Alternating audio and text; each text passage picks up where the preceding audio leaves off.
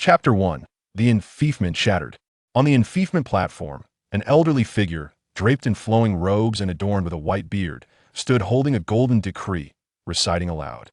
Nezha, as the vanguard in this divine campaign against the tyrant, has achieved remarkable merit.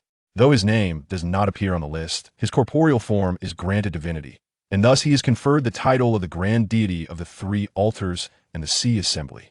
Below the platform, a diverse assembly of individuals gathered, yet none dared to raise their voices, for the elder's words resonated clearly in every ear. To be enshrined in corporeal form signifies liberation from the constraints of the divine list, coupled with the bestowal of divine merit. As the first to receive such a privilege, Nezha successfully captured the attention of all present. The decree's emergence rippled through the gathering like a pebble cast into still waters, stirring varied emotions among the onlookers. Some were elated, others envious, while some harbored resentment, and others felt a profound sense of loss. With the elder's proclamation complete, a tall and handsome youth, beaming with joy, stepped boldly toward the enfeoffment platform. Standing atop the platform, he basked in the myriad gazes directed at him, reveling in the attention. Unbeknownst to all, a spectral figure floated closely beside him, shadowing his every move. This figure, resembling a young child, bore striking similarities in features to the enshrined youth. The child's gaze was vacant, appearing dazed, merely drifting along in the youth's wake.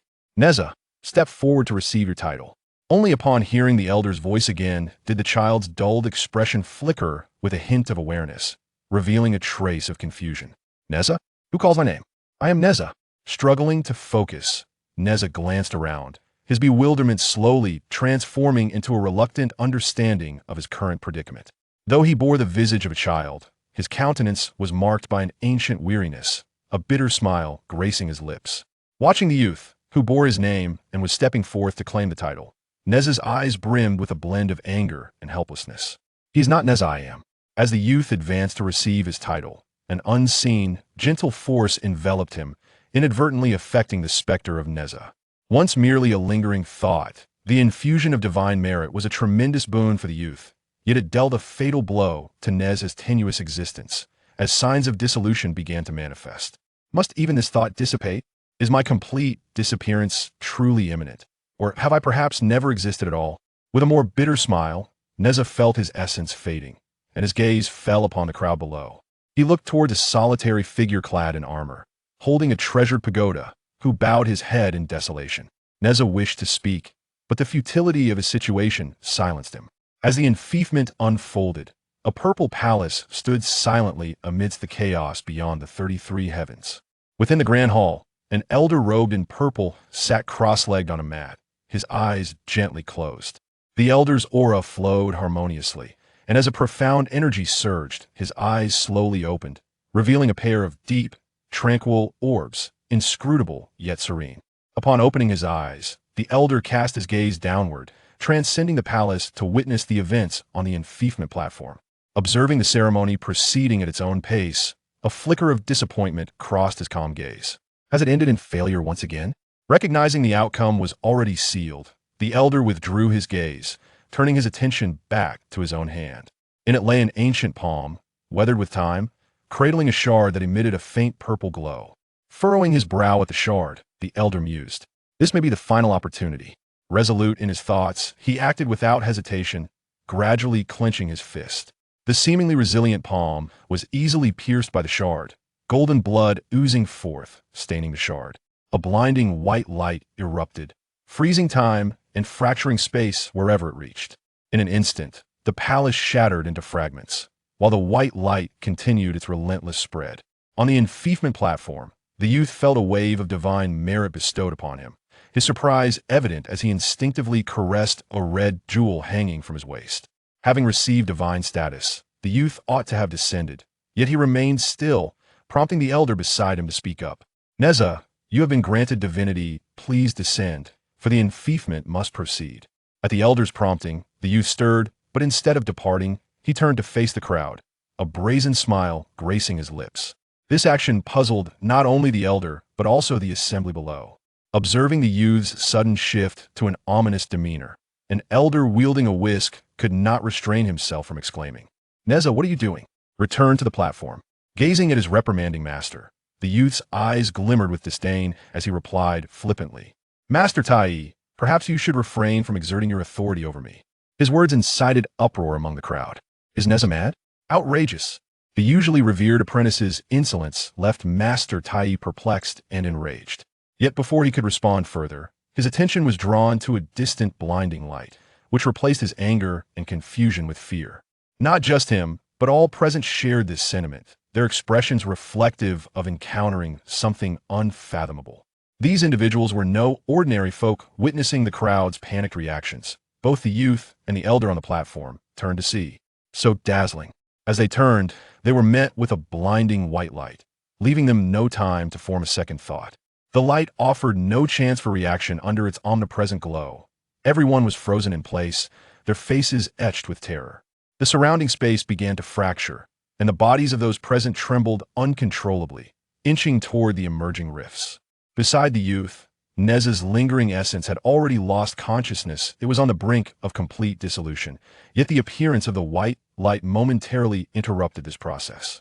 However, the consequences extended beyond just his essence under the white light's dominion. Everyone was destined to vanish completely. Amidst the chaos, a voice unexpectedly emerged. Beep. Temporal barrier breach complete. Within the blinding radiance, a cerulean orb became conspicuously prominent. The orb appeared sentient, swirling momentarily before making a beeline toward Nezha's fading essence. Beep. Binding successful. The azure light enveloped the last remnant of true spirit, isolating it from the white light. Sensing the intrusion of an anomaly, the area where the blue light resided suddenly intensified, the two lights clashing, causing the azure glow to wane, yet it ultimately did not vanish entirely. The white light relinquished its pursuit, continuing to spread into the distance. As the entirety of the primordial world transformed into a sea of white, all fragments coalesced into a flowing river, its origin and destination shrouded in mystery. A faint azure glow drifted amidst the fragments, accompanied by the deafening sound of rushing water, uncertain of its course. Chapter 2. Rebirth. So warm.it has been an eternity since I last experienced this warm and reassuring sensation, and the surrounding environment is so comfortable that Nezha feels reluctant to open his eyes. No, this cannot be right. Did I not perish? How can I still feel anything? As consciousness gradually returns, Nezha, bewildered by his current state, contemplates, do I possess a body once more? With great effort, he opens his eyes, only to be met with a murky haze, rendering everything indistinct. His entire being seems to be enveloped in a warm liquid, gently cocooning him, yet hindering his movement. Despite his uncertainty regarding the situation, the sensation of being alive is so novel to Nezha that he cannot resist the urge to explore further. Without a second thought, he begins to fumble and shift his hands and feet within the confined space. Ouch! His restless movements seem to have brushed against a soft barrier, followed by a faintly feminine voice, which halts Nezha's actions. Madam, please be careful. Are you all right? I'm fine, just a little playful. Nezha kicked me. The indistinct dialogue from the outside world reaches Nezha's ears, allowing him to piece together his current state. It appears he has reverted to a fetal form. The name Nezha, coupled with those two familiar yet foreign voices, stirs a flurry of thoughts within him. As the voices continue, he refrains from further movement, slowing his breath in an effort to listen intently and validate his suspicions. The latter's insistence on accompanying the patrol makes Li Jing exceedingly anxious, and upon hearing Madame Yin's exclamation, he hastens to inquire. Once he learns that it was merely the child moving, the concern on Li Jing's face begins to dissipate, his affectionate gaze settling on his wife's rounded belly as he speaks softly. Surely, Nezha is eager to meet us. However, with Nezha's imminent arrival, it would be wise for you to take care of your health, my dear. There's no need for you to accompany me on the patrol every day. It's nothing. Madame Yin shakes her head and replies, you know, while my temperament confining me to the house would drive me to madness. As she speaks, she tenderly caresses her belly. Besides, when I was pregnant with Jinjai and Mujai, I was just as active. I trust our Nezha will be just as considerate as his two elder brothers and spare me any hardship. Moreover, I wish to go to the city gate to see Jinjai and Mujai, who mentioned returning to meet their younger brother. I wonder when they will arrive home. Upon hearing his wife mention their other two sons, a smile of contentment graces Li Jing's face. Indeed, how fortunate our Li family is, for Jinzhai and Muzhai have attracted the attention of celestial beings as their disciples. He then gazes at his wife's belly. I wonder if Nezha will follow in the footsteps of his brothers. Madame Yin, however, harbors a different sentiment, letting out a sigh. Alas, having celestial beings as disciples is not all good. It will separate us from our children. She gently strokes her belly. I would prefer Nezha to lead a more ordinary life, as long as he can remain safely by our side. Li Jing does not dispute her and nods with a smile, echoing her sentiments. You speak wisely, my dear. He then takes her hand in one of his while placing the other softly on her belly, continuing. However, Jinzai's master, Wenshu Guangfa Tianzuan, and Mu Zhe's master, Hu Xinjinren, are both golden immortals of the Chan school and truly formidable beings. If Nezha can also be taken as a disciple by such great powers, then the future of the three brothers will undoubtedly be bright, and we shall have no worries for them. Upon hearing this, Madame Yin can't help but smile with pride indeed. Her three children are destined for greatness.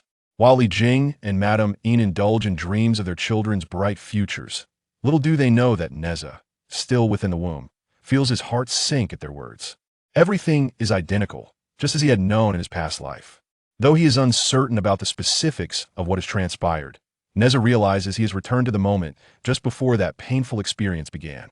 The joy of being alive dissipates, and as he reflects on the nightmarish encounters from his memories that he must now relive, his thoughts spiral into agitation and confusion. The sense of powerlessness at having his existence stripped away before birth, watching everything that belonged to him being taken while being unable to act, fills him with profound dread. As painful memories flood back, Nezha feels a mix of despair and anger. Why must he endure this again? Hasn't he suffered enough? To relive it all means he is destined to follow the same path as before after all. That individual is so powerful, and he is merely a fetus, incapable of resisting. No, this cannot be allowed. Drowning in painful recollections, Nezha feels his blood run cold, and all his senses begin to numb and fade. Just as his thoughts sink deeper into despair, two distinct voices pierce through, interrupting his hopelessness. Indeed, our Nezha will surely be the most formidable, destined to become a little hero. Madame Yin, smiling, gently caresses her belly with a slow, steady assurance. Indeed, he will. Li Jing embraces his wife tenderly, his large hand resting atop hers as he softly affirms. In his previous life, as a fetus, Nezha was blissfully unaware, unable to perceive much of the outside world. Later, before he could be born, he was seized by that individual, forced to be a mere observer, deprived of the parental bond he had never truly experienced. Yet now, listening to the conversation between his parents and feeling the warmth from the gentle pressure, he begins to grasp the essence of this parent-child relationship, stirring within him a yearning. The soft yet powerful voices gradually calm him, alleviating his despair. In his past life, he possessed nothing, not even the acknowledgement of his existence. So even if he were to return, he could not face a worse fate. Now he has heard his father and mother speaking to him, words directed towards him rather than to the individual who later claimed his identity. This is already a significant improvement over his previous existence. Moreover, in his past life, as a fetus, he did not possess the clarity of thought he has now. Even when he gained self-awareness, he understood nothing. By the time he comprehended what had transpired, he had become consumed by an obsession he could not control. This time, he at least has agency over his own life and death. And when all becomes irretrievable once more, he can choose not to leave a lingering obsession that leads to further suffering. Thus, what is there to fear in reliving this experience? Having come to this realization, the despair within Nezha gradually dissipates, though he may not achieve much upon returning. There are still numerous endeavors worth pursuing. At the very least, he cannot allow himself to vanish without a trace as he did in his previous life, unnoticed and unacknowledged. This time, regardless of the outcome, he must strive to leave a testament to his existence. To this end, he is already prepared for the worst, longing for a moment, not for eternity. As long as someone knows he once existed, even if just for an instant, what harm could it cause?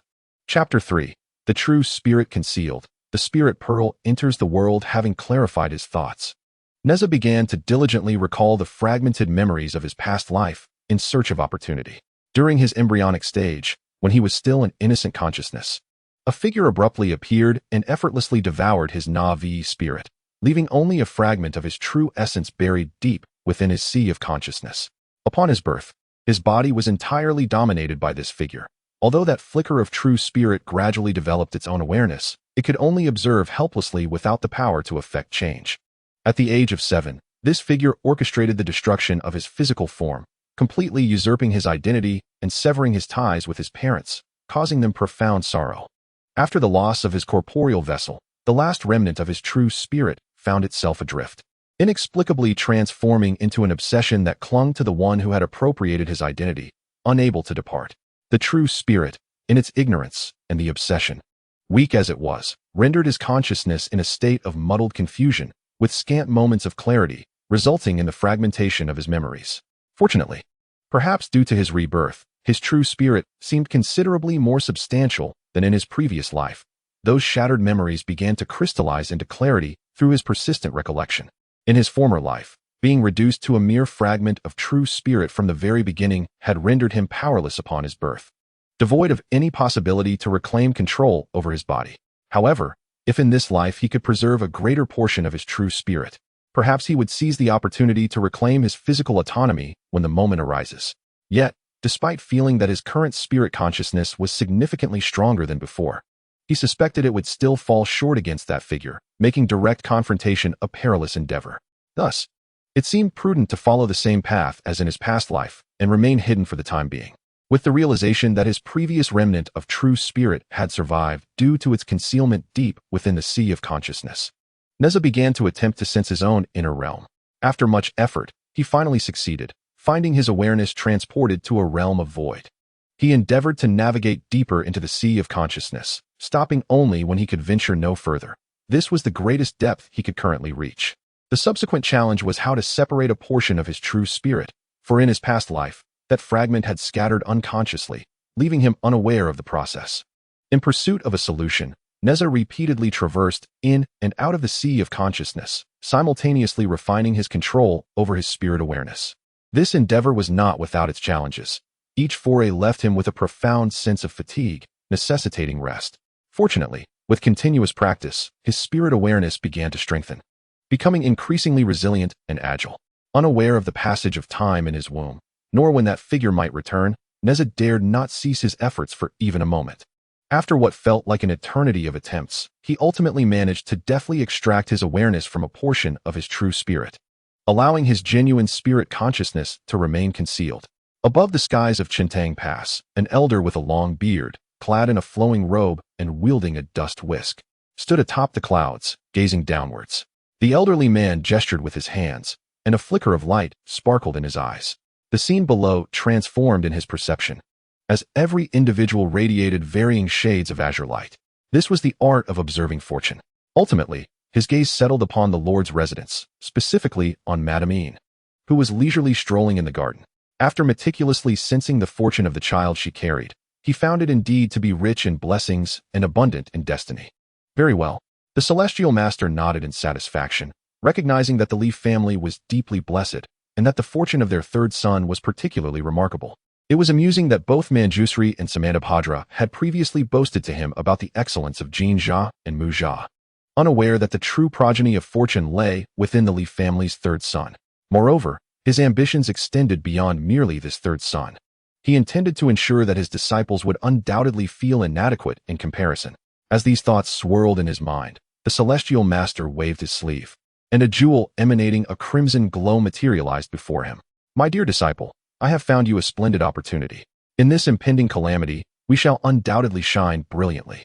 Upon hearing the celestial master's words, the jewel joyfully circled around, and a tender consciousness conveyed, "Thank you, Master." The celestial master smiled and nodded, stroking his long beard as he continued, "You are inherently a primordial spiritual treasure, having awakened consciousness after a millennium in the Jade Void Palace. With the imminent catastrophe, should you emerge, it would indeed be your fortuitous moment. While your fellow disciples have long taken on apprentices to navigate this great tribulation, it took me 10 years before our master to secure our bond. You must not disappoint me. Do not worry, master. I will strive diligently," the spirited jewel replied, bouncing eagerly. Indeed, the celestial master adjusted the whisk in his hand, nodding in satisfaction as he added, "However, although you have developed consciousness, your spiritual awareness remains incomplete. Being a primordial spiritual treasure, you possess spirit without a soul. Your spiritual form cannot cultivate a soul, Thus you cannot be considered a true living being. If you were to forcefully emerge, you would undoubtedly face the penalties of cosmic law. Upon hearing the mention of punitive consequences, the jewel grew anxious and quickly implored. I do not wish to be punished, Master. Please assist me. Rest assured. The celestial master raised his hand gently to soothe the agitated jewel and continued. With the impending calamity, the celestial mechanisms are in disarray. Evading the punitive rules is not difficult, and now is an opportune moment for your emergence. However, your spiritual form alone is insufficient. The fortune of the Li family's third son is flourishing in this calamity. You may harness this fortune to cultivate a soul and attain complete spiritual awareness. Furthermore, should you successfully assume his identity, not only would you emerge, but you would also gain numerous benefits from this tribulation. After absorbing the celestial master's plan, the jewel excitedly circled around him once more, joyfully exclaiming, "Thank you, Master, for devising this plan for your disciple." Gently patting the exuberant spirit orb, Master Tai smiled and said, "Enough, no more mischief. I shall now send you into the world." He added with a solemn reminder, "Remember, you must seize the opportunity to refine your soul, for only then can you truly emerge into existence. Once you have entered the world, I shall return to take you as my disciple."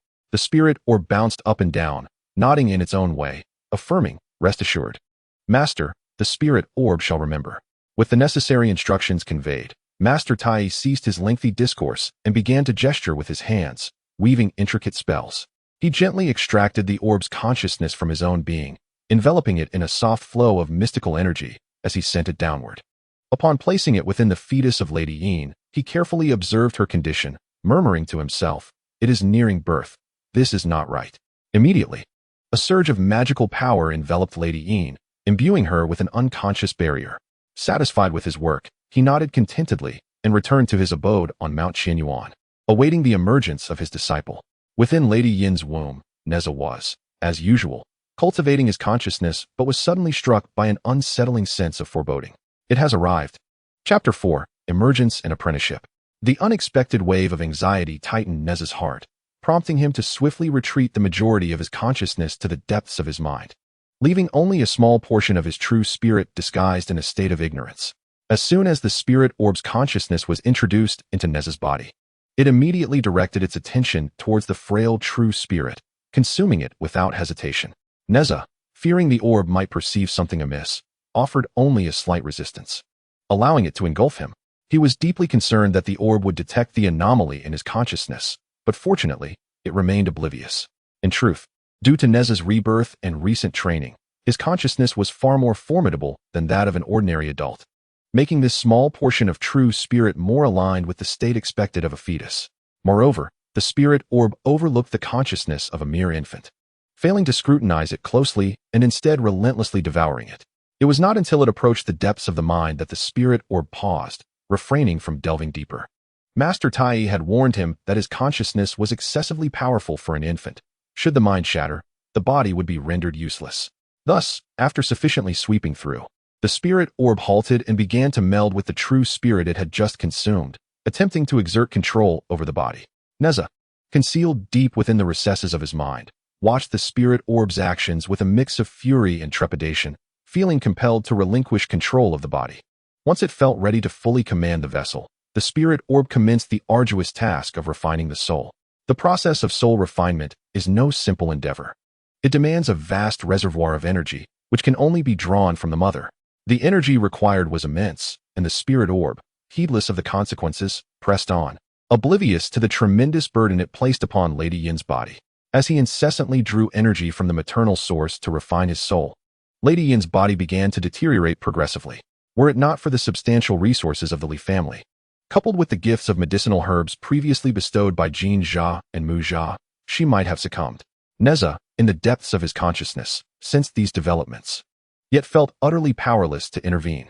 He could only suppress the fury swelling within him, reminding himself to bide his time, for an opportunity would surely arise. This incessant self-repression rendered each moment feel like an eternity. Absent any means to gauge time within, he could only endure the agonizing wait, until, as the soul of the spirit pearl gradually solidified, a binding force began to dissipate. In the city of Chintang, at the Lord's residence, Li Jing paced outside the room, beads of sweat forming on his brow from anxiety. At last, the closed door swung open, and the midwife emerged, her expression tinged with unease. Upon noticing that she bore no child, Li Jing's heart raced with trepidation as he hurried forward to inquire, "What has transpired? How is my wife? Has she given birth?" "Why, yes, she has given birth," but the midwife stammered, her demeanor evasive. Li Jing, growing increasingly anxious, furrowed his brow and pressed, "But what?"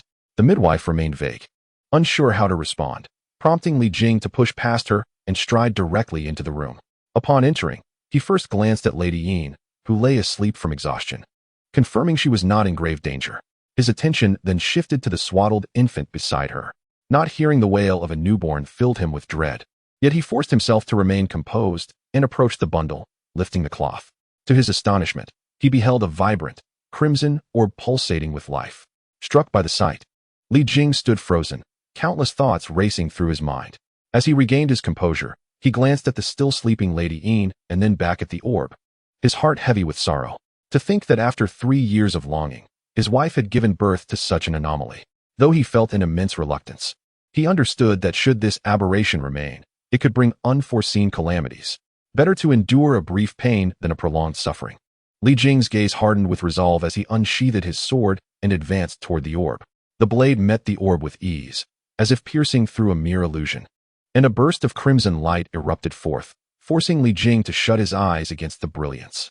When he reopened them, the red glow had dissipated, and the orb was gone, replaced by a delicate, rosy infant, approximately 3 years of age, gazing up at him with a radiant smile. It was the spirit pearl. The thick layer of flesh had merely been the accumulation of impurities from the energy he had absorbed over the past 2 years, a testament to the soul he had finally coalesced. The restrictions left by his master had also autonomously faded away, and he had truly emerged into the world. Li Jing stood astonished, captivated by the miraculous scene before him, fixated on the suddenly manifested child. Although the scene was peculiar, he could sense a warm familiarity emanating from the doll. This was his son. After hesitating for a moment, Li Jing sheathed his sword and gently cradled the doll in his arms. To his surprise, the child was unafraid. Once lifted, he grasped Li Jing's beard and giggled heartily. Engaging in playful antics for a while, Li Jing found his heart settling, and his mood gradually calmed. Observing the weak and slumbering Lady Yin by the side, Li Jing was acutely aware of her hardships over the past 3 years and her anticipation for the child's birth. He could not bear to disappoint her. He silently reminded himself that there were numerous gifted beings in this world. Perhaps Nezha was merely one among them. On the following day, the revered Tai Zhenren calculated that his treasured disciple had been born and promptly visited the Li residence. Inside, Li Jing was playing with the recently awakened Lady Yin and the spirit orb. Initially startled by the sight of a 3-year-old child who had just come into the world, Lady Yin quickly adapted, having been mentally prepared after 3 years of pregnancy. Seeing no unusual traits in the child, she accepted the situation with joy. After all, being an entity of 1,000 years, even a mere spiritual treasure could easily deceive a mortal couple. As Li Jing observed the clever and lively spirit orb interacting harmoniously with Lady Yin, he could not resist the bonds of familial affection and fully relinquished his previous reservations. The scene appeared warm and tender, yet neither of them noticed the glimmer of cunning hidden deep within the innocent child's eyes. Upon receiving word from a servant that a Taoist named Tai Zhenren sought an audience, the couple exchanged knowing glances, each harboring their own speculations. After a brief moment of preparation, Li Jing rose to meet the waiting Tai Zhenren in the front hall. Once Tai Zhenren revealed his purpose, Li Jing felt his suspicions confirmed. He had come to take on a disciple. Although reluctant, Li Jing did not refuse. After all, this esteemed figure was a renowned golden immortal of the Chan school, and if Nezha could become his apprentice, he would undoubtedly have a bright future akin to that of his 2 elder brothers. Chapter 5. Lurking. The anger of Yin showed Li Jing consented to allow Nezha to take Tai Zhenren as his master, and the latter nodded in satisfaction, smiling. "Then may I inquire where your son is?" With arrangements set, Li Jing instructed the servants to bring forth Nezha. Upon sensing the child's aura, Tai Zhenren's eyes sparkled, and a slight smile graced his lips. His disciple had indeed succeeded. Seeing that Tai Zhenren did not react unusually to a child resembling a typical 3-year-old, Li Jing felt a quiet relief in his heart. His son was indeed not an aberration but a being of innate divinity. Otherwise, the immortal from the Chan school would not have come to seek a disciple. "May I ask if your son has been given a name?" Contemplating how his disciple might better embody this identity with his own name, Tai Zhenren inquired, "I observe that your son radiates an extraordinary aura. far surpassing that of ordinary spiritual treasures. What do you think of the name Lingzuzi? However, upon hearing this, Li Jing frowned and promptly shook his head, expressing no inclination to rename Nezha. The efforts of the esteemed immortal are appreciated, but my child has already been named Nezha. Noting his firm refusal, Tai Jinren did not press the matter further, deeming it a trivial concern. Deep within his sea of consciousness, Nezha's true spirit, though unable to control his own body, shared a sense of perception. As he observed the conversation between his father and the elderly Taoist, a chilling resentment filled his heart. His past experiences were inextricably linked to the actions of Tai Jinren. Fragments of memory surfaced, revealing that he had been usurped of his identity through the machinations of this very being. Thus, his animosity towards Tai Jinren was no less than that towards Lingzuzi, the name of the one who had seized his identity, a reincarnation of a spiritual treasure. In his previous life, Nezha had been too late to awaken his true spirit as consciousness, failing to recollect this aspect. Fortunately, his father had refused the proposed name, otherwise, he might have lost even his rightful name. Though his heart burned with anger, he felt powerless to act, and thus chose to retreat deeper into his sea of consciousness, diminishing his presence. After finalizing the apprenticeship, Lingzuzi performed a simple bow to pay respects to his master, while Tai Jinren presented him with two magical treasures, the Qiankuan Circle and the Hunyuan Silk.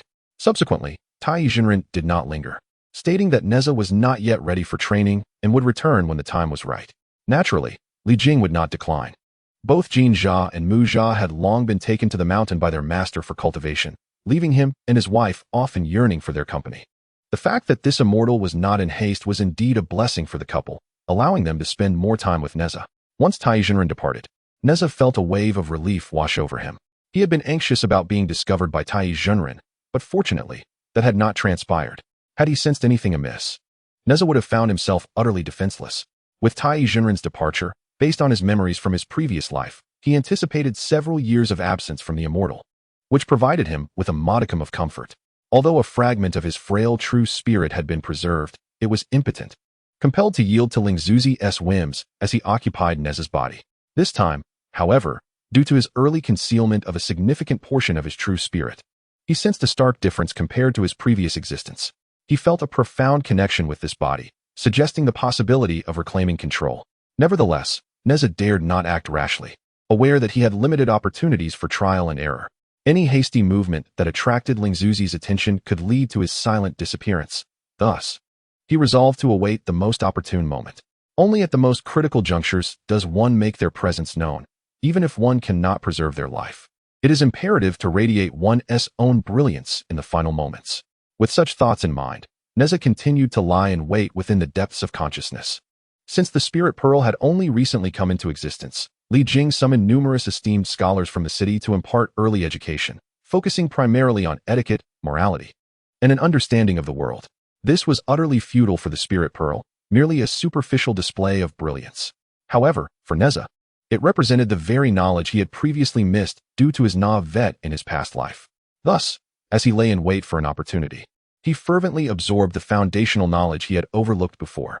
As 2 to 3 years passed, Nezha gradually sensed that the Spirit Pearl's grip on the body was loosening, increasingly relying on instinct. Finally, at the age of 5, he attempted for the first time to reclaim control over his body. He succeeded. Though it lasted merely a fleeting moment, Nezha was elated, for it indicated that his aspirations were indeed feasible. Furthermore, he surmised that he could observe the Spirit Pearl's actions as a bystander, while the Spirit Pearl retained no memory of his bodily control. For even in that brief instant, had there been memory, the Spirit Pearl would have undoubtedly noticed the anomaly. After this initial success, Nezha briefly attempted 2 more times, confirming his hypothesis. This revelation was profoundly encouraging, for it suggested that his capabilities were now greatly expanded. After these brief experiments yielded results, Nezha refrained from further attempts, opting instead to continue his vigil, awaiting the opportune moment. In the grand and majestic royal hall, a man seated upon the throne toyed with a bronze wine cup, his tone calm, yet imbued with an unassailable authority. The ministers below, offering counsel, found themselves unable and unwilling to contradict the king, bowing their heads in silent retreat. "Your Majesty, is it truly necessary to be angry?" Once the others had departed, Shang Rong, seated beside the throne, spoke with a hint of exasperation. "Humph. This marks the 5th time this month. These ineffectual sacrifices come one after another. How much of our nation's strength has been squandered in reverence to deities? The common people struggle to fill their bellies, and our soldiers are barely able to sustain themselves. Yet we still offer tribute to those lofty beings who reside far removed from mortal concerns. With each word, Insho's dissatisfaction grew, and he slammed the wine cup onto the table with a resounding thud. Shang Rong, hearing the king's words, felt a sense of helplessness but felt compelled to respond. It is indeed a blessing for our great Shang that your majesty cares for the livelihood of the military and the populace. However, if the sacrifices are inadequate, the deities may become wrathful, bringing calamities upon our people, and it is the subjects of the Shang who will ultimately suffer. Upon hearing this, Insho's anger surged, and he rose abruptly, sweeping his sleeve and sending the bronze wine cup crashing to the ground. He struggled to contain his fury, refraining from uttering any curses. Observing the enraged king, Shang Rong remained silent, merely stooping to gather the scattered wine cups. After the outburst, Insho gradually regained his composure, feeling a sense of exhaustion as he sank back down. Observing Shang Rong crouched on the ground with a slightly hunched back, he found himself overwhelmed with myriad thoughts and began to reminisce. In my youth, Minister Shang once inquired about my aspirations. I declared that I wished to become the king of humanity, to claim all the lands of this world for our race, so that we might walk with our heads held high. Minister Shang praised my lofty ambitions then, haha. Insho let out a bitter laugh and continued, in retrospect, it seems I was merely ignorant of the vastness of the heavens. How could the earth ever rival the sky? Chapter 6. The offering at Niwa Temple and schemes in the fire cloud cave. Listening to Insho's words, Shang Rong remained silent until he had gathered the wine cups.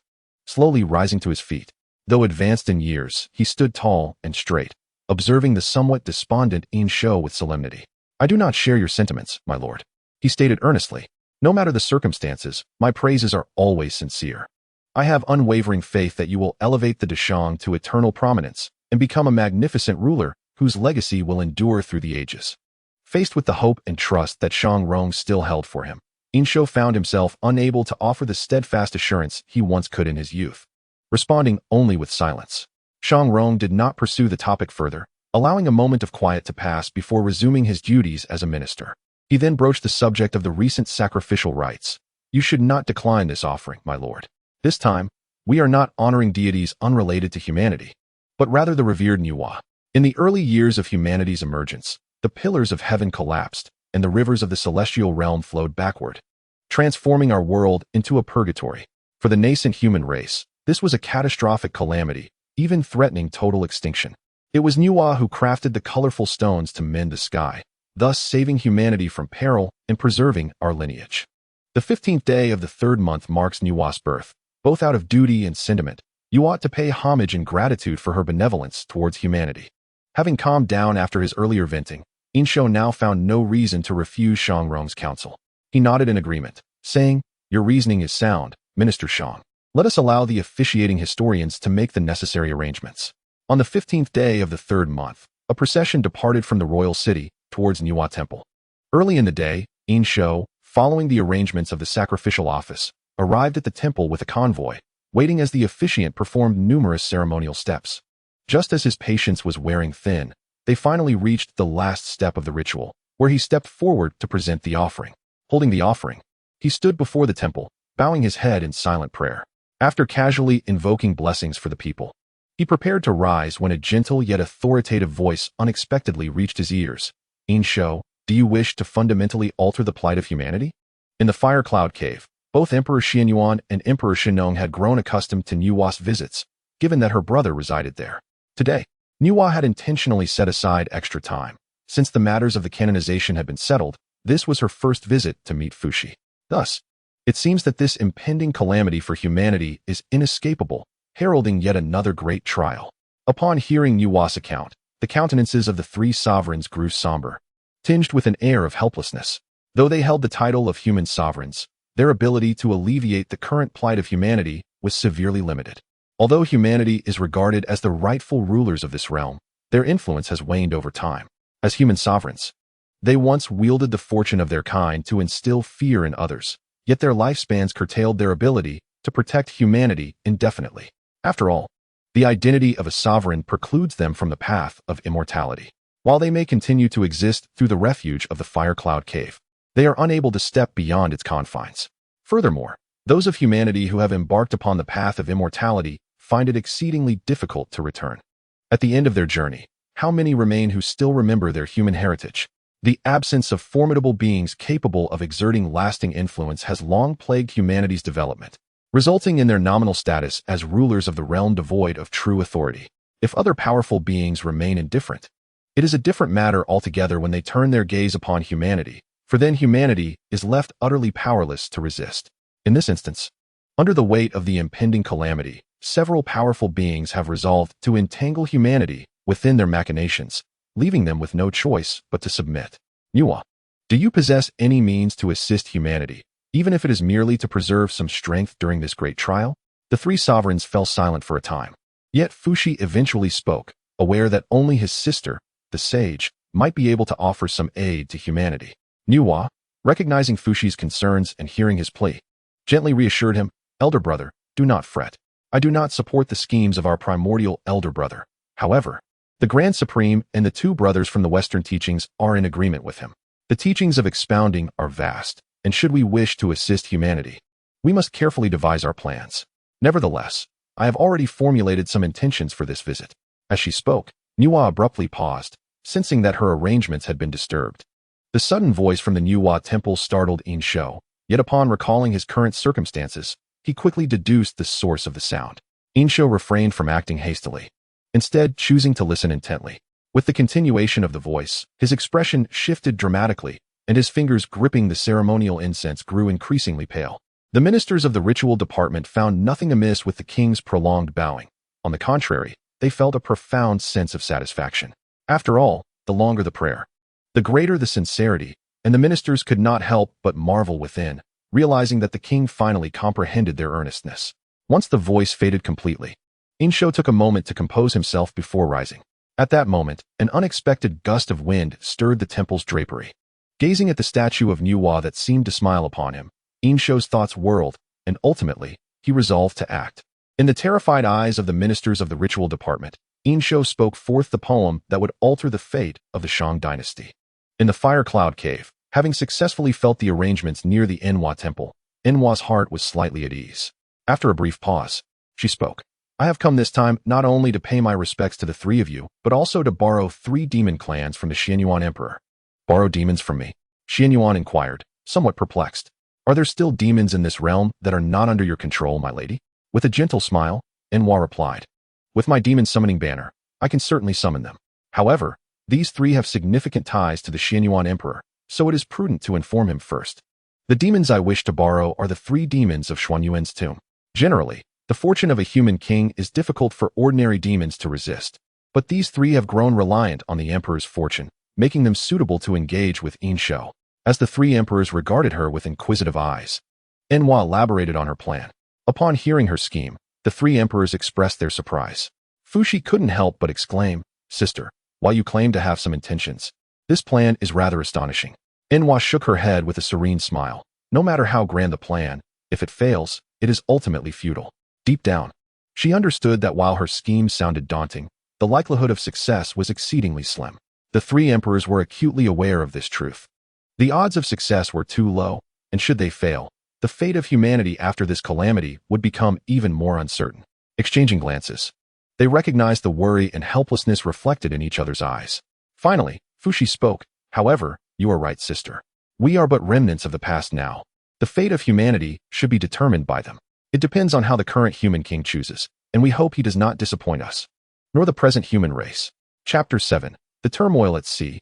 Nezha in action. Since his emergence, Nezha had been counting the days, having already determined the moment to intervene and prevent a certain event from occurring. After all, it was from that very incident that Ling Zhuzi had gradually and utterly brought about Nezha's downfall. On this day, as Ling Zhuzi ventured alone to the mouth of the Nine Bays River, Nezha felt a growing tension, aware that everything was about to commence. Upon reaching the river's mouth, Ling Zhuzi tossed the heavenly silk into the water, stirring the surface into tumultuous waves. "Hey, cease at once." Li Jian, obeying his Dragon King's orders to investigate the cause of the disturbances in the Dragon Palace, arrived to find someone using a powerful treasure to agitate the sea. He immediately raised his voice to halt the activity. "Who are you, child? Do you not know this is the Eastern Sea's mouth? How dare you play with the treasure here?" After calling out a couple of times, Ling Zhuzi slowly withdrew, looking up disdainfully and retorting. And who are you to instruct me? You. Li Jian, noticing Ling Zhuzi possessed a remarkable treasure, surmised he must have a powerful master. Thus opting not to engage in hostility, but rather to persuade him to leave. Unexpectedly, upon being confronted, I was met with scorn. A surge of indignation overtook me, and I could not help but retort with fervor. Boldly, I am the Sea Patrol Night Demon of the Eastern Sea. How dare you, a mere child, insult me so? Li Gan leapt ashore, his anger clouding his judgment, and he thrust his spear towards Ling Zhuzi with reckless abandon. Humph! Observing Li Gan's actions, Ling Zhuzi scoffed disdainfully, raising the celestial ring at his side to effortlessly deflect the assault. Li Gan's weapon was but a mundane tool. Upon contact with the celestial ring, the spear shattered, and his expression changed dramatically. Ling Zhuzi seized the opportunity, channeling the power of the celestial ring to strike Li Gan down to the ground. Gazing at the disheveled Li Gan, a malevolent smile crept upon Ling Zhuzi's lips as he raised the celestial ring once more, proclaiming, "Since you initiated this altercation, it is now my turn." The tremendous force emanating from the celestial ring jolted Li Gan back to his senses, dispelling his fury. He had not anticipated losing his composure so thoroughly, and regret washed over him. It seemed he was destined to meet his end today. Just as he awaited his fate, he suddenly noticed that the celestial ring poised to descend upon him had inexplicably halted. A primal instinct for survival ignited within him, and without a moment's hesitation, he plunged back into the water. Cursed be it! Witnessing Li Gan's abrupt escape, Ling Zhuzi felt a twinge of annoyance. The slippery nature of creatures from the sea was indeed vexing. How could such a seemingly insignificant night demon exhibit such swiftness? He realized that his momentary lapse had allowed the little demon to unleash some desperate means of evasion. Meanwhile, deep within the ocean, Nezha felt his heart race, knowing that it was his intervention that had permitted the demon's escape. In his past life, this very moment had marked the beginning of a relentless series of slaughters, resulting in the unwarranted deaths of many innocents, entangling his parents and the entire Qintang Pass in a web of irredeemable guilt. Now, having been granted a second chance at life, he vowed never to allow his body to be stained by the blood of the innocent again. Though Li Gan's escape incited Ling Zhuzi's ire, he remained unperturbed. The situation was far from resolved. The small fish he had caught was insufficient. He required a larger prize. Thus, he returned the celestial silk to the water, resuming his unbridled turmoil. Li Gan, having narrowly escaped with his life, did not dare to linger and made a hasty retreat towards the Dragon Palace of the Eastern Sea. Inside the palace, upon beholding the Dragon King seated upon his throne, Li Gan knelt and lamented, "Your Majesty, I was dispatched to investigate the disturbances in the Dragon Palace, only to discover that a child at the mouth of the Jian River was employing formidable magical artifacts to agitate the waters. When I attempted to intervene, the child brazenly insulted me and nearly struck me down with his artifact." In the Crystal Palace, upon hearing the Night Demon's report, Ao Guang felt a wave of irritation wash over him. Truly, it was a time rife with troubles. In this present age, the status of the Dragon Clan has become one that none dare offend. Now, amidst a great calamity, they must handle all matters with utmost care to avoid leaving any loose ends. Fortunately, there are no significant conflicts at the moment. It is merely a case of a Night Demon being assaulted, which could be endured. He wished to pretend as if nothing had transpired, yet at that moment, the Crystal Palace quivered once more, even more vigorously than before. Ao Guang remained silent, yet his brow furrowed deeper.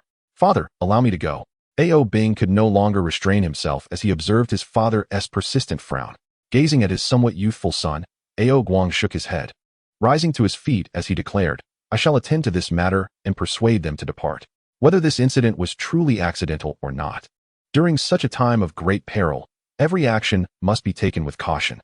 Father, seeing his father personally handle what seemed to be a trivial issue, and still striving for peace, Ao Bing frowned in discontent, saying, "Is it truly necessary for you to intervene for a mere child? Even if our clan has lost its former glory, you need not demean yourself in such a manner." Born later, Ao Bing had always been taught to act cautiously and maintain a low profile as a dragon. Yet he had heard tales from the elders about the Dragon Clan's former magnificence. Now, in the prime of his youth, he had long harbored frustrations regarding the clan's traditional ways, which had finally erupted. Ao Guang was taken aback by his son's words, feeling a sense of helplessness as he regarded the dissatisfied youth. The two faced each other in silence for a moment, and seeing his son's determination, Ao Guang ultimately relented with a sigh, saying, "Very well, you may go. but remember to avoid causing any further trouble. Simply persuade them to leave peacefully. After all, the calamity had only just begun. Though Ao Bing was young, he had always been a source of reassurance for Ao Guang and acted with great discretion. Upon receiving his father's consent, Ao Bing softened his demeanor and nodded, "Rest assured, father, I shall handle it with care." Indeed, noticing his son's respectful attitude, Ao Guang felt a sense of relief. Ao Bing bowed to his father in farewell and made his way toward the Nine-Dragon Bay River mouth. Above, Ling Zhuzi continued to stir the river with the heavenly silk for a while, finally sensing some movement. As Ao Bing emerged from the water, he saw Ling Zhuzi still stirring the river and immediately called out, "Hold your hand." Ling Zhuzi paused, looking up at him with a smile. "At last, I've caught a big fish, a little loach." Seeing Ling Zhuzi scrutinizing him so brazenly, Ao Bing furrowed his brow and spoke coldly, "I am Ao Bing, the third prince of the Eastern Sea. Whose apprentice are you? This is the mouth of the Eastern Sea. You should not play here and must leave at once." Ling Zhuzi, upon hearing this, scoffed and looked at Ao Bing with disdain, saying, "Humph, I am Nezha, the son of General Li Jing of Qintang Pass. You are merely a little loach. How dare you lecture me? Do you seek a fight?" Having hooked the fish he sought, Ling Zhuzi decided to forego further conversation and prepared to strike, raising the universe ring to attack Ao Bing. Chapter 8. The fury of Ao Guang and accountability at the Li Manor. Ao Bing was taken aback when Ling Zhuzi suddenly resorted to violence over a disagreement. He hastily raised his halberd in defense, and the two were instantly embroiled in battle. Despite the limitations of his mortal form, Ling Zhuzi's awareness had matured over a millennium, and with the aid of his mid-grade spiritual treasure, the Qian Circle, he fought with remarkable ferocity. In contrast, Ao Bing, being a fledgling dragon, possessed little in the way of divine abilities, and his halberd was merely a nascent low-grade artifact. After a few exchanges, he found himself overwhelmed and was struck to the ground. Seizing the opportunity as Ao Bing fell, Ling Zhuzi brandished the Qian Circle and aimed a devastating blow at his head. Within Ao Bing's consciousness, Nezha had remained ever vigilant since Ao Bing's appearance, biding his time for the right moment to act.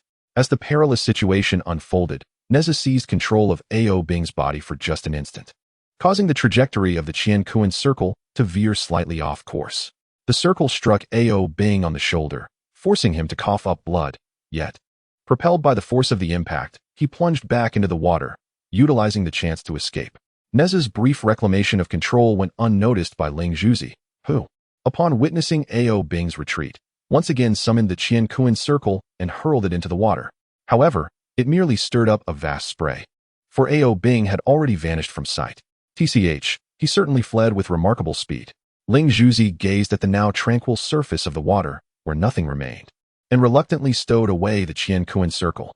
"Oh well, this little mudfish has been thoroughly battered.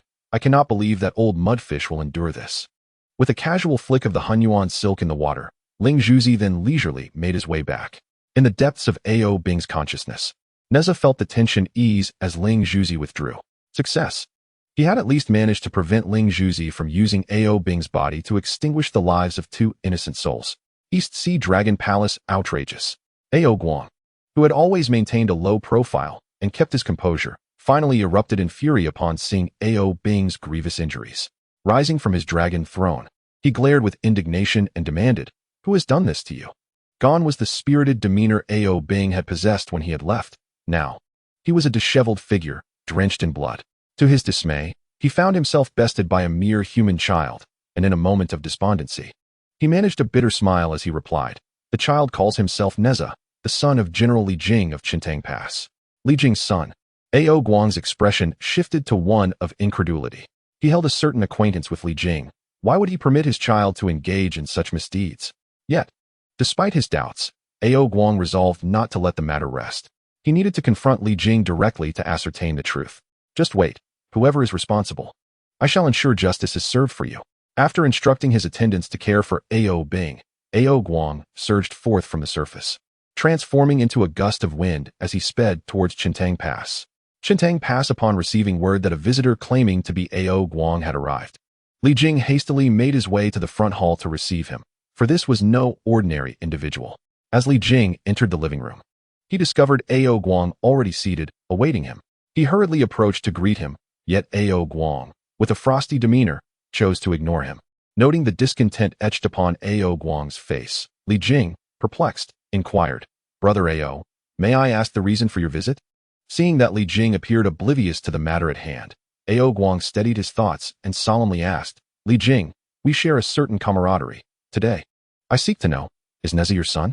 A sense of unease crept into Li Jing's heart at Ao Guang's sudden mention of Nezha, but he nonetheless nodded affirmatively, stating, "Indeed he is." Upon witnessing Li Jing's acknowledgement, Ao Guang's expression grew even colder as he continued, "I ask you again, does Nezha possess two magical treasures? One a red silken ribbon and the other a golden hoop?" Ao Guang directly named Nezha's artifacts, intensifying the ominous feeling within Li Jing, causing him to furrow his brow and respond gravely, "Indeed, upon his birth, Nezha was taken as a disciple by the revered Tai Zhenren of the Chan sect, who bestowed upon him these two treasures, namely the Qian Koan ring and the Han Tian Ling Chan sect." The mention of Tai Zhenren tightened Ao Guang's heart, as he understood that the origins of these treasures were anything but trivial. However, even if it were connected to the Chan sect, this matter could not simply be overlooked. If he were to let pass the actions of a third-generation disciple of the Chan sect, then the Dragon Clan would be rendered vulnerable, allowing anyone to strike them down with impunity. Bang! A myriad of thoughts raced through Ao Guang's mind, and in a fit of rage, he slammed his fist on the table, rising to confront Li Jing. "Well then, Li Jing, despite our friendship, you allow your son to injure my child. How do you intend to address this matter?" Ao Guang laid bare the misdeeds of Ling Zhuzi, and Li Jing's countenance shifted dramatically upon hearing this. Yet, he did not immediately accept the accusation. Instead, he retorted, "Could there be some misunderstanding? Nezha has always been obedient and sensible. How could he suddenly commit such an unthinkable act? Allow me to summon Nezha, Brother Ao, so you may ascertain the truth for yourself." With that, Li Jing hastily instructed his servants to fetch Nezha. "Humph." Ao Guang scoffed, resuming his seat without hindering Li Jing's actions. If Li Jing refused to acknowledge the situation, then Nezha would come forth to clarify the matter directly. "Father, did you call for me?" Ling Zhuzi sauntered into the hall, fully aware of the circumstances, yet feigning ignorance with a question. Upon seeing Ling Zhuzi enter, Ao Guang was initially taken aback by the extraordinary aura surrounding him, which explained his acceptance into the Chan sect. However, his attention quickly shifted to the Qian Koan ring that Ling Zhuzi carried. The ring bore traces of dried blood that had not been cleaned away, a deliberate act on Ling Zhuzi's part. Ao Guang, upon noticing the blood on the Qian Koan ring, was consumed by fury and stood up to confront Li Jing, pointing at the ring. "Li Jing, what further excuses do you have to offer?" Following Ao Guang's gesture, Li Jing too beheld the bloodstains and felt a sinking dread. It seemed Ao Guang's accusations held truth. He swiftly approached Ling Zhuzi and asked, "Nezha, did you visit the Nine Dragon Bay today and injure the third prince of the East Sea, Ao Bing?" Ling Zhuzi nodded unhesitatingly, his tone languid as he spoke. "I went there, and that little mudfish dared to lecture me, so I merely taught him a lesson." "You." Upon hearing such outrageous words from Ling Zhuzi, Li Jing was taken aback, gazing at him with a sense of unfamiliarity. Typically, Ling Zhuzi portrayed himself as intelligent, well-behaved, and sensible. This sudden shift left Li Jing momentarily disoriented. However, Ao Guang was indifferent to these sentiments. Upon hearing the unrepentant admission, his expression turned even colder, and he sternly declared, "You wretched child, Binger only advised you against playing in the sea, yet you brutally injured him and show no remorse. At such a tender age, you truly possess a heart of cruelty." Turning to Li Jing, he continued, "Li Jing, is this the son you have raised? Yes, my Dragon Clan may be in decline, but that does not mean anyone can trample upon us." Contemplating Ao Bing's injuries, Ao Guang could no longer contain his fury, stating coldly, "Binger holds a position in the Heavenly Court, yet has been so humiliated by Nezha. I shall report this to the Heavenly Court." Such disrespect towards deities must be addressed, even by the teachings of Chan. With that, Ao Guang waved his sleeve and transformed into a gust of wind, vanishing from sight. Chapter 9. Master and Disciple Conspire. The Dragon King in distress. Once Ao Guang departed, Li Jing finally regained his composure. Observing Ling Zhuzi's unaffected demeanor, he could not help but reprimand him sternly. "Nezha, how could you commit such an egregious act and remain unrepentant? Where has the sense of propriety and honor that I have taught you gone? Come with me at once to apologize to Ao Xiong." As Li Jing stepped forward to grasp Ling Zhuzi's arm, intending to lead him out, Ling Zhuzi forcefully withdrew his arm, expressing his discontent. "Apologize? That little mudfish couldn't even best me in a fight, and still has the audacity to demand an apology. Father, this is rather pathetic." Li Jing, momentarily caught off guard by Ling Zhuzi's defiance, was further astonished by his twisted reasoning. Pathetic? Clearly, you have erred, and it is our duty to apologize. How can you be so utterly devoid of discernment? Pathetic is indeed pathetic. You are simply frightened by that old mudfish threatening to report to the heavenly court. Ling Zhuzi retorted, curling his lip. But that old mudfish is merely a coward who can only complain. I shall seek out my master and resolve this matter. Without giving Li Jing a chance to respond, he vanished into the earth. Witnessing Ling Zhuzi's abrupt departure, Li Jing felt compelled to pursue him, but first needed to pacify Ao Guang, thus allowing his son to leave. He then used Earth Escape to head towards Nine Dragon Bay. Qian Yuan Mountain Master, I have arrived. At the entrance of Golden Light Cave, Ling Zhuzi emerged from the earth, striding joyfully into the cave. Meanwhile, Nezha in the Sea of Consciousness anxiously retracted his spiritual awareness, minimizing his presence to avoid detection. Salutations, Master. Upon entering the Golden Light Cave, Ling Zhuzi bowed respectfully to Tai Zhenren, who sat majestically upon the meditation cushion. Ah, splendid, Tai Zhenren remarked, observing Ling Zhuzi's demeanor with satisfaction. Your destiny is now irrevocably intertwined with that of Nezha. This impending calamity shall surely yield fruitful results. However, despite the auspiciousness of this identity, your mortal form imposes certain constraints upon your growth. Upon hearing Tai Zhenren's words, Ling Zhuzi grew anxious and inquired, Master, do you possess a means to enhance my physical constitution? Fear not, Tai Zhenren replied. This body is ill-suited for you, and any enhancement would be of little benefit. Nevertheless, I have devised a plan to forge a golden body for you. In due course, you shall relinquish this mortal vessel, severing ties with the Li family and freeing yourself from their influence. Only in this manner can Nezha's identity truly belong to you. Hearing Tai Zhenren's careful planning, Ling Zhuzi expressed his gratitude with a joyful bow. Thank you, Master. You are truly benevolent. Seeing Ling Zhuzi's grateful demeanor, Tai Zhenren smiled, stroking his long beard, a look of contentment gracing his features. The two shared a delightful conversation, yet within the depths of their shared consciousness, Nezha felt a chill in his heart. This master and disciple displayed a complete disregard for the lives of others, intent on trampling upon the corpses of the innocent for their own gain. Such cruelty was indeed unforgivable. In this lifetime, he vowed that these two would not escape unscathed. Even if he were to vanish entirely, he would ensure that everyone knew of their nefarious schemes and malevolent true nature. After imparting further guidance to Ling Zhuzi, Tai Zhenren inquired, how fares the task I assigned you? Ling Zhuzi replied respectfully, it has all been accomplished. I nearly dispatched that little mudfish, and indeed, the old mudfish came seeking trouble, claiming he would report to the heavenly court. Remembering how Li Jing had insisted he apologize, Ling Zhuzi scoffed, and that Li Jing, what a coward he is. Frightened enough to drag me into an apology. Having attained the path of immortality, strength is paramount, Tai Zhenren consoled. Li Jing, being merely a common mortal, cannot comprehend this. After a moment's contemplation, Tai Zhenren continued, yet, merely injuring the minor one may not suffice. Thus, you shall proceed as I instruct. As he spoke, Tai Zhenren raised his hand and inscribed a spiritual talisman upon Ling Zhuzi. Understood, Master, Ling Zhuzi affirmed. With Tai Zhenren's orders, he wasted no time, bidding farewell to his master before promptly utilizing his Earth Escape technique. Emerging from the Golden Light Cave, Ling Zhuzi harnessed the power of the talisman inscribed by Tai Zhenren, transforming into a gust of wind and soaring upward. Following his master's directions, he soon arrived near the southern heavenly gate, where, in due time, he awaited the arrival of Ao Guang, who came to lodge a complaint. Ling Zhuzi manifested and intercepted Ao Guang's path, seizing the initiative to strike before the latter could react. With the enhancement of the talisman, Ling Zhuzi was able to momentarily exhibit the prowess of Tai Zhenren. Ao Guang, caught off guard, found himself utterly overmatched and suffered tremendously. This time, Nezha refrained from daringly seizing control of his body to spare Ao Guang, for he had overheard Tai Zhenren's instructions. He was merely to teach Ao Guang a lesson without endangering his life. Ling Zhuzi complied, administering a thorough beating to Ao Guang, warning him not to file any complaints before sending him away. Having accomplished this, he returned to Qintang Pass as per his master's command. Within the Li residence, Li Jing paced anxiously in the front hall. He had previously sought out Ao Guang, only to be informed by the guards of the Dragon Palace that he had already departed, leaving him to await news at home.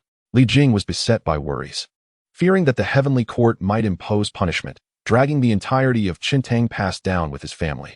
As he pondered his next course of action, A gentle breeze swept into the courtyard, revealing Ling Zhuzi's figure. Upon seeing his return, Li Jing hurriedly approached. Nezha, you have truly stirred up a great calamity. Ao Guang has already reported you to the heavens. If divine retribution descends because of this, my family shall bear the blame for all of Qintang Pass. How can we face the people of Qintang Pass? Li Jing was about to say more, but was promptly interrupted by Ling Zhuzi. Father, do not fret. Ao Guang did not lodge a complaint. Remember what Master said. It is not yet the time to sever ties with you. Ling Zhuzi sought to reassure him, continuing. I have consulted Master, who in turn spoke with the old Dragon King. He has assured me that he will not file a complaint. Upon hearing that the matter had been so easily resolved, Li Jing was filled with skepticism and pressed. Is this truly the case? Indeed. The old Dragon King is no match for Master, and thus readily yielded. Ling Zhuzi affirmed with conviction. Li Jing, though somewhat convinced, could not overlook the indifference in Ling Zhuzi's demeanor and furrowed his brow, responding, that is indeed fortunate. However, you must acknowledge that this was your fault. Once Ao Guang's anger has subsided, you shall accompany me to offer an apology. Ling Zhuzi, disinterested in prolonging the conversation, casually waved his hand and replied, understood, understood.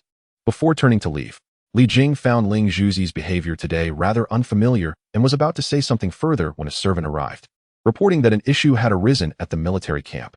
Reluctantly, he allowed Ling Zhuzi to depart, prioritizing the matter of the military. Chapter 10. The Thunderous Arrow Emerges. The Bone Cave rages after 2 days of turmoil in the military camp. Li Jing was preoccupied, while Ling Zhuzi enjoyed a period of calm. As time passed, he felt it was nearly time to heed his master's instructions and sauntered towards the city gate. Upon reaching the city tower, the guards recognized him as one of the 3 sons of the general and did not impede his passage. Ling Zhuzi meandered to the massive bow hanging atop the tower, contemplating that this must indeed be the Chen Gongbao spoken of by his master.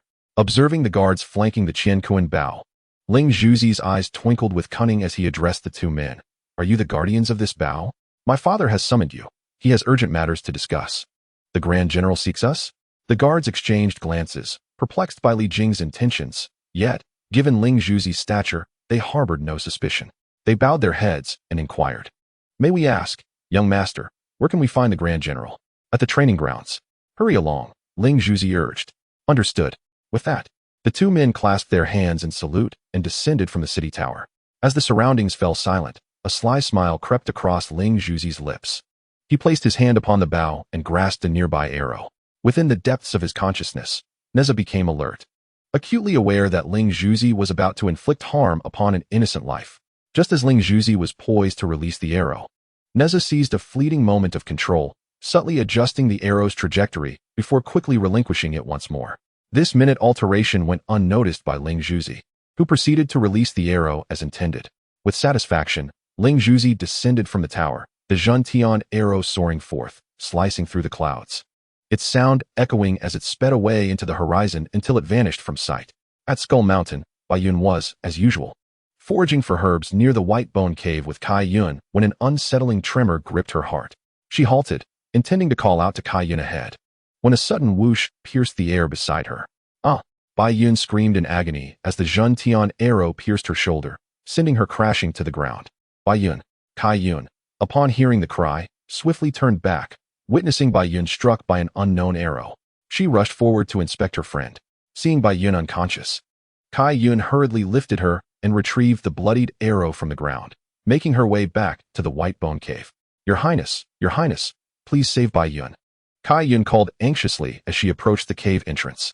Inside, Zhenzi, alerted by Kai Yun's cries, hurried out to investigate. Upon seeing Kai Yun carrying the bloodied Bai Yun, she exclaimed in alarm, "What has happened?" Without a moment's hesitation, Zhenzi instructed Kai Yun to lay the nearly lifeless Bai Yun down, administering a healing elixir and channeling her magical energy to preserve Bai Yun's life. Once the immediate crisis was addressed, Zhenzi turned to the now frantic Kai Yun and inquired, "What transpired? Were you not foraging in the mountains? Who harmed Bai Yun?" As the reality of the situation sank in, Kai Yun, still flustered, replied tearfully, "Your Highness, I know not who it was. Just moments ago, while we were gathering herbs, an arrow suddenly came flying, nearly claiming Bai Yun's life." Wiping her tears, Kai Yun presented the recovered arrow to Zhenzi. Examining it closely, Zhenzi noticed an inscription beneath the feathered fletching, "Grand General Li Jing of the Qintang Pass." Gazing at the name inscribed on the arrow, Ji's eyes blazed with fury as she coldly uttered 2 words. Li Jing. How dare you, Li Jing? I have bestowed upon you my guidance. And this is how you repay me? Enveloped in a tempest of rage, Ji commanded Kai Yun to escort Bai Yun indoors for her safety, while she herself ascended the clouds directly to Qintang Pass. Upon arriving at Qintang Pass, Ji located Li Jing, who was training soldiers in the drill ground, and chose not to engage in further dialogue.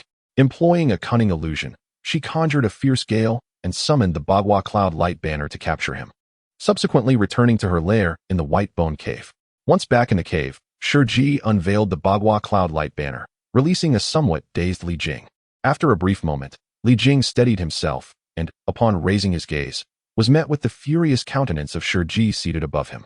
Unable to suppress his surprise, he queried, Your Highness Ji, may I ask why you have summoned me here? Why you ask?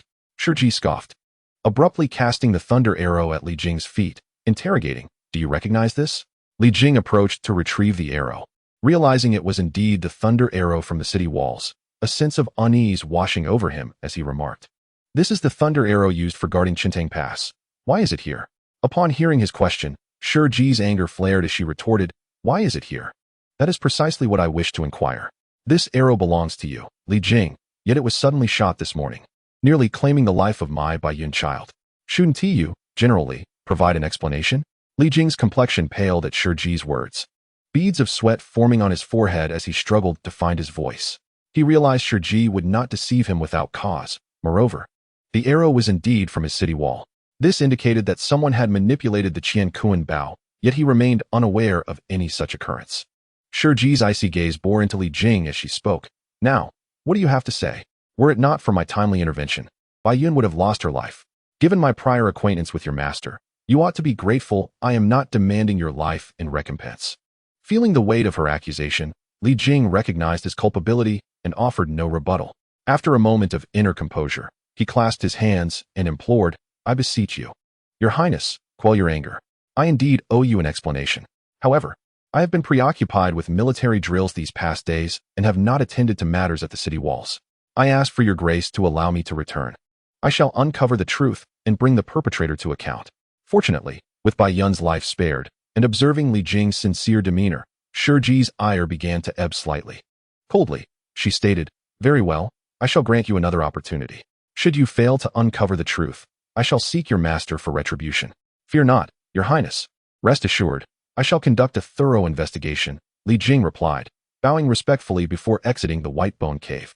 Standing at the cave's entrance, Li Jing scrutinized the bloodied thunder arrow in his grasp, his heart heavy with turmoil. Alas, what a tumultuous season this is. A couple of days ago, the incident involving Ao Guang transpired, and now, astonishingly, he has also offended Lady Ji. Reflecting on the matter concerning Ao Guang, Li Jing could not help but recall the peculiar behavior exhibited by the Lingzuzi recently. As he gazed at the Zhentian arrow in his hand, an unsettling notion began to stir within him. Could it possibly relate to Nezha? Contemplating Nezha's transformations over the past few days, Li Jing found himself unable to suppress his speculations. In a bid to validate his thoughts, he immediately employed the art of earth escape and hastened back to Qintang Pass. Chapter 11. Inquiry and Lady Ji's intervention utilizing earth escape from Skull Mountain back to the Li residence. Li Jing wasted no time in issuing commands to his servants. Fetch the third young master. After a brief wait, Lingzuzi was summoned, entering the hall with an air of nonchalance. Upon lifting his gaze, he was met with the solemn countenance of Li Jing and the bloody Zhentian arrow resting upon the table. Aware that Li Jing had come to seek accountability, Lingzuzi felt no trepidation. Instead, he addressed his father with an air of ease. Father, have you summoned me for a matter of importance? Observing the increasingly carefree demeanor of Lingzuzi, Li Jing's brow furrowed even deeper. Nezha, I have matters to discuss with you, and you must respond truthfully. Li Jing picked up the Zhentian arrow from the table and inquired, Are you familiar with this object? Lingzuzi's lips curled into a slight smile as he nodded. Of course, I recognize it. In fact, not long ago, I even shot one myself. The bow was large and heavy, yet I drew it with ease. Father, am I not impressive? Upon hearing Lingzuzi's unabashed admission, Li Jing felt a wave of darkness wash over him, realizing that his suspicions were indeed correct. Do you comprehend that this is a city-defending arrow, one that ought not to be discharged lightly? Moreover, your arrow struck the Biyun boy of Lady Ji, nearly jeopardizing her life. After exhaling deeply to regain his composure, Li Jing continued, "You have committed a grave error. Fortunately, the Biyun boy's life was spared. Come with me at once to the Bone Cave to seek Lady Shiji's forgiveness." "Did you mean to say she was not killed?" "How fortunate," Ling Zuzi murmured, seemingly unfazed by Li Jing's anger, merely acknowledging that Biyun was unharmed. "Are you not coming with me?" Li Jing, not having heard him, strode towards the door and noticed Ling Zuzi still lingering in place, prompting him to urge, "Hurry along." "Very well, I shall accompany you. But who knows if that lady is misrepresenting me? It would be apt to confront her directly," Ling Zuzi retorted. Li Jing paid no heed to his words. All would be clarified upon their arrival at the Bone Cave. As they journeyed via Earth Escape towards Skull Mountain, they soon arrived at the entrance of the Bone Cave. Li Jing stepped forward and proclaimed with a formal bow, "Li Jing, accompanied by my son, has come to beseech Lady Shiji for forgiveness." "Come in," was the reply from within, where the colorful clouds attended to Biyun, and thus Lady Shiji did not send anyone to greet them, responding directly from inside the cave to allow them entry. Ling Zuzi entered the cave alongside Li Jing, and upon reaching a spacious area, beheld the figure of Shiji seated regally upon a stone pedestal, adorned in a fitted black robe with an overlay of sheer black garments. Her hair was elegantly bound by a golden crown shaped like a fish tail, exuding an air of competence and coldness. At that moment, her charming face was tinged with anger, and her beautiful, piercing eyes were fixed coldly upon the two. "Li Jing, have you found the culprit?" Upon hearing Shiji's inquiry, Li Jing had no intention of concealing the truth. He clasped his hands in respect and replied, "Your Highness, this is my son Nezha. Born with extraordinary abilities and taken as a disciple by the Taoist Master Tai at birth. The heavenly quake arrow was unintentionally shot by Nezha. Unaware of the peril it posed, it was certainly not a deliberate act. I have brought my wayward son to offer my sincerest apologies, and I beseech your Highness for your forgiveness." Having spoken, Li Jing turned to Nezha, urging him, "Nezha, do not hesitate to apologize to Lady Shiji." Ling Zuzi, upon entering the cave and observing the surroundings, noted only Shiji's presence, feeling that things did not align with his master's instructions. His master had clearly indicated that he could eliminate a few disciples of the White Bone Cave to thoroughly provoke Shiji, yet no opportunity for such actions presented itself. However, dismissing these thoughts, he noticed both adults looking at him and adopted a nonchalant demeanor, declaring, "I merely shot at random. What are the odds of hitting her disciple? This is clearly a misunderstanding." Shiji, witnessing Ling Zuzi's refusal to acknowledge his actions, was incensed to the point of laughter, retorting, "How audacious! You wretched child dare to argue." Li Jing, observing the exchange, prepared to interject, but Ling Zuzi, having been scolded, coldly interjected, "Humph. Even if I did shoot, what right do you, a mere monster, have to reprimand me?" With that, Ling Zuzi seized the initiative, summoning the Qiankuan circle to hurl at Shiji. Noting Nezha's reckless words and actions, Shiji's cold demeanor intensified. Truly, he was a disciple of the Taoist sect's third generation, possessing a sharp tongue at such a tender age. "Yet, do you truly believe that the treasures bestowed upon you by your master will suffice against me?" As the Qiankuan circle approached, Shiji effortlessly raised her hand to seize it, capturing the artifact with ease. Though the Qiankuan circle was an innate spiritual treasure, Ling Zuzi had only recently begun his cultivation and had spent much time in the Jade Void Palace, lacking combat experience. Now, with the Qiankuan circle taken from him, he found himself in a state of panic and hastily summoned the Hunyuan silk to ensnare her. Shiji, unfazed, merely waved her sleeve again, and the Hunyuan silk found its way into her grasp. Ling Zuzi attempted to resist and manipulate the silk, but to no avail. Although the Qiankuan circle and Hunyuan silk were now in his possession, Ling Zuzi's insufficient cultivation level prevented him from fully refining them, leaving him with only the ability to wield them clumsily. With the artifact's rightful owner, Master Tai, absent, Ling Zuzi could do little but watch as Shiji easily overpowered him. After all, Shiji was a true celestial being, and Ling Zuzi, armed with treasures not rightfully his, stood no chance against her. With the treasures lost, Ling Zuzi found himself at a loss. Finally recalling his master's earlier instructions, if unable to prevail, he should flee to his side. "Take this." Ling Zuzi feigned an intention to summon a magical artifact, while Shiji calmly awaited his move. Unexpectedly, Ling Zuzi merely executed a ruse to divert Shiji's attention before promptly burrowing into the earth, fleeing towards Qianyuan Mountain. "Dare to run?" Shiji observed this and immediately rose, preparing to pursue. "Your Highness, Nezha is still young and inexperienced. I kindly beseech you to spare his life." In that brief exchange, Li Jing seized the opportunity to step forward. Facing Li Jing, Zhenzi coldly remarked, "Humph, it is precisely because he is immature that he requires proper discipline. He is a third-generation disciple of the Chan sect. I presume he is seeking his master. Therefore, I shall go to confront his master for an explanation." Without affording Li Jing further opportunity to speak, she unleashed a surge of power that obstructed him, transforming into a wisp of breeze as she pursued Qianyuan Mountain. Leaving behind the words, "Li Jing, I shall first seek an explanation from Tai Zhenren. We shall settle your account later." Seeing Zhenzi depart, Li Jing contemplated following her. Yet the jade talisman at his waist suddenly flashed red 3 times. Something has occurred at Qintang Pass. Li Jing's expression was conflicted, though concerned for Nezha. He had no choice but to return to Qintang Pass to investigate.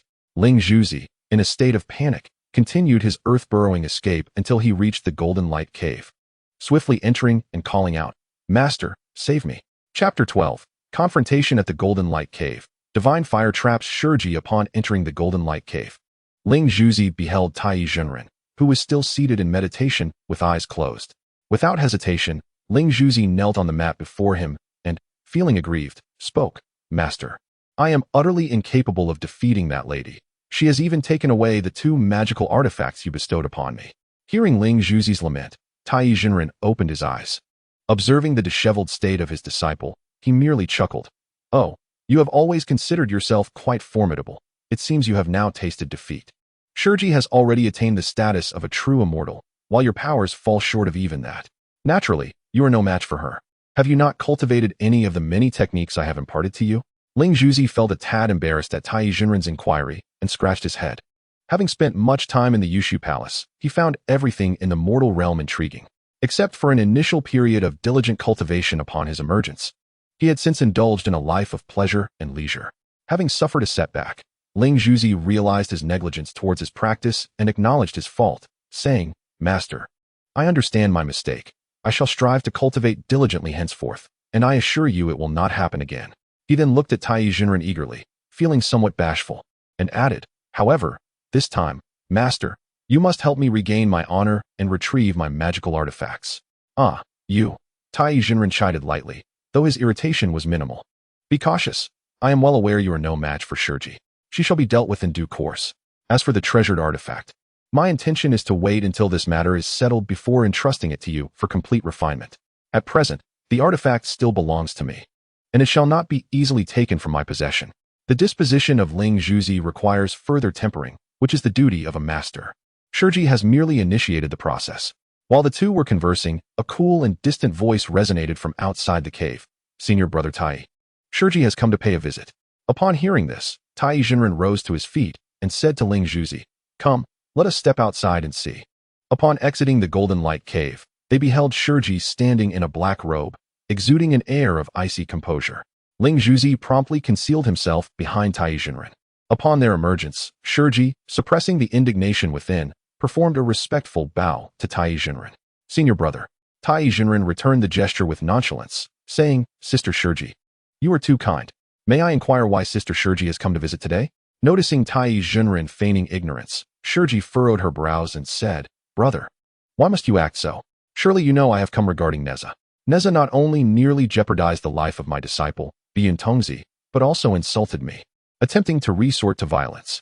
Is this how you educate your disciples, brother? Are you not prepared to provide me with an explanation?" In the face of Zhenzi's accusations, Tai Zhenren remained impassive and turned to Ling Zhuzi, calmly inquiring, "Oh, Nezha, is this true?" Ling Zhuzi, however, would not concede easily and quickly replied, "Master, this is an injustice. I merely loosed an arrow at random, and this elder has wrongfully claimed that I harmed his disciple. I only summoned my artifact for self-defense. Yet it was taken from me by this elder." Hearing Ling Zhuzi's nonsensical claims, Zhenzi interjected angrily, "Nonsense." She then turned to Tai Zhenren, questioning, "Brother, is this how your disciples behave? When they err, they refuse to acknowledge it and instead distort the truth."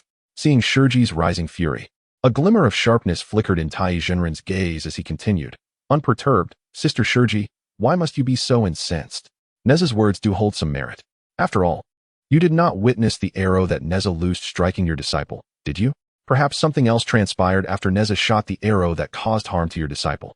Taken aback by Tai Zhenren's cunning defense, Zhenzi could only laugh in anger, taunting, "Very well, brother, You possess quite the eloquence. She found herself almost amused by the duo's ability to twist the facts. Nezha, being a third-generation disciple of the Chan sect, would not have faced direct retribution for injuring Biyun. At most, she would have sought an explanation and some form of punishment. However, the adamant refusal of acknowledgement from the master and disciple duo truly incensed her, and the flames of her wrath grew ever more intense, her aura beginning to surge. So, it appears, brother, that you are resolutely intent on shielding Nezha, unwilling to provide me with any form of accountability, are you? In a fit of rage, Zhenzi confronted Tai Yizhenren, who remained remarkably composed. As Zhenzi's fury intensified, it only seemed to delight him further. With a subtle smile, he retorted, "Oh, what if I were to refuse, dear junior sister? How would you respond?" With a cold smirk, Zhenzi brandished the Bagua cloud light scarf, her beautiful eyes glaring at Tai Yizhenren, and coldly declared, "Since you are unwilling to provide an explanation, I shall demand it personally." "Are you intending to strike me, junior sister?" Tai Yizhenren feigned a sigh, reveling in his cunning scheme. Alas, to resort to violence over a matter of dubious authenticity is to disregard our mutual respect. Yet, his insincere demeanor only fueled Zhenzi's wrath further. "Cease this pretense and prepare for my attack," she shouted as the Bagua cloud light scarf swept toward him, darkening the skies. "Since you have initiated the conflict, I shall not hold back," Tai Yizhenren replied, now fully engaged. He wielded his whisk to counter the impending onslaught of the Bagua cloud light scarf. Having long attained the status of a golden immortal, he easily outmatched Zhenzi, who, in her fury, found herself overpowered within mere exchanges. After enduring considerable hardship, Zhenzi's anger began to dissipate, and clarity returned to her thoughts. Realizing she was no match for Tai Yizhenren, she sought to retreat. However, he was not inclined to let her escape so easily. After seizing her scarf, he continued his relentless pursuit, despite gritting her teeth in defiance. Zhenzi found herself steadily retreating, resorting to her previously acquired Qianquan circle and Hun Tianling for defense, only to have them reclaimed by Tai Yizhenren. After exchanging blows for several more rounds, Zhenzi's magical energy waned, her complexion paling. Seeing the opportune moment, Tai Yizhenren launched a fierce attack, sending her sprawling to the ground. He then summoned the already prepared 9-dragon divine fire cover to ensnare her. Meanwhile, Ling Zhuzi observed the duel from the cave entrance, exhilarated to witness his master gaining the upper hand over the formidable goddess. Yet, within the sea of consciousness, Nezha felt a pang of concern. He had already rescued several individuals and wished to prevent Zhenzi from meeting a dire fate due to his identity. However, with Tai Yizhenren actively engaged, any rash intervention would not only fail to save her, but also expose himself. Timing was crucial. He needed to act with precision. Since his rebirth, he had tirelessly recalled memories of his past life, rehearsing how to save the goddess. The moment to act was critical, where even the slightest miscalculation could spell disaster. As Tai Yizhenren initiated the 9-dragon divine fire cover, engulfing Zhenzi in flames that elicited her anguished cries, Nezha could only count silently in his heart. Chapter 13. Protect Zhenzi, questioned Qintang Pass. Master, Nezha seized control of his body at the opportune moment, bowing respectfully to Tai Yizhenren. "Please, do not take her life just yet." Upon hearing the voice of his disciple, Tai Yizhenren turned his head, momentarily pausing his actions, and inquired with a hint of perplexity. "Why?" Facing Tai Yizhenren for the first time, Nezha felt a tremor of fear within, yet he compelled himself to maintain composure and respectfully replied. "Disciple has come to understand the hardships endured by Master during this time, and in the future, I shall strive diligently to follow Master in cultivation. However, my initial defeat was at the hands of this lady, which has left me somewhat disheartened. Thus, I hope to personally vanquish her after achieving success in my studies. Otherwise, a lingering resentment may remain in my heart." Upon finishing, Nezha once again bowed deeply and implored Tai Yizhenren, "I humbly request your support, Master."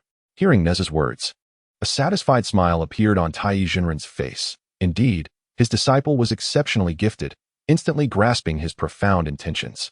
After a moment of contemplation regarding the implications, he deduced that since Nezha had already gained some enlightenment in his cultivation due to the encounter with Zhenzi, a karmic connection had been established between them. If he were to eliminate Zhenzi directly, it would not only disrupt this understanding, but could also leave a psychological scar, as Nezha feared, hindering his future cultivation. Furthermore, even if he refrained from killing Zhenzi at this moment, she would undoubtedly not relent and might seek assistance from others in Jiejiao. potentially involving more individuals and complicating matters further. Having pondered this, Tai Jinren felt that he had fulfilled his obligations as a mentor. Thus, refraining from killing Shiji was acceptable. Resolute in his decision, he gestured with his hand, extinguishing the flames within the nine-dragon divine fire shield, allowing Shiji a moment to breathe. Observing Tai Jinren's acquiescence, Nezha noticed the jade talisman at his waist flicker and promptly withdrew his spiritual consciousness, relinquishing control of his body. As Lingzuzi's awareness returned, he found his memories still anchored in the moment when his master was about to incinerate that lady, yet he observed with suspicion as Tai Jinren suddenly halted. Before he could voice his curiosity, Tai Jinren had already deciphered the information contained within the jade talisman and addressed Lingzuzi, saying, "Disciple, the time has come. Hasten back to Chintang Pass." Lingzuzi understood well what this timing entailed, marking a significant step in his emergence into the world. "Yes, master, I shall depart at once." Without further regard for Shiji, knowing that with his master present she could not escape, he respectfully saluted Tai Jinren and swiftly burrowed into the earth, heading towards Chintang Pass. Once Lingzuzi had departed, Tai Jinren turned his attention back to Shiji, raising his hand to retract the nine-dragon divine fire shield. Observing Shiji, who lay on the ground in a rather disheveled state, Tai Jinren smiled lightly and remarked, "Sister, it was you who struck first. I merely enacted a minor punishment. Surely, you harbor no resentment towards me?" To Shiji, these words felt like an affront, yet recognizing her inferiority in strength, she refrained from engaging in a war of words, maintaining a cold demeanor and silent countenance. Observing Shiji's expression of indignation and defiance, Tai Jinren felt a profound sense of satisfaction. After a moment's contemplation, he returned the Bagua cloud light scarf to her, smiling gently. "Sister, perhaps it would be wise for you to focus on your cultivation. Only through Nezha's eventual defeat may you reap greater rewards." Such audacity! To openly declare that she was to be a stepping stone for his disciples of the Chan teaching ignited a fresh blaze of fury within Shiji. She glared at Tai Jinren, her eyes betraying her barely concealed wrath. Sensing that the time was ripe for further provocation, Tai Jinren was pleased. For Shiji would not let this matter rest easily. Without further ado, he gracefully departed, heading towards Chintang Pass to lend support to his disciple. Seated upon the ground, Shiji seethed as she watched the retreating figure of Tai Jinren, her heart brimming with resentment. In truth, her mind was considerably clearer now. She realized that her earlier impulsive aggression towards Tai Jinren had likely been influenced by the impending calamity. Although the effects of that influence had waned, she could not simply swallow her pride in silence. Before the calamity struck, her master had instructed them to seal their cave doors and quietly recite a few volumes of the Huangting scripture. He had spoken of venturing to the western lands, where one could attain fame on the Fengshan platform. Yet, despite having adhered to her master's guidance and refrained from leaving the White Bone Cave for an extended period, she had still fallen victim to Tai Jinren's machinations. Now, with her clarity restored, she understood that there was no mere coincidence in her predicament. Her current plight was undeniably tied to Tai Jinren. Moreover, she had discerned that he had not held back in their earlier encounter. Had he not been concerned about the lingering shadows of doubt in his disciple's heart, she might have already found herself enshrined on the Fengshan list. A torrent of thoughts surged within Shiji. She refused to accept this humiliation passively. Even if she managed to evade this calamity, what would it matter? Yet, she was acutely aware that she was not a match for Tai Jinren at present. However, recalling his words to Lingzuzi about the timing being ripe, she suspected he was plotting something. Since she could not confront Tai Jinren directly, she resolved to thwart his schemes, determined to ensure he faced his own share of misfortune. Nevertheless, she recognized that if she disrupted his plans, he might retaliate in anger. Thus, she resolved to keep a contingency in mind. With her decision made, Shiji retrieved a spirit talisman, and once she received a response, she felt a wave of relief wash over her. She then consumed a pill of celestial medicine to restore some of her vitality before rising and making her way towards Chintang Pass. At Chintang Pass, though it was still midday, the sky was shrouded in ominous clouds, obscuring any hint of daylight, resembling the depths of midnight. Under the orders of the city lord, the townsfolk remained indoors, shuttering their doors, leaving the streets eerily deserted. A fierce wind swept through the town, sending various objects tumbling haphazardly. As the air grew thick with moisture, heralding the approach of a storm. At the city gates, Li Jing stood alongside Madame Yin, her expression grave as she gazed apprehensively at the sky. He understood that this was no ordinary tempest on the horizon. The clouds thickened ominously, and the humidity intensified until a resounding clap of thunder echoed, and amid the flashes of lightning, for figures descended. Ao Guang, riding the clouds, led the other 3 dragon kings to the city gate, where they coldly gazed down upon Li Jing. With a heavy heart, Li Jing sighed as he faced the formidable 4, and with a respectful gesture, he addressed them, saying, "I pay my respects to the 4 dragon kings." The other 3 remained silent, while Ao Guang offered no warmth, his voice icy as he declared, "Li Jing, your son Nezha has shown disrespect to the celestial deities, severely injuring my dragon palace's Yiksha and my son Ao Bing. He even dares to obstruct me at the southern heavenly gate, threatening me as I seek to report this to the emperor. I have already informed his majesty of these matters in unison with my brothers, and the decree has been issued. You are to endure torrential rains for 3 months over Chongtang Pass. What more do you have to say?" Chapter 14. Severing the cause and effect. It was only now that Li Jing learned from Ao Guang that the issues concerning the spiritual orb had been resolved through such violent means. However, the die was cast, and he had no desire to ponder further. As he gazed at the 4 dragon kings, a profound bitterness filled his heart. He spoke, "I have nothing to say. Nezha has committed a grave error, and it is indeed my failure in raising him. However, the innocent citizens of Chongtang Pass should not be punished. Should the rains come as decreed, the town may cease to exist. I am willing to bear the weight of Nezha's transgressions, even at the cost of my life. And I beseech the 4 dragon kings to spare the lives of the innocent people." Mrs. Yin, standing beside him, was already in tears, and upon hearing Li Jing's words, she could not help but reach out to him. Li Jing gently removed her hand, shaking his head, and then turned to kneel before the 4 dragon kings. Bowing his head in a plea, "I implore you, grant us mercy." Seeing that the situation was beyond redemption, Mrs. Yin also knelt beside Li Jing, lowering her head. "Nezha is my child. His mistakes are also my responsibility. I too am willing to die as atonement. Only asking the 4 dragon kings to spare the innocent citizens of Chongtang Pass." As they observed the 2 kneeling before them, Ao Guang and the other dragon kings hesitated, for they did not truly wish to drown the entire city as populace. Despite the heavenly mandate, they would still bear immense consequences. Yet, if they merely forced the deaths of Li Jing and his wife, the spectacle they had created would be difficult to conclude. Silence enveloped the scene, creating a tense stalemate. Noticing the Dragon King's silence, Li Jing's eyes flashed with determination as he suddenly seized a nearby sword, intending to take his own life. Ao Guang was taken aback, but before he could intervene, a surge of magic struck first, knocking the sword from Li Jing's grasp. "Stop!" The spiritual orb emerged from the ground, addressing the 4 Dragon Kings with a cold tone. "One must bear the consequences of their own actions. Since it was I, Nezha, who erred, let it be I who atones." Li Jing, astonished by the sudden appearance of the spiritual orb, scolded, "Nezha, what nonsense are you speaking?"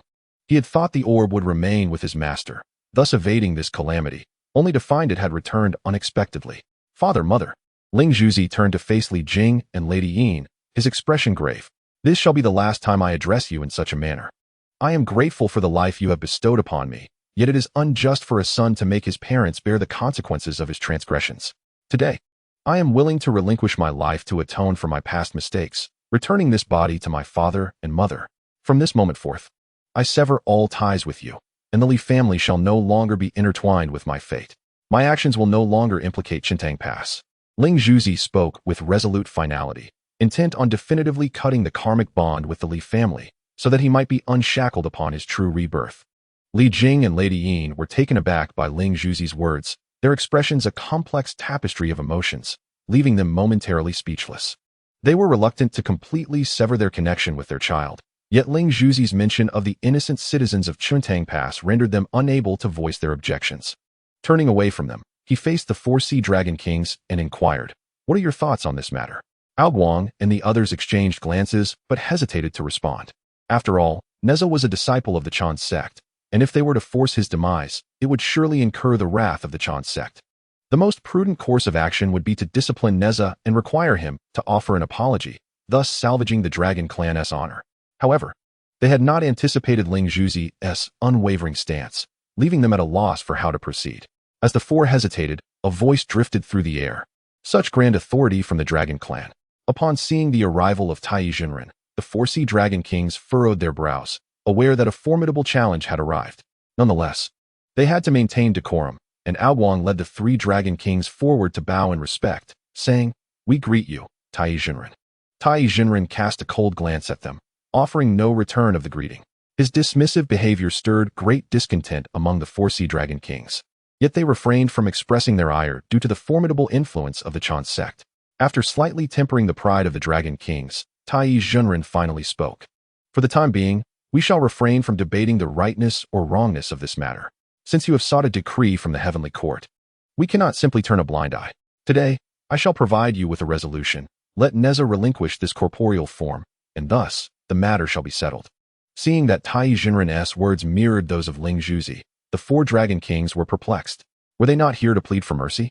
Not only them, but also the hidden figure of Shiji was equally baffled. She sought to thwart Tai Zhenren's scheme, but found herself at a loss regarding his intentions. Why would he wish to harm his own disciple? Unable to discern the situation clearly, Shiji opted to remain in the shadows, continuing her observation.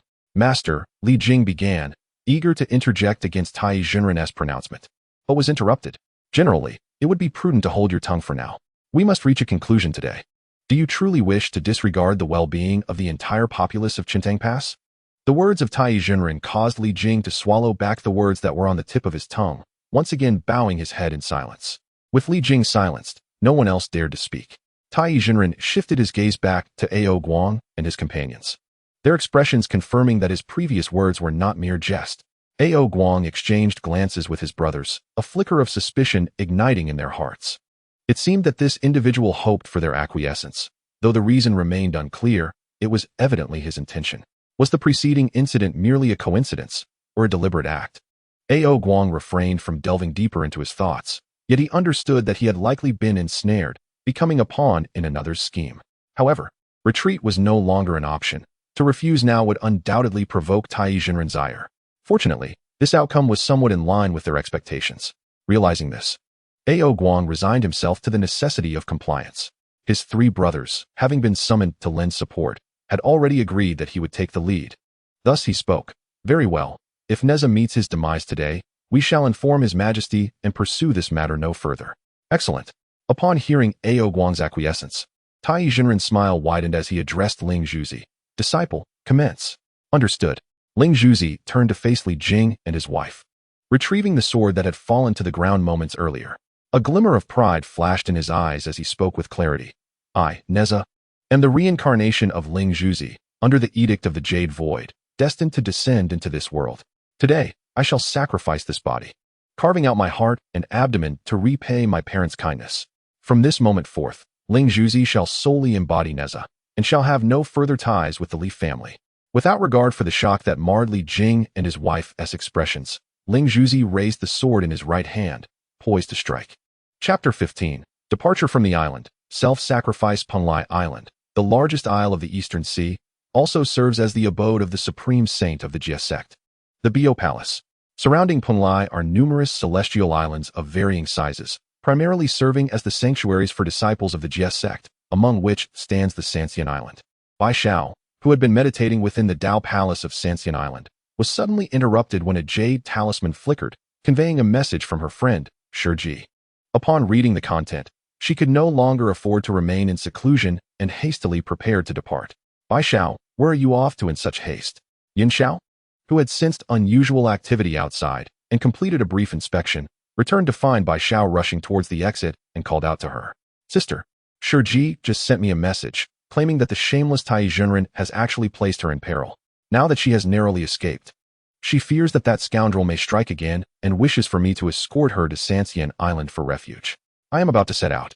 Facing her elder sister, Bai Xiao did not conceal the contents of Shiji's message. Upon hearing Bai Xiao's words, Yin Xiao furrowed her brows with concern and replied, however, a great calamity has already begun. Our master has advised us to remain within the Dao Palace and focus on our cultivation.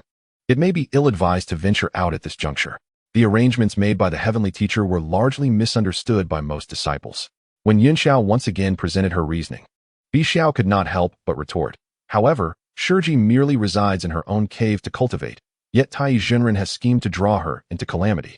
We obey our master's commands, yet those disciples of the Chan sect harbor ill intentions, seeking to harm the disciples of the.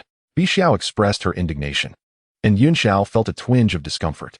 Indeed, they had followed their master's instructions to temporarily avoid the brilliance of the Chan sect during this great calamity. Yet Tai continued to covertly manipulate events to ensnare the disciples of the. Zhenzi had some camaraderie with the three sisters. They could not simply stand by and watch as she fell victim to Tai Jinren's schemes.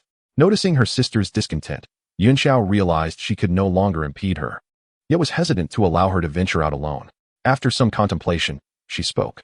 Very well, for no other reason than to fetch Zhenzi, I shall accompany you. Let us make haste and return swiftly. With Yunxiao's agreement, Bixiao rejoiced. Excellent. I shall first inform Qiongxiao to alleviate her worries. With that, Yunxiao entered the inner chamber to leave a message for Qiongxiao, who was still in seclusion, to prevent her from fretting upon discovering their absence. Once arrangements were made, Yunxiao and Bixiao exited the Dao Palace together, utilizing their swiftest techniques to head westward.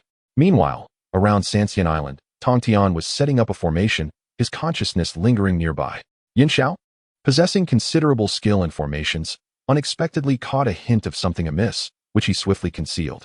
Tong Tian held a fondness for the three sisters. Their talents were commendable, and during this great calamity, they had been obedient, diligently cultivating in the Taoist temple, which brought him much satisfaction. However, before he could relish this for long, he observed Yunxiao hastily departing westward with Bixiao. Watching the two leave, Tong Tian felt perplexed. Setting aside Bixiao, Yunxiao was certainly not the type to defy his arrangements. Furthermore, the great calamity had only just begun to reveal itself. It was far from a level capable of involving someone of Yunxiao's stature. What could possibly compel them to leave in such haste? Within the Bo Palace, Tong Tian's true form calculated and deduced, but alas, with the great calamity beginning to unfold, the heavenly mechanisms had started to grow chaotic, and he failed to discern anything. This matter piqued his curiosity, prompting him to let a fragment of his consciousness attach to Yunxiao to investigate further. At Qintang Pass, Lingzuzi, under the watchful gaze of the crowd, raised his sword with his right hand and struck his left hand, severing his tendons in an instant, blood gushing forth. Madame Yin, witnessing this scene, could no longer contain herself. Tears streamed down her face as she buried her head in Li Jing's embrace, unable to bear to watch any longer. Li Jing's gaze remained fixed on Lingzuzi's actions, his eyes bloodshot, veins bulging from his hands due to the immense effort to restrain himself. The agony of severed tendons pierced Lingzuzi's heart, yet within the depths of his eyes, there was a glimmer of relief.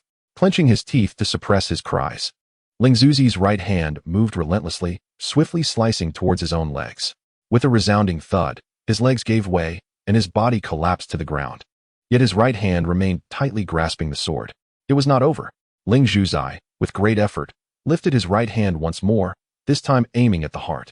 Suddenly, his movement halted as he turned to gaze at Li Jing, his eyes reflecting a complexity of emotions that defied interpretation. It was Nezha. He had seized control of the body. Despite the extensive psychological preparations he had undertaken, fear still gripped him. He feared death, feared that he would ultimately fail, that he would cease to exist, that he would never behold his parents again, to avoid repeating the regrets of his previous life. Even if it meant compensating for just one thing, Nezha preemptively claimed control over the body. As he looked at Li Jing, Nezha opened his mouth, yet a surge of excruciating pain upon seizing control silenced him. However, the shape of his lips suggested he wished to call out to his father. Even if only for a fleeting moment, Nezha found satisfaction, turning back to reclaim his spiritual awareness. Lingzuzi's consciousness returned, continuing the prior action, his raised hand thrusting downward with force. Enough. Just as the sword was about to pierce the heart, Li Jing suddenly rushed forward, kneeling beside Lingzuzi and knocking the sword from his grasp. Lingzuzi stared at the frenzied Li Jing, confusion evident in his eyes. What was the meaning of this? He was on the verge of success. Their gazes met, and Li Jing seemed to awaken from a trance. He had lost control. For Nezha's gaze had been unlike anything he had encountered before. Under that gaze, it felt as though the very blood in his veins had ceased to flow. His heart wrenched in agony. In that moment, his sorrow and reluctance became unbearable, driving him to madness. His body instinctively made a choice, and when he regained awareness, he realized he had prevented Lingzuzi from thrusting the sword. Li Jing looked once more at Lingzuzi. The overwhelming heartache that had rendered him powerless had dissipated, leaving only a dull ache in its wake. Yet, despite regaining his composure, he harbored no regrets for his previous actions. Casting a glance at the Qintang Pass behind him and at Lingzuzi, who lay in a pool of blood, Li Jing understood that the outcome of the day was already sealed, beyond his capacity to alter. Li Jing turned to face the Dragon Kings of the Foresees, still kneeling, bowing his head in reverence. It is enough. The bond between Nezha and the Li family has been severed. There are no further ties with Qintang Pass. He is willing to take responsibility for his transgressions with his life. I only ask that his body be preserved in its entirety. I beseech you, allow him to take his own life as a form of atonement. Li Jing understood that he could not dictate Nezha's fate today, yet he wished to spare him further suffering. Chapter 16. My discontent. Li Jing's plea caused Tai Zhenren to furrow his brow, yet he ultimately refrained from intervening. Very well. Since Li Jing had acknowledged the severance of their relationship, other matters were of little consequence. Noticing Tai Zhenren's silence, the Dragon Kings exchanged glances, each nodding in agreement. It shall be so. Indeed, the 4 Dragon Kings found themselves at a loss. The actions of Zhenzi were entirely spontaneous and not a result of their directives. It now appeared as though they were the true villains, when, in fact, after the arrival of Tai Zhenren, they realized they had likely been manipulated, relegated to mere spectators. Thus, when faced with Li Jing's demands, the Dragon Kings of the Foresees had no justification for refusal. They deemed it fit to leave the decision to him. Expressing no dissent, upon receiving their acquiescence, Li Jing rose silently, trembling slightly as he returned the sword he had previously knocked from Zhenzi's grasp. Observing his demeanor, Zhenzi felt no stirrings of compassion, only annoyance at the delay it caused him. However, this was for the best. Li Jing had declared that his ties to the Li family were severed, rendering further efforts unnecessary. The pain of disembowelment was keenly felt, and an early release would be welcome. After handing the sword back to Zhenzi, Li Jing retreated to Lady Yin's side, clasping her hand. As Zhenzi positioned the sword against his neck, it was not only Lady Yin who trembled. Li Jing too closed his eyes in anguish. The blade sliced through, and the child on the ground fell silent, his right hand drooping lifelessly, the sword slipping from his grasp with a resonant clang, echoing like the tolling of a bell. Was this truly the end? The couple cast a fleeting glance at their son's lifeless body, unable to bear the sight, and promptly closed their eyes to quell their emotions. Within the sea of consciousness, Nezha no longer had the energy to focus on the external world. He understood that his pivotal opportunity had arrived. The outcome rested on this single moment. Tai Zhenren had long since arranged the formation within the Golden Light Cave, intending to safeguard Zhenzi's soul and guide him away. Now, the vitality of this body was gradually dissipating, and Zhenzi's spiritual essence began to detach under the influence of an unseen force. As he was on the verge of departure, an unprecedented ferocity flickered in Nezha's gaze. His spiritual essence began to transform, morphing into a gaping maw that surged forth from the depths of his consciousness, viciously lunging at Zhenzi, who was about to escape. He could not allow Zhenzi to depart so easily. If he were to leave, he must take a piece of him with him. At last fulfilling the task assigned by his master, Zhenzi was in a moment of relaxation, but in an instant, he was caught unawares by Nezha's bite. The pain of having his soul bitten was no less intense than that of disembowelment, and Zhenzi emitted a heart-wrenching cry inaudible to the external world. Staring at the sudden apparition of the maw, his eyes widened in shock and fury. What was this? Yet there was no time for contemplation, as Nezha's spiritual essence lunged at him once more. Again, Zhenzi was incensed. This time, he was prepared and would not allow Nezha to have his way so easily. He immediately began to resist with all his might. However, Nezha's essence was not as formidable as Zhenzi's, and upon facing resistance, he felt a wave of tearing agony coursing through the maw he had formed, gradually rendering it powerless. He could not surpass the fortified Zhenzi, his heart brimming with reluctance. Although Zhenzi yearned to eradicate this mysterious entity of unknown origin, the formation laid by Tai Zhenren continued to operate, its pulling force unabated, leaving him no opportunity for further action. As Zhenzi's consciousness was on the verge of completely departing his body, Nezha clung tightly to him, unwilling to release his grasp.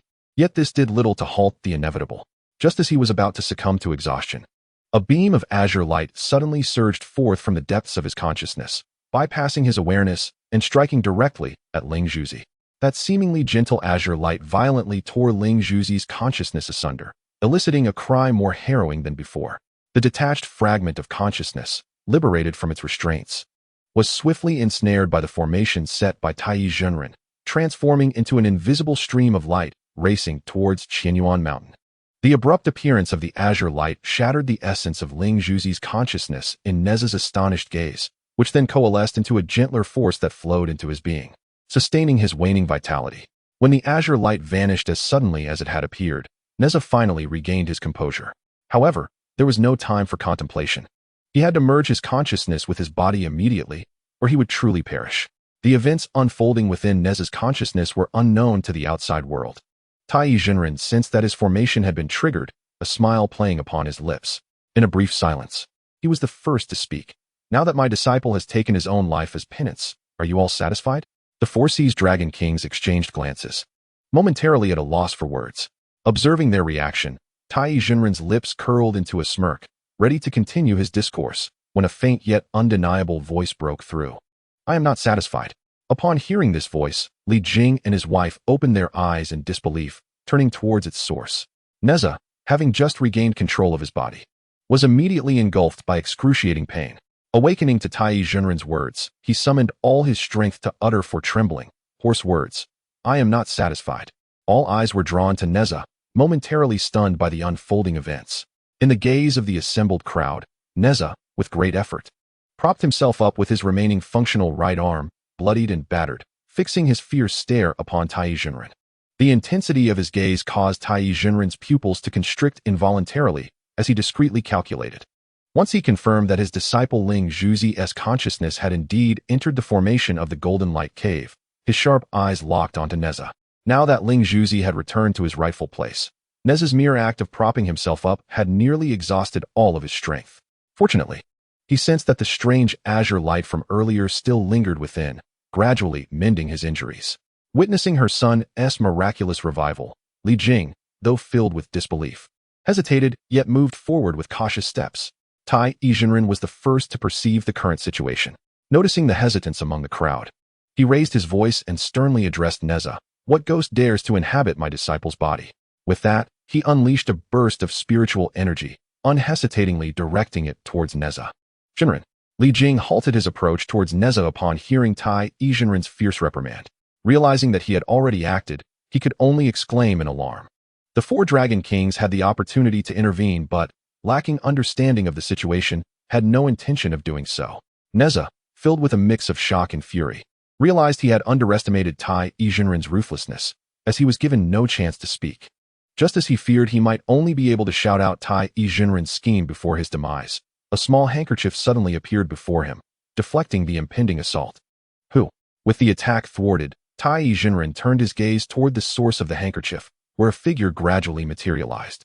Master Brother, are you not being a tad too hasty? Chapter 17, Standoff Resumes. Reinforcements arrived. Zhenzi emerged from the shadows. Unable to suppress a smile at the sight of the somewhat flustered Tai Jinren, she had at last found her opportunity. Ignoring Tai Jinren's furious glare, Zhenzi swiftly moved to stand before Nezha, tucking away the bagua cloud-light handkerchief. She scrutinized Nezha from head to toe, a glimmer of amusement dancing in her eyes. How intriguing. Turning to face Tai Jinren with a mischievous smirk, she remarked, Brother, why rush to conclusions? This does not appear to be a mere ghost at all. His soul clearly resonates with this body. Could it be that your disciple is not deceased after all? I believe it would be prudent to ascertain his identity. Tai Jinren fixed his gaze upon Zhenzi, his eyes narrowing slightly. His tone growing increasingly frigid as he replied, Sister, you are mistaken. This is undoubtedly a ghost. Oh, is that so? Ignoring the threat in Tai Jinren's voice, Zhenzi stood her ground, emboldened by the knowledge that Bai Xiao had sent word that reinforcements were on their way, allowing her to reveal herself without fear. Having finally grasped some of Tai Jinren's scheming, she was determined not to let him off the hook so easily. As Zhenzi insisted on intervening, Tai Jinren's expression turned cold, his gaze sharpening, yet Zhenzi met his stare defiantly. Nezha, having narrowly escaped peril, observed their confrontation from behind Zhenzi, a wave of trepidation washing over him. He had not anticipated Tai Jinren's decisive and ruthless nature, had it not been for Zhenzi's timely appearance. He might have lost his life in that sudden attack. This realization compelled Nezha to grasp onto Zhenzi as a lifeline. Without her assistance, he feared he would not survive Tai Jinren's wrath.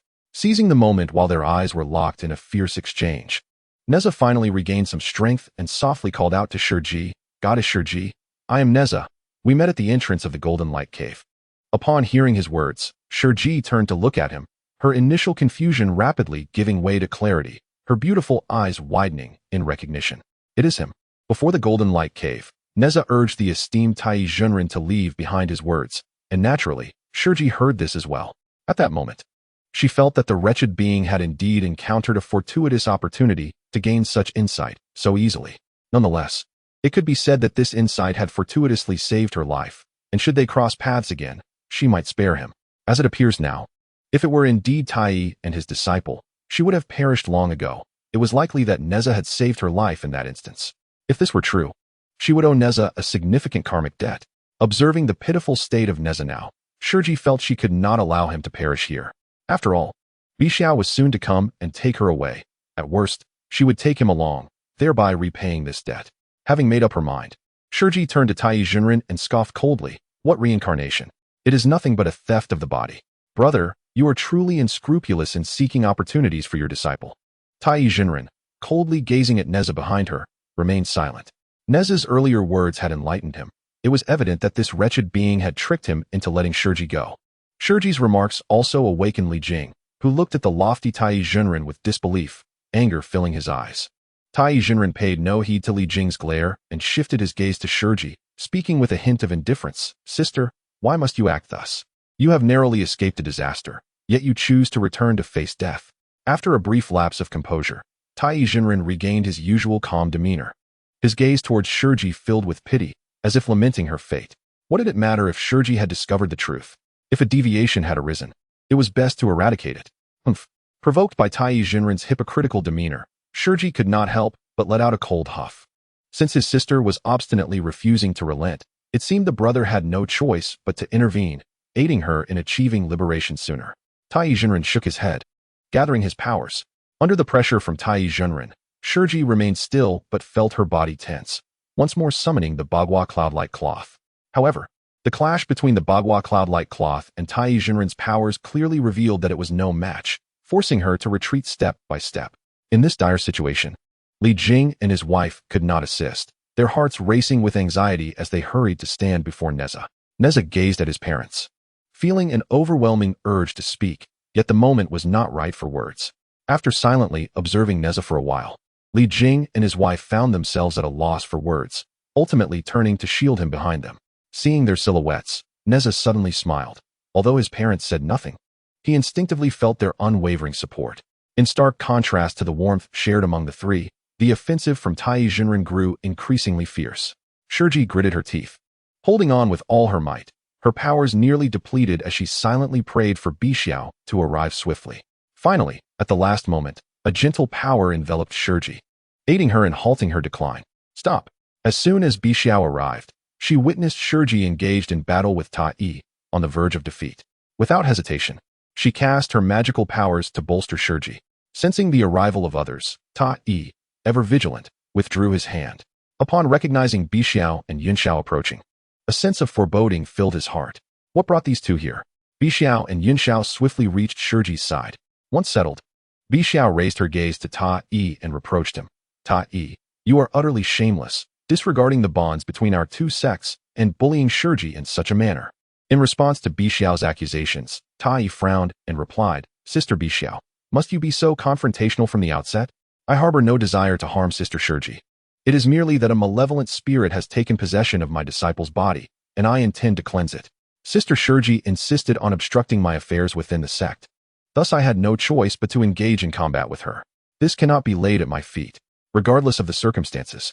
Tai deftly positioned himself as the champion of righteousness, ensuring that he would not bear the burden of neglecting the ties between their sections. Such flowery words. Zhenzi retorted angrily, promptly communicating the present situation to Yunxiao and Bixiao.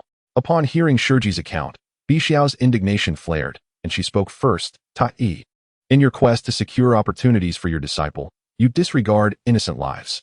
Is this truly the lesson imparted to you by our esteemed master Yuanshi? Unfazed by her words, Tai replied, Sister, your argument lacks merit. When have I ever disregarded innocent lives? Ling Zhuzi is my disciple, and under the calamity, he has reincarnated as Nezha in accordance with heavenly will.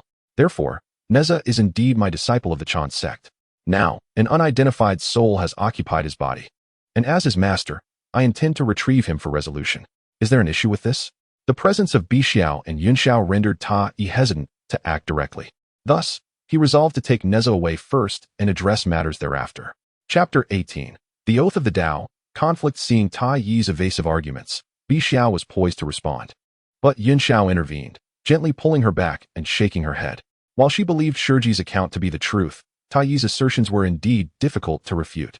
They lacked evidence to prove that Ling Zhuzi did not directly reincarnate, but instead had usurped Nezha's body. To the world, Nezha appeared to be Taiyi's disciple. Should they choose to obstruct him, it would be they who were in the wrong. The relationship between the Chan and Jie sects had long been precarious. If they were to shatter this balance, the consequences of the impending catastrophe would be unknown. After conveying her concerns telepathically to the two, Shiji and Bixiao fell silent. Recognizing the validity of Yunxiao's worries. Noticing their silence, Taiyi continued in a calm tone. Now that it is clear this is an internal matter of my Chan sect, must you sisters still insist on intervening? If so, who is truly disregarding the bonds between our two sects? His gaze fixed on the three.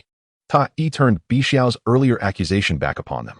Upon the utterance of these words, the three from Yunxiao found themselves in a rather precarious situation, one that they could not easily respond to. Observing their silence, the esteemed Taiyi Zhenren pressed on with unwavering intensity, his piercing gaze fixed upon the trio. Since there is nothing more to be said, I kindly ask you three junior sisters to step aside and refrain from meddling in the affairs of my teaching.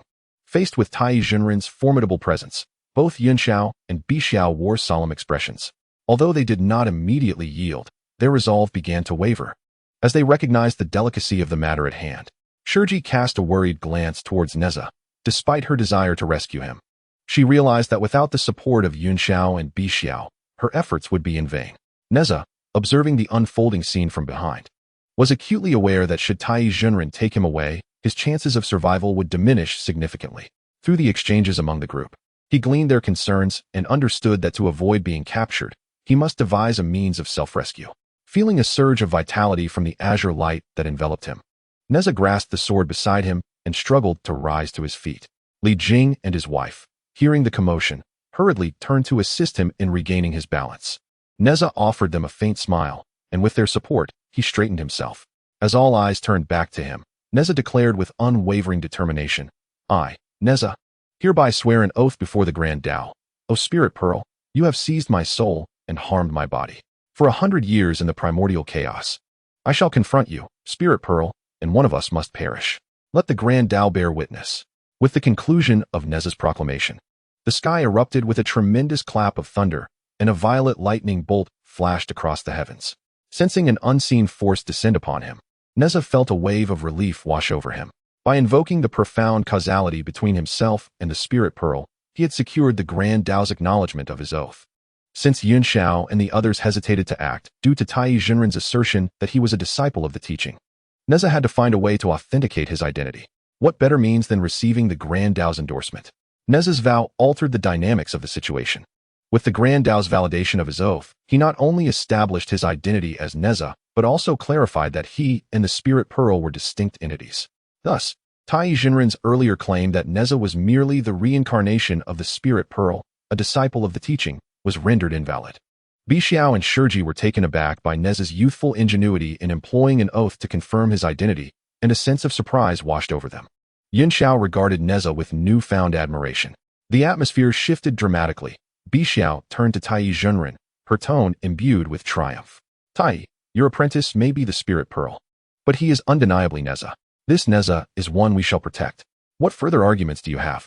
Taiyi Zhenren, humiliated by a mere mortal child unraveling his scheme, felt the heat of embarrassment flush his face.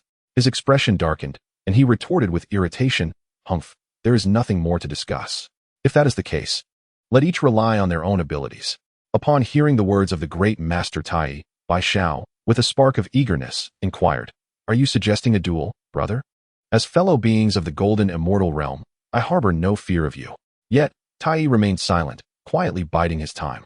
With uncertainty lingering in his heart regarding Bixiao, especially with Yunxiao present, his chances of victory appeared even slimmer.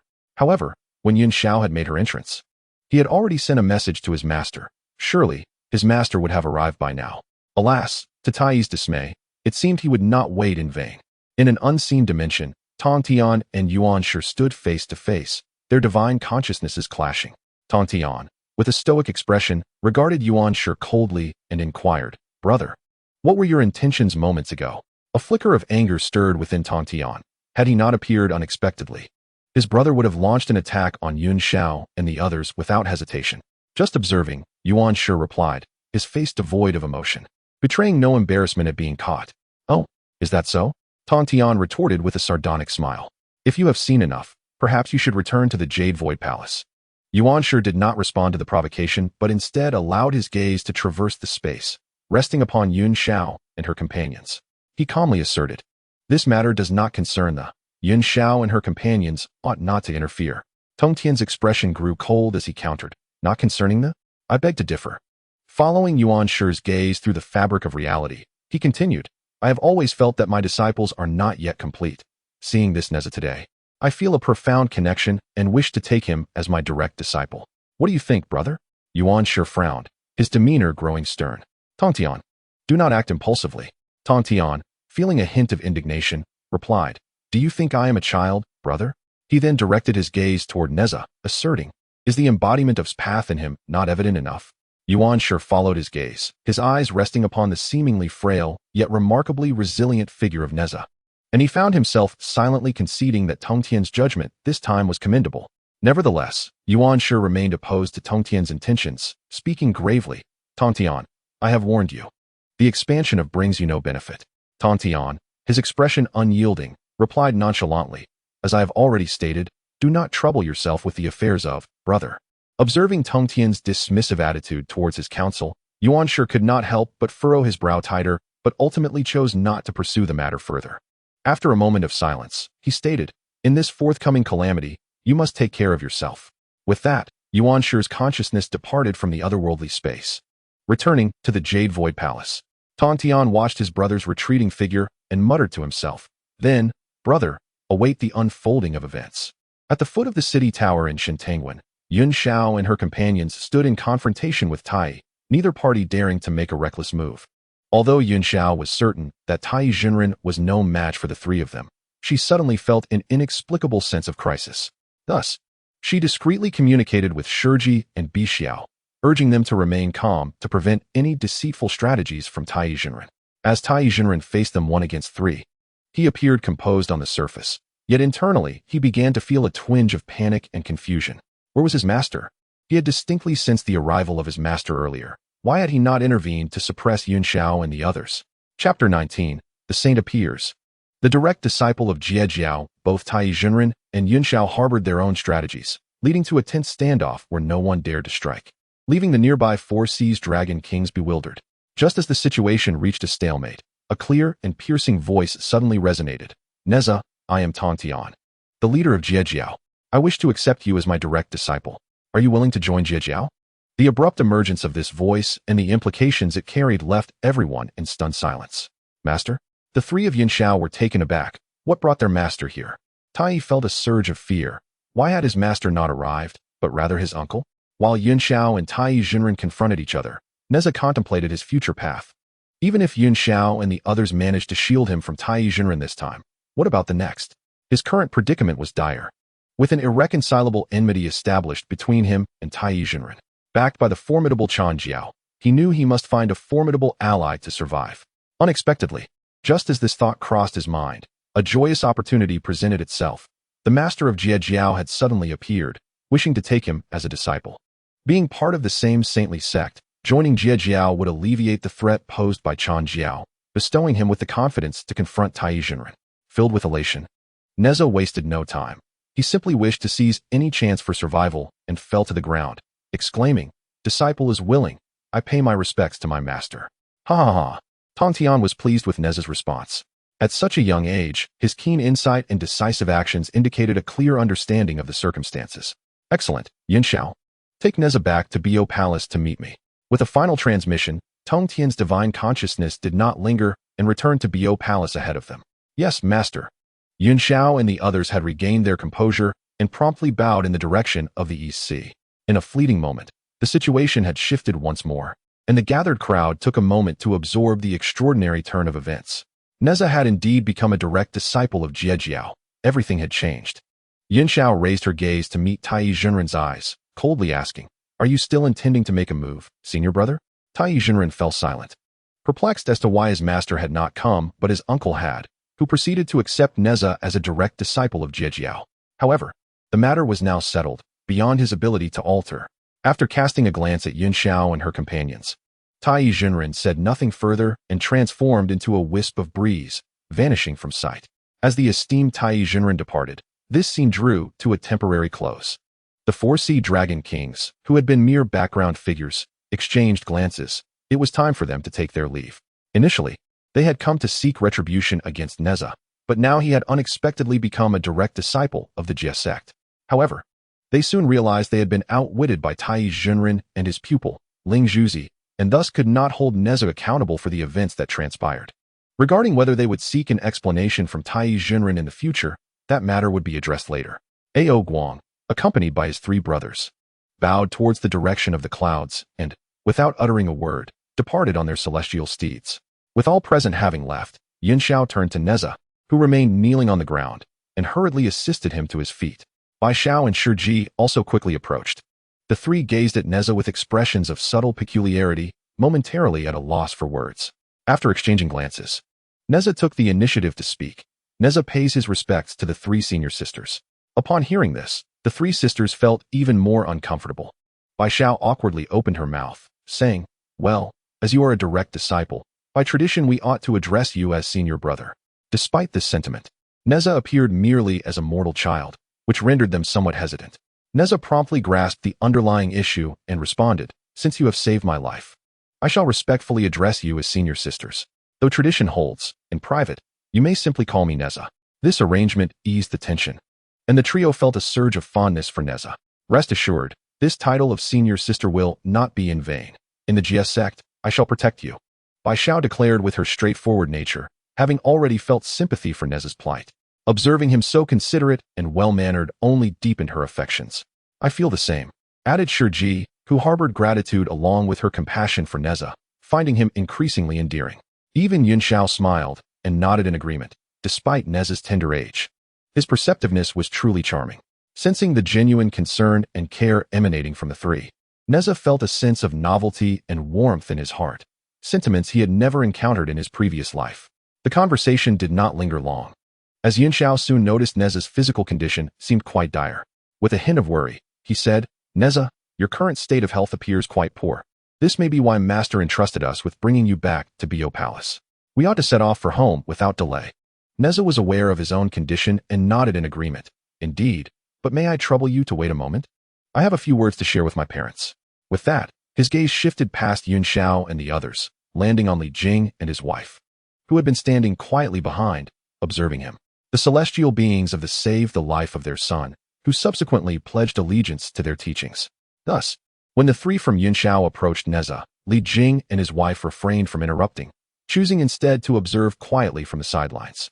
Yin Xiao glanced back, nodded in acknowledgement, and led Bi Xiao and Shi Ji aside to await further developments. Once the trio had departed, Li Jing and his wife approached Nezha, gazing at their son, who appeared both unfamiliar yet endearingly close.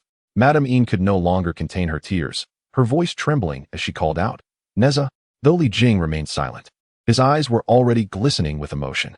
Nezha responded with a gentle smile, softly addressing them, "Father, mother." The unfamiliarity was mutual. This was indeed their first direct encounter. The atmosphere among the 3 was tinged with warmth, yet also held an awkwardness. Nonetheless, time did not permit idle chit-chat. Nezha sensed a troubling condition within his body. Amidst the peculiar ambience, he succinctly remarked, "Father, there are matters you must heed." Nezha's physical state was dire. Having briefly relayed a few words to his parents, he was nearly depleted of strength. Yin Xiao, keenly observing the situation, soon approached, frowning as he urged, "We cannot delay any longer. We must return to Bio Palace swiftly." Nezha weakly nodded, turning to bid farewell to his parents with a simple, "Father, mother, take care." With their reluctant gazes upon him, Yin Xiao and the others led Nezha away. Chapter 20, Skill Tree, Qianyuan Mountain. Tai Jinren soared upon the clouds, returning to the skies above Jingguang Cave. Before he could descend, he heard the anguished cries of Lingzhu echoing from within, prompting him to hasten his pace. Inside Jingguang Cave, Tai Jinren had already prepared a formation to protect and draw the spirit of Lingzhu. The figure of Lingzhu manifested at the center of the formation, the agony of a torn soul still lingering as Lingzhu gritted his teeth, enduring the torment while occasionally letting out cries. "Disciple." Upon entering, Tai Jinren was taken aback by Lingzhu's harrowing state and quickly wielded his power to alleviate Lingzhu's suffering. After a considerable time, the excruciating pain finally dissipated. Noticing Lingzhu had ceased his cries, Tai Junren paused, regarding the pitiable sight before him with a solemn inquiry. What transpired? Lingzhu, emerging from his suffering, gazed at Tai Junren. Lamenting, Master, it was Nezha. He deceived me and retained a portion of my true spirit. He seized half of my essence while my soul was separated from my body. Master, you must avenge me. Lingzhu's spirit had arrived at Jingguang Cave long ago, unaware of subsequent events, and upon seeing Tai Junren, he urgently recounted the incident involving Nezha. Upon hearing Lingzhu's words, Tai Junren's expression darkened further. He had not realized the severity of Nezha's actions, having audaciously claimed half of Lingzhu's essence. It is no wonder that, despite the vitality having been utterly depleted from that body, Nezha could still be resurrected. Observing Lingzhuzi, who still harbored hopes of slaying Nezha, Tai Junren shook his head in resignation and spoke solemnly. It is too late. He recounted the events that transpired to Lingzhuzi, who listened with an expression of disbelief, exclaiming, "How could this be?" Noticing that Lingzhuzi appeared disheartened, Tai Junren offered words of consolation. Do not despair. Even if he seeks refuge within that, while I may be unable to kill him, you still can, since he dares to establish an oath of the Great Way. A battle between you two is inevitable within a century. With this reassurance, Lingzhuzi's spirits were somewhat lifted, yet he still expressed resentment, saying, Master, please assist me. I must avenge myself upon him. Seeing him regain some composure, Tai Junren continued, Rest assured, though he has taken half of your essence, he too will suffer. That body is at the end of its tether.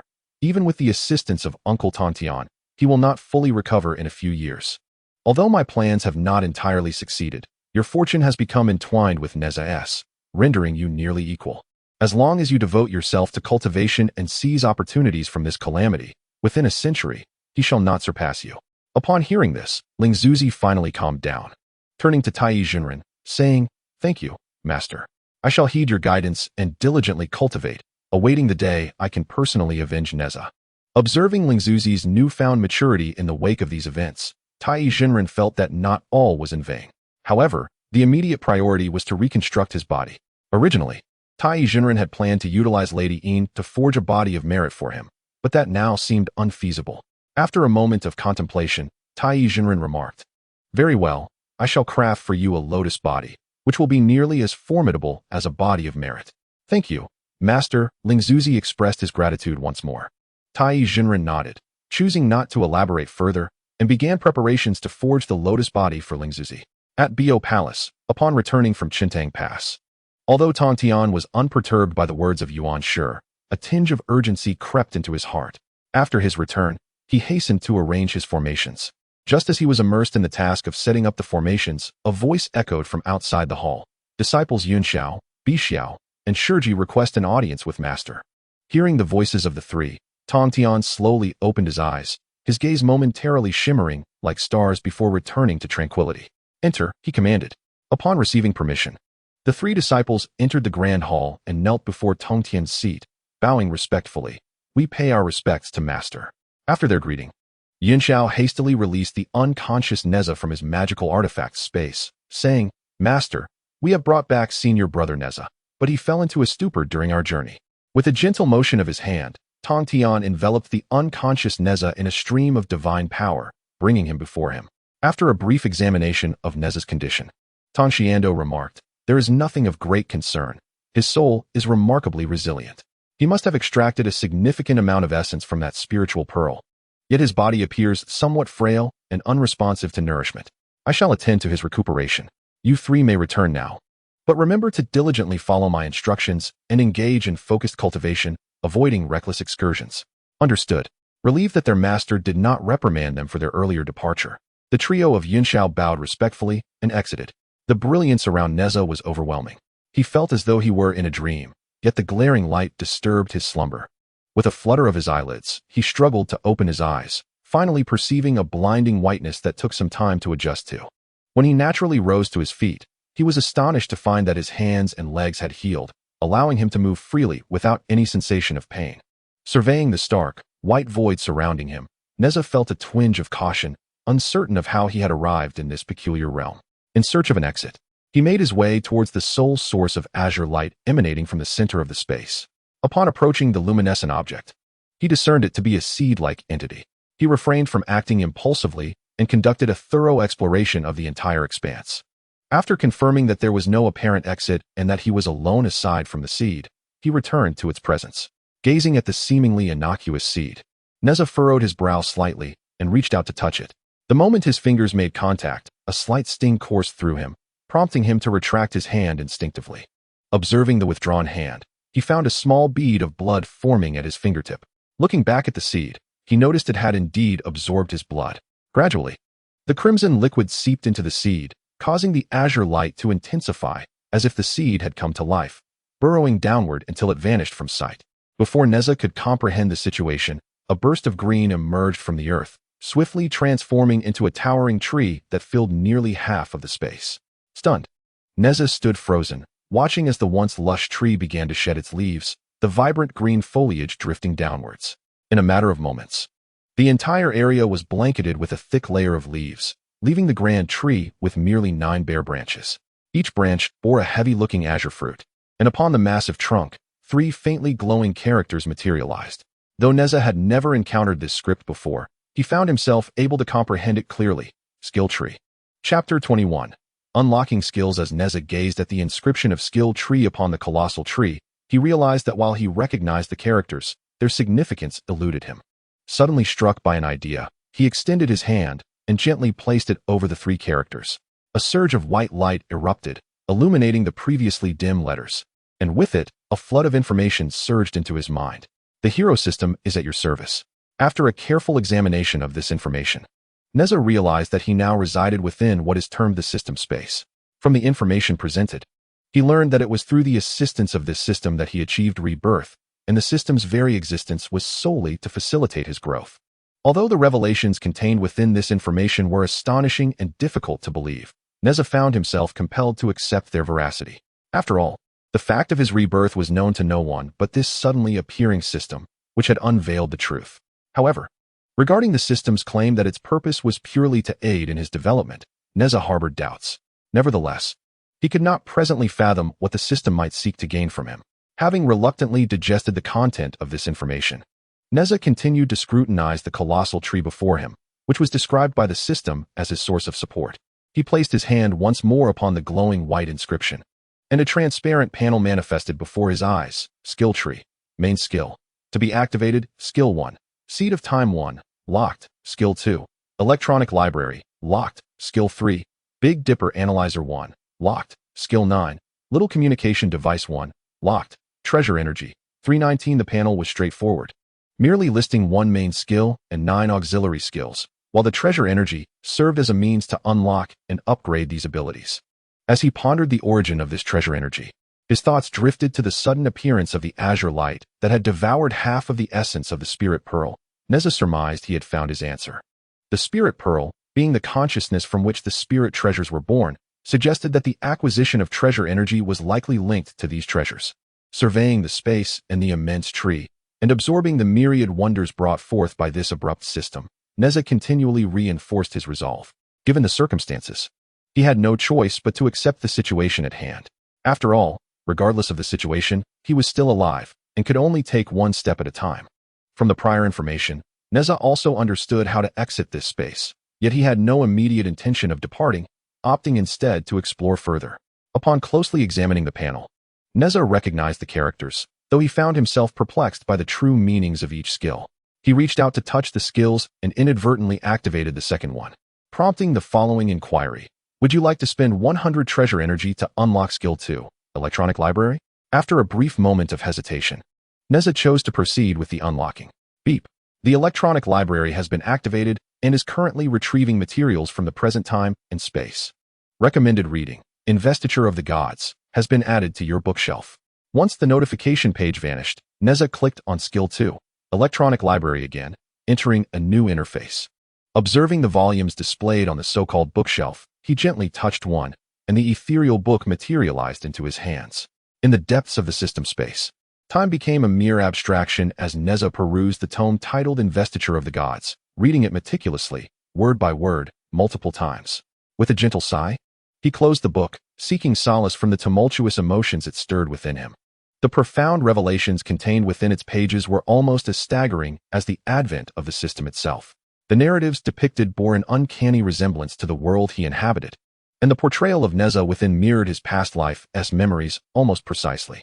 Initially, this prompted Nezha to question the authenticity of both his existence and the world around him. However, upon thorough examination, he discerned that the book was not entirely accurate.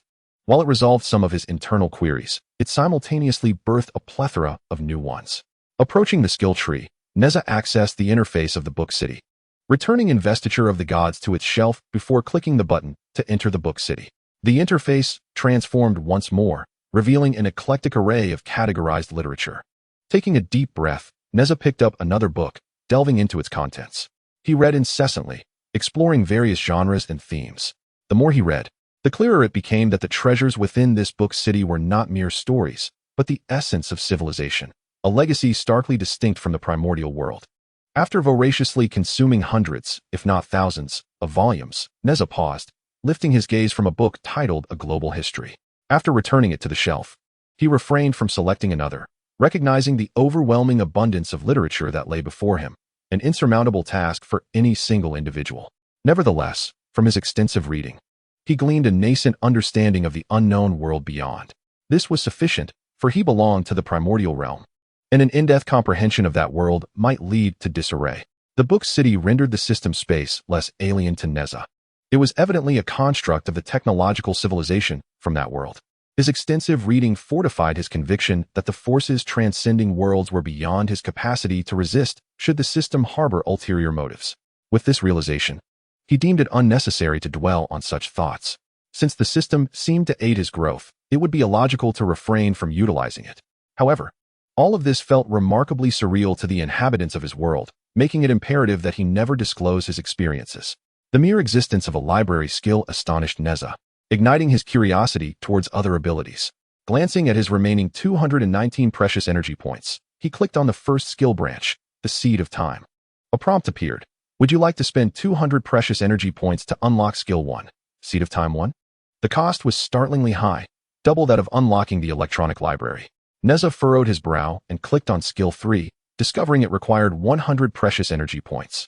It appeared that the escalating costs were not a general trend, but rather indicative of the Seed of Time's inherent value. Given this understanding, it is apparent that there exists a rationale behind the value of the noble, and considering that such a phenomenon could be aptly named after time, it must indeed be extraordinary. Thus, he opted to unlock the skill associated with the essence of time. Upon confirming his choice, the text vanished, and in its place appeared a seed, imbued with a radiant glow. The seed spontaneously drifted towards an empty space, settling into the ground where it vanished, only to be replaced by a tender sprout breaking through the soil. The sprout grew slowly, eventually reaching a height of approximately 2 feet before coming to a halt, standing silently as its leaves swayed gently without a breeze. Chapter 22. The Path Ahead. First encounter. Nezha approached the sapling and sensed an indescribable change in the surrounding space. Gently touching the sapling, he received information about it. Time Tree 1, upgradable, which could decelerate the flow of time by a factor of 10 in its vicinity. Upon realizing the function of the time tree, Nezha felt a surge of joy, deeming the expenditure of 200 precious energy units worthwhile. What he lacked most was time.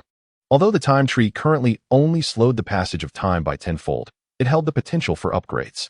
He hastily checked the conditions for upgrading the time tree and discovered that it required not only 1,000 precious energy units, but also the unlocking of other skills beforehand. After glancing at his dwindling energy reserves, Nezha's elation began to wane. However, he did not abandon hope entirely, though he could not achieve it now. As long as he mastered the method to acquire precious energy, opportunities would inevitably arise. Those matters could be addressed later. For now, with his remaining energy, he could accomplish little. Nezha chose to momentarily set aside these thoughts and sat cross-legged beside the time tree, striving to organize his chaotic musings. If the events depicted in the Investiture of the Gods were to unfold, his current predicament was far from favorable. Although he had escaped the fate of being usurped, he had incurred the enmity of Taiji Jinren and Ling Zhuzi, who would undoubtedly seek to settle the score with him. Previously, he thought that joining the Jie sect would enable him to contend with them, but if events were to progress as described in the text, the Jie sect, like a large tree, might not be as sturdy as he hoped, and his affiliation could prove detrimental. Originally, it seemed that the enmity between Taiji Jinren and Ling Zhuzi could be manageable, but joining the Jie sect placed him directly in opposition to the entire Chan sect.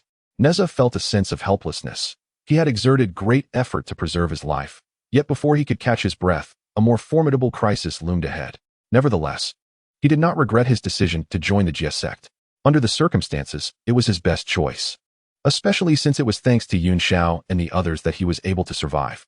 Moving forward, he needed to contemplate not only how to safeguard himself amidst the potential conflict between the Chan and Jie sects, but also how to navigate the complexities of his relationship with Taiji Jinren after the fall of the Jie sect.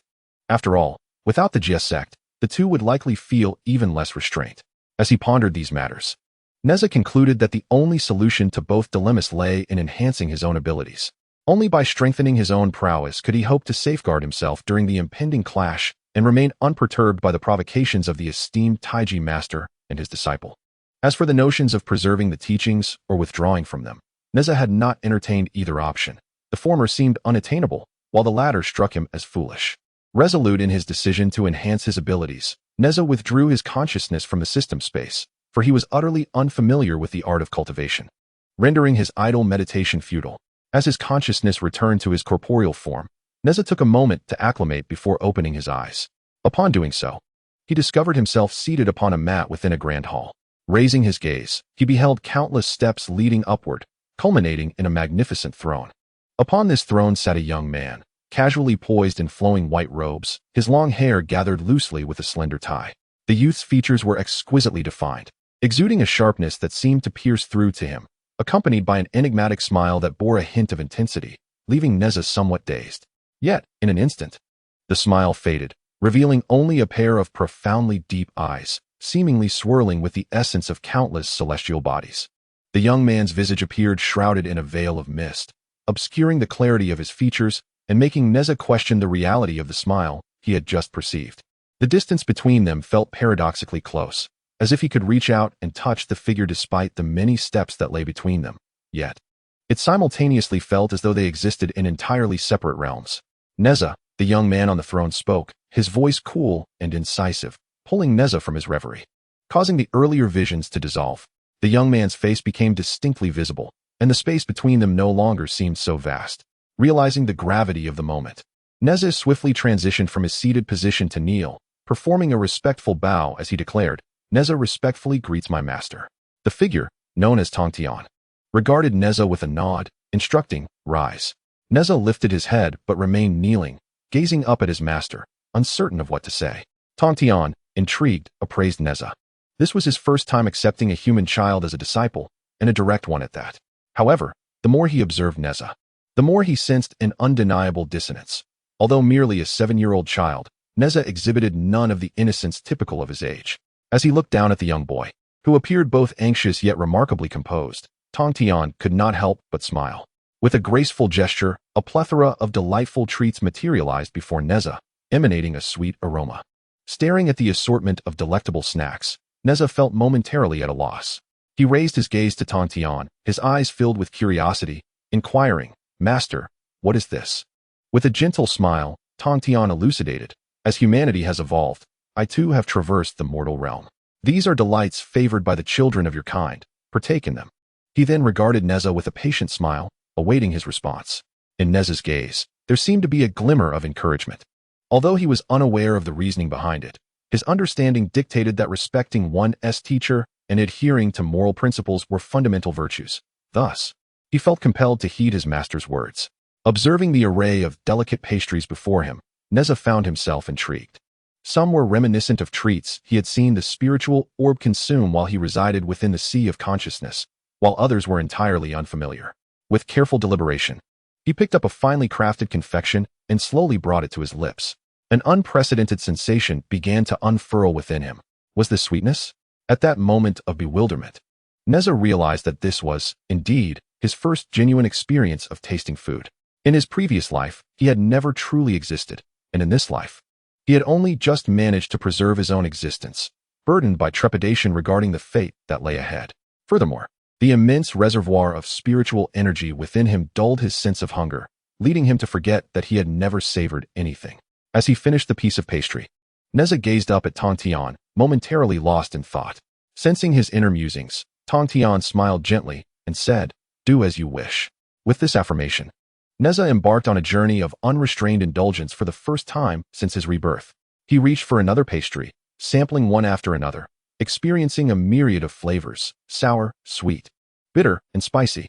However, being merely a child of 7, Nezha soon found himself overwhelmed and could not suppress a burp.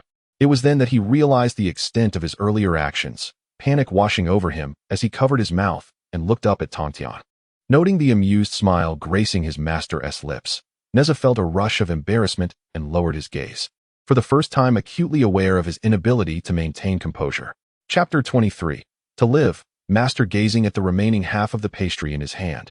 Despite feeling quite full, Nezha was reluctant to waste it. Just as he was about to take another bite, Tian's voice rang out from above. No more eating. Startled, Nezha halted his motion, looking up at Tian with a bewildered expression. You've eaten enough, no more for now.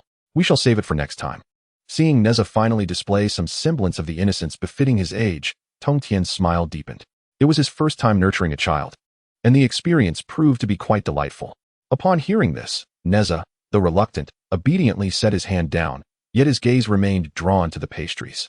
Observing this, Tian waved his hand, causing the leftover treats to be gathered into a bag and placed before him.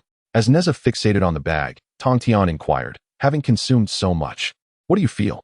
Full, Nezha replied, his attention still on the bag, his thoughts momentarily unguarded. Tian erupted in hearty laughter and then asked, and what else? At this moment, Nezha had regained his composure. After a moment of contemplation, he articulated his true feelings. Moreover, I feel as though I am truly alive. Tian's smile softened, and with a satisfied nod, he responded, excellent. He had just realized that Nezha was lacking something, a certain vibrancy of life. Now, while Nezha still possessed a maturity beyond his years, the sense of awkwardness that had lingered around him had finally dissipated, leaving Tian quite satisfied. After responding to Tian, Nezha found himself lost in thought once more. It was only at this moment that he truly felt alive, a sensation of indescribable ease washing over him. No longer consumed by concerns of what to do next, he merely wished to savor the essence of his existence in the present. He felt a fullness in his stomach, a sign of indulgence that filled him with immense contentment. The events that had recently transpired brought about a significant transformation in Nezha's mindset, almost as impactful as the emergence of the system itself. Previously, he had been ensnared in the shadows of his past life, and even the advent of the system had failed to awaken him. His thoughts were solely occupied with the idea of survival. Although he had indeed managed to survive, his mind remained fixated on merely existing, on the continuation of life. This preoccupation consumed him entirely, causing him to overlook other crucial matters. What does it truly mean to live? How should he live? For what reason should he persevere? Now, while he certainly wished to live, it was no longer just for the sake of existence. If living were solely for survival, how would that differ from the state he had endured in his previous life? A faint sweetness lingered on his lips, and for the first time since his rebirth, Nezha began to ponder what it was that he truly desired.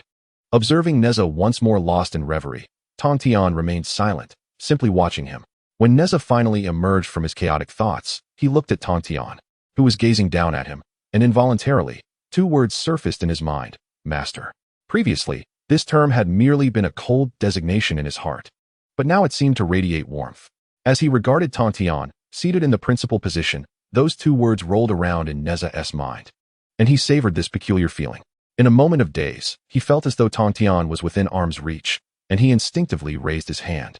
Tian, noticing this, smiled gently, lifting his hand as well, their fingers meeting in a delicate connection.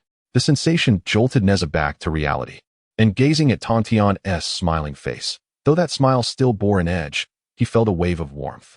Unable to restrain himself, Nezha smiled back, revealing the most genuine smile he had worn since his rebirth. Tian withdrew his hand, and, looking into Nezha's unwavering gaze, said, Nezha, as your master, I shall fulfill my responsibilities and do my utmost to nurture your growth. Here, my first request of you is to be yourself. These words seemed to possess a magical quality, entering Nezha's ears and bringing him a sense of relaxation, causing his eyes to slowly close against his will. Tian's words lulled Nezha into a deep slumber, a true sleep. In this dream, he found himself with his parents, playing together, and even saw the indistinct figure of Tian sharing food with him. Although he had succumbed to slumber, Nezha was acutely aware that he was ensnared in a dream. The allure of everything within this dream captivated him, yet it also compelled him to awaken, for he longed to possess these wonders in reality. Upon awakening once more, he found himself once again upon the meditation cushion in the grand hall. Though only a brief time had passed, the scene no longer evoked feelings of strangeness or trepidation. Instead, it felt oddly familiar and comforting. Raising his gaze towards the esteemed figure of Tong Tian, he addressed him with a heartfelt, "Master." Unlike the initial stiffness and formality of their first encounter, this utterance flowed naturally, imbued with genuine respect and affection. Tong Tian, perceiving Nezha's transformation, acknowledged his emotional adjustment with a nod before speaking. "Very well, let us first introduce you to your senior brothers and sisters."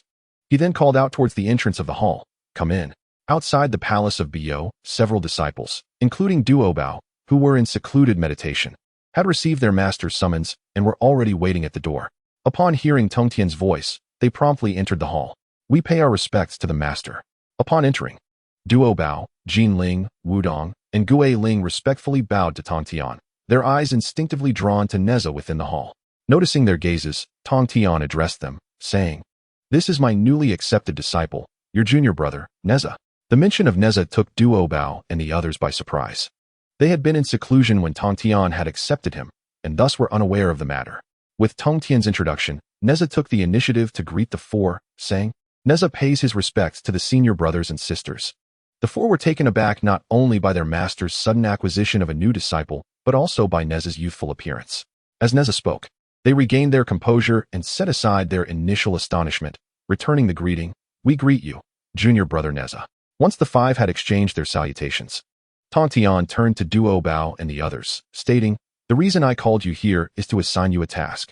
Seeing their attentiveness, a smile played upon Tong Tian's lips as he continued, "You are to take care of a child." "Take care of a child?" The four were momentarily bewildered, struggling to comprehend their master's intention. Meanwhile, Nezha felt a twinge of awkwardness, wondering if he was indeed the child in question.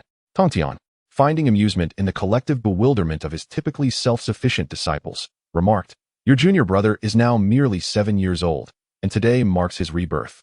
While he possesses a considerable amount of power within him, he remains an ordinary mortal. To fully harness this power, he will require at least 7 years."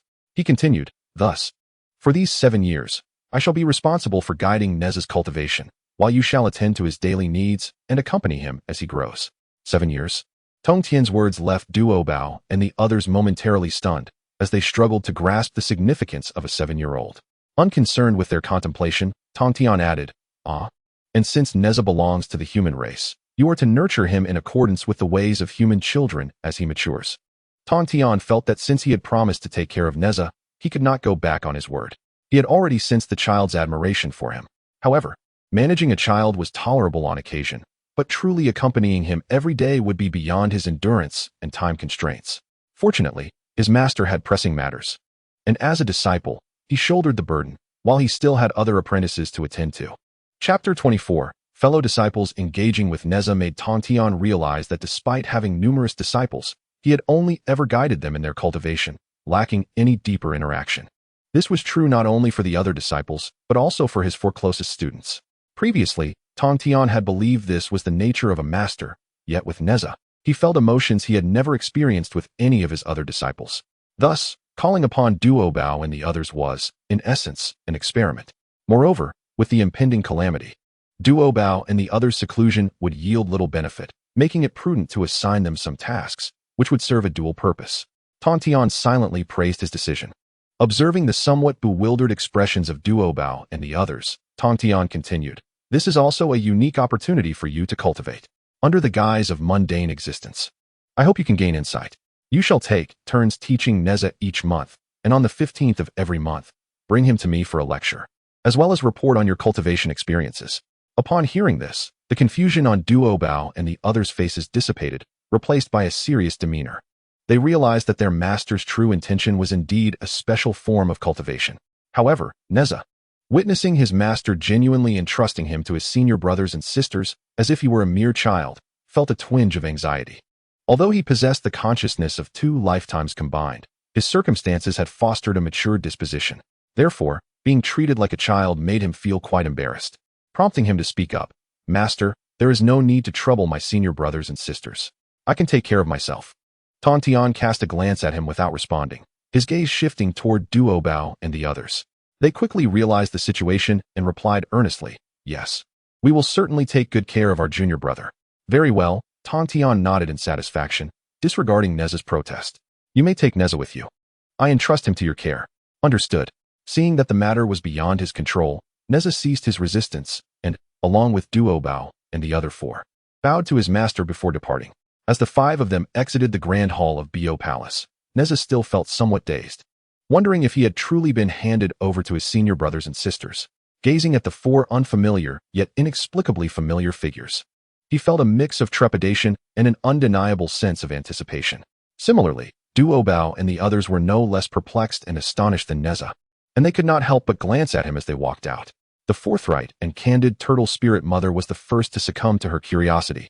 Her gaze fixed upon Nezha with a smile. "Little junior brother, I am your turtle spirit senior sister. Fear not, for I shall take good care of you." As she spoke, the others, realizing they had yet to introduce themselves to the young disciple, promptly stated their names. Each of them was encountering a human child for the first time, and particularly one who was their own junior brother. Observing the diminutive Nezha, even the usually stern Duo Bao and the swift and decisive golden spirit mother softened their tones. The ever-gentle and dignified Wudong, Saint Mother, looked at Nezha with eyes brimming with affection. As Nezha listened to their self-introductions, he matched their names to the descriptions in the book he had read. Perhaps due to his previous life as an observer on the periphery, Nezha was acutely sensitive to the genuine emotions of others. From the brief introductions of his senior brothers and sisters, he clearly sensed their heartfelt concern and kindness towards him. With a sincere smile gracing his face, Nezha bowed and greeted each of them. Indeed, genuine warmth begets genuine warmth. Seeing Nezha's smile, Duo Bao and the others wholly accepted this little brother, returning his smile with sincerity. Finally, Nezha felt the stark contrast between the book he had perused and the vibrant reality he now inhabited. While the content of the book could serve as a reference, it could never be taken entirely to heart, as the lifeless words could not encapsulate the warmth exuded by his real teachers and senior siblings. Not to mention the external disciples of the Zhejiao, the camaraderie among these four direct disciples was quite commendable. Duo Bao, while domineering with the outer disciples, fulfilled his elder brother duties with great care towards his three junior sisters, often looking out for them. Now, with the addition of a little brother, Duo Bao felt a sense of joy in his heart. The notion of taking care of a child was a first for him. Initially bewildered, he soon found himself intrigued. After all, they had existed for an extended period, nurtured by the heavens and the earth. Such an experience was indeed unprecedented. As he gazed at the still naive little brother, a sense of responsibility welled up within Duo Bao. He would ensure that Nezha was cultivated into an equally formidable being as himself. With this thought, Duo Bao's gaze towards Nezha gradually filled with anticipation, a sentiment mirrored by Jian, Guiling, and Wudong. Feeling the increasingly fervent stares of his senior siblings, Nezha inexplicably felt a twinge of anxiety. Unable to withstand the intensity of their scrutiny, he broke the atmosphere, saying, "Senior brothers and sisters, could you take me to find senior sister Yunxiao and senior sister Bixiao?" "You should address Yunxiao and Bixiao as junior sisters." Duo Bao instinctively corrected Nezha's terminology, then inquired with some confusion, "Do you know Yunxiao and the others?" Although he looked down upon most of the outer disciples accepted by his master, he had to acknowledge that among them, there were indeed individuals endowed with remarkable talents and virtues, such as the Yunxiao sisters. To his surprise, his junior brother was acquainted with them, which piqued his curiosity. Guiling and the others turned their gazes toward Nezha, eager to express their gratitude. The Yunxiao sisters had saved him and escorted him to Bo Palace. Yet he had fainted along the way and had been unable to convey his thanks personally. After pondering for a moment, Nezha recounted how the Yunxiao sisters had assisted him, thus providing a brief introduction to his background and how he came to be accepted by his master. That despicable Tai Zhenren! Guiling exclaimed in anger upon hearing Nezha's words. While Jian and Duo Bao's expressions darkened, Wudong looked at Nezha with even greater affection and pity, unable to resist affectionately ruffling Nezha's hair. "Do not worry, junior brother. I will ensure that this debt is repaid in due time." Although Jian and the others remained silent, they nodded in agreement, harboring the same sentiment. As the senior brother of the Jie sect, Duo Bao could not tolerate the mistreatment of his disciples, especially his direct disciples. Even though Nezha was not yet a disciple of the Jie sect when Tai Zhenren plotted against him, now that he was, such malfeasance could not be overlooked. Duo Bao had already made a mental note of Tai Zhenren's transgression, but regrettably, with the impending calamity and his master's directives, he could not venture out at present and would have to defer the reckoning for another time. Chapter 25. Instruction, feeling the genuine indignation of his senior brothers and sisters regarding his plight, warmed Nezha's heart, prompting him to smile and say, "It's all right. I have faith in the guidance of my master and my senior brothers and sisters. I will certainly reclaim this debt myself." Hearing Nezha's mature and composed words filled Duo Bao and the others with immense satisfaction. Truly, he was their junior brother. Yet, they simultaneously understood why such a young boy possessed such maturity. Hardship is indeed the finest catalyst for growth. Hence, they felt a mix of pride and renewed ire toward Tai Jinren. However, since Nezha had expressed himself thus, Guiling and the others would not dampen his spirit. They encouraged him, saying, "Absolutely, junior brother. Your future accomplishments will undoubtedly surpass that despicable Tai." After exchanging a few more words, Wudong spoke up first. "I am somewhat acquainted with the Yunxiao sisters. Let me take junior brother to find them. I shall also assume the responsibility of his instructional task for this first month." Upon hearing this, Duo Bao and the others nodded in agreement, for their master had stated that the task of teaching Nezha would rotate monthly, and it mattered not who commenced first. Being formidable beings with an existence that spanned an indeterminate duration, they did not indulge in pleasantries. Once matters were settled, Duo Bao and the others did not linger, promptly returning to their own sanctuaries. After their departure, Wudong led Nezha to Sanxian Island, not far from Bio Palace. Upon arriving at the gate of the Cloud Palace, Wudong gently called out, "Junior sister Yunxiao, Wudong has come to pay a visit." Shortly after, Yunxiao, having heard Wudong's voice, hurried to the door to greet her. Unaware of her elder sister's arrival, Yunxiao felt remiss for not welcoming her properly. Upon reaching the entrance, she first performed a respectful bow to Wudong, then looked at Nezha with a hint of surprise, exclaiming, "Nezha, you have come as well." She then bowed to Nezha as well. Nezha quickly returned the gesture, saying, "Sister Yunxiao, you are too kind. There is no need for such formalities." Unlike the rigid Tuo Bao, Wudong did not mind Nezha's somewhat informal address and merely stood by with a gentle smile. Noticing Wudong's silence, Yunxiao promptly ushered both of them into the palace. Upon entering, Nezha did not see the familiar Bai Shao. Instead, a gentleman clad in a flowing green robe approached with a warm demeanor. "Greetings, Sister Wudong," Zhao Gongming said as he rose to greet the entering Wudong. Wudong smiled and nodded. "Ah, so Brother Gongming is also here." After the two exchanged pleasantries, Yunxiao hurriedly introduced Nezha to her elder brother, saying, "Brother, this is Nezha." Zhao Gongming, who had come to visit his three younger sisters, had already heard from them about Nezha being accepted as a personal disciple by their master. He then bowed to Nezha, saying, "Outer disciple Zhao Gongming pays his respects to Brother Nezha." Nezha returned the bow, saying, "Brother Gongming, you are too courteous. Since you are the elder brother of Sister Yunxiao, feel free to call me Nezha in private, just as she does." Nezha discreetly assessed Zhao Gongming, matching him to the name he had read in books, and found his demeanor to be exceptional, fostering a sense of goodwill in his heart. Observing Wudong calmly sipping tea nearby, Zhao Gongming noted her lack of reaction and nodded in acceptance. He understood why his sister held Nezha in such high regard. The young man handled matters with such grace and delicacy that it was indeed endearing. Yunxiao, witnessing Nezha's consideration for her elder brother, felt her admiration for him deepen.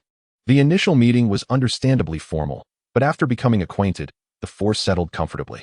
Nezha then directly addressed Yunxiao, stating, "I have come today primarily to express my gratitude for your timely rescue and the protection you provided along the way." Yunxiao replied with a smile, "There is no need for such gratitude. It was merely a fortuitous coincidence, and the escorting was indeed my master's arrangement." Nezha shook his head, despite her humble words. It was undeniably Yunxiao's timely appearance that had preserved his life, making gratitude essential. However, as Bai Shao and Shi Ji were in seclusion, Nezha only briefly thanked Yunxiao before taking his leave. With many days still ahead at the Jiejiao, and with Sanxian Island not far away, he promised to visit again in the future. Within the celestial realm of the Cloud Palace, the dialogue unfolded with Wudong remaining largely silent. Only upon their departure did she address Nezha. "As for the Cloud Palace disciples, let it be. But you must not lose the dignity of your status as a direct disciple in front of the other students." Nezha, understanding the concern of his senior sister, nodded with a smile, aware that she feared his amiable nature might lead others to underestimate him. Seeing that Nezha had grasped the essence of her words, Wudong refrained from further commentary and led him back to her own palace from the Three Immortals Island. Confronted with the responsibilities set forth by her master, Wudong resolved to dedicate herself wholeheartedly to the task. Thus, in addition to the foundational cultivation, she earnestly imparted lessons on etiquette, morality, and conduct to Nezha. In turn, Nezha found immense benefit in following his senior sister's teachings, learning a great deal about composure and tranquility from her. This return to simplicity indeed provided Wudong with profound insights, strengthening her belief that this was truly the meticulous design of her master, whom she admired for his foresight. A month later, Wudong took Nezha to the Bo Palace to attend Tongtian's teachings. Observing the growth of his disciples, Tongtian felt a sense of satisfaction, affirming the wisdom of his arrangements. In the subsequent 3 months, Nezha had the opportunity to train under his senior sisters, Jinling and Guiling, as well as his senior brother Duobao. The decisive nature of Jinling, the carefree spirit of Guiling, and the commanding presence of Duobao all enriched Nezha's experience. In terms of cultivation, aside from the daily guidance from his siblings and his master's teachings, Nezha also ventured into the system space, practicing beside the time-space tree. During these moments, his physical form would enter a remarkable state of enlightenment. Even Tongtian was unaware of this system's existence, finding it astonishing that Nezha could attain such profound insights anywhere and anytime, with one session of practice equating to the efforts of others over 10. Ultimately, this extraordinary ability was attributed to innate talent. As for his daily life, the devoted companionship of his senior siblings compensated for the sense of growth he had never experienced in his past lives. However, this tranquil and harmonious existence began to falter within a year, as disagreements among his siblings arose due to their differing teaching methods. Jinling deemed Wudong's approach too gentle, while Wudong criticized Guiling's as excessively radical. Guiling found Duobao's teachings overly rigid, and Duobao believed Jinling's methods lacked discipline. In an effort to guide Nezha according to their individual philosophies, the original rotation of 4 instructors gradually devolved into a fierce contest for his attention. On one occasion, Wudong had barely begun her instruction when Jinling secretly whisked Nezha away. Another day, after only 10 days under Duobao's tutelage, Guiling stealthily took him. Thus, within less than half a year, the 4 had clashed countless times, even resorting to physical confrontations under the pretext of sparring. Chapter 26. The counter-business caught between these disputes. Nezha felt compelled to mediate, but was at a loss for words. Recognizing that all 4 siblings had his best interests at heart, making it impossible for him to favor one over the others. Ultimately, without any other recourse, Duobao and the others decided to approach their master for a fair judgment. Tongtian was taken aback to find that several disciples were quarreling over such matters. Listening to their intentions left him feeling both amused and exasperated. However, this situation was indeed difficult to judge. So he simply waved his hand and arranged a place for them at the Bo Palace, instructing them to jointly instruct Nezha, while ensuring that they would not interfere with each other's teaching methods. He believed that with Nezha's intellect, he would naturally discern the most suitable approach to his education. If Nezha were aware of the immense expectations his master had for him, he would undoubtedly feel that his master was overestimating his capabilities. Fortunately, this method proved relatively effective. Although it did not entirely resolve the discrepancies among the senior brothers and sisters regarding teaching, it achieved a peculiar balance. In the Nuwa Palace, gazing down at the 3 demons kneeling below, Nuwa spoke with a gentle smile. Do not feel anxious. The reason I summoned you with the demon summoning banner is to assign you a task. Of course, I grant you the right to refuse. This matter bears both advantages and disadvantages, and it is for you to weigh the decision. The 3 demons of Xianyuan tomb were the 9-tailed fox spirit Feng Jiuqing, the 9-headed chicken spirit Hu Shimei, and the jade pipa spirit Yu Linglong. Primarily led by Feng Jiuqing, upon hearing Nuwa's words, she responded, Please enlighten us, Lady Nuwa. Observing the icy demeanor of Feng Jiuqing, who was indeed a fox spirit, Nuwa smiled softly and said, I have taken note of you 3. It is indeed rare for demons capable of cultivating through the aura of the human emperor, especially you, Jiuqing. Perhaps you are merely a step away from attaining enlightenment. Regarding your opportunity for transcendence, I shall not conceal it from you. Your cultivation through the human emperor's aura is inherently tied to the human race. However, the aura contained within Xianyuan tomb is insufficient for you to truly achieve enlightenment. Your opportunity lies with the current human king. The tomb merely holds the relics of the Xianyuan human emperor, and the aura is not particularly potent. Moreover, many years have passed, causing the aura to diminish significantly. Feng Jiuqing, being the closest among the 3 to achieving enlightenment, had already harbored suspicions regarding Nuwa's words. However, as demons, their ability to cultivate within Xianyuan tomb was merely a stroke of luck, and it was somewhat challenging to approach the current human king. Thus, while Nuwa's words confirmed her inner suspicions, Feng Jiuqing felt no joy. Instead, her spirits sank further. Hu Shimei and Yu Linglong, still distant from enlightenment, felt little impact upon hearing Nuwa's words, merely experiencing confusion and uncertainty. Nuwa observed their reactions and continued, I grant you the opportunity to connect with the current human king. He will even assist you in your cultivation. What you must do is remain by the king's side and support his endeavors. However, with the impending calamity, the human race will undoubtedly be embroiled in it, and the dangers are all too evident. With that, Nuwa fell silent, leaving them time to ponder her words. The words of Nuwa stirred tremendous waves within Feng Jiuqing's heart. The opportunity to cultivate alongside the king was indeed a rare fortune. She was acutely aware of the accompanying dangers, yet after a millennium of cultivation, the prospect of enlightenment lay before her, rendering it impossible to resist. After a moment of contemplation, she glanced at the somewhat bewildered Hu Shimei and Yu Linglong beside her, and bowed to Nuwa, saying, Thank you for your grace, my lady. Jiuqing is willing. However, Shimei and Linglong are still at an early stage of their cultivation and are not yet ready for this step. They may remain at Xianyuan Tomb and offer assistance as necessary. The three demons had cultivated together for thousands of years and shared a bond akin to sisters. Hu Shimei and Yu Linglong trusted Feng Jiuqing implicitly, knowing she would not harm them, and thus remained silent. Nuwa, upon hearing this, smiled gently and nodded, very well. With a subtle wave of her sleeve, a jade hairpin radiating a soft glow fell before Feng Jiuqing. Take this pin to meet the king. He will surely recognize you. After offering a few more words of guidance, Nuwa lightly waved her hand, sending the three back to Xianyuan Tomb. Chaoga. Ever since returning from the Nuwa temple, Inshou seemed transformed, indulging in debauchery and neglecting state affairs. Advisors' remonstrations fell on deaf ears, some even going unheard. He was wholly captivated by beauty, selecting candidates one after another, and recently, it was rumored he had heeded the counsel of Fei Zhong and Yu Han, seeking to forcibly claim the daughter of Su Hu, the Marquis of Jizhou. In the royal chambers of Inshou, he lounged lazily in his seat, observing the barely contained fury of Su Hu, denying him the chance to refuse with a nonchalant threat. Withdraw, Marquis Su. Do not mistake my courtesy for weakness. With that, Inshou issued an eviction order, leaving Su Hu no choice but to suppress his anger and exit with a bow. Once alone, the look of disdain vanished from Inshou's face, showing no sign of anger at the defiance. Instead, he absently toyed with the wine cup in his hand, murmuring inaudibly, Ji Chong, if Su Hu rebels, can you still remain seated? Meanwhile, after departing the royal chambers, Su Hu felt a surge of anger coalesce within him, stemming from Inshou's earlier demands regarding his daughter. As he strode toward the noon gate, the pent-up frustration became overwhelming. In a fit of rage, he boldly inscribed 16 large characters on the wall. The sovereign is corrupt.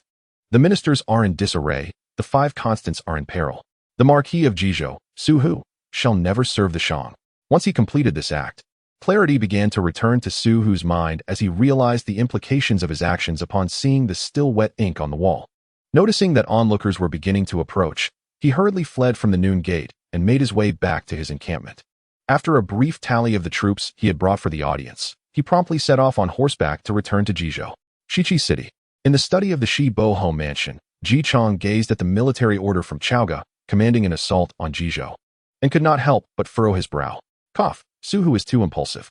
Setting the order aside, Ji Chong retrieved his writing implements and promptly composed a letter of dismissal. He then turned to San Yixing, who had been patiently waiting below, and instructed, You must hasten to Jizhou and deliver this letter to Su Hu. Now is not the time for rebellion. Yes. San Yixing accepted the letter and respectfully exited. Once San Yixing had departed, Ji Chong felt a lingering sense of unease. He took out a jade talisman and inscribed the words Rescue Su in Jizhou with his blood before shattering it. After completing these tasks, Ji Chong sat alone at his writing desk, retrieving several copper coins. Upon observing the divination results, which mirrored those of the past, he could not help but murmur in disappointment. The time has not yet come. The mandate of heaven still lies with Shang. Chapter 27. The desire to depart from the Jie sect within a secluded chamber of the side hall of Bo Palace. A remarkably handsome youth with delicate features, Nezha, who had just turned 14, sat on a meditation cushion. The fleeting moments of happiness are often the briefest. Thus was Nezha's life at the Jie sect. His days there were warm and fulfilling, and in the blink of an eye, 7 years had passed. During this time, with the devoted guidance of his 4 elder brothers and sisters, along with his master's monthly teachings, his cultivation progressed rapidly. Furthermore, with the presence of the time tree, Nezha's 7 years equated to more than 70 for others, allowing him to fully harness the magical powers within him, reaching the pinnacle of celestial immortality. Awakening once more from meditation, Nezha exited the system space and opened his eyes.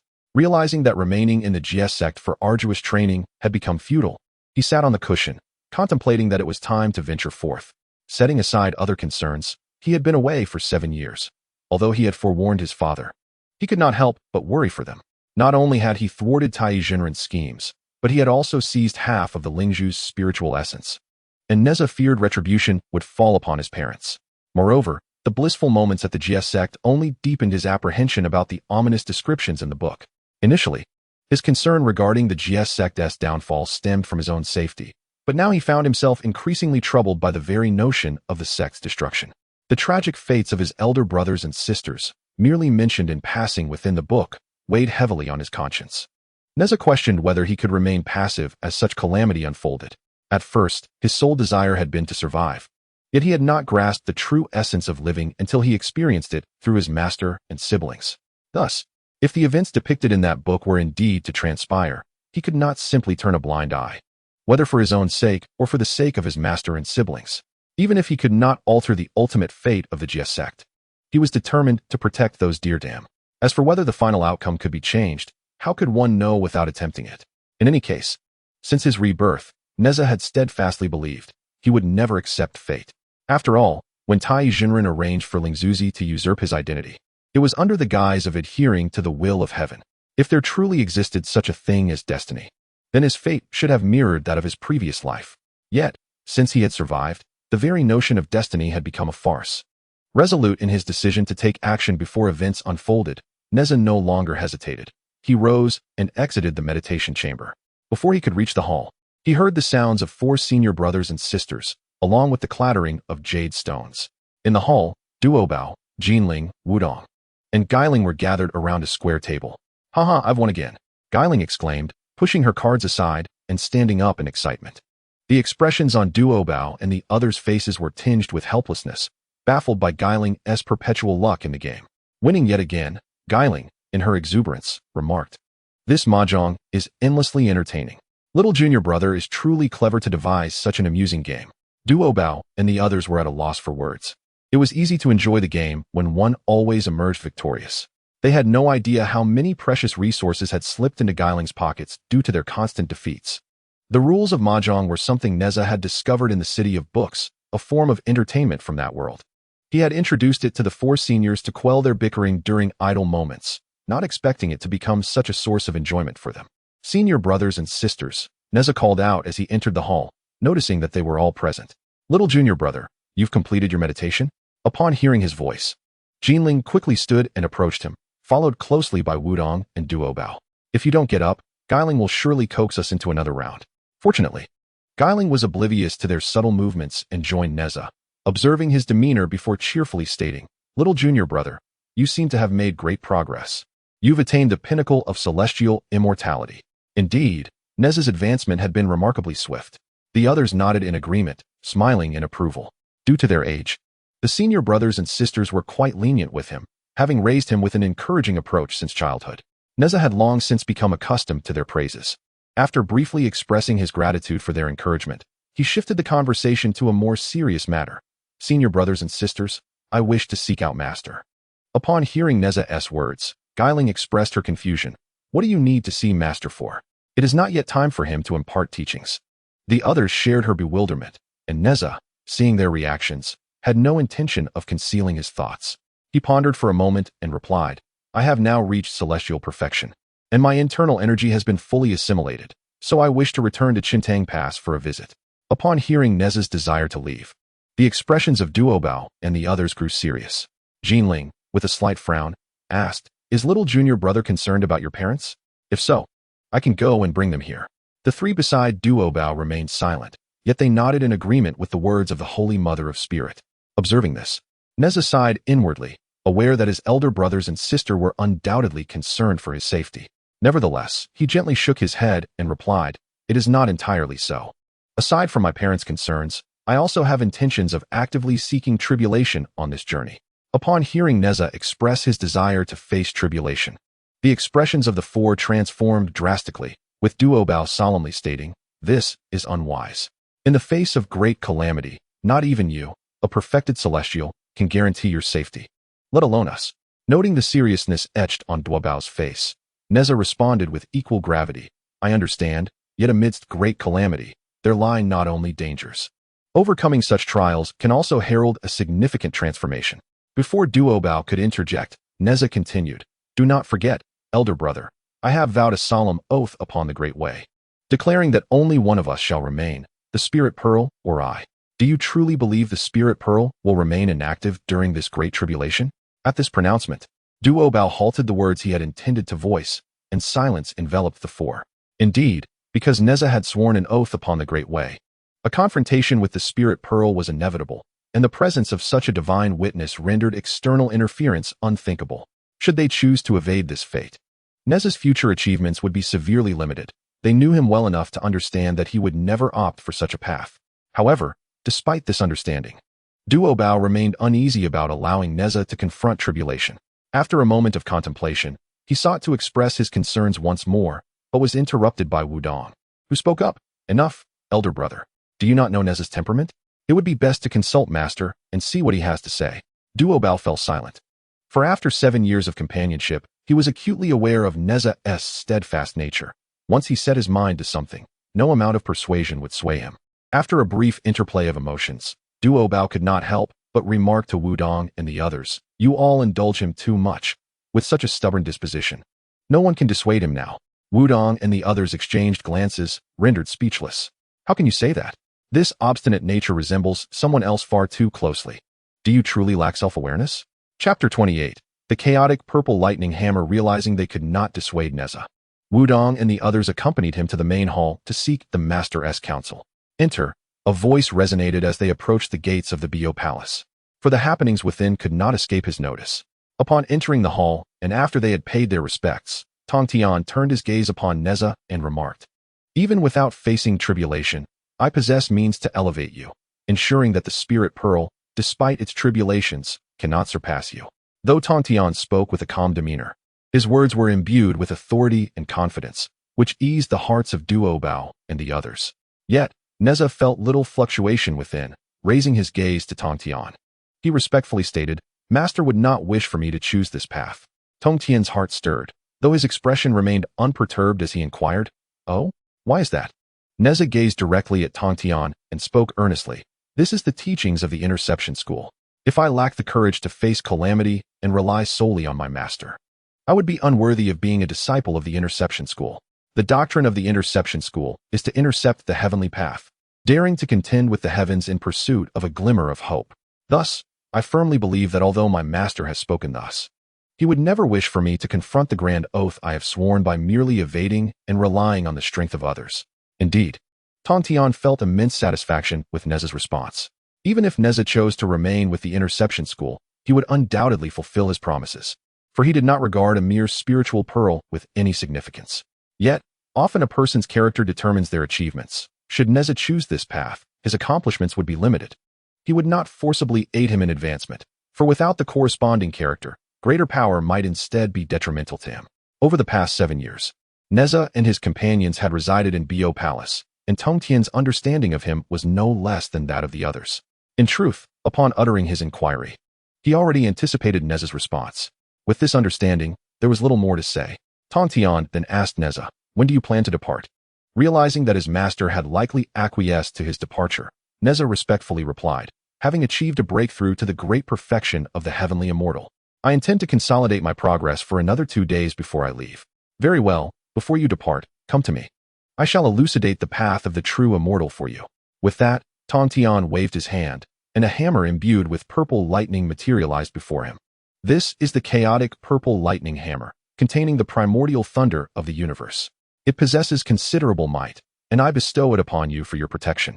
Nezha grasped the purple lightning hammer, feeling its substantial weight, and regarded the hammer, which nearly stood as tall as he was, in silence. The weapon seemed somewhat unwieldy. Observing Nezha's silence, Tongtian assumed he was hesitant to wield it, and began to explain, Although you have yet to master any combat techniques, this purple lightning hammer is a high-grade, innate spiritual treasure, inherently imbued with primordial essence. I have weakened the first 3 restrictions, allowing you to easily refine it. after which you may communicate with its spirit to enable it to fight autonomously. The hammer also contains a set of superior hammer techniques, which you can practice whenever you have the time. Aware of his master's thoughtful consideration, Nezha, though feeling the artifact was not entirely suited for him, bowed deeply in gratitude. "Thank you, master." Tong Tian nodded, choosing not to speak further, and gently gestured for him to leave. "You may go and prepare." Observing this, Nezha refrained from further words, bowing and retreating. Once he had departed, Tong Tian addressed the still-present duo Bao and the others with mild irritation. "What are you still doing here? If you cannot dissuade him, do you think I can?" However, noticing the concern etched on their faces, Tong Tian felt a sense of comfort in their camaraderie and reassured them, "Do not worry. Nezha remains unrecognized in the rankings, yet his fortune flourishes. This impending calamity presents him with more opportunities than threats. It is indeed you who must remember to properly constrain your attendance and refrain from leaving too hastily." Upon hearing the master's words, several individuals felt a sense of relief. The disciples took heed of this advice, and after bowing respectfully, they refrained from further disturbing their master and quietly retreated. After departing from the grand hall of the Bo Palace, Nezha returned to the secluded chamber of the side hall, retrieving the purple lightning hammer bestowed upon him by his master, and began the process of refining it. His urgency stemmed from certain conjectures regarding the system that required validation. Over the past few years, not only had his master, but also his senior brothers and sisters, granted him numerous spiritual treasures, including several of medium-grade quality. The skills unlocked by the system necessitate the acquisition of treasure energy, which is derived from these spiritual treasures.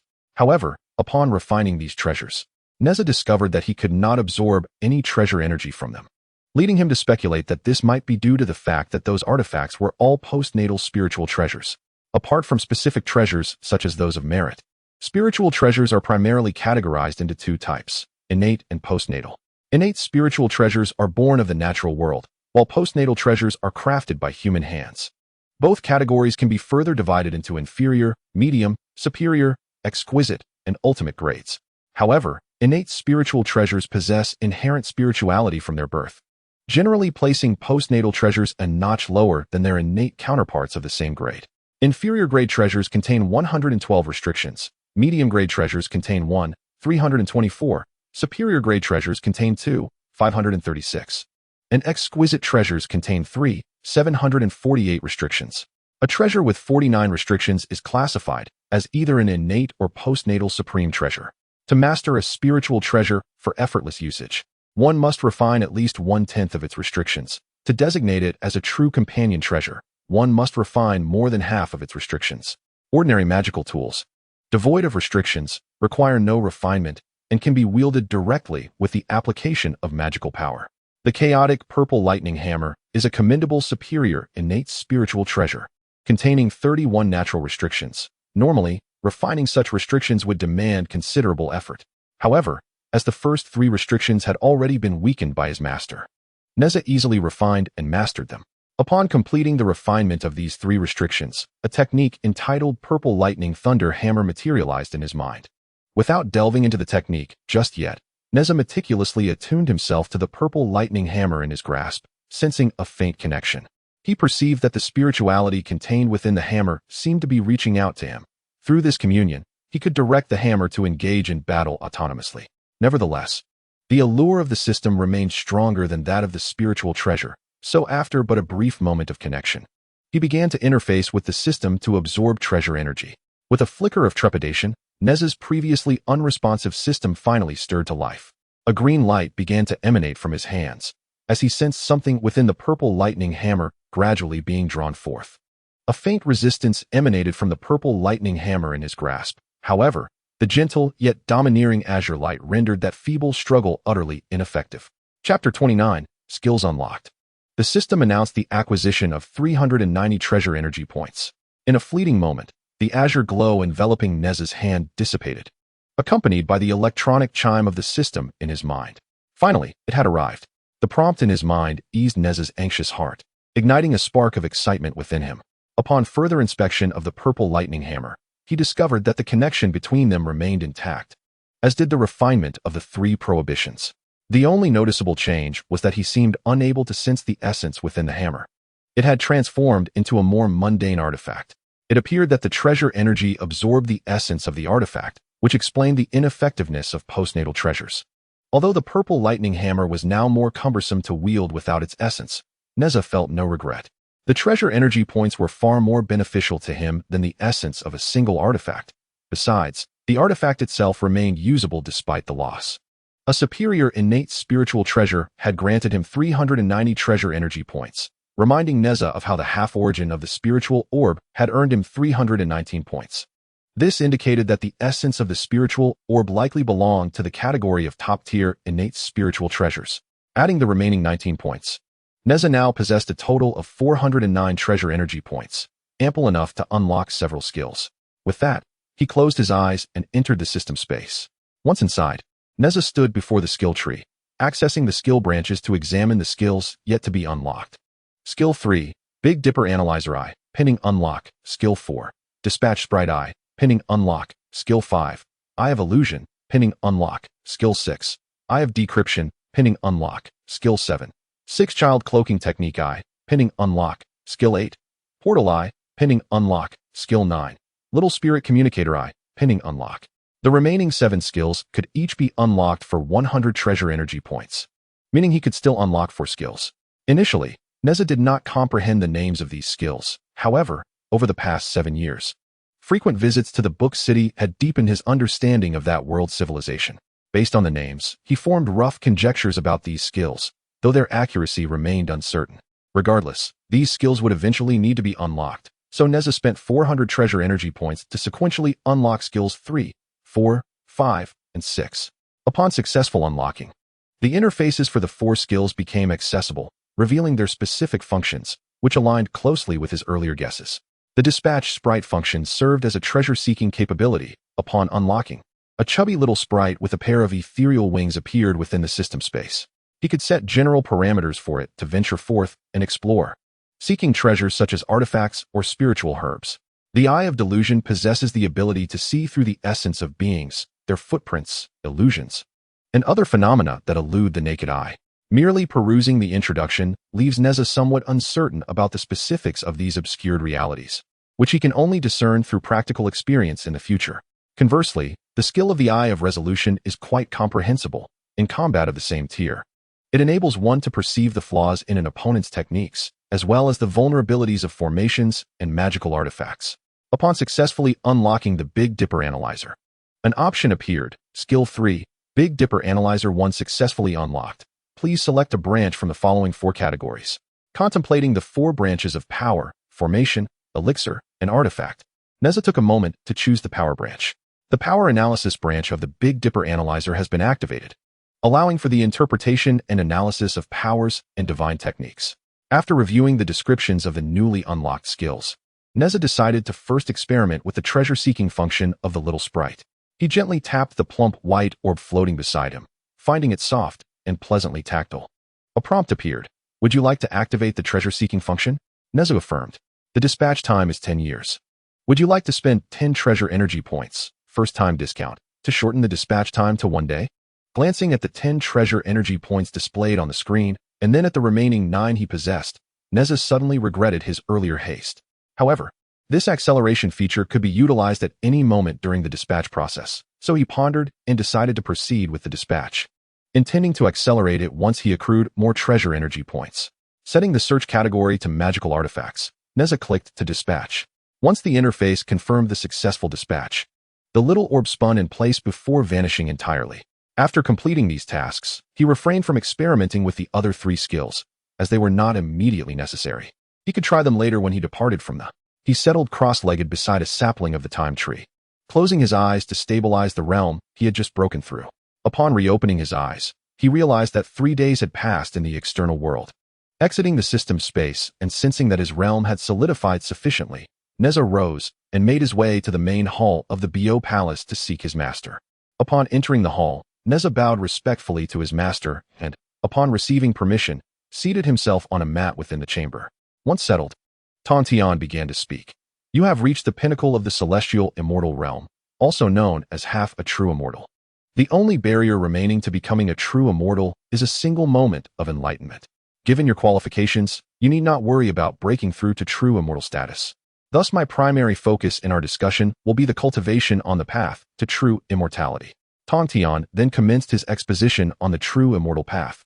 And as the sage expounded, the entire Bo palace resonated with the flow of Tao, with blossoms of golden lotus fruits silently unfurling. Nezha held his breath, attentively listening, and felt the path to cultivation in the true immortal realm gradually crystallizing before his eyes. The sermon seemed to stretch on indefinitely, and as the explanation reached its conclusion, the Master of Heaven proclaimed, the advancement to the celestial immortal realm primarily hinges upon the refinement of one's consciousness and the amplification of one's magical prowess. Achieving the pinnacle of the celestial immortal signifies that your consciousness and magical energy have reached a critical threshold that your body can accommodate. Should you wish to further elevate yourself, a robust physique is required to complement this enhancement, which is the essence of cultivation in the true immortal realm. Nezha nodded, comprehending that the core of true immortal cultivation revolves around fortifying one's physique. Noticing Nezha's understanding, the master continued, to strengthen one's physique. There exist primarily two methodologies: ascension and refinement.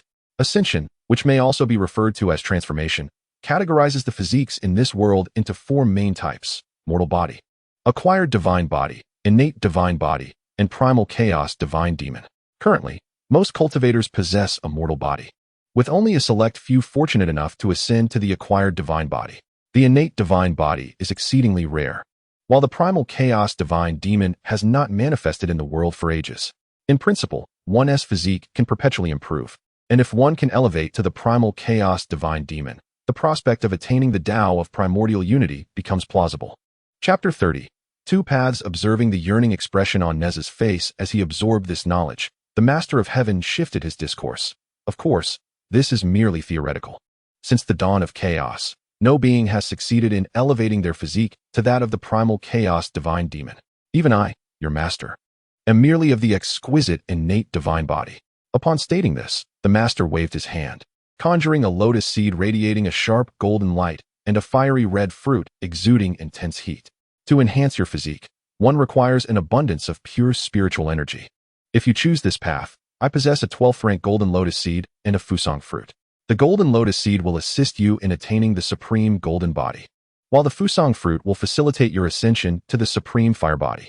Both the supreme golden body and the supreme fire body represent high-tier acquired divine body physiques, sufficient for you to successfully cultivate and break through to the true immortal realm. Subsequently, if you continue to seek corresponding heavenly materials, you may further enhance your physique. If you can elevate to the Golden Emperor Divine Body or the Fire Emperor Divine Body, you will have reached the threshold of the innate divine body. Having thoroughly elucidated the enhancement of physique, the master observed Nezha deep in contemplation before continuing. However, as I mentioned earlier, the essence of enhancing one's physique is fundamentally about directly altering it, or rather, transforming your corporeal form.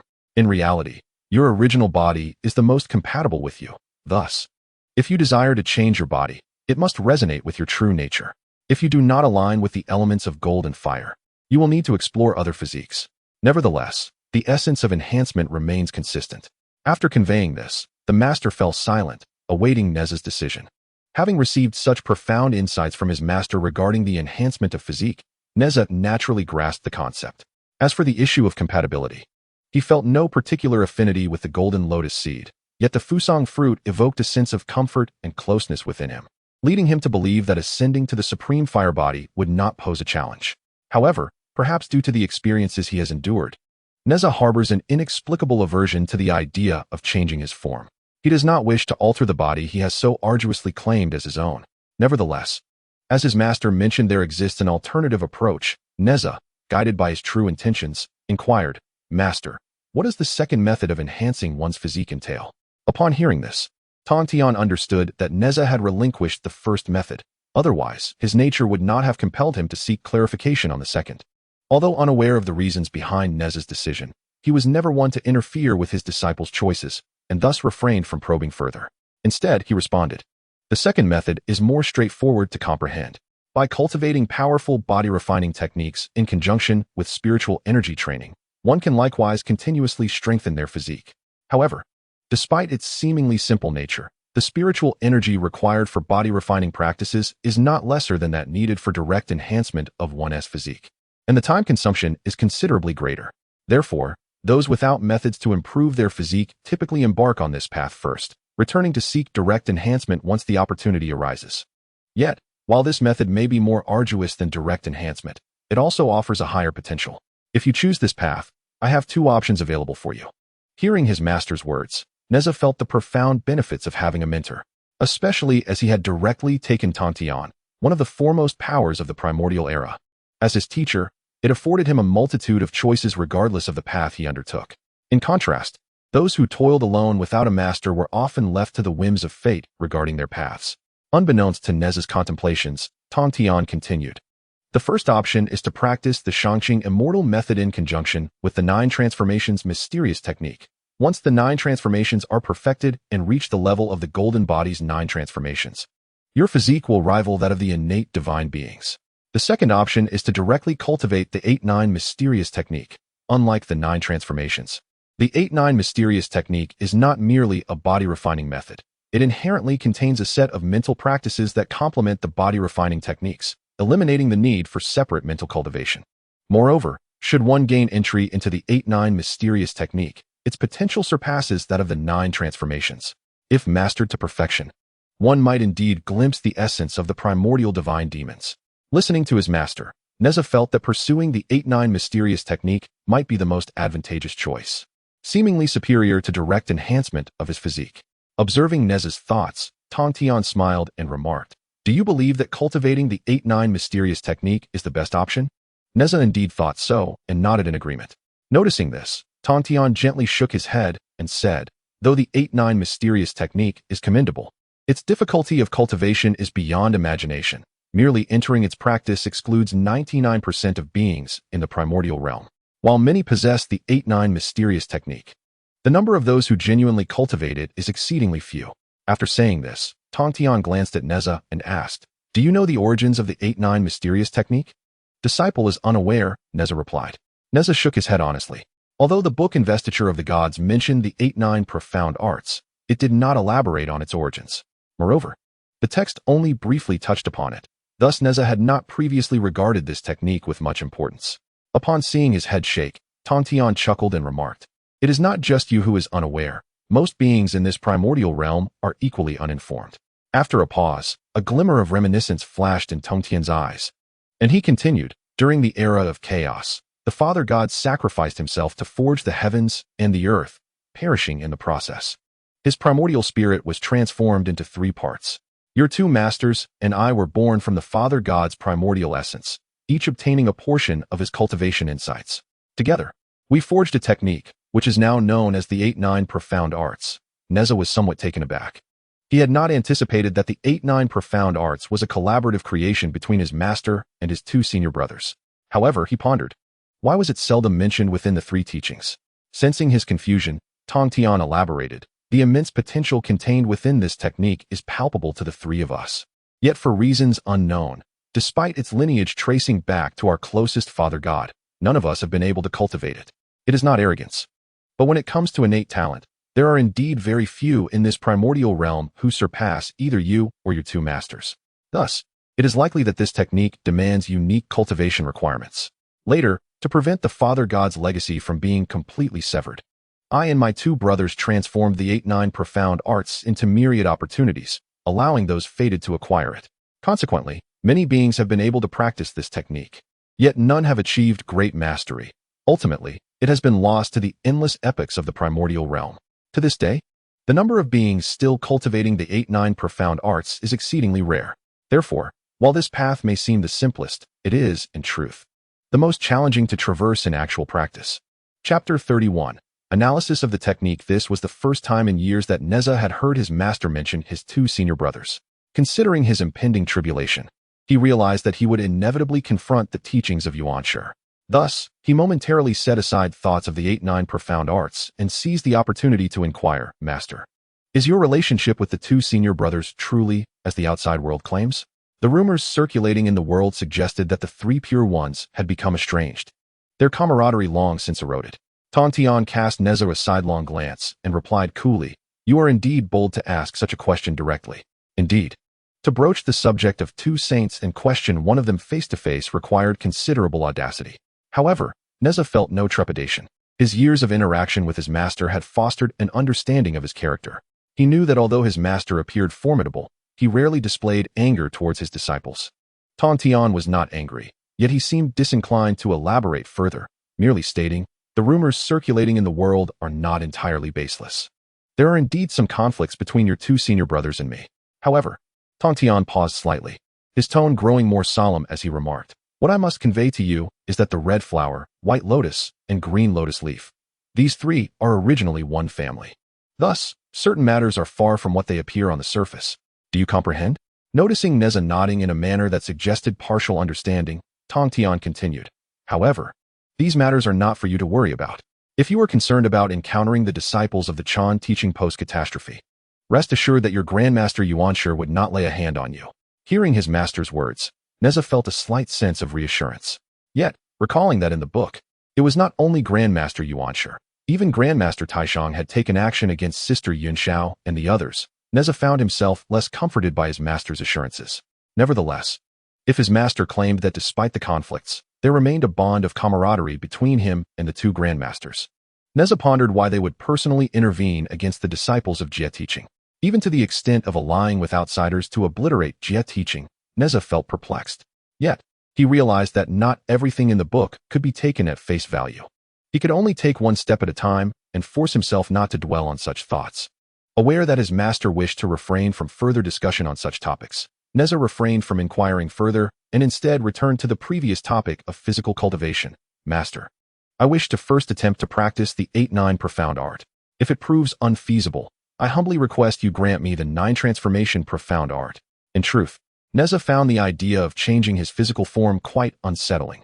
Thus, if he could not cultivate the 8-9 profound art, he would have no choice but to pursue the 9 transformation profound art. Tan Tian nodded at this. "Since you have made your decision, I shall not hinder you.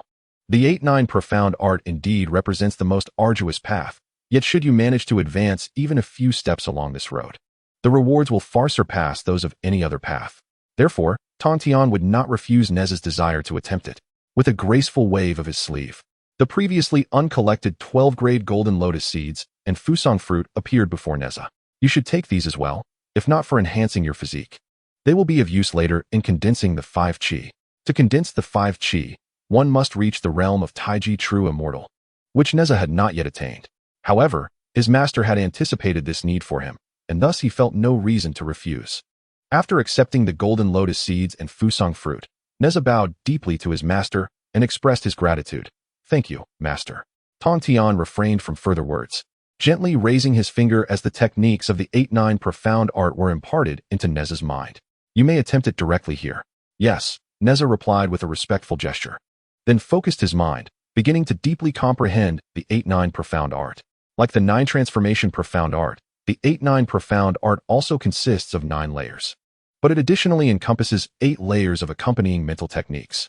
The distinction lies in the fact that the 9 transformation profound art progresses from easy to difficult, with a very accessible entry point, while the 8-9 profound art, not to mention its subsequent challenges, is exceedingly difficult even at the outset. The technique itself is brief, yet the comprehension required is most demanding. As time elapsed, Nezha, though his eyes remained tightly shut, found his brows unconsciously knitting together. He felt that he had grasped the essence of the 8-9 profound arts to a considerable extent, yet there remained a minuscule detail that eluded his understanding, preventing him from fully entering its realm. Sensing Nezha's state, and fearing that his relentless pursuit might lead to self-harm, Tan Tian was on the verge of advising him to cease. However, upon observing Nezha's immersion in a peculiar moment of enlightenment, he refrained from interrupting him. Realizing that he might be incapable of cultivating the 8-9 profound arts on his own, Nezha decided to seek assistance from the system. Upon entering the system space and surveying the skills he had unlocked, Nezha's gaze settled upon the Big Dipper analyzer. He activated it, revealing 4 branches, and selected the only illuminated branch labeled Power. "Please input the technique for analysis." As he looked at the prompt, Nezha entered 8-9 profound arts, hoping the analyzer would prove useful. Upon clicking Start Analysis, the screen flickered momentarily before displaying a message. Detected that 8-9 profound arts is a special technique. Would you like to perform a compatibility test? Feeling a sense of foreboding, Nezha furrowed his brows and clicked yes. Detected compatibility of host with 8-9 profound arts is 59. Unable to analyze. As he had suspected, The difficulty in mastering the 8-9 profound arts was not solely a matter of innate talent, without sufficient compatibility. It seemed impossible to comprehend it. Just as Nezha resigned himself to the idea that he might only cultivate the 9-turn profound arts, the system displayed another prompt. Would you like to spend precious energy points to enhance compatibility? Initially elated by this option, Nezha's expression soon turned to one of distress as he realized he had only 9 precious energy points remaining. He vowed to be more prudent in the future, ensuring he retained some energy points for emergencies, though uncertain of how much compatibility could be enhanced with just 9 points, or if it would suffice to enable him to cultivate the 8-9 profound arts. Nezha adopted a desperate measures for desperate times mindset and opted to enhance his compatibility with his remaining energy. The page flickered for a moment before stabilizing. Compatibility increased to 601, meeting cultivation standards. Beginning analysis. Seeing the words beginning analysis on the screen, Nezha's heart soared. Analysis successful. Results as follows. Note: the analysis degree of special techniques varies with compatibility. Upon reviewing the analysis results, Nezha discovered that they were nearly congruent with his own understanding, yet they filled in the missing piece that had previously eluded him. Observing the note beneath the results, he surmised that to unlock the analyzer's greater potential, further enhancement of compatibility was essential. However, with his precious energy points now depleted, he could only contemplate this for the time being. Fortunately, he should now be able to cultivate the 8-9 profound arts, which was more than enough for him. Chapter 32. Farewell. Emerging from the system space, Nezha embarked on another attempt to cultivate the 8-9 profound arts, and this time, the process unfolded with far greater ease. Above, Jian observed that Nezha emerged from his epiphany and was able to smoothly cultivate the 8-9 profound art, and he was somewhat astonished. Truly, one who can enter a state of enlightenment at will possesses extraordinary talent. While the cultivation of the 8-9 profound art is not solely dependent on innate gifts, such remarkable aptitude is undoubtedly a prerequisite for initiation. By the time Nezha concluded his practice, he had successfully reached the entry-level state of the 8-9 profound art. With continued effort, the first tier would present no obstacles. Recognizing Nezha's progress, Jian nodded and remarked, achieving entry into the 8-9 profound art is no small feat. Once you successfully break through the first tier, your subsequent training will proceed much more smoothly. Although reaching mastery is challenging, attaining the 6th transformation of the profound art will be sufficient to rival the foundational constitution of innate deities. With that, Jian raised his hand and pointed towards Nezha, transmitting a stream of insight into his mind. These are my modest reflections on the 8-9 profound art, which you may consider as guidance. Though he had not practiced the 8-9 profound art himself, this technique was, after all, a creation of him and his 2 elder brothers, and his understanding of it was substantial. Previously, when Nezha had yet to enter the path, such insights would have been of little use. But now that he was ready to cultivate the 8-9 profound art, Jian would naturally share his knowledge with his personal disciple without reservation. Receiving his master's imparted insights, Nezha merely pondered them briefly before realizing their immense value. With this understanding, he should be able to swiftly complete the first tier of the 8-9 profound art. Additionally, although his master had primarily focused on guiding him on the path of true immortality, he had also assisted in thoroughly elucidating the heavenly immortal realm, aiding Nezha in mastering it completely. Nezha now felt that should he fully digest this recent epiphany, he might directly break through to the true immortal realm. Acknowledging that his substantial gains were entirely due to his master, Nezha could not help but sincerely kneel and express his gratitude to Jian, saying, "Thank you, master." After all, having watched him grow and being his personal disciple for a few years, Jian's emotional investment in Nezha was no less than that of Taba and the others. As Nezha prepared to depart, Jian could not suppress a sigh and advised, "Do not be foolish. If you encounter insurmountable challenges, return. Your master will always protect you." Hearing his master's reassuring words, Nezha did not raise his head, but responded with utmost seriousness, "Disciple will remember." Subsequently, the master and disciple exchanged no further words. Nezha respectfully performed a deep bow before rising to exit the Bio Palace. Upon leaving, not having walked far, Nezha encountered his 4 senior brothers and sisters waiting at the entrance. "Senior brother, senior sisters," Nezha greeted as he approached them. Noticing Nezha's aura had grown considerably stronger and more refined, the Golden Spirit Holy Mother nodded in satisfaction and smiled. "Indeed, you have made significant progress. You should soon break through to the true immortal realm." Suddenly, the thought crossed Nezha's mind that he must actively embrace the tribulation, causing his brow to furrow slightly. Yet, recalling that his master had already consented, He could only speak with a hint of resignation, inquiring when he would depart. Nezha had originally intended to bid farewell to his senior brothers and sisters after meeting his master, but to his surprise, they were waiting for him just outside, and he directly announced, "Everything is ready, and I am about to take my leave of you all." Upon hearing this, Duobao and the others ceased their attempts to dissuade him and began to caution him about various matters to be mindful of. The four senior brothers and sisters were beings of immeasurable age, and Nezha naturally took their admonitions to heart with utmost seriousness. As their council drew to a close, Duobao produced an item and presented it to Nezha, saying, "Remember to proceed with care after entering the tribulation. This is the Xiantian Bagua Hidden Moon Robe, a low-grade innate spiritual treasure. Wearing it will conceal your form and mask your aura. Take it with you." Nezha, recognizing the kindness of his senior brother, had no reason to refuse, especially since this was an innate spiritual treasure. Though of lower grade, it would undoubtedly absorb some aura of treasure, precisely what he required at this moment. After accepting the Xiantian Bagua Hidden Moon Robe, Nezha bowed in gratitude to Duobao, expressing, "Thank you, brother Duobao." Subsequently, Sister Wudong, Sister Jinling, and Sister Guiling each gifted him a spiritual treasure, albeit all of them were mid-grade postnatal treasures. Sister Wudong bestowed upon him the golden cloud soaring boots, which allowed for rapid short-distance movement, compensating for any shortcomings in agility during combat. Sister Jinling gave him the azure gold Shenlong hairpin, an offensive artifact that emitted golden light when activated with spiritual energy. Sister Guiling presented him with the black gold turtle shell heart-guarding mirror, a protective treasure she had forged herself. Noticing that the items gifted by his senior brothers and sisters were all likely to be of use during his impending tribulation, Nezha felt a profound warmth for their thoughtfulness. He promptly donned the boots and hairpin, placing the heart-guarding mirror close to his chest, and solemnly thanked the three sisters. "Thank you, Sister Guiling, Sister Wudong, Sister Jinling." After exchanging a few more casual words, just as Nezha was preparing to formally take his leave, the turtle spirit mother mysteriously produced a Chinkoan bag. "I have one more gift for you," she said, presenting the bag to Nezha, her expression tinged with pride. This Chinkoan bag is filled with various pastries and candied fruits made from spiritual flowers and fruits, and I have specially enlarged the Shumi mustard formation within to ensure you cannot finish them all. Upon finishing her explanation, the turtle spirit mother glanced towards Duobao and the others with a hint of boastfulness, then turned to Nezha and asked, "So, how is it? Isn't Sister Guiling the best to you?" These words, though seemingly ordinary, evoked a wave of nostalgia in Nezha, perhaps due to the impending farewell. As he gazed at the proud turtle spirit mother, his thoughts drifted back to his childhood when, upon his arrival at the pastries and candied fruits gifted by the Tongtian patriarch had allowed him to experience the joy of living. Thus, during that initial period, he had developed an obsessive craving for these delicacies, insisting on consuming them until he was utterly full every day. However, that was merely a reflection of his childhood, a time when he lacked a genuine sense of existence. As he matured, such feelings dissipated.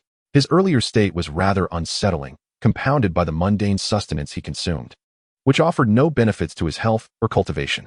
Consequently, his fellow disciples, Master Duobao, Sister Jinling, and Sister Wudong, would restrain him from overeating. Only Sister Guiling showed him leniency, often sneaking him treats when the others were preoccupied. After indulging him, Sister Guiling would teasingly inquire, "So, who treats you the best? Isn't it Sister Guiling?" The memories of his youth began to intertwine with the present, prompting Nezha to smile and echo the same response as in his childhood. "Yes, Sister Guiling is the best." Yet, this tender exchange was abruptly interrupted by the voice of the Holy Mother Jinling. "Enough, you two. Do you really think we are unaware of your little escapades?" Chapter 33, Demonic Energy. The Holy Mother Guiling glanced at the Holy Mother Jinling, noting her resigned expression, while Master Duobao and Wudong appeared to have been in on the secret all along. Suppressing his astonishment, Nezha asked, "You all knew? Why didn't you stop us?" The trio of Jinling exchanged knowing glances, their hearts softened by the sight of the young Nezha, understanding the emotions reflected in each other's eyes. Duobao and the others shared a knowing smile. Observing this scene, Nezha felt a surge of warmth, reinforcing his resolve. This was the very reason he was determined to confront his fate. He no longer lived merely for the sake of existence. He had come to cherish many things he did not wish to lose. He could not permit the events foretold in that book to unfold, and thus, no matter the hardship, he was resolute in seeking a way to alter his destiny. With his determination solidified, Nezha did not linger but bid a solemn farewell to his fellow disciples. As they watched him depart, Duobao and the others also chose to leave Bio Palace. returning to their respective sanctuaries. After parting ways with his fellow disciples, Nezha did not immediately leave Penglai Island. Instead, he took a detour to the rear mountains of Bio Palace. At the foot of the mountain lay an expanse of lush green grassland, which upon closer inspection, revealed itself to be infused with spiritual energy. Lazily lounging on the grass was a verdant creature resembling a cow, albeit with a single leg, leisurely munching on the spiritual herbs. Upon hearing the commotion, the creature raised its head and recognized Nezha, exclaiming in a deep, resonant voice, "Ah, it is young Nezha. Greetings, Senior Kuei Nyo." Nezha approached, smiling as he bowed respectfully. Kuei Nyo nodded, chewing on the spiritual herb before speaking. "The master has instructed me to escort you to Chintang Pass. Shall we set off now?" Although his master had previously imparted a technique for swift movement, Nezha had yet to practice it. Thus his master arranged for Kuei Nyo to accompany him to Chintang Pass. "If you are not busy, we can depart now." "Not busy at all. I am quite free." Upon hearing this, Kuei Nyo ceased to lounge and stood up, addressing Nezha. "Climb aboard. Hold on tightly. My speed is remarkable."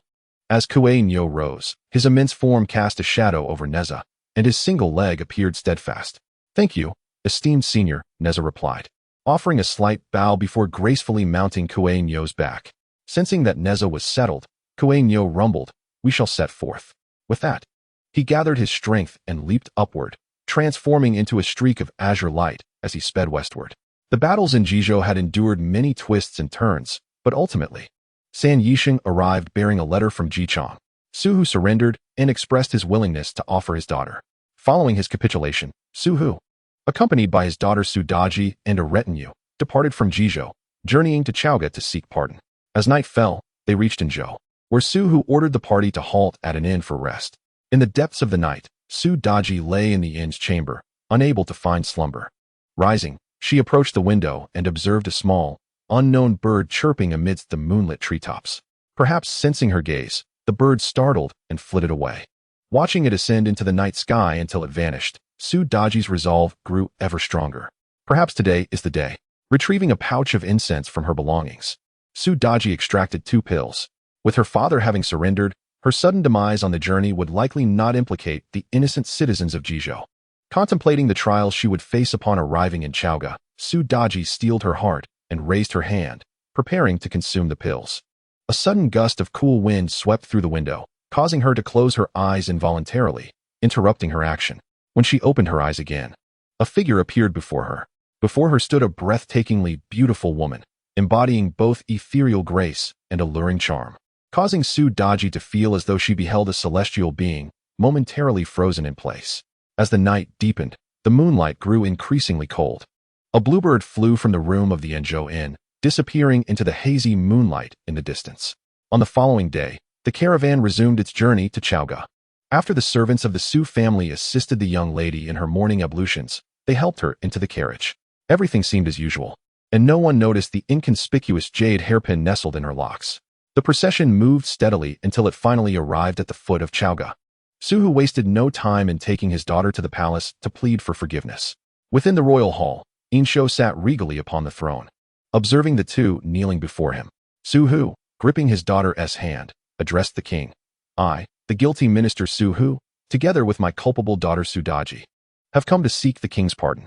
Inshou's gaze fell upon the kneeling maiden, who, with her enchanting beauty and delicate demeanor, cast a timid glance upwards, revealing an abundance of allure. After a cursory examination of her features, Inshou's attention fixated on the jade hairpin in her hair, his expression gradually deepening in contemplation. After a brief silence, Inshou descended from the throne and approached the woman, lifting her gracefully. He gazed at her intently, his eyes filled with a hint of enchantment, and suddenly swept her off her feet. The woman gasped in surprise but soon nestled gently against his chest, appearing as delicate as a feather. Inshou, amused by the scene, laughed heartily and strode toward the inner chamber while still holding her. Upon entering the inner sanctum, he signaled discreetly to dismiss the surrounding guards. Once assured they were alone, he set down the enchanting Feng Jiuqing, and they regarded each other with contrasting expressions, one devoid of earlier joy, the other stripped of her previous allure. Not far from Chaoga, there stood a mountain known as Zhongnan Mountain. At the entrance of the Yuzhu Cave, a handsome middle-aged cultivator donned in a light gray robe gazed solemnly into the distance. Yun Zhongzi, observing the direction of Chaoga, felt a twinge of unease. He had been preparing, as usual, to venture out with 2 disciples to gather herbs when he sensed a fleeting trace of demonic energy emanating from the direction of the royal city. Though it was but a brief flicker, it warranted his attention. After all, the royal city was under the suppression of human auspices, making it an unlikely haven for demons. Even though he had embarked on the path of immortality, Zhenzi remained concerned for the welfare of the human race, which is why he had chosen to establish his Taoist temple in such proximity to the royal city. The prospect of demons infiltrating the royal city was alarming, compelling him to investigate further. He instructed his disciples to guard the temple and set off towards Chaoga on a cloud. Upon arriving at the entrance of a grand residence, he noticed the distinguished characters of the Taisher mansion inscribed on the door. He approached the doorkeeper and requested, "Kindly inform your esteemed master that an old friend, Zhenzi, has come to visit." Seeing the remarkable demeanor of Zhenzi, the doorkeeper quickly bowed respectfully and replied, "I regret to inform you, esteemed Taoist, that my master has been away at the North Sea for several years and has yet to return." Zhenzi frowned at this news. Indeed, it had been quite some time since he had last seen Zhong, and he had not anticipated his absence from Chaoga. Nodding slightly to the doorkeeper, he chose not to linger and turned away. Though Zhong was absent, the fleeting trace of demonic energy could not be ignored, prompting him to proceed toward the royal palace. Chapter 34. Turmoil in the inner sanctum of the Shan King's palace. Shou observed the cool and composed Feng Jiuqing, who exuded an aura markedly different from before, and found himself increasingly appreciative. He inquired, "Are you the aide that the queen spoke of?" "Indeed." Feng Jiuqing replied with a serene nod. "I possess the cultivation of a golden immortal. The affairs within my capabilities can be arranged by the king of humans." Shou was thoroughly satisfied with Feng Jiuqing's decisive demeanor. "What is your name?" he asked. "Sudaji," she replied. Shou raised an eyebrow and clarified, "I am inquiring about your own name." Feng Jiuqing hesitated imperceptibly.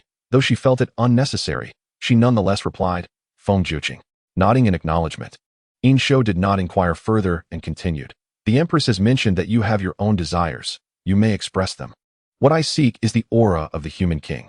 Upon hearing this, Shou believed he comprehended the essence of the human king's aura, yet he was uncertain as to how to proceed.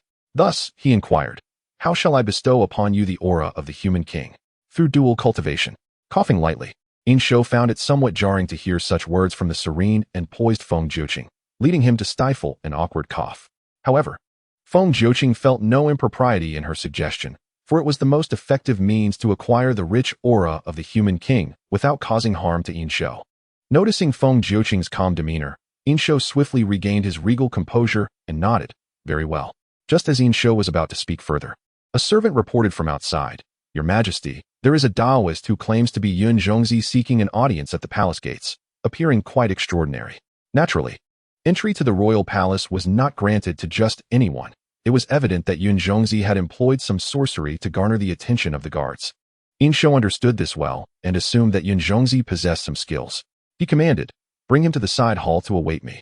Once the servant had departed, Shou turned to Feng Jiuqing and pondered for a moment. "I shall meet this Taoist Zhenzi. You may wait for me in the Shoshin Palace." Feng Jiuqing gave a slight bow to Shou, her demeanor transforming back into one of delicate charm. Shou summoned attendants to escort Feng Jiuqing to the Shoshin Palace while he proceeded to the side hall.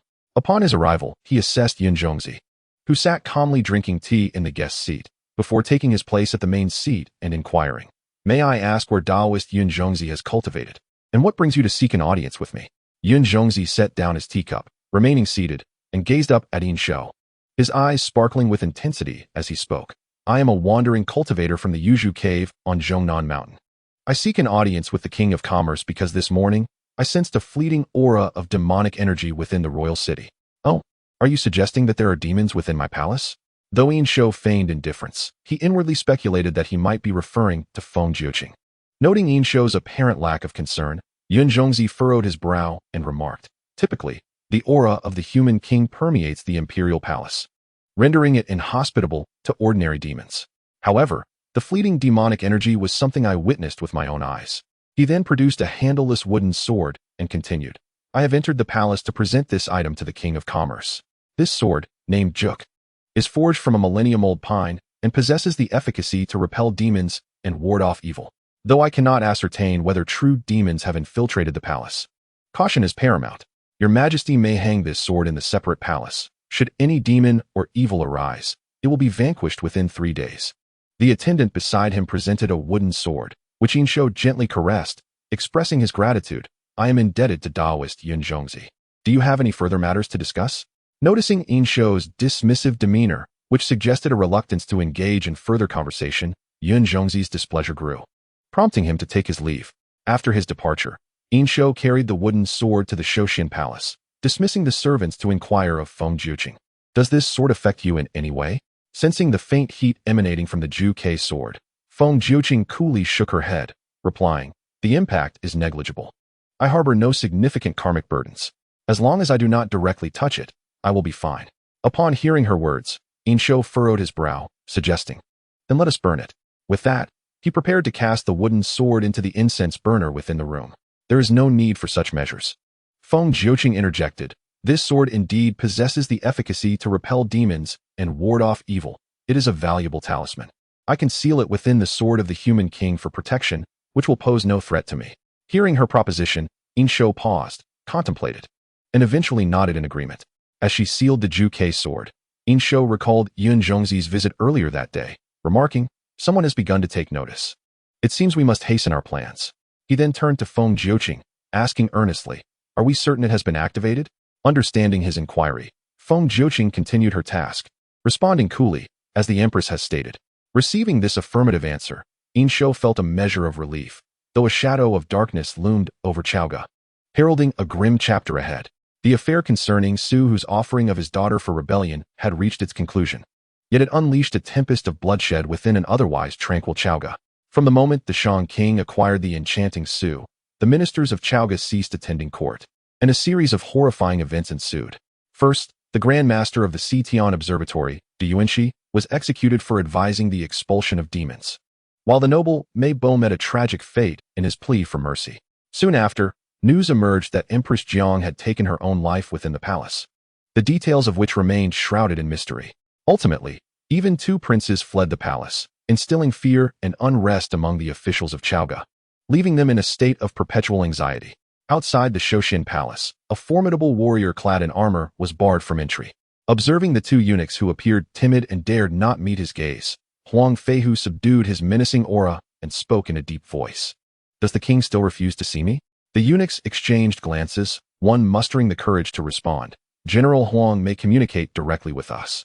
We shall faithfully relay every word to the king. This response only intensified the chill surrounding Huang Feihu. Yet after a moment of silence, he refrained from erupting in anger, merely stating, no need for that. With a final, penetrating glance at the tightly shut gates of the Shoshin Palace, he turned and departed. The royal palace of Chaoga waited. After a long absence, Yinsho finally made his appearance. Initially, he intended to execute 2 princes, yet they were miraculously rescued by an immortal.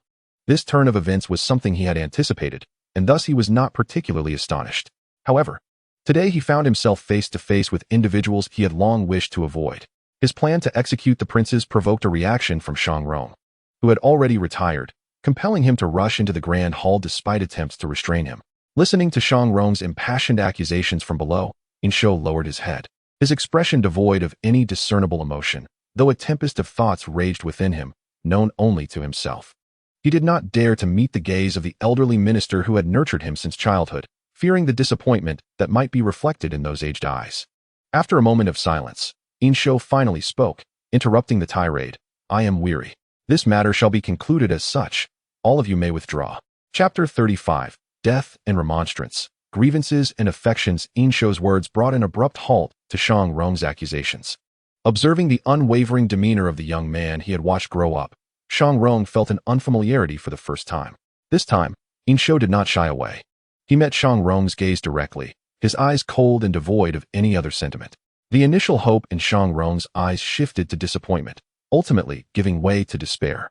He looked up, sorrowfully proclaiming, Your Majesty, you have changed. The pure heart dedicated to the court and the people has vanished. As he spoke, sorrow transformed into resolve. Since your heart has hardened, let the blood of an old minister today cleanse the dust from your heart. With that, before anyone could react, he forcefully dashed against the coiling dragon pillar, blood gushing forth as he collapsed, lifeless. Minister Shang. The sudden turn of events plunged the grand hall into chaos. With voices rising in clamor, Yinsho, seated upon the throne, remained silent, gripping the armrests with such intensity that he struggled to remain seated. "Inshou, you tyrant!" The death of the venerable Shang Rong ignited fury among the onlookers.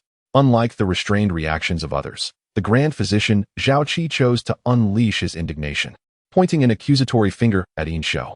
"You, a tyrant devoid of virtue, favoring a seductive consort, and slaying loyal ministers, have now driven an old prime minister, devoted to the state, to his demise. Inshou, the great Shang shall perish by your hand. You are unworthy." Zhao Qi's vehement denunciation brought a temporary stillness to the surrounding tumult, evoking both fear and awe among the crowd. Amidst his fervent outcries, Inshou gradually regained his composure. Once Zhao Qi finished his tirade, a cold smirk emerged on his lips as he responded, "If you are so reluctant to part with Minister Shang, then go down and join him. Guards, execute him." The frigid tone revealed an even colder resolve, and the guards, obeying orders without hesitation, swiftly seized Zhao Qi, dragging him away as he resumed his curses. The other ministers in the hall observed this scene with heavy hearts, yet they dared not intervene.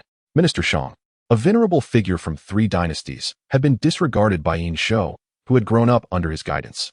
Thus, they felt even less inclined to wager on the mercy of Inshou. As Zhao Qi's voice faded into silence, the grand hall fell so quiet that the sound of a pin dropping could be distinctly heard.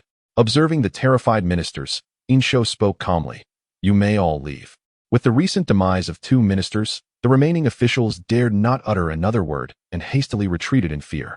Once everyone had exited and Shang Rong's body was taken away, only Inshou remained in the hall. He sat alone at the elevated seat, gazing at the lingering bloodstains in the hall, unmoving for an extended period. "Li Jing of Qintang Pass, come forth."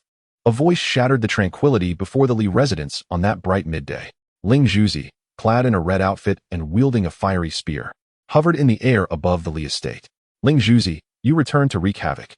A fair-skinned youth in a white robe emerged first, sword in hand. Before Li Jing could show himself, glaring down at the furious youth, Ling Zhuzi remarked coldly, "Jin Jia, do you dare to appear? Have the wounds from our last encounter not yet healed?" Ling Zhuzi bore a striking resemblance to Nezha, yet his features were marked by a more sinister and harsh demeanor. Nezha's intervention had disrupted the plans of Tai Jinren, who had spent 4 years crafting Ling Zhuzi's lotus body. However, due to damage to his essence, Ling Zhuzi, though possessing a form, was not as formidable as anticipated, barely attaining the initial stage of true immortal. Ling Zhuzi harbored the deepest resentment towards Nezha for his current predicament, followed closely by Li Jing. He believed that had Li Jing not thwarted his attempt to destroy Nezha's heart, Nezha would never have had the chance to resurrect, and he would not be suffering so.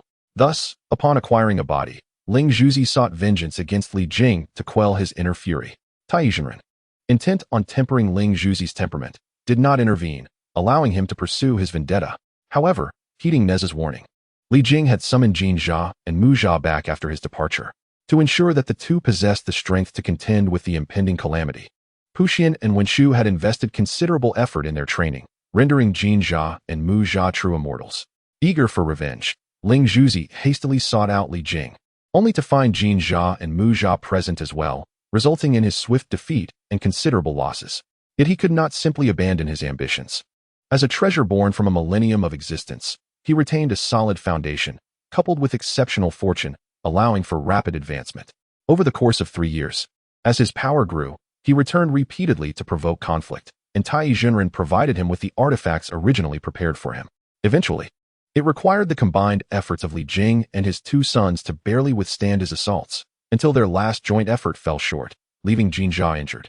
However, Ling Zhuzi's own magical energy was nearly depleted at that time, allowing them to narrowly escape disaster.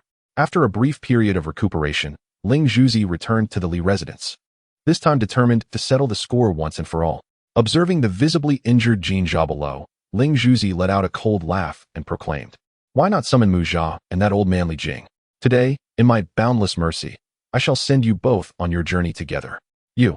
Jin Jia glared at the audacious Ling Zhuzi with fury, yet a flicker of genuine concern crept into his heart.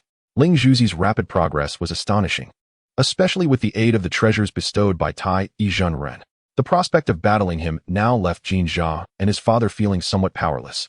Moreover, in order to descend the mountain, he and Mu Jia had nearly severed ties with their master, rendering them unable to seek aid from their sect. Ling Zhuzi had likely come fully prepared for this encounter, and they truly might not be able to withstand him. Such thoughts inevitably cast a shadow over Jian Jia's heart. Cease your boastful words, Ling Zhuzi. As the two sides faced off, two figures emerged from the Li residence, Li Jing and Mu Jia. Before they could step outside, they overheard Ling Zhuzi's arrogant remarks. Even before Mu Jia appeared, his voice, laced with anger, echoed forth. Upon witnessing Li Jing's furious countenance and the young man in the blue robe, Ling Zhuzi scoffed. Boastful words? Let's see if you can still speak like that after surviving this. After 3 years, every possible opening line had been uttered. He was weary of further idle chatter. Without another word, Ling Zhuzi initiated the assault, thrusting his fire-tipped spear downward. The spear aimed directly at Jian Jia with ruthless intent, showing no signs of restraint. Forewarned, Jian Jia hastily raised his sword to defend himself. However, Ling Zhuzi had already attained the pinnacle of true immortal cultivation, whereas Jian Jia was merely at the mid-stage. Compounded by his lingering injuries, he stood no chance against him. With a shrill sound, the tip of the spear met the blade of Jian Jia's sword, forcing him to retreat step by step, his hands trembling from the impact. As Ling Zhuzi struck, Mu Jia and Li Jing sprang into action. Noticing Jian Jia's disadvantage, Mu Jia swiftly drew his sword, aiming to counter the fire-tipped spear. Ling Zhuzi seized the momentum, sweeping the spear in a wide arc, which sent Li Jing stumbling backward as well. Chapter 36. Fierce battle. Ling Zhuzi had momentarily unsettled Li Jing and the others. Seizing the opportunity, he activated the wind and fire wheel on his feet, instantly appearing before Mu Jia. Taking advantage of Mu Jia's confusion, he thrust the spear, which struck him in the shoulder and neck, forcing him to evade the lethal blow. With a single strike, Ling Zhuzi withdrew his spear, causing blood to flow profusely from Mu Jia's wound, who then coughed up blood and staggered backward to collapse onto the ground. The entire sequence transpired in the blink of an eye. Seeing Mu Jia incapacitated, Ling Zhuzi swiftly reappeared before Jian Jia. Having already been weakened from his earlier confrontation, Jian Jia found himself powerless to defend against Ling Zhuzi's renewed assault. With a piercing sound, the fire-tipped spear punctured flesh. But it was not Jian Jia who was struck, it was Li Jing, who had interposed himself to shield his son. As the spear pierced his left arm, Li Jing's face drained of color, beads of sweat forming on his brow. Yet he gritted his teeth and endured the pain, seizing the opportunity to thrust his sword towards the ethereal orb before him. However, the orb moved with greater swiftness, and sensing the threat, it retreated, drawing forth a spray of blood. In the span of mere exchanges, the 3 members of the Li family were all wounded. Jian Jia supported the injured Li Jing, bringing him beside Mu Jia, their faces shadowed with dismay as they regarded the hovering orb.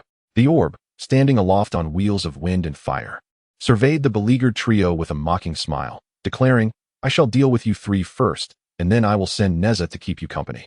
With that, it raised the fire-tipped spear in its hand, flames igniting at its tip, gathering momentum to strike at Li Jing and his companions.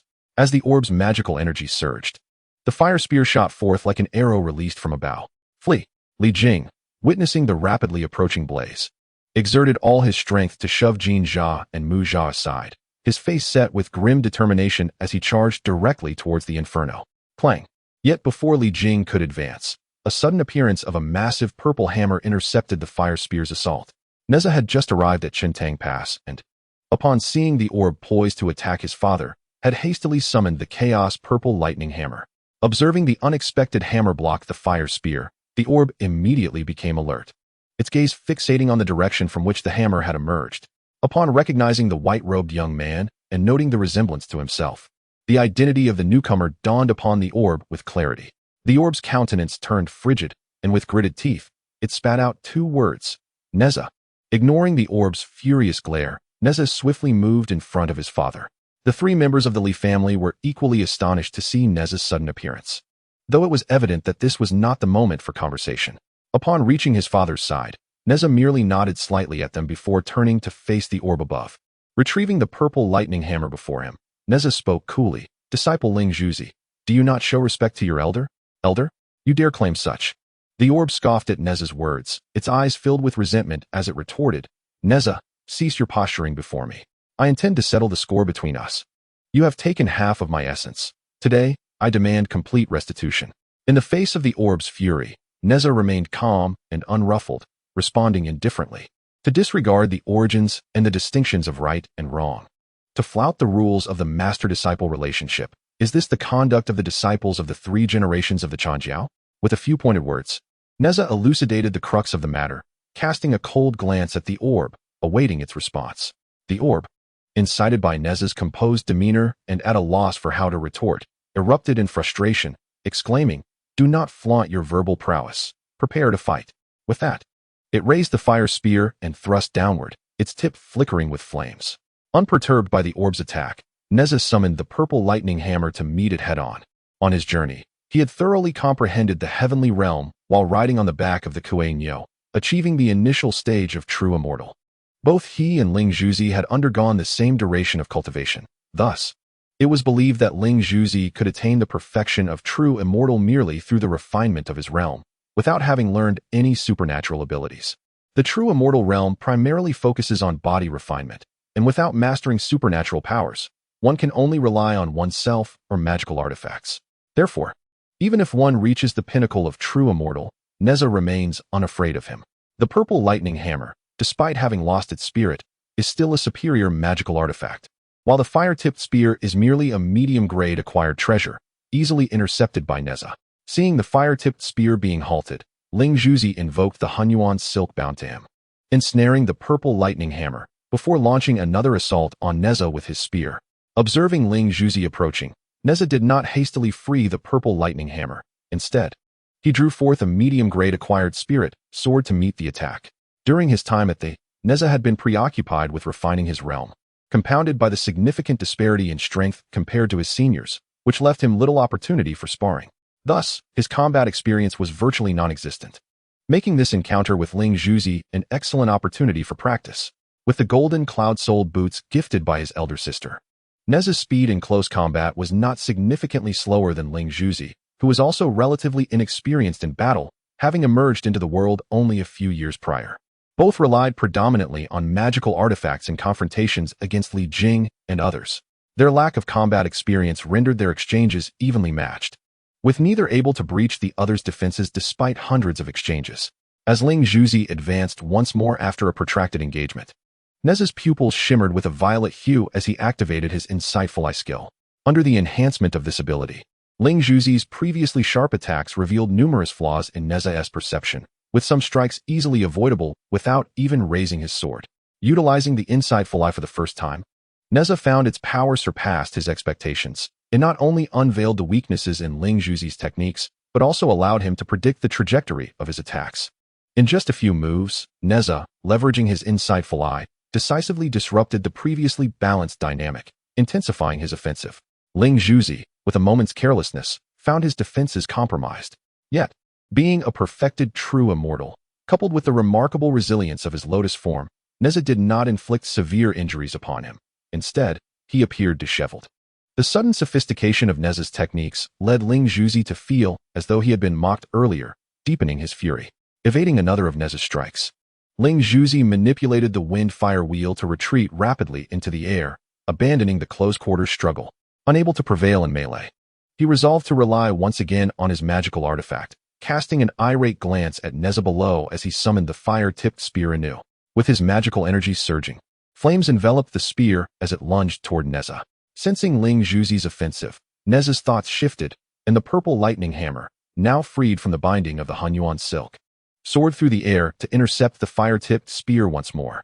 Upon witnessing the fire-point spear being thwarted, Ling Zhuzi invoked the Qianquan ring, which transformed into a golden circle around his wrist, launching an assault simultaneously.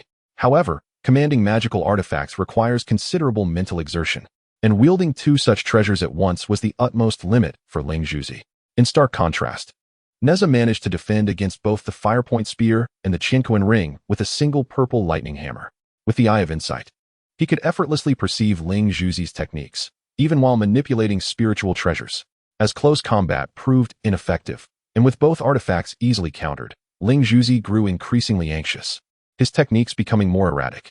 His vulnerabilities multiplied, and after several exchanges, Nezha seized the opportunity, swinging the purple lightning hammer to deflect the fire-point spear and the Qianquan ring, charging directly at the defenseless Ling Zhuzi. With a resounding thud, the purple lightning hammer struck Ling Zhuzi, causing him to spew blood and be propelled backward. Chapter 37. A Clash of Wills, intent to kill after sending Ling Zhuzi flying. Nezha summoned the purple lightning hammer back to his side, opting not to pursue his advantage, sensing the arrival of another presence. A venerable figure in a flowing robe descended from the clouds, catching the airborne Ling Zhuzi and stabilizing him. The animosity of yesteryear had not dissipated. It merely lay buried deeper.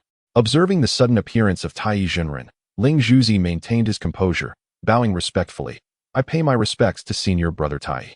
Tai Jinren, exhibiting greater composure than Ling Zhuzi, reciprocated the greeting. Brother Nezha, you have my respects. Master.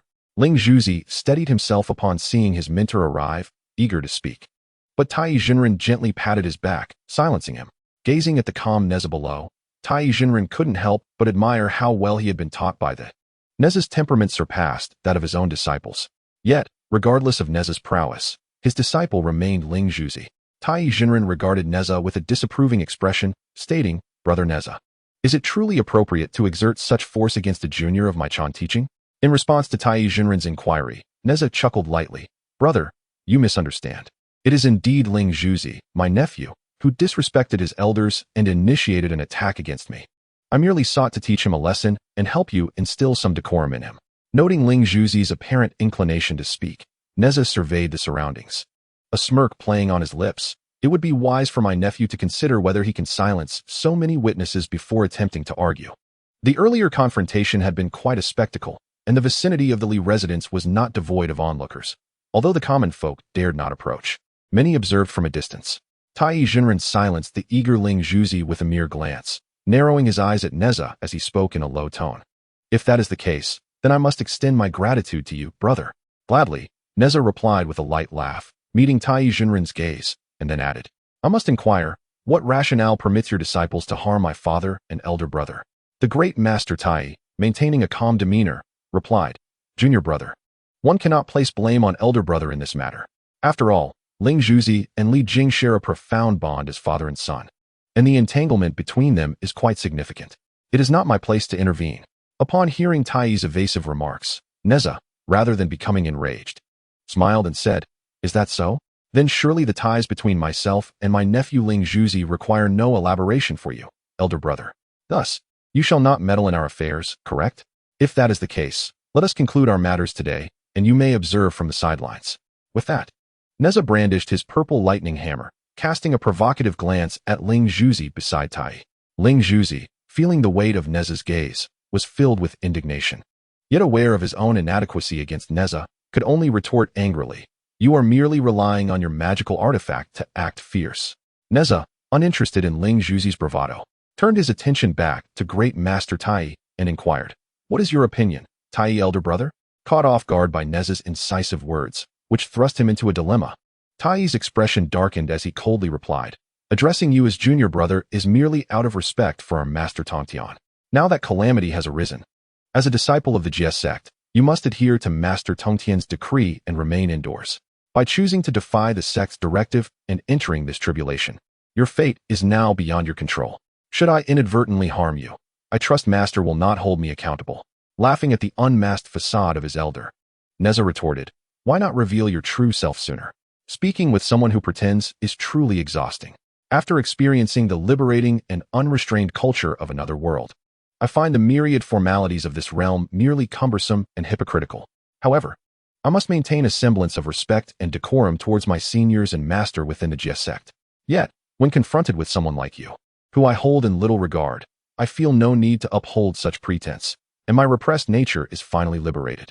Gazing at the two figures above, Nezha ceased the facade of pleasantries, his face contorted with evident disdain as he declared, Great Master Tai, you disregard human ethics, inflict suffering on innocent lives, and orchestrate schemes through Ling Zhuzi to usurp my identity, endangering my very existence.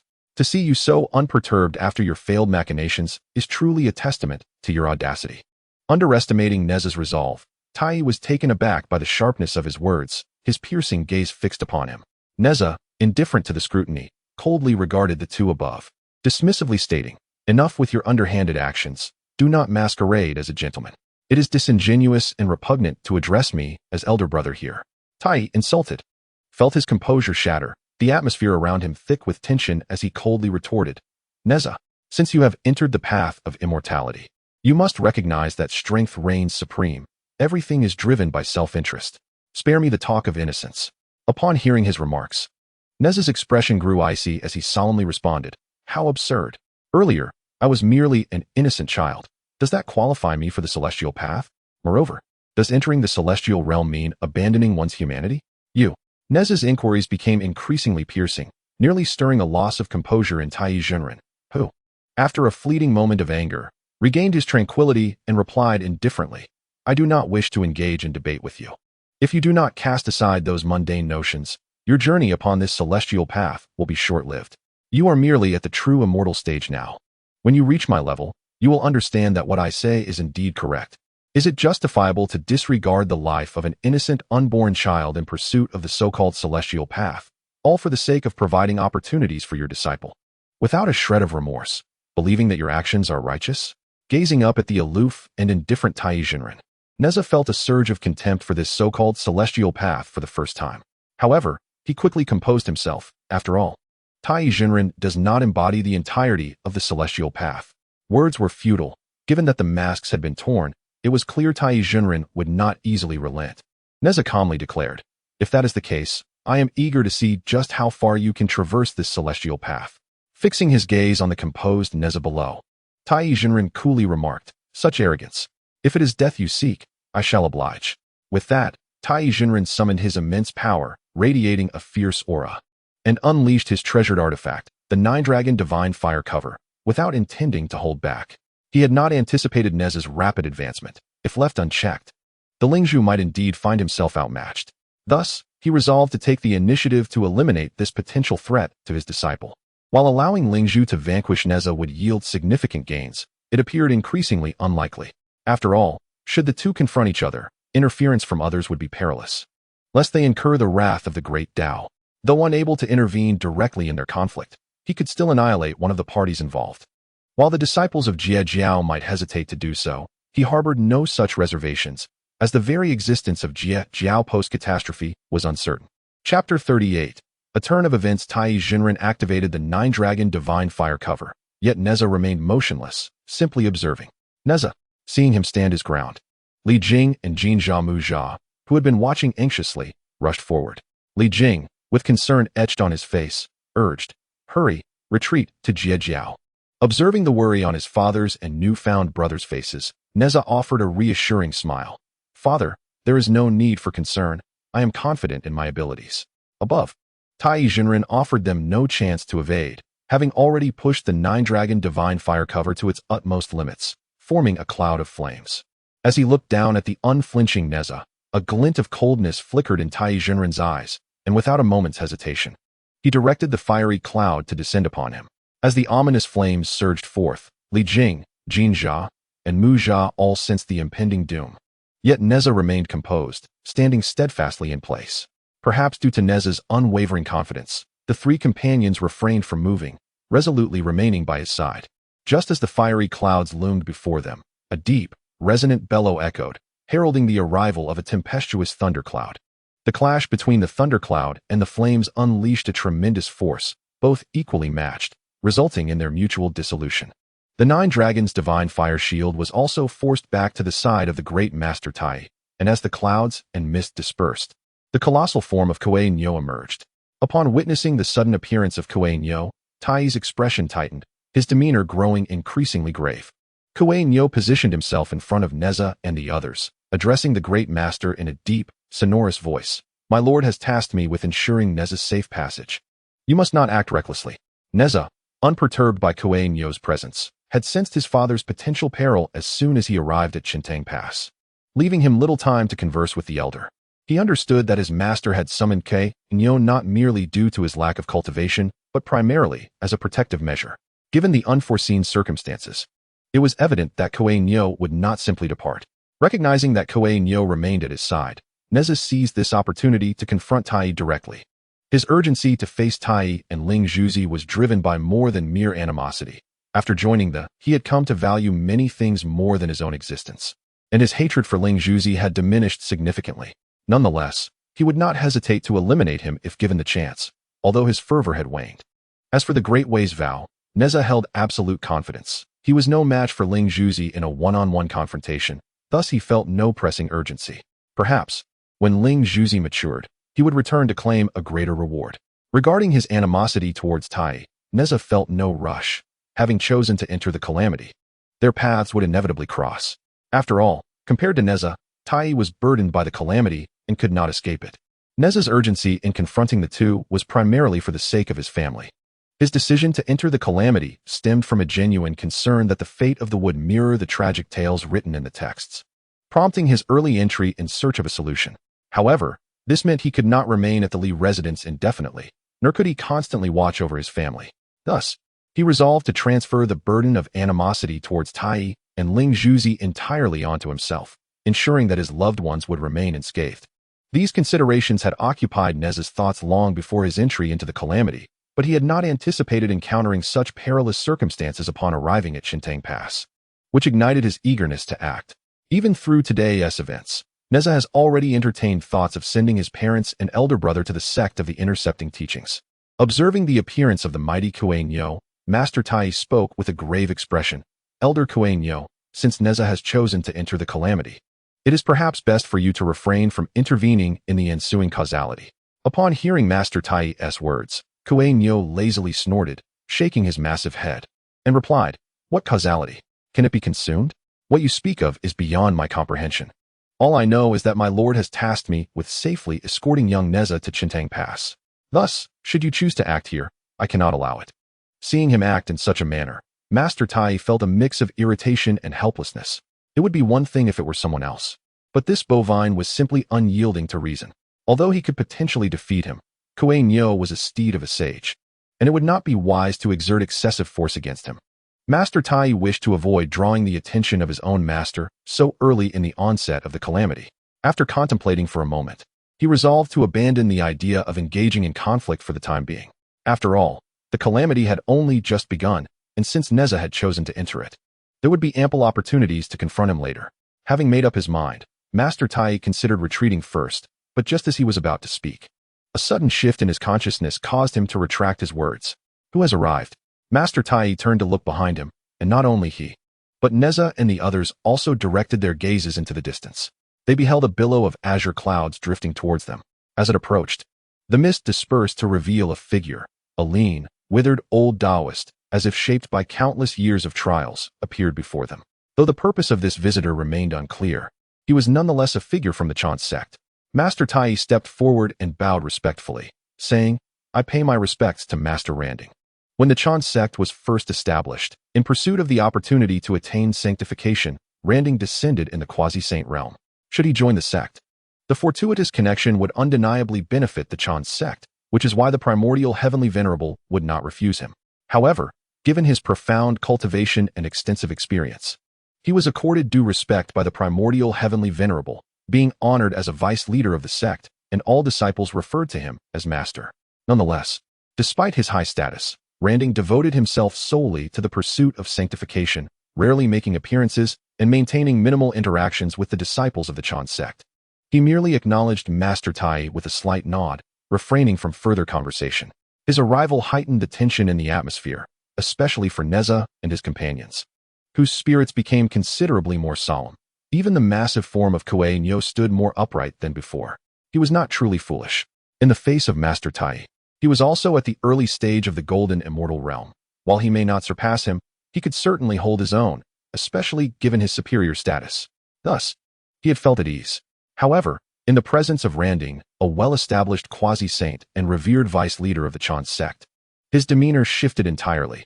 He could not maintain the same casualness he had displayed towards Master Tai. As soon as the flame lantern made its appearance, it effortlessly became the focal point of the gathering, with everyone speculating about its purpose. However, Nezha had already formed a rough understanding in his heart. Indeed, under the watchful gaze of all, the flame lantern fixed its gaze upon Li Jing, Nezha's father, and spoke in a deep, slightly hoarse voice. "Li Jing, I am the vice master of the Chan sect, the flame lantern. A great calamity has arisen, and I have divined that you and I share a master-disciple bond. If you take me as your teacher, I shall ensure your safety amidst this impending disaster." Chapter 39. Master and disciple Tai Zhenren did not anticipate that the flame lantern had come for Li Jing, and he felt a slight surprise within. Nevertheless, regardless of the reason, aligning with Nezha's side would be advantageous for him, so he remained quietly standing by without uttering a word. Having already harbored suspicions, Nezha was not particularly astonished when the flame lantern indeed expressed his desire to take his father as a disciple. However, despite this, he remained somewhat unsettled and indecisive. Although he wished to prevent his father from forming ties with the Chan sect, the final memories of his past life indicated that his father had preserved himself within that very faction. He was concerned that altering his father's trajectory might not yield a more favorable outcome. While Nezha hesitated, Li Jing, by contrast, experienced no such turmoil. Setting aside the fact that he already had a master, the previous transgressions of Tai Yizhenrun against Nezha had led him to regard the Chan sect with caution. Upon hearing the Flame Lantern's offer to take him as a disciple, Li Jing resolutely shook his head and replied, "I appreciate this esteemed Taoist's goodwill, but I am already under the tutelage of another master and cannot accept your offer." Li Jing's refusal did not surprise the Flame Lantern, who was nonetheless unwilling to concede easily. He remarked, "A wise bird chooses its tree. Encountering a better opportunity and changing allegiances is the correct course of action. Moreover, in the face of a great calamity, circumstances can shift unpredictably, and your master may not be able to protect you. Opportunity is at hand, Li Jing. Do not deceive yourself," he urged. However, regardless of the Flame Lantern's entreaties, Li Jing remained unmoved and steadfastly reiterated, "Once again, I thank you for your kind offer. But my master's kindness weighs heavily upon me. Therefore, even amidst the great calamity, I shall never abandon my allegiance." Seeing that Li Jing had made his rejection abundantly clear, the Flame Lantern felt a tinge of dissatisfaction. As a dignified quasi-saint and vice-master of the Chan sect, he was unused to being rebuffed in such a manner. Feeling slighted, he ceased his gentle persuasion and coldly remarked, "Is that so? It seems you have already been affected by the calamity and are unable to see your own circumstances clearly. Come with me, and I shall impart some teachings to you. You will then make the right choice." Upon hearing this, Li Jing furrowed his brow, but before he could respond, a voice laced with sarcasm interjected, "Are you attempting to forcefully abduct him?" It was Nezha. After the exchange between the two, Nezha had firmly resolved not to allow his father to join the ranks of the Chan sect. In the presence of individuals utterly indifferent to the desires of others, driven solely by self-interest, he harbored grave concerns for his father's association with them. Moreover, although his father had managed to survive the great calamity in his previous life, Nezha vividly recalled the desolate demeanor he exhibited. Thus, perhaps it was not wise to allow his father to join the Chan sect, especially since his father had already made his own decision. Burning Lamp, visibly displeased by Nezha's scornful remarks, confronted him, stating, "Nezha, I wish not to intervene in the karmic ties between you and Tai Yizhenrun. You ought not to obstruct your father's opportunities." With a cold scoff, Nezha retorted, "Do not incessantly speak of opportunities. Surely you are well aware whether it is my father's fortune or yours, esteemed Burning Lamp." It was evident that acquiring a few fortunate disciples during the calamity would be advantageous. As the disciples thrived, so too would their master, reaping the rewards. In desperate times, these disciples could even serve as shields against calamities, presenting a scenario with abundant benefits and no drawbacks. However, such arrangements should be predicated on mutual consent. When both parties willingly engage, joy abounds. Yet, as Li Jing expressed reluctance, Burning Lamp contemplated forceful acquisition, a tactic characteristic of the Chan sect. Regrettably, despite his vast experience and audacity, Burning Lamp chose to ignore Nezha's inquiries, instead addressing Li Jing. "Li Jing, since you are yet unable to comprehend your true self, accompany me back to Mount Lingjiao, where I shall impart my teachings." Upon uttering these words, Burning Lamp raised his gnarled hand, preparing to seize Li Jing. Nezha instinctively positioned himself in front of Li Jing, with Kuei Nyo similarly shielding Nezha. Observing their movements, a flicker of disdain crossed Burning Lamp's eyes as he remarked, "Dear Kuei Nyo, it would be wise for you to refrain from involvement." Hearing these words, Kuei Nyo's expression darkened, yet he remained steadfast. Burning Lamp, seeing this, merely sneered before summoning his magical treasure, the glazed lamp, casting an eerie azure light upon Kuei Nyo. Startled, Kuei Nyo attempted to evade, but was ensnared by the blue light, rendered immobile. With a wave of his hand, Burning Lamp maneuvered the glazed lamp to reposition Kuei Nyo aside, coldly instructing, "You may observe from the sidelines." Witnessing his elder Kuei Nyo ensnared, Nezha felt a surge of anxiety. He had not anticipated Burning Lamp to be more hypocritical and brazen than Tai Yizhenrun, acting without a shred of hesitation. Confronted with overwhelming strength, Nezha felt a profound sense of helplessness, gaining a deep appreciation for the principle of strength revered by Tai Yizhenrun. With Kuei Nyo immobilized, Burning Lamp prepared to make another attempt to grasp Li Jing when a deep sigh echoed from the horizon. Alas! Startled, Burning Lamp halted his movements, turning towards the source of the voice. A tall, slender elder clad in a loose gray robe materialized in the distance. Master! As he gazed at the seasoned figure that emerged, Li Jing exclaimed in excitement. Before heading to the Nezha cautioned Li Jing that Ling Zhuzi and Tai Jinren might come seeking trouble, urging him to prepare suitable allies in advance. Beyond his two sons, Li Jing had naturally also sent a message to his master, yet it sank into silence, receiving no response. Jinren Dui floated before Li Jing, turning to him with a hint of helplessness. I have previously stated that our master-disciple bond is shallow, so why must you cling to it so fervently? With a heavy heart, Dui reflected on the meager ties he shared with his disciples. He had only accepted two, both of whom lacked the fortune to tread the path of immortality, forcing him to send them into the world in search of opportunities. Unexpectedly, they found themselves caught in a great calamity, and despite his strenuous efforts to divine their fates, he discerned that both possessed their own chances. However, their master-disciple connection was likely destined to sever, a realization that Dui had mentally prepared for. Thus he wished to refrain from meddling in the grand disaster. Nevertheless, upon receiving Li Jing's message, he could not resist the urge to investigate, only to stumble upon the preceding scene. In truth, the words of Ran Deng held merit. Had Li Jing chosen to switch allegiances for his own preservation, Dui would not have been displeased. Yet, he had underestimated Li Jing's loyalty to their bond, as Li Jing firmly rejected Ran Deng's offer to take him as a disciple. Given this refusal, when Ran Deng attempted to pressure him directly, Dui found himself compelled to intervene, for otherwise, he would not be worthy of the title of master. However, Dui was acutely aware that this matter was unlikely to resolve easily. With a sigh directed at Li Jing, he turned to Ran Deng and respectfully stated, "Greetings, Taoist Ran Deng. I am the humble Dui, Li Jing's master." Chapter 40. The conclusion. The appearance of Jinren Dui heightened Ran Deng's vigilance, yet he maintained a composed demeanor. Returning the greeting, "I pay my respects to Taoist Dui." Once formalities were exchanged, Dui addressed Ran Deng. "Indeed, you surpass me in skill, and it is truly a blessing for Li Jing to be esteemed by you. Should he choose to transfer to your tutelage, I would find it wholly understandable. Alas, my foolish disciple cannot comprehend your goodwill, so I kindly request you seek another worthy apprentice." Upon hearing DS words, a deeper meaning flickered in Ran Deng's eyes as he replied coolly, "Since you two believe I am more suited to be Li Jing's master, it is only right to guide him rather than allow him to fall into decline, is it not?" Dui let out a bitter laugh, shaking his head. "My disciple is obstinate, and as his master, I cannot impose my will upon him." Observing DS' unwillingness to yield, Ran Deng's aura surged, and he coldly declared, "If your disciple cannot be chosen, let us engage in a contest to determine who is more fitting to be his master." Finding a disciple who flourishes amidst the great calamity and shares a bond with oneself is no small feat. Having finally encountered a suitable candidate in Li Jing, Ran Deng was determined not to let this opportunity slip away easily. As the imposing aura of the radiant lamp surged forth, the Master Dui could only manage a wry smile, stating, "Though I may not match your prowess, my dear friend, we are merely at the onset of a great calamity. It is not worth my effort to expend against you."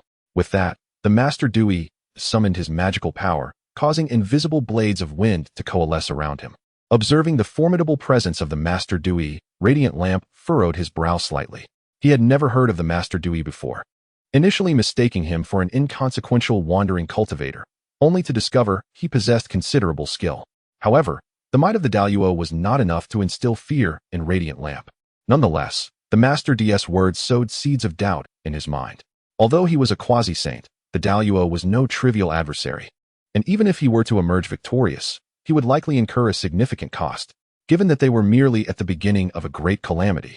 Was it truly worth such a price to contend for a disciple who refused to acknowledge him as a master? Radiant Lamp, who had adhered to a principle of caution since his inception, weighed his options internally and ultimately decided against confrontation. After a silent standoff with the Master Dui, Radiant Lamp paused before finally speaking. "Since Li Jing fails to recognize opportunity, I shall not impose further." With a fleeting glance laden with meaning towards the Master Dui, he added, "As for your methods, I shall experience them anew amidst the great calamity." With that, Radiant Lamp made his exit, transforming into a wisp of azure mist. Vanishing from sight, his parting words had relieved Nezha, yet the disappointment in Master Tai's heart lingered. He had expected more prowess, only to find it lacking. Upon regaining his composure, he noticed the Master D's gaze directed towards him. Realizing he was no match, Master Tai swiftly transformed alongside his companion, the Spirit Pearl, into a gentle breeze and departed without uttering a word. Once all had left, the Master Dui descended gracefully before Nezha and the others. In his departure, Radiant Lamp had taken the glazed lamp, granting Kuei Nyo his liberation.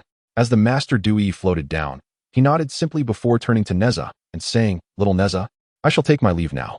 Seeing Kuei Nyo about to depart, Nezha hurriedly stepped forward, clasping his hands in gratitude. "Safe travels, esteemed elder. And thank you for your assistance this time. I shall come to visit you upon my return to the..." "Well said." Kuei Nyo acknowledged nonchalantly before turning and leaving on a cloud of thunder. "I wish to linger no longer. Having been a statue for so long is truly a disgrace for a bull." Once Kuei Nyo had departed, Li Jing approached the Master Dui solemnly, bowing deeply. "Unworthy disciple Li Jing pays his respects to you, Master." Nezha and his two brothers exchanged glances before stepping forward to pay their respects. "We greet the Master Dui." Though he was their father's master, they had each taken their own teachers, hence their respectful address. The Master Dui inclined his head slightly in acknowledgement and, without further ado, turned his attention to Li Jing, saying, "There is little I can offer you, but since you still call me Master, I shall protect you once more. At the onset of great calamity, I have already shielded you from trouble, thus I feel justified in your calling me Master. However, when the catastrophe fully erupts, many matters will be beyond my intervention, and I shall depart, leaving you to seek your own fortunes." Upon hearing the words of the revered doer, Li Jing furrowed his brow, eager to express his thoughts, yet doer did not grant him the opportunity, descending swiftly into the depths of the Li residence.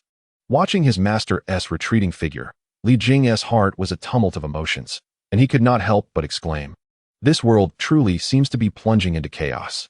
Believing that his father was concerned for his own safety amidst the impending disaster, Nezha seized the moment to propose, "Father, do not worry. When the catastrophe strikes, we can take refuge in the..." After all, in the early stages, the would still be quite secure. By the time the external turmoil reached its climax, the chaos would be waning, and then we could bring you back safely. However, upon hearing Nezha's words, Li Jing found no solace. Instead, he offered a bitter smile. "If I wish to evade, I certainly have places to go, but it is not possible to leave." Having guarded Qintang for 30 years, Li Jing had developed a profound attachment to this land and a deep sense of responsibility for the safety of its people. If he were to seek refuge, he would have done so when Lingzhu came to cause trouble. Yet now, as unrest prevails in various regions, with the Eastern Bow Marquis rebelling and battles erupting around Yuhan Pass, Qintang Pass, though not yet embroiled in a great war, faced continual skirmishes, rendering him incapable of abandoning the citizens at such a critical juncture. "This matter shall be set aside for now. I must see Master once more." Noticing that Nezha wished to persuade him further, Li Jing waved his hand, interrupting his son's attempt to speak, and turned to stride into the residence. Observing his father's departing silhouette, Nezha felt a pang of confusion, unable to comprehend why he was so reluctant to leave, which left him somewhat perturbed. Upon turning his gaze, he noticed Jian Jia and Mu Jia, who were curiously observing him, and he reined in his emotions, offering a faint smile. "Elder brother, second brother." Both Jian Jia and Mu Jia nodded in response with smiles. Sensing that Nezha's mood was somewhat off, Mu Jia spoke up, "Little brother, there is no need for you to be disheartened. We too have previously urged father to leave with us, but to no avail. He simply cannot bear to part with the people of this city." Upon hearing Mu Jia's words, Nezha was momentarily taken aback. He suddenly recalled how their father had once forsaken his own desires for the sake of the citizens, even when the Lingzhu resided within him. At that time, their father was unaware that it was not truly him. Thus, he chose the people over Nezha. And now, was it the same choice once more? Nezha had not pondered these matters deeply before, but this meeting with his father compelled him to reflect further. He had not anticipated that the long-awaited encounter would unfold in such a manner. Instead of experiencing the depth of paternal affection, he felt a cold detachment, akin to yet another abandonment. Chapter 41. The rising conflict. Nezha found it difficult to articulate his feelings. Perhaps he felt a tinge of sadness, or maybe a hint of resentment. Observing his silence, Jian Jia and Mu Jia exchanged glances before Jian Jia spoke. "You've just returned, little brother. Allow us to show you around Qintang Pass before we seek out our father." Nezha was about to nod in agreement when his gaze inadvertently fell upon the injury on Mu Jia's shoulder. Frowning, he suggested, "Elder brother, you should return to the manor and tend to your wound first." Mu Jia shook his head, smiling gently. It's nothing serious, merely a flesh wound. And I have already used my magic to halt the bleeding. With Mu Jia's insistence, Nezha, seeing that the injury did not appear to be severe, reluctantly acquiesced. As they traversed the bustling streets of Chuntang Pass, surrounded by merchants calling out their wares and the enticing aromas of food wafting through the air, Nezha felt a wave of relaxation wash over him. This street was both unfamiliar and familiar.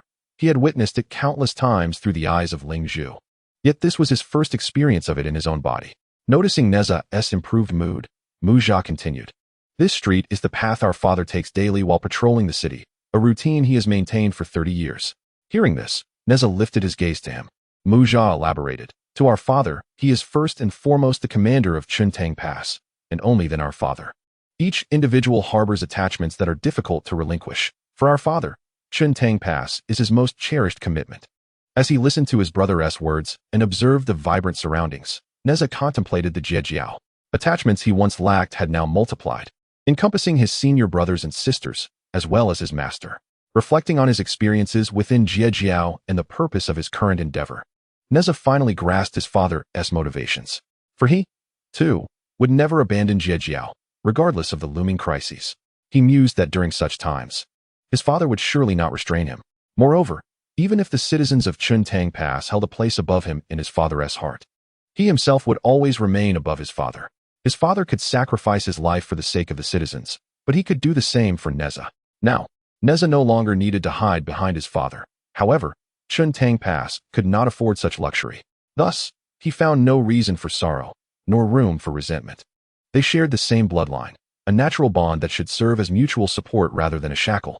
From the Lord's manor to the city gate, amidst the serene scenery and the thoughtful companionship of his elder brothers, Nezha's thoughts became clearer and his mood lightened. With newfound understanding, he broke into a relaxed smile and turned to his brothers, saying, Elder brother, second brother, let us return to find father. In the grand hall of the Li residence, Li Jing sat in contemplation, his mind a whirlpool of thoughts. He had just sought a brief conversation with his master, but it seemed his master was not inclined to discuss much at that moment, compelling him to return to the hall. Upon returning to the hall and finding no sign of Nezha and the others, Li Jing felt an unexpected sense of relief. In times of crisis, there is little room for contemplation, but once the immediate danger had passed, he found himself at a loss as to how to confront Nezha. Guilt weighed heavily upon him, for he had been oblivious to the peril that had nearly cost his son his life. Furthermore, with Nezha having suggested that he leave earlier, Li Jing felt even less equipped to provide an explanation, prompting him to retreat into silence. After a moment of calm reflection, his thoughts began to clear. He understood that he could not continue to avoid Nezha indefinitely, so he decided to wait in the hall for their return. As he awaited their arrival, the sound of galloping hooves echoed at the entrance of the Li residence. An urgent report. A soldier clad in armor dismounted swiftly before the gates and rushed inside, calling out loudly. What? Li Jing exclaimed, rising abruptly upon hearing the messenger's report, his worst fears realized. The stalemate at the main battlefield of Yuan Pass, led by Jian Wenhuan, had long been a source of concern for him, as he had dreaded that Jiang might attempt to breach the Chuntang Pass and launch a pincer assault on Yuan Pass. Now, this very scenario was unfolding. Jiang Wenhuan's forces had already reached the Wild Wolf Ridge. Bring me my armor. Order the troops to prepare for battle at once. We shall head to Wild Wolf Ridge to confront the enemy. They must be kept at bay and prevented from breaching the Chuntang Pass. Yes, at his command. The attendants hastily fetched his armor, and the messenger dashed off to relay the orders to the camp. Li Jing swiftly donned his armor and seized his treasured sword, ready to rush out, only to be confronted by the returning Nezha, Jia, and Mu Jia. Father.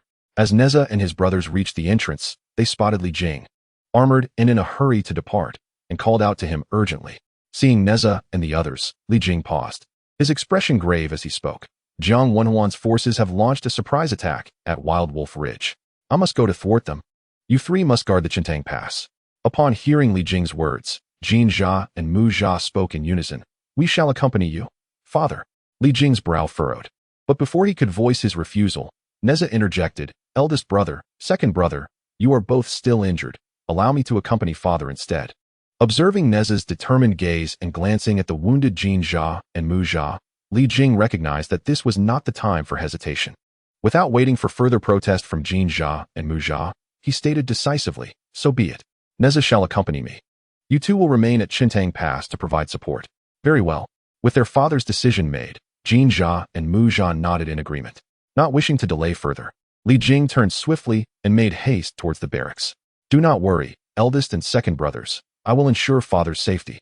Nezha assured the concerned Jin and Mu Zhan with a simple yet comforting remark before promptly following in Li Jing's footsteps. Throughout the journey, the father and son remained silent until they reached the military camp. Upon witnessing the soldiers, fully equipped and prepared for departure, Li Jing issued a command, and the troops promptly mounted their horses, advancing towards Wolf Ridge. Among the front lines, Nezha rode alongside his father, observing the serious expression on Li Jing's face. He inquired, "Father, do you require my assistance?" Although he had not yet mastered many divine abilities, he possessed numerous magical artifacts, which, if summoned, would undoubtedly outmatch the ordinary soldiers. Upon hearing Nezha's words, Li Jing's tense demeanor softened slightly, and he gently shook his head, saying, "For now, your intervention is unnecessary." However, he paused, then continued, "Should our forces find themselves truly overwhelmed, you may step in to alter the course of battle." "Why?" Nezha asked, somewhat perplexed. "If I intervened directly, your soldiers would suffer fewer casualties." Li Jing shook his head once more, gazing into the distance with profound contemplation. Those who return from the battlefield are the true soldiers. The world is on the verge of chaos, and it seems wars will be numerous in the future. You cannot remain at Chintang Pass indefinitely. Ultimately, it must be entrusted to them for protection. The rationale behind Li Jing's reluctance to have Nezha engage immediately was simple. It was to train the troops. Relying on Nezha this time would lead to greater losses in the absence of his prowess in future confrontations. After listening to his father, Nezha did not argue. He understood that he could not always stay at Chintang Pass. Since his father had devised a plan, Nezha resolved to follow his instructions, stating, "Then I shall accompany you in confronting the enemy." Upon hearing this, Li Jing furrowed his brow, intending to refuse, but Nezha did not afford him the opportunity. He continued, "As the son of the commander of Chintang Pass, I naturally bear the responsibility of safeguarding it." Li Jing found himself at a loss for words, gazing down at Nezha's earnest eyes, and in that moment, he reconciled with his past self. "Very well." After a brief silence, Li Jing solemnly nodded. Wolf Ridge was a stretch of slightly elevated wilderness, historically frequented by packs of wild wolves, hence its name. Under Li Jing's leadership, the forces from Chintang Pass advanced steadily toward Wolf Ridge. "Stop!" The order rang out, accompanied by the resounding beat of drums. The soldiers halted in unison, stirring up clouds of dust. Tightening the reins of his steed, Li Jing's expression grew grave as he gazed towards the other side of Wolf Ridge, where a vast throng of soldiers loomed ominously. On the opposing side, Jiang Wenhuan also rode at the forefront of his army, but instead of accompanying soldiers, he was flanked by a middle-aged Taoist clad in a flowing robe, sporting a pair of small mustaches. Observing Li Jing as he led his troops to the opposite side of Wild Wolf Ridge, Jiang Wenhuan, with a furrowed brow, turned to the Taoist beside him and inquired, "Master Leshan, do we have any assurance this time? Chintang Pass is a formidable stronghold. Should we suffer significant losses here, the prospects of breaching Yuan Pass would be bleak." Driven by rage after his father was forced to his demise by Yin Shou and Chao Guo, Jiang Wenhuan had raised the banner of rebellion, vowing vengeance for his father. Yet, when faced with the colossal might of the Shang dynasty, he quickly realized the arduousness of the endeavor. Breaching even Yuan Pass proved a daunting task, with numerous battles resulting in more defeats than victories. Just as despair threatened to engulf him, prompting thoughts of surrender to spare his remaining soldiers from further casualties, Master Leshan approached, offering his assistance.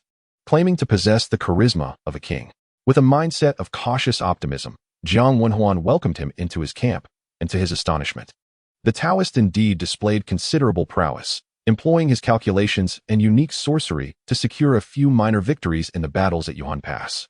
However, to completely conquer Yuan Pass remained a challenge, leading Master Leshan to propose a surprise assault on Chintang Pass.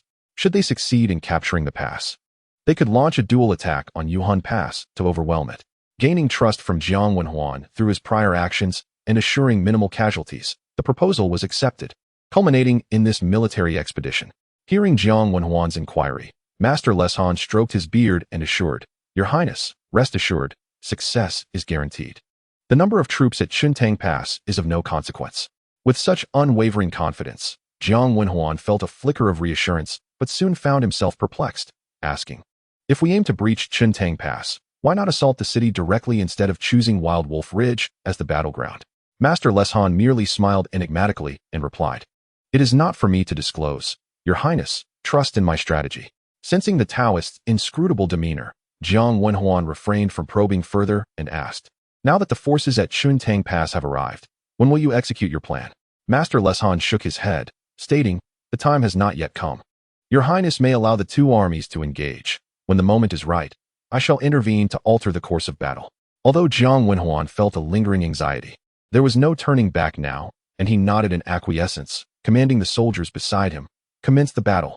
With the thunderous sound of war drums reverberating across Wild Wolf Ridge, Jiang Wenhuan's troops surged forward. As the soldiers charged into the fray, Master Leshan summoned a dark purple gourd, which floated silently above the battlefield.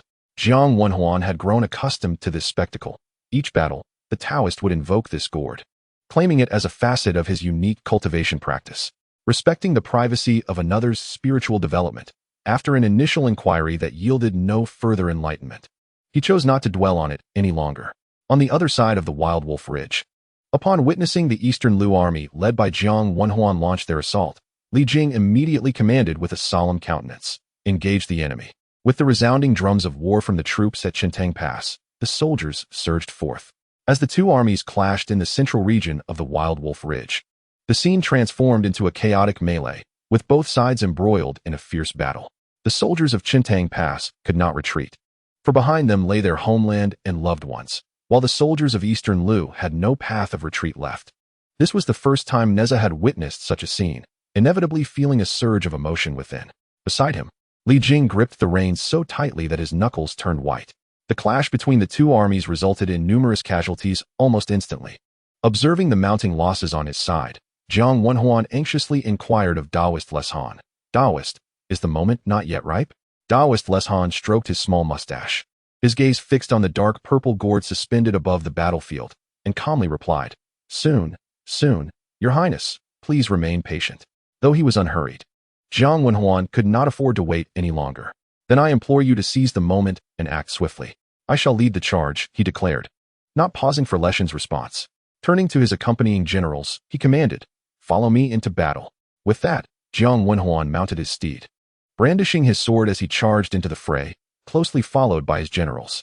Meanwhile, Li Jing had been observing the movements of the opposing general and, upon seeing their advance, solemnly instructed his own commanders, engage the enemy. He then galloped into the battlefield with the ferocity of a lion awakening, his presence exuding a commanding aura. Nezha, too, had no time for contemplation, swiftly following Li Jing alongside several generals into the fray. Their adversaries comprised the leaders of the opposing forces, and as they surged forward, they inevitably encountered enemy soldiers. Following in his father's wake, Nezha wielded his sword, striking down countless foes. This was Nezha's first experience of taking a life, yet he found himself devoid of any reflective thoughts, as he had expressed to his father earlier. At this moment, he was not the Nezha of the Nezha of the Li family of Chuntang Pass, with thoughts solely focused on protection and vanquishing foes. As the armies clashed, an unspoken order emerged. When both generals reached the center of the battlefield, a void was created around them. Without uttering a word, the combat was poised to ignite when a silver-armored general wielding a spear galloped forth to confront Nezha.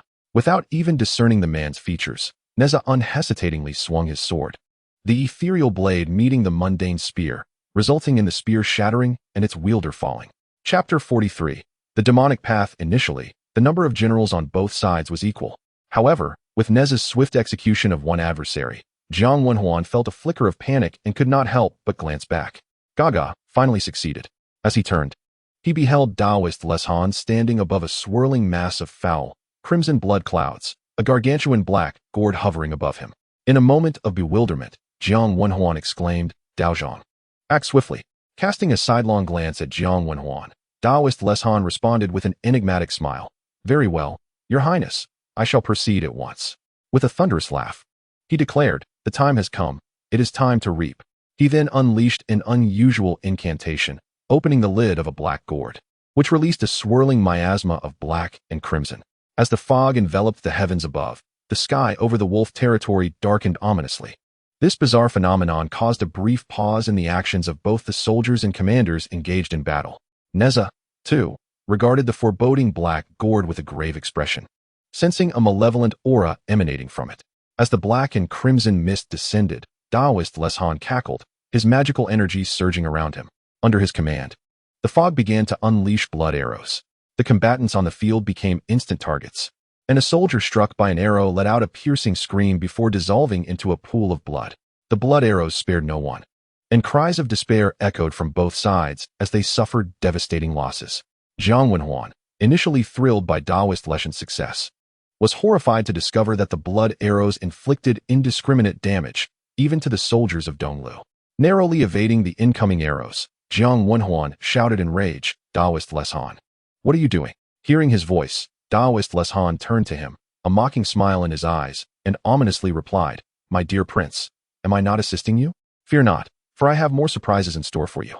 As Jiang Wenhuan attempted to retort, he was interrupted by the relentless rain of blood arrows, forcing him to seek shelter. Observing the malevolent aura surrounding Daoist Leshan, Nezha felt a sense of foreboding and promptly activated his illusory eye to gaze upon him.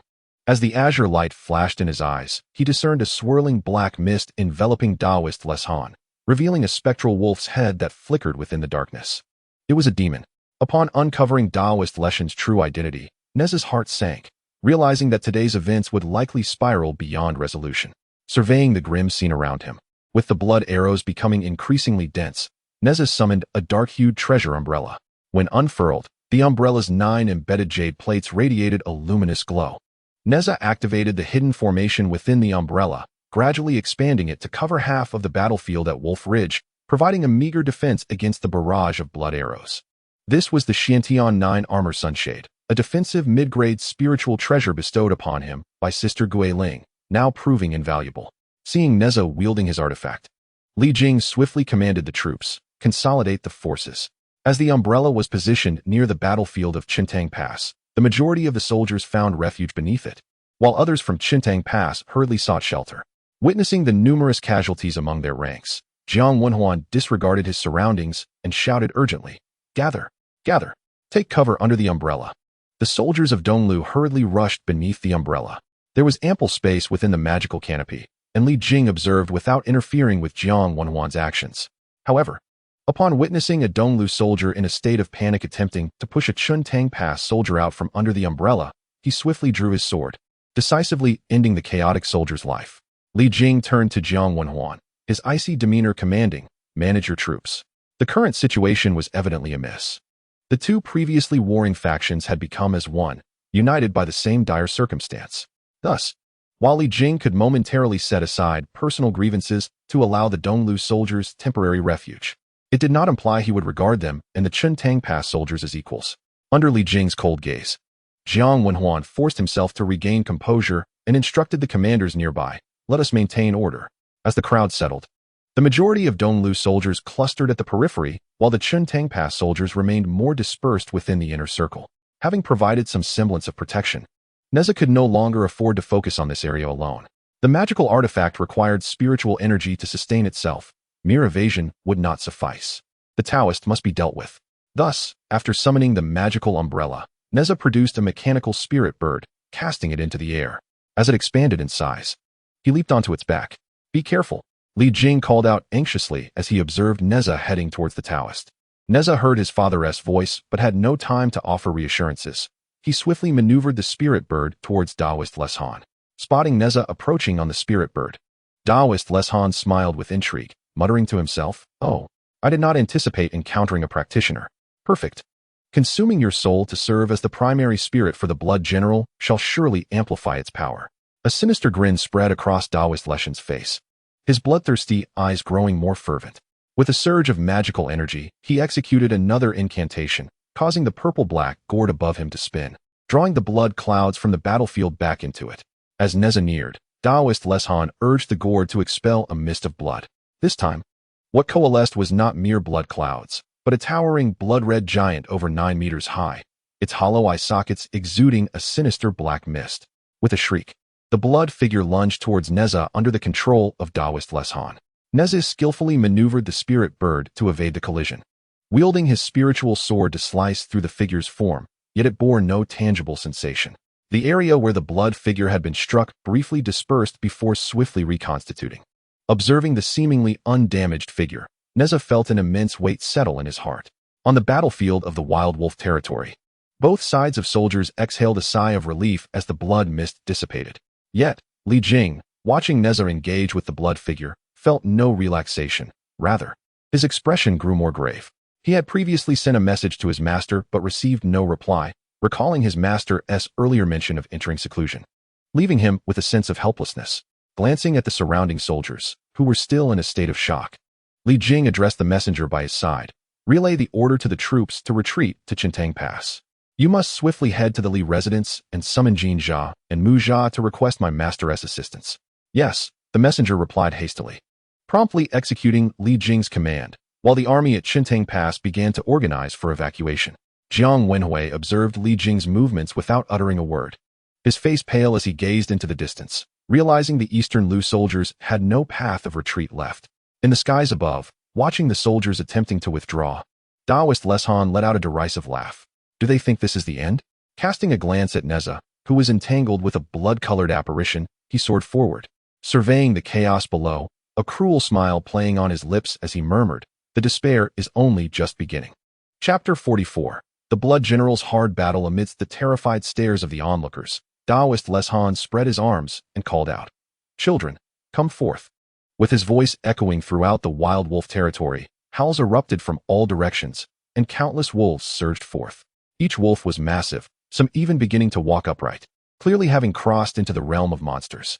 This sudden upheaval disrupted Li Jing's retreat, as the advancing wolf demons blocked the soldiers' escape routes. As they beheld the multitude of wolf demons, their mouths agape and drool dripping, the soldiers turned pale with fear.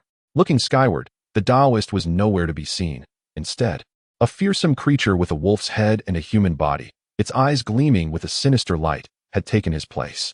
The horde of wolf demons surged toward the center of the battlefield, causing utter panic among the soldiers, who, in a state of uncontrollable terror, scattered in all directions. However, 2 legs could not compete with 4, and countless soldiers were swiftly overtaken by the wolf demons, torn to shreds in an instant, turning the wild wolf territory into a scene of hellish despair. Nezha, noticing the turmoil on the battlefield, was nonetheless ensnared by the blood-colored figure. Though his heart raced with urgency, he found himself powerless to intervene. Ordinary attacks could not harm the blood demon. Only by channeling his spiritual energy through his sword could he inflict damage. Yet, as a nascent celestial, his powers were limited, and the additional strain of controlling the spiritual bird further drained his energy. He barely managed to hold on with the aid of some spiritual pills given by his seniors, needing to replenish his energy after each brief assault. What complicated matters further was Nezha's ability to perceive a bloodline connecting the blood demon to a hovering purple-black gourd, suggesting that the blood demon could replenish its strength through that vessel. Consequently, despite inflicting considerable damage, Nezha found himself unable to vanquish the foe entirely. Amidst the chaos of the wolf demons attacking, both Li Jing and Jiang Wenhui were engaged in rescuing the ordinary soldiers, though their efforts seemed negligible compared to the lives lost. After deftly dispatching another wolf, Jiang Wenhui turned to help a fallen soldier from Eastern Lu, only to be met with eyes wide with terror. Jiang Wenhui felt a sudden darkness enveloping him, followed by an excruciating pain, and he succumbed to unconsciousness. A towering wolf, standing approximately 3 to 4 meters high, bit off Jiang Wenhui's head, causing his lifeless body to collapse. The gushing blood splattered across the body of the Eastern Lu soldier, whose face froze in terror as the monstrous wolf's claw tore out his heart. The 2 corpses were swiftly devoured by the giant wolf, and such horrific scenes unfolded in multiple locations throughout Wolf Ridge. The wolf demon, observing the carnage from above, revealed a satisfied expression at the sight of the slaughter below.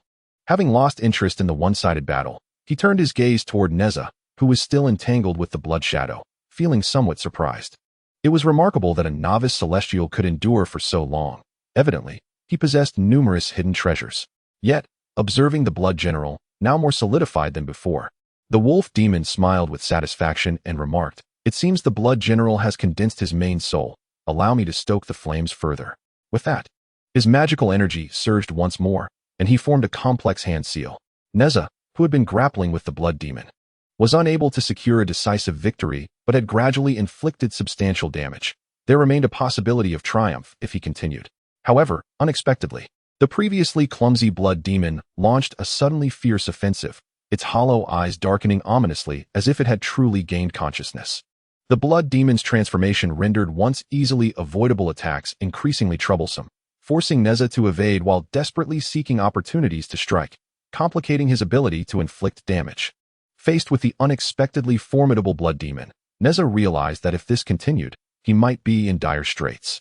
The damage he inflicted began to pale in comparison to the blood demon's recovery. Yet he could not simply surrender. After all, even if he could flee, his father and the soldiers of Chuntang Pass would likely not have the same chance.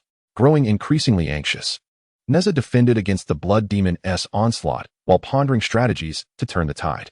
However, already at a disadvantage, chaos erupted anew as the unarmed blood demon suddenly conjured a blood-red spear.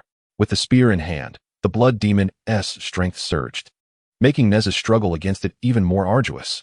The relentless assault of the blood demon left him with little opportunity to recover his magical energy. After several rounds, Nezha found his mana nearly depleted, making it increasingly difficult to maintain the spirit bird beneath him for evasion. With a moment's inattention, the positioning of the spirit bird faltered, and Nezha was inadvertently struck by the blood demon's spear. He fell from the spirit bird, but the blood demon pressed on relentlessly, pursuing him. Nezha had no choice but to rise quickly, utilizing his golden cloud boots to hasten his speed as he navigated the battlefield of slaughter, evading the thrusts of the blood demon's spear. However, with his mana on the verge of exhaustion and prolonged combat sapping his strength, it wasn't long before he was struck again by the spear. Nezha, as the imminent peril loomed over Nezha, Li Jing, from a distance, could not contain his furious roar. He yearned to rush to his aid, yet was ensnared by a dozen colossal wolves, rendering him immobile. Nezha, struck down to the ground, found the blood demon's spear poised to strike, but he lacked the magical essence to defend himself. In this critical moment, a small mirror resembling a turtle shell ascended from Nezha's chest, shielding him from the impending blow.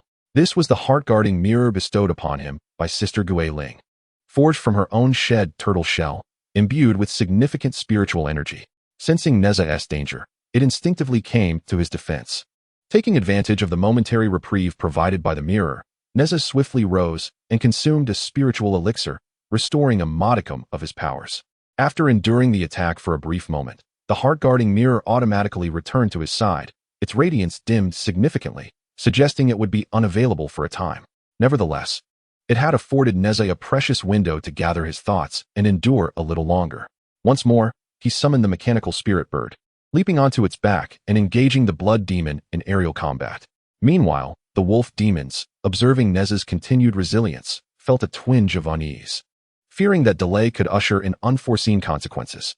In a bid to expedite his downfall, the wolf demon intensified the magical seal in his grasp, causing the blood demon to emit a ferocious roar, its power surging yet again, albeit at the cost of stability. Despite the blood demon's newfound strength, the wolf demon felt a pang of regret, realizing that he was depleting the blood general's essence, which would necessitate further replenishing with souls of fallen warriors. Suddenly empowered, the blood demon caught Nezha off guard once more, forcing him into a frantic evasion, unable to mount a counterattack. Having merely hastily regained some strength, Nezha soon found himself outmatched again, and after enduring several dozen exchanges, he was once more cast from the spirit bird. This time, the blood demon's spear struck his back directly, the force sending shockwaves through his innards, causing a trickle of blood to escape from the corner of his mouth. As he plummeted to the ground, Nezha barely had time to turn around before he beheld the spear of the blood demon looming before him. With no time to evade and lacking the protection of the turtle shell, Nezha could only watch as the spear thrust toward him. Chapter 45. The Crimson Soldier's Spirit. The anticipated pain did not arrive. The spear halted merely an inch from Nezha. The blood demon suddenly froze, as if captivated by something, turning its head to glance aside. A commander from the eastern Lu found his lower half ensnared by a gigantic wolf, issuing anguished cries as the beast feasted upon him. The blood demon observed this scene, its dark eyes flickering with an inner struggle, alarmed by the blood general's abrupt stillness. The wolf demon hastily intensified the magical input into the seal. This was perilous. The forced amplification of the blood general's power had rendered him somewhat uncontrollable. The wolf demon's hand maneuvered the seal with great effort, regaining control over the blood general, only to discover that Nezha had already seized the fleeting moment of the blood demon's pause to evade once more. As Nezha evaded once more, the wolf demon felt a surge of impatience, wishing fervently to seize him by force. Yet, with all his strength invested in the blood general. He could only intensify his hand seals, directing the recovering blood demon in pursuit of Nezha. Although Nezha managed to escape, he could only briefly regain his composure. And coupled with his recent injuries, he was soon overtaken and had no choice but to engage the blood demon again. Fortunately, after a prolonged skirmish, the blood demon's attacks became noticeably clumsy, granting Nezha a moment to catch his breath. After exchanging blows for several dozen rounds, Nezha once again wielded his spiritual sword to parry the blood demon's lance, distinctly sensing a decline in the force behind its strikes. With a sudden surge of strength, Nezha thrust the spiritual sword forward, pushing the blood demon back. The blood demon staggered 2 steps, but refrained from further assault, instead remaining stationary as its form began to grow increasingly ethereal.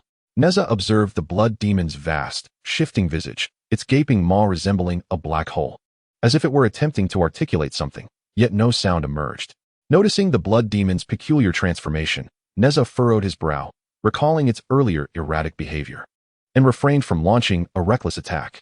Uncertain of the circumstances, the wolf demon, watching from the sidelines, could no longer maintain his composure. He had not anticipated that the blood general would become so difficult to control after acquiring a master soul. Barely having regained control, signs of instability re-emerged. Controlling the blood general also demanded a measure of magical energy, although it consumed less than direct combat. Nezha's relentless consumption of spiritual herbs to restore his mana had taken a toll. This prompted him to forcefully enhance the blood general's power in hopes of swiftly dispatching Nezha, only to inadvertently destabilize its control. Left with no choice, the wolf demon once again formed intricate hand seals, channeling more mana in an attempt to reclaim control. However, this time he encountered formidable resistance. The newly coalesced master soul seemed to possess a powerful will, reclaiming some of its consciousness and contesting control over the blood general. As they struggled for dominance, the wolf demon's hands trembled, beads of sweat cascading down his brow. Suddenly, he emitted a pained cry. Nearing depletion of his mana, he could not overcome the fierce will, resulting in the severance of his connection to the blood general and a backlash that struck him profoundly. The blood demon, too, suffered, releasing a heart-wrenching howl, its form becoming even more insubstantial. Freed from the wolf demon's control, true eyes appeared within its darkened sockets, and with a complex expression, it glanced at Nezha, laboriously uttering raspy syllables. Let Donglu, soldiers, return home. It seemed to be enduring immense agony. Upon finishing, it turned away, roaring as it charged at the wolf demon. Seeing the blood general spiral completely out of control, the wolf demon, gripped by fear and without time to ponder, swiftly maneuvered the purple-black gourd atop his head, seeking to recapture it before it could wreak further havoc. Under the impetus of the wolf demon, a force emanated from the purple-black gourd atop his head, impeding the advance of the blood demon and attempting to draw it back. In a moment of unexpected turmoil, Nezha swiftly assessed the situation, arriving at a resolute decision.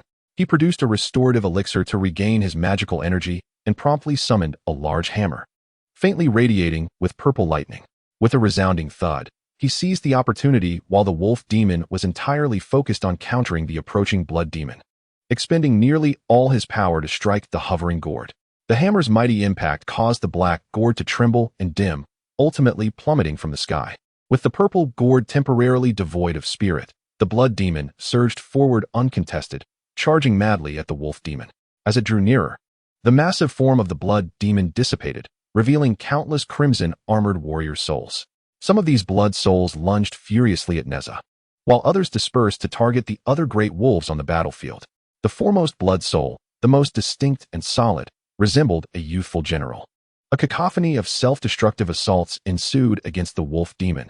As the blood souls vanished, the wolf demon suffered grievously, its form marred and drenched in blood from the corrosive onslaught.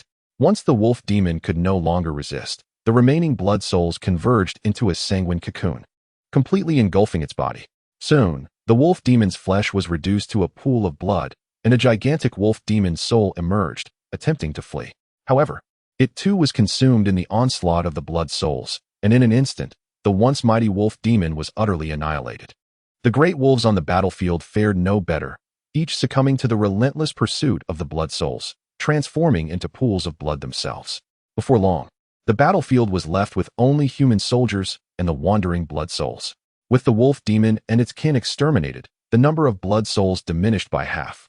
Yet many remained, Devoid of the wolf demon's influence, the blood souls grew increasingly ferocious, while they restrained themselves from harming the human soldiers. It was unlikely they could maintain such restraint for long. Nezha furrowed his brow at the unfolding scene, recognizing the urgency in addressing the blood souls. He stepped forward to retrieve the fallen purple-black gourd, understanding that it was the source of the blood soul's existence. If he were to shatter it, the influence over the souls would be lifted. However, these souls had been ritualistically bound by the wolf demon, rendering them unable to reincarnate normally. Their existence relied on this gourd. Should the gourd be destroyed, they would cease to exist entirely. Having nearly fallen victim to the situation himself, Nezha felt a sense of indebtedness to these blood souls, wishing to preserve them if possible. While he could draw them back into the gourd, it would mean they would still be subjected to the refining array within, ultimately leading to the loss of their consciousness and their transformation into mere crimson puppets. Neither solution offered a favorable outcome, and Nezha hesitated, contemplating the purple-black gourd in his hand. What was amiss? As he hesitated, Li Jing approached him with heavy steps, panting. His armor was battered and stained with blood, yet his aura emanated a sharper intensity. Nezha cast a glance at his father, then turned his gaze toward the blood souls on the battlefield. If we shatter this gourd, they will vanish completely. Reclaiming them means they are not truly alive. Though his words were somewhat ambiguous, Li Jing initially appeared puzzled. However, as his gaze fell upon the blood souls, enlightenment struck him suddenly. Observing the crimson battle spirits, Li Jing's expression turned momentarily dazed, and he murmured, "I wonder which of these were my valiant sons of Qintang Pass." Chapter 46. The human race takes the stage. Li Jing remained in place for a while, then returned to reality to assess Nezha's state, and, with a carefree smile, remarked, "Do not dwell on it. Though we humans are born ordinary, we inherently possess a proud spirit. As superior warriors of our kind, they would not wish to exist in this manner. Their complete disappearance is, in fact, a release." Despite understanding his father's wisdom, Nezha felt an unsettling sense of indebtedness, rendering him silent. Li Jing, sensing his thoughts, offered reassurance. "You need not feel indebted to them. They did not save you, but rather, they saved you as a member of the human race.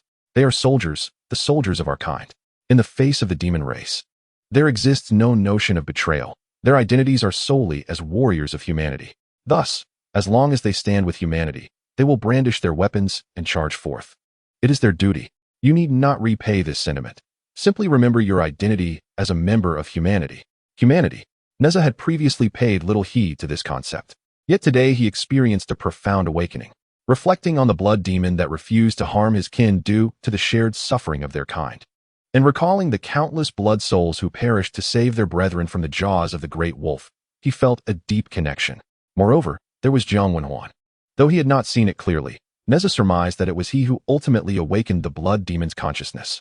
As a leader of the Eastern Lu soldiers, they had recently been enemies. He had slain an Eastern Lu warrior with a single sword strike.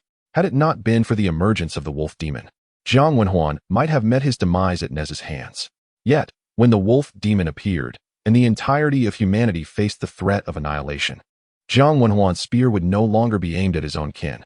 For at that moment, the distinction between Eastern Lu and Qintang Pass faded away, leaving only the opposition between humanity and demonkind. In contemplating these matters, Nezha began to grasp the essence of his father's words, gaining a newfound understanding of his own race. Humanity, a group often overlooked and seemingly feeble, now felt to him a source of pride. Observing the blood souls, tormented and restless as they resisted their own bloodthirsty desires, he was enveloped in a complex swirl of emotions that he could scarcely articulate. As the blood souls teetered on the brink of total chaos, Nezha no longer hesitated. He raised his spiritual sword and struck the violet-black gourd. With a resounding crash, the gourd split in two, and in an instant, the blood-colored souls were frozen in place. Their crimson hues began to fade gradually, revealing their features more clearly, yet simultaneously, their forms began to dissipate slowly.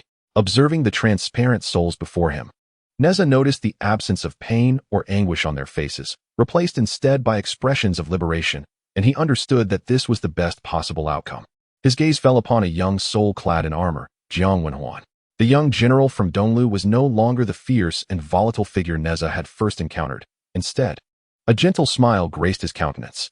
He looked softly at the disheveled Donglu soldiers gathered together, a mixture of reluctance and contentment in his eyes. "I have perished, yet you may finally return home." As if sensing Nezha's gaze, Jian Wenhuan turned his head towards him and opened his mouth. Nezha read his lips, Do not forget.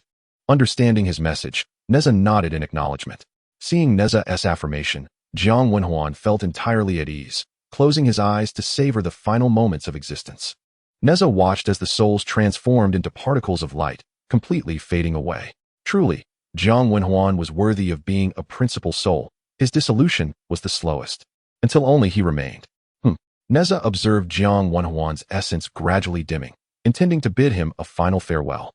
He had expected Jiang to vanish like the other warrior souls, but unexpectedly, a peculiar phenomenon occurred. Under his gaze, Jiang Wenhuan's nearly invisible soul suddenly coalesced into a luminous orb, soaring into the distance. The process was swift. Had he not been attentive, he might not have noticed it at all. What is it? Li Jing, noticing Nezha's sudden fixation on the horizon, inquired. Jiang Wenhuan. Nezha furrowed his brows, glancing towards the direction of the light. Unsure of how to articulate his thoughts, he hesitated. Li Jing, perplexed, responded, Jiang Wenhuan. Is he not dead? Why mention him now? Turning to his father, Nezha observed Li Jing's puzzled expression and questioned. Did you not see the transparent souls just now? Transparent souls? Were they not blood-colored? They disappeared moments ago, Li Jing replied, having only witnessed the blood souls dissipating after Nezha cleaved the gourd. He had refrained from interrupting, noticing Nezha was deep in thought. Realizing his father had not seen the souls, Nezha looked towards the nearest aide and inquired, Did Vice Officer Chen also only see the blood-colored souls? Yes. Vice Officer Chen replied, equally bewildered by the unfolding events. Nezha's expression turned contemplative. Was he the only one able to perceive this? The Eye of Illusion. He had activated the Eye of Illusion earlier to discern the identity of the wolf demon and had forgotten to deactivate it since. The introduction of the Eye of Delusion suggests that it can perceive things invisible to the naked eye, which may explain its ability to see those wandering souls. Observing Nezha, who had suddenly fallen into deep contemplation, Li Jing, standing nearby, maintained his silence, albeit still perplexed. Nezha continued to ponder the moment when Jiang Wenhuan's soul had just departed. He had begun to form some conjectures. In the heat of battle, he had forgotten that Jiang Wenhuan had been deified. The altar of deification had yet to be established. Thus the list of deities must still lie in the hands of his second master. The direction in which Jiang Wenhuan's soul had floated away was towards Kunlun Mountain. It had not dissipated, likely indicating that it had ascended to the list of deities. Nezha gazed contemplatively towards Kunlun Mountain, a sense of melancholy washing over him. For Jiang Wenhuan, ascending to the list of deities might be a fortunate turn of events, yet for some, it represented a misfortune. For example, some of his senior brothers and sisters from the Jie sect would find their futures and freedoms irrevocably severed, which was the primary motivation behind his voluntary descent into chaos. Having unraveled his thoughts regarding Jiang Wenhuan, Nezha returned to the present moment. The battlefield, once filled with blood souls and wolf demons, was now deserted, leaving only a few wounded soldiers groaning in agony. As he surveyed the ground littered with bodies, indistinguishable between those of Chuntang Pass and the Eastern Lu soldiers, Nezha felt a renewed urgency to enhance his strength. After all, had the blood soul not unexpectedly broken free from the wolf demon's control, he too might have perished here. Moreover, had his power been greater, perhaps fewer lives would have been lost today. Although Nezha did not harbor guilt for the fallen, the tragedy inevitably fueled his resolve. He did not wish for the next time he fell amidst battle to be when someone dear to him was by his side, and he remained incapable of acting. Chapter 47. After the battle, departing from the sect, setting aside his thoughts of rapidly increasing his strength, Nezha turned to Li Jing and said, Father, the final consciousness of that blood demon was Jiang Wenhuan. I promised him I would send the Eastern Lu soldiers home. Regardless of whether Jiang Wenhuan is alive or dead, I shall not break my word. Upon hearing this, Li Jing did not inquire further, merely nodding as he led Nezha to an Eastern Lu general. Observing the dazed expression of the general, Li Jing spoke, Take these soldiers back to Eastern Lu. Jiang Wenhuan is dead, and you shall not face severe repercussions for your surrender. Li Jing's words roused the general from his stupor, and glancing at the remaining Eastern Lu soldiers, he mustered a semblance of resolve. The deputy general, having lost an arm to the great wolf, could only salute Li Jing with one arm, saying, Thank you, General. Under the deputy general's leadership, the remaining officers swiftly regrouped their troops and made their way back to Eastern Lu. Once they departed, Li Jing turned his gaze towards the soldiers of Chuntang Pass, who, though slightly better off than their Eastern Lu counterparts, had also suffered grievous losses. In a solemn tone, he commanded, Gather the remains, and return home alongside your comrades.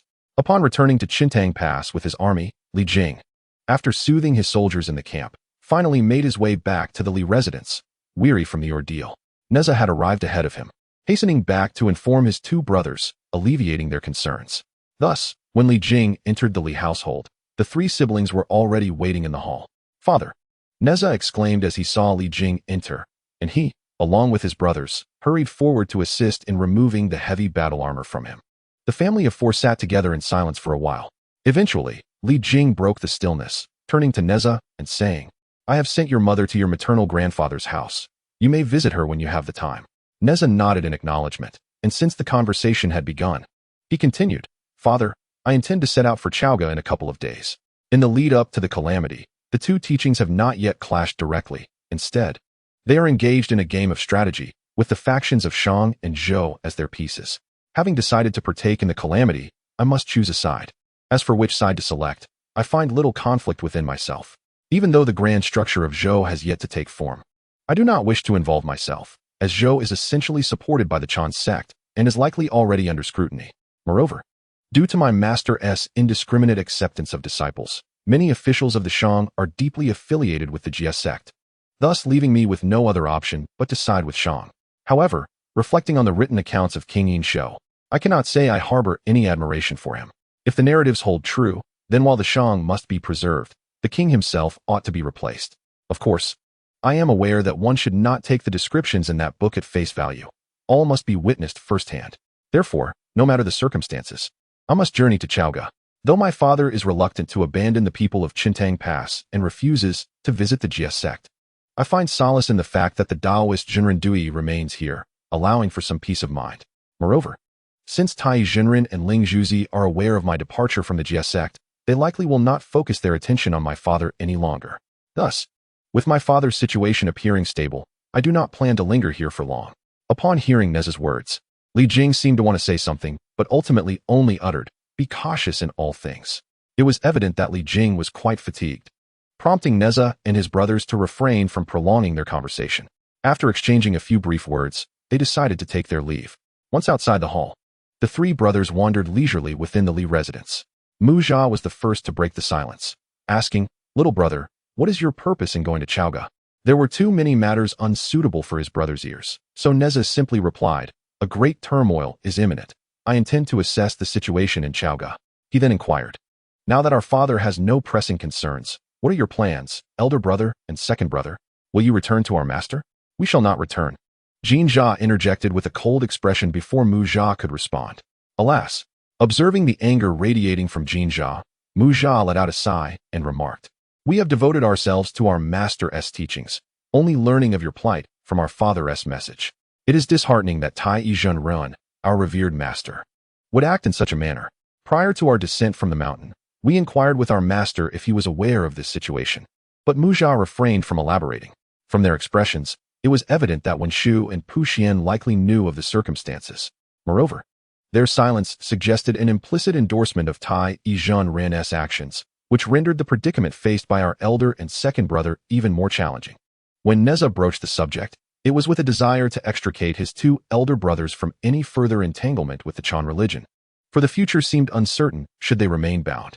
Noticing their disappointment towards the Chan teachings, he continued, "Do you, elder brother and second brother, wish to sever ties with our sect?" With a solemn nod, Mu Jia replied, "We do entertain such intentions. Following this incident, the rift in our hearts is insurmountable. Returning home would only lead to further discomfort in confronting our master." He sighed heavily, adding, "Alas, even our aspirations for the so-called celestial path have dwindled. It may be wiser to remain here and safeguard Qintang Pass alongside our father." Nezha offered words of solace. "There is no need for such despair, elder brothers. The teachings you receive do not embody the true essence of the celestial path. They merely reflect the doctrines of the Chan sect. In the future, one should pursue cultivation methodically. I support your desire to part ways with the Chan sect, yet simply wishing to leave the master's teachings will not suffice. Once one embarks on the celestial path, the weight of karmic ties becomes paramount. Should you fail to sever the bond of master and disciple, the karmic connections with Wen Shu and Pu Xian will persist, potentially leading to unforeseen calamities during times of great tribulation. What then shall we do? Despite being Nezha's elder brothers, they found themselves inexplicably reassured by his steady demeanor and could not help but seek his counsel. Nezha, however, pondered deeply and suggested, "In that case, elder brothers, you should heed my words." Jian Jia and Mu Jia exchanged glances, nodding in agreement and choosing to place their trust in him. As darkness fell, it had already been a taxing day for Nezha. Thus, Jian Jia and Mu Jia refrained from prolonging the conversation and escorted him to a room for rest. Once Jian Jia and Mu Jia departed, Nezha remained in the room, eschewing rest for a venture into the system space. Having left the Jie sect, a heightened sense of urgency enveloped him, and the recent battle underscored his current inadequacies in power. During his journey to Chintang Pass, he had absorbed the treasure energy from the Xiantian Bagua, hidden moon robe bestowed by his senior brother, which yielded him 180 units of treasure energy. However, he had been preoccupied with contemplation and breakthroughs towards attaining the true immortal status, and had thus not utilized this treasure energy for any purpose. Upon reaching Chintang Pass, a flurry of events ensued, and now that matters had momentarily settled, Nezha found the opportunity to explore the space. Upon inspecting his 180 units of treasure energy, he recalled that he had yet to utilize a previous discount acceleration offer and proceeded to open the interface for dispatching small sprites. Although the master bestowed upon him the Thunderbolt Hammer, Nezha found it somewhat unwieldy, having previously absorbed its spiritual essence to accumulate treasure energy. The Thunderbolt Hammer was now incapable of autonomous combat, rendering it even less convenient for him to wield. In Chapter 48, the Mystic Yuan Water Control Banner, Nezha first expended 10 treasure energy points to shorten the treasure hunting duration of the little spirit to a single day, hoping to acquire a more suitable weapon for himself. With 170 treasure energy points remaining, he could also unlock a new skill. However, he chose not to rush into unlocking a skill just yet.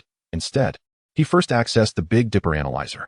During his 7 years at the sect, Nezha primarily focused on digesting the spiritual energy within him to elevate his realm. While he had learned numerous minor techniques, he had yet to master any true divine powers. Now, with the senior Quinyu having returned, he had to journey on his own, necessitating the acquisition of at least one mobility skill. Though the golden cloud soaring boots gifted by his senior sister Wudong could enhance his speed, they were more suitable for short-distance movement and combat. Searching through the divine powers shared by his master and senior brothers and sisters, Nezha selected 2 that were most essential to him at this moment. One was the mobility divine power passed down by his master, named Heavenly Ascension Golden Cloud Rainbow Light Technique, which, when perfected, could cover a distance of 100,000 miles in a single breath. Generally, achieving a major mastery allowing one to traverse 10,000 miles in a single breath would be sufficient. The other was an offensive divine power created by his elder brother, called Primordial 5 Elements Unified Finger, which perfectly complemented his lack of a suitable weapon. Nezha first input the Heavenly Ascension Golden Cloud Rainbow Light Technique into the Technique Analysis interface. After a brief moment of activity, a success message appeared. Before he could examine it further, another prompt emerged. Would you like to spend 20 treasure energy points to elevate the Heavenly Ascension Golden Cloud Rainbow Light Technique to the introductory level? Upon seeing this prompt, Nezha felt a surge of joy. What he needed most was time, and being able to use treasure energy points to directly enhance the training progress of his technique was nothing short of perfect. However, he was also puzzled as to why the previous 8-9 mystic arts had not presented such an option. Was it because he lacked treasure energy points at that time? Choosing not to immediately enhance it, Nezha reopened the technique analysis. Locating the 8-9 mystic arts and the recently analyzed Heavenly Ascension Golden Cloud Rainbow Light Technique under the parsed branches, the distinction was clear. The latter had an option for enhancement, while the former did not. It appeared that due to the unique nature of the 8-9 mystic arts, it required a certain level of compatibility for analysis and could not rely on treasure energy points for direct elevation. Feeling somewhat disappointed, Nezha decided to spend 20 treasure energy points to elevate the Heavenly Ascension Golden Cloud Rainbow Light Technique to the introductory level. A surge of knowledge flooded his mind. The technique, already deciphered, now felt as easy to comprehend as drinking water or eating food. In a state of profound understanding, Nezha effortlessly reached the introductory level of the Heavenly Ascension Golden Cloud Rainbow Light Technique. Next came the Primordial 5 Elements Unified Finger. Similar to the Heavenly Ascension Golden Cloud Rainbow Light Technique, after successful analysis, he also chose to spend 20 treasure energy points to directly elevate it to the introductory level. With the remaining 130 precious energy points, Nezha chose not to unlock any new skills. Instead, he expended 100 points to elevate the realm of the Heavenly Transcendence Gold Cloud Rainbow Technique to its initial stage of mastery. At this newly attained level, A single breath allows him to cover a distance of 1,000 miles, sufficient for his forthcoming journey. Drawing from his prior experiences, Nezha refrained from utilizing the remaining 30 energy points, opting to reserve them for future use. Having enhanced his 2 divine abilities, Nezha settled beside the sapling of the time tree. After recently breaking through to the true immortal realm and immediately engaging in 2 fierce battles, he had yet to properly consolidate his newfound strength. Once his realm was thoroughly stabilized, he gradually opened his eyes, the rhythm of Tao resonating around him, the aura of a true immortal reverberating through the atmosphere. The gains from the previous confrontations were substantial. Not only did he solidify his realm, but he also laid the groundwork for the mid-level of the true immortal stage. Although the 8-9 mystical arts are challenging to master, they are indeed exceptional. Once initiated, every breath becomes an exercise in cultivation. As long as he can successfully break through the first layer, the true immortal realm holds no obstacles. After stabilizing his realm, Nezha did not hasten to exit the system space. He had spent a significant amount of time here. Even while seated beside the time tree, 10 days had elapsed. Glancing at the small white creature that had returned and was now circling around him, Nezha extended his hand to gently pat it. The treasure-hunting sprite ceased its antics, then opened its unexpectedly materialized mouth to reveal a small azure flag. As soon as Nezha grasped the flag, he discerned its origin, and a wave of surprise washed over him. It was the Northern Xian Yuan water control flag, one of the primordial 5 directional flags. While the other 4 flags each have their respective masters, the whereabouts of the Xian Yuan water control flag had long remained a mystery. Nezha had not anticipated such a significant surprise from the sprite's first treasure hunt. Although named the primordial 5 directional flags, it is said that these flags are transformed from the 5 lotus leaves of the chaotic azure lotus. It remains uncertain whether they qualify as innate spiritual treasures or if they can yield precious energy points. Nevertheless, even if they do not confer energy points, Nezha would not feel disheartened, as the benefits brought by the Xian Yuan water control flag were already considerable. As a superior spiritual treasure, the Xian Yuan water control flag not only contains a miniature world, but also embodies the principles of water, allowing the wielder to manipulate all waters of the universe. Regrettably, Nezha currently lacks the means to utilize it. The Xian Yuan water control flag is bound by 33 restrictions, and he must at least refine 3 of these to use it marginally. Under normal circumstances, Nezha surmised that it would take him decades to refine 3 restrictions. For an ordinary cultivator, several decades might merely represent a single period of seclusion. However, Nezha did not possess such luxury of time. Should that be the case, the Xian Yuan water control flag would be of little use to him. Fortunately, he was aware of an alternative method, albeit somewhat perilous. But the flag was worth the risk. Yet, Nezha did not immediately proceed with this attempt. Initially, he believed that consolidating his realm would take little time. He had not informed his father and the others of his extended retreat. To his surprise, he had not shown his face for 10 consecutive days. Thus, it was prudent to step out and greet them first. Before exiting the system, Nezha dispatched the treasure-seeking sprite once more to search for magical artifacts. However, due to the need for 100 treasure energy points for acceleration, he was unable to proceed with that for the time being. After completing these tasks, Nezha emerged from the system space, steadied his breath, and retracted his aura before stepping outside. In recent days, Li Jing, along with Jian and Muza, had sought Nezha, but upon finding him at the door, slightly arranging a barrier as if in meditation, they refrained from disturbing him and even stationed someone to guard his entrance. After inquiring with the attendant, Nezha made his way to the main hall of the Li residence. Upon entering, he found Li Jing, Jian, and Muza gathered there and greeted them, saying, "Father, elder brother, second brother." Hearing Nezha's voice, Li Jing and his 2 sons paused their discussions to look at him. Jian, noticing Nezha's emergence from seclusion, expressed his delight. "You've come out, little brother." Nezha nodded, but soon sensed an unusual aura from Jian and Muza. Furrowing his brow as he asked, "Have elder brother and second brother returned to the sect?" Muza smiled weakly, his complexion still somewhat pale, and replied, "I had intended to discuss matters further with you, but you happened to be in seclusion. Both elder brother and I felt it was best to resolve this matter swiftly. So we returned to the sect independently. I just got back yesterday." Jian nodded in agreement, having returned 2 days earlier than Muza, thus appearing slightly more stable in demeanor. To sever the master-disciple relationship between his brothers and the bodhisattvas Manjushri and Samantabhadra, thereby preventing any future schemes during the impending calamity, Nezha had previously offered them some advice. He suggested they return the heavenly materials and treasures invested by Manjushri and Samantabhadra, abandon their cultivation, and then vow to sever their ties. requesting the Tao to witness their commitment.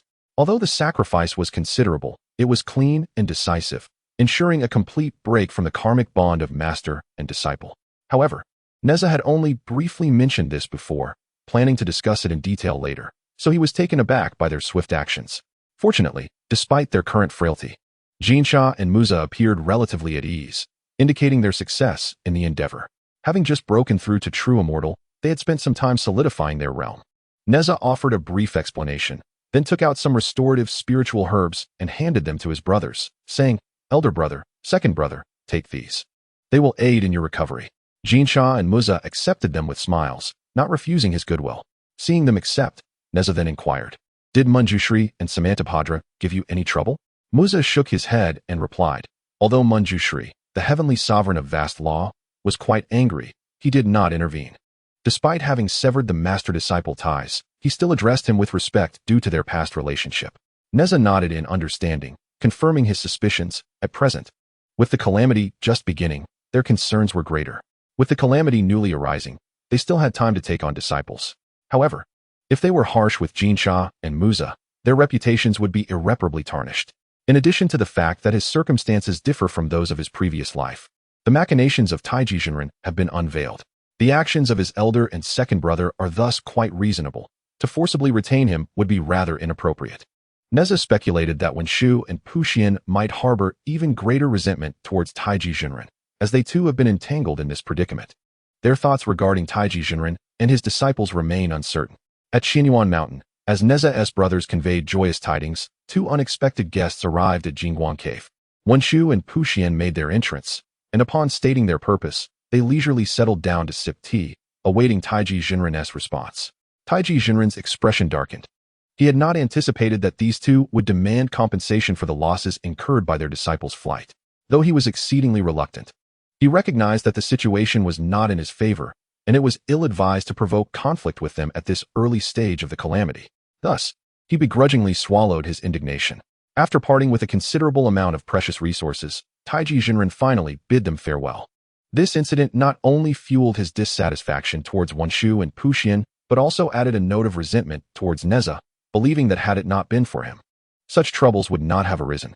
After briefly greeting his father and elder brother at the Li residence, Nezha retreated to his chamber to enter a state of seclusion.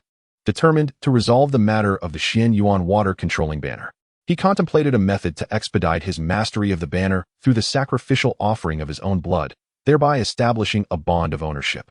This way, even without fully refining the restrictions, he could manage to wield it, and subsequent refining would be considerably easier. However, the process of blood sacrifice bore its inherent dangers. Yet, fortune often favors the bold, and Nezha felt compelled to take the risk. Resolute in his decision, he once again entered the system space. Sitting cross-legged beside the sapling of the time tree while holding the Xian Yuan water controlling banner, gazing at the azure flag in his hand, Nezha steeled himself and drove the sharp tip directly into his heart.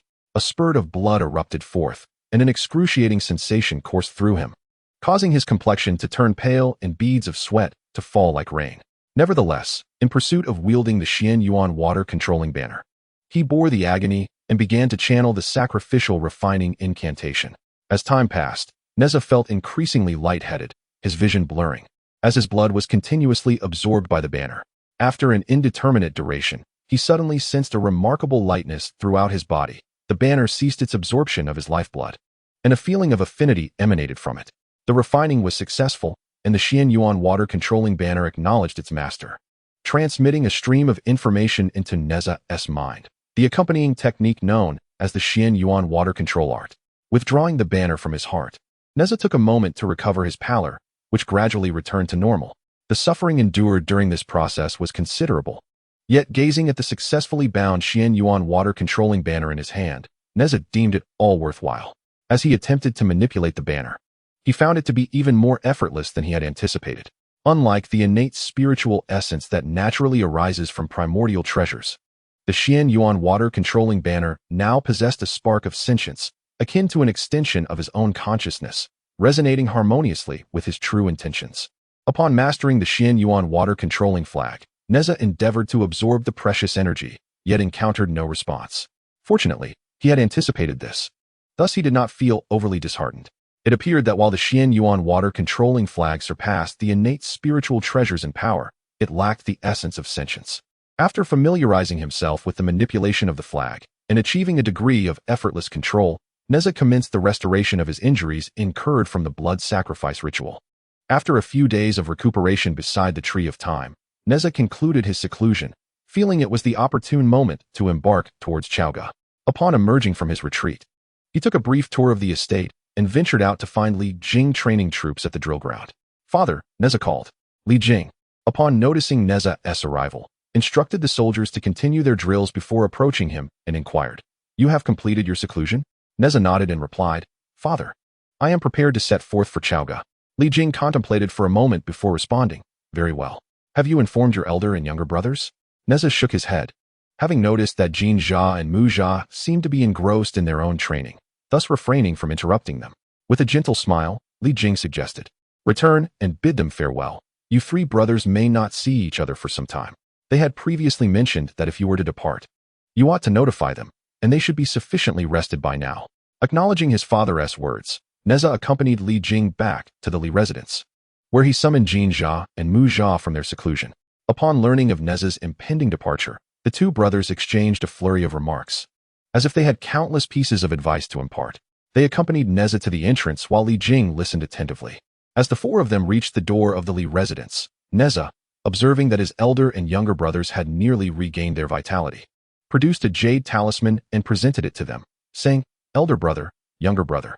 Within this talisman lies a technique and some divine abilities given to me by my master brother. Although it may not compare to the Yuqing celestial method, it is nonetheless commendable. With your prior experiences, the cultivation should not prove too arduous, and I believe you will swiftly return to your former level of prowess." Previously, Nezha had inquired if Jin Jia and Mu Jia wished to practice the Qing celestial method, offering to request an identity as an outer disciple from their master. However, having only just left their sect, they were reluctant to seek another mentor so soon and declined his generous offer. Upon hearing Nezha's current proposal, Jin Jia and Mu Jia accepted the jade talisman without further hesitation. With matters nearly settled, Nezha prepared to depart when Li Jing finally spoke. "Should you encounter danger, return home. Although I possess little capability, I can accompany you in facing it. We all will." Upon hearing Li Jing's words, Jin Jia and Mu Jia quickly echoed their agreement. Seeing the concern etched on their faces, Nezha smiled warmly and nodded earnestly, "I understand." Then, under their watchful gaze, Nezha summoned the Tianzong Golden Cloud Rainbow technique, transforming into a gentle breeze as he departed. Chapter 50, Thunderous Child West Qi. In the study of the Shi Bo Marquis' residence, Ji Chang glanced at the imperial edict from Chao Gu in his hand, his expression turning somber. As was his custom, he retrieved several copper coins to divine the future, but the resulting hexagram only deepened his furrowed brow. Unable to shake off his apprehension, he meticulously recalculated. Yet the hexagram remained unchanged. With a heavy sigh, Ji Chang contemplated the divination in silence for a moment before closing his eyes and ceasing all movement. After a prolonged period of silence, he rose and summoned his trusted aide, Sen Yixing. The day of departure for Chao Gu arrived swiftly. Ji Chang led his accompanying attendants to the outskirts of Shiqi City. Behind him, a throng of officials saw him off, and at the forefront stood a young man with striking features and an upright posture. Glancing at his son, Bo Yikao, Ji Chang gently patted his hand and spoke softly. "My son, I divined yesterday that this journey may bring more misfortune than fortune. Even if I escape death, there will be 7 years of hardship. Should I not return in 7 years, you are to assume the mantle of the new Shi Bo Marquis, and the guardianship of Shi Qi shall rest upon your shoulders." Upon hearing his father's words, Bo Yikao's face clouded with concern as he replied, "Father, if such calamity is foretold, why not take precautions? Shi Qi cannot do without you. If misfortune does befall you, I am willing to take your place in Chao Gu." Seeing the anxious expression on his son's face, Ji Chang gently shook his head and sighed. "It is unavoidable. Remember, do not venture to Chao Gu in search of me. All matters shall be addressed after 7 years." With that, Ji Chang offered no further opportunity for Bo Yikao to speak. Turning to his attendants and commanding, "Let us set forth." With that, Ji Chang boarded the carriage that had long awaited him, leaving Bo Yikao standing in place. Gazing at the departing vehicle, his expression a mixture of concern and contemplation. The carriage of Shi Qi hastened unceasingly toward Chao Gu. On this day, as they traveled, Ji Chang suddenly called for a halt. Once the caravan had come to a stop, He lifted the curtain of the carriage to peer outside, and then instructed his attendants. A heavy rain is likely approaching. We must find shelter. Before the attendants could voice their confusion regarding the clear skies, the weather abruptly shifted. Dark clouds swiftly gathered, obscuring the light, as if a storm was brewing. After departing from Chuntang Pass, Nezha first visited his mother, Lady Yin, before continuing his journey toward Chaogo. Gifted with the speed of the golden cloud and rainbow technique, even in his nascent form, he could reach 1,000 miles in a single breath, and he felt he would soon arrive at Chaogo.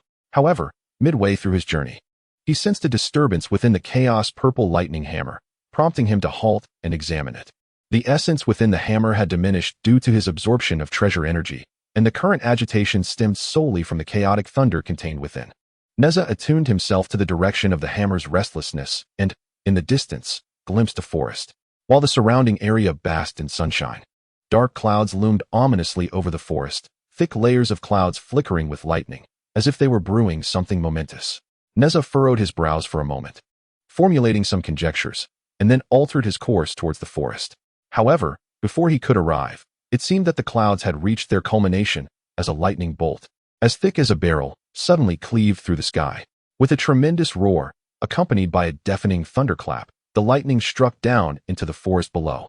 Yet, surprisingly, such a ferocious bolt did not ignite a wildfire. It vanished upon contact with the woodland. As the colossal thunder faded, it was replaced by the resounding cry of an infant, which soon dissipated into an eerie silence. Contrary to expectations of a torrential downpour following the lightning, the thick clouds rapidly dispersed, revealing a clear sky. The seemingly illusory infant's wail was also detected by Ji Chong, who was seeking refuge from the rain in the mountains. He promptly consulted an oracle. Upon interpreting the divination, Ji Chong felt a surge of joy in his heart and instructed his attendants to search the forest, ultimately discovering a peculiar infant near the site where the lightning had struck. Ji Chong approached and gently cradled the child, who had a head of crimson hair and large eyes faintly shimmering with violet lightning, staring intently at him. Sensing a connection with the infant, Ji Chong raised a hand and extended his index finger towards him. The child tilted his head in curiosity and, after a moment, seemed inclined to extend his own finger to meet Ji Chang's, but the motion halted midair. Suddenly, the child in Ji Chang's arms became restless, loudly wailing and reaching out with both arms. Following the direction of the infant's gaze, Ji Chong beheld a youth clad in a white robe descending through the forest, sunlight filtering through the leaves and illuminating him as if a celestial being had arrived. Observing the extraordinary demeanor of the youth, Ji Chong furrowed his brow and tightened his grip on the infant. Nezha, upon arrival, immediately noticed that Ji Chong had already found Thunderclap. Realizing he had arrived a moment too late, he had suspected that it might be the birth of Thunderclap and intended to seize the opportunity. But he had underestimated the timing. Nonetheless, he was not too late. Noticing Ji Chang's cautious demeanor and that of his attendants, Nezha smiled gently, opting for silence as he extended his hand towards Thunderclap. The infant, upon seeing the outstretched hand, grew increasingly agitated, striving to break free from Ji Chang's embrace. Perceiving the child's restlessness, Ji Chang felt compelled to speak first. Ahem, might I inquire as to who you are and the purpose of your visit? Although Nezha appeared youthful, his entrance and ethereal presence compelled Ji Chang to regard him as more than an ordinary boy. Upon hearing Ji Chang's inquiry, Nezha replied with a soft smile. I have come for the child in your arms. I trust that the Marquis of the West has discerned the child's connection to me, hence my desire to forge a benevolent bond. Ji Chang was slightly taken aback by Nezha's revelation of his identity. You know me? Nezha smiled but did not respond, for he did not truly know Ji Chang. However, he had read the chapter in the book regarding Ji Bo Yan's acquisition of Thunderclap numerous times. As an observer, Nezha held no ill will towards Ji Chang. As the disciple of the, Nezha is destined to confront the future Zhou dynasty. Thus, upon this encounter, he cannot permit Lei Zhenzi to easily return to Zhou. Noticing Nezha's silence, Ji Chang furrowed his brow and remarked, though I do not know who you are, this child and I share a bond. I wish to take him as my 100th son. That may not be appropriate. Nezha interjected before Ji Chang could finish. This child is born of heaven and earth. If he is to have a father, it should be by his own choice. The unilateral decision by the West may not be wise. Without granting Ji Chang a chance to elaborate, Nezha gestured towards the Lei Zhenzi in his arms and continued. Moreover, does this child truly share a connection with the West? Seeing the restless infant yearning to reach for Nezha, Ji Chang felt a sense of helplessness. He had divined earlier that a child of destiny would be born today, one with whom he was connected. Initially, everything seemed to progress smoothly. But upon the appearance of the youth before him, it appeared that the child was far more intrigued by Nezha. After a moment's hesitation, Ji Chang relinquished the child to Nezha. Upon receiving Lei Zhenzi, Nezha extended a finger, and the infant joyfully grasped it with both arms, snuggling affectionately against him. Chapter 51. Taking a disciple, bestowing treasures. Observing the little one clinging to him, Nezha smiled. In truth, he bore no particular allure for Lei Zhenzi. However, the essence of the purple thunder hammer, imbued with the primordial lightning of the universe, felt motherly to the child. By merely releasing a hint of the hammer's aura, Lei Zhenzi naturally gravitated towards him. Witnessing the child's sudden calmness and attachment to Nezha, Ji Chang sighed, recognizing that the infant indeed shared a deeper connection with the young man. Unsure of what to say while gazing at Nezha with Lei Zhenzi, Ji Chang remained silent, as did Nezha, who awaited another presence. While he could not allow Ji Chang to easily claim Lei Zhenzi for himself, he also lacked the time to care for the still infant child. Nonetheless, he was aware that there was someone more suited for the task. As the silence enveloped them, a figure descended gracefully. Zhenzi, sensing the arrival of a disciple with whom he shared a master-student bond, swiftly made his way to investigate, only to find a considerable gathering already present. Assessing the situation, Zhenzi lingered his gaze upon Nezha for a moment longer before ultimately focusing on the Lei Zhenzi in his arms. I am Zhenzi, a wandering practitioner from Zhongnan Mountain. I greet you, fellow Taoist. Sensing the pure celestial energy radiating from Nezha, Zhenzi bowed respectfully. Nezha returned the gesture, stating, Greetings, Taoist Zhenzi. I am Nezha of the. He then took a moment to introduce Ji Chang. This is Ji Chang, the West Bee of Shiqi. Upon hearing this, Zhenzi turned to Ji Chang and offered a gentle nod, acknowledging West Bee. Ji Chang, recognizing this esteemed immortal, returned the bow with equal respect. After introducing himself, Zhenzi turned his attention to the child, Lei Zhenzi, cradled in Nezha's arms, recognizing him as a disciple destined to be connected with himself. Although he was somewhat unclear about the current situation, witnessing Nezha holding Lei Zhenzi, he tentatively inquired, Nezha, my friend, this child is fated to be my disciple. May I take him as my apprentice? Certainly, Nezha replied with a cheerful nod, quite decisively. This was the destined master of Lei Zhenzi, and he did not wish to obstruct the bond. Ji Chang, observing the swift agreement, found himself at a loss for words. When I proposed to adopt this child as a son, you disagreed. Yet now you consent to this Taoist taking him as a disciple. Earlier, I expressed my desire to adopt the child as a foster son, but you insisted it must depend on the child's own will. Now, since Zhenzi has expressed his wish to take him as a disciple, are you able to decide on his behalf? Detecting Ji Chang's dissatisfaction, Nezha glanced at him and said, It is not a matter of deciding arbitrarily.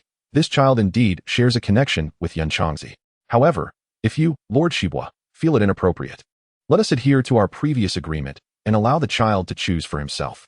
Since Zhenzi's appearance, the once calm Lei Zhenzi began to stir in Nezha's embrace. It seemed he sensed a kindred spirit in Zhenzi and wished to approach him, yet he hesitated, reluctant to part with Nezha's electric aura. He would reach out towards Zhenzi and then retract to Nezha, displaying a complete disinterest in Ji Chang. Seeing this, Ji Chang had no further words. It appeared that no matter whom the child chose, it would not be him. Observing Lei Zhenzi's conflicted gestures, Nezha discreetly retracted the chaotic electric energy. At last, Lei Zhenzi set aside his indecision, extending both his chubby arms towards Zhenzi, babbling excitedly. Under Nezha's indication, Zhenzi took Lei Zhenzi into his embrace. Once the child was in his arms, he gradually settled down, playing with his clothing and ceasing his earlier commotion. Witnessing this harmonious scene, Nezha turned to Ji Chang and asked, What do you think? Is this not a choice made by the child himself? Ji Chang could not refute this and could only nod in silence. Zhenzi, surprised at how effortlessly he had gained a disciple, had expected it to require considerable effort.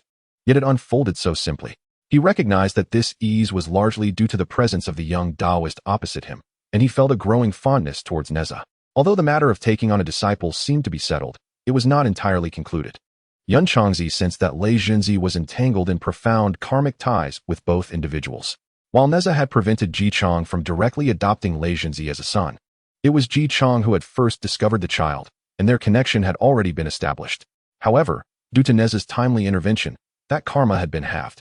Zhenzi considered it advantageous for the child to have ties with both individuals. Indeed, a deep karmic connection with a single person could complicate matters.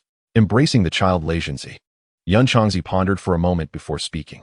Though this child shares a master-disciple bond with me, he undeniably possesses a significant connection with both of you. However, I perceive that you are not in a position to guide him at present, thus I wish to take him to Zhongnan Mountain for cultivation. As for the karmic ties between him and you, in due time, he shall make his own decisions, and I shall not interfere excessively." His reasoning was both justifiable and reasonable, and Ji Chang and Nezha naturally nodded in agreement. After a moment of silence, Ji Chang inquired, "It is indeed appropriate for you to take him, but how shall we identify him when we meet again in the future?" The words of the Duke of Shibo were wise. It would be prudent to establish a name for the child today, to facilitate recognition later. Yuanshi nodded, intending to name the child directly, but glanced at Nezha and asked, "Might you have any suggestions, Brother Nezha?" Initially, Nezha had not contemplated this, but upon being queried, he replied, "This child was born amidst lightning and emerged into the world following the thunder. Why not name him Zhenzi?" "Excellent," Yuanshi responded, feeling that Nezha's choice resonated profoundly with him, and Ji Chang also found no fault in it. With matters settled, Ji Chang glanced at the sky and, bowing to the two, said, "In that case, I, Ji Chang, have official duties to attend to and shall not linger any longer." Yuanshi and Nezha nodded in understanding. After Ji Chang bid farewell, he instructed his attendants to continue their journey while the daylight was favorable, and soon the group vanished into the mountains. Once they departed, only Nezha and Yuanshi, holding Zhenzi, remained. Noticing that Nezha seemed to have more to say, Yuanshi refrained from mentioning departure. Nezha remained silent, releasing a breath of chaotic thunderous energy, causing Zhenzi and Yuanshi's arms to become restless again, reaching out towards him. Observing this, Nezha chuckled softly and summoned the chaos purple lightning hammer from the void. Placing the hammer into Zhenzi's embrace, the child immediately seized hold of the hammer's handle, which was taller than him, joyfully refusing to let go. Yuanshi recognized the extraordinary nature of the purple lightning hammer and began to understand why Zhenzi felt such an affinity towards Nezha. Before Yuanshi could utter a word, Nezha declared, "This item is fated to be with Zhenzi. Let it be a gift to him." Chapter 52, Arrival in Chaoga. Introduction. The purple lightning hammer, though precious, was not well suited for Nezha, as it did not align with his style. It would be far more advantageous to invest it in Zhenzi, while simultaneously fostering a closer rapport with Yuanshi, thus maximizing its potential. According to the descriptions in that ancient text, Yuanshi initially had no affiliations with the Chan sect, instead focusing on the fortunes of the Shang dynasty. It was only when his disciple Zhenzi became deeply intertwined with the Zhou that Yuanshi emerged to offer assistance. Now that Zhenzi's connection with Ji Chang had been disrupted, it would be prudent to seize this opportunity to cultivate goodwill, possibly drawing him into their faction. Yuanxi's prowess in weapon crafting was remarkable. With a mere glance, he discerned that the purple lightning hammer had undoubtedly reached the caliber of a top-grade spiritual treasure. Surprised by Nezha's generosity in offering such a valuable item so freely, he pondered the implications. Earlier, when Nezha had disclosed his lineage, Yuanshi had speculated that he might be a third-generation disciple or an outer disciple of the Jie sect. However, it now appeared that Nezha's status was even more distinguished.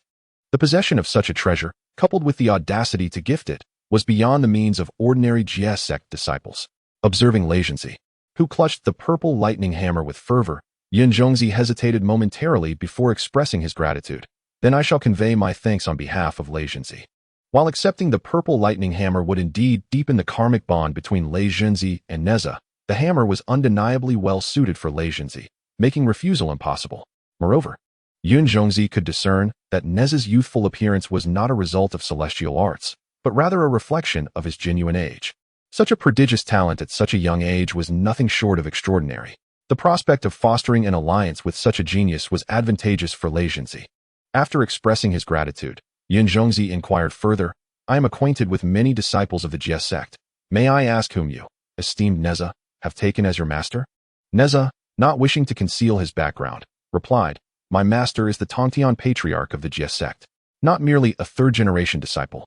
The possession of such a treasure indicated that Nezha was no ordinary disciple. Intrigued, Yuanshi pressed on, "Are you a direct disciple of your master?" Nezha nodded. Some matters need not be shrouded in modesty, as one's background is a manifestation of strength.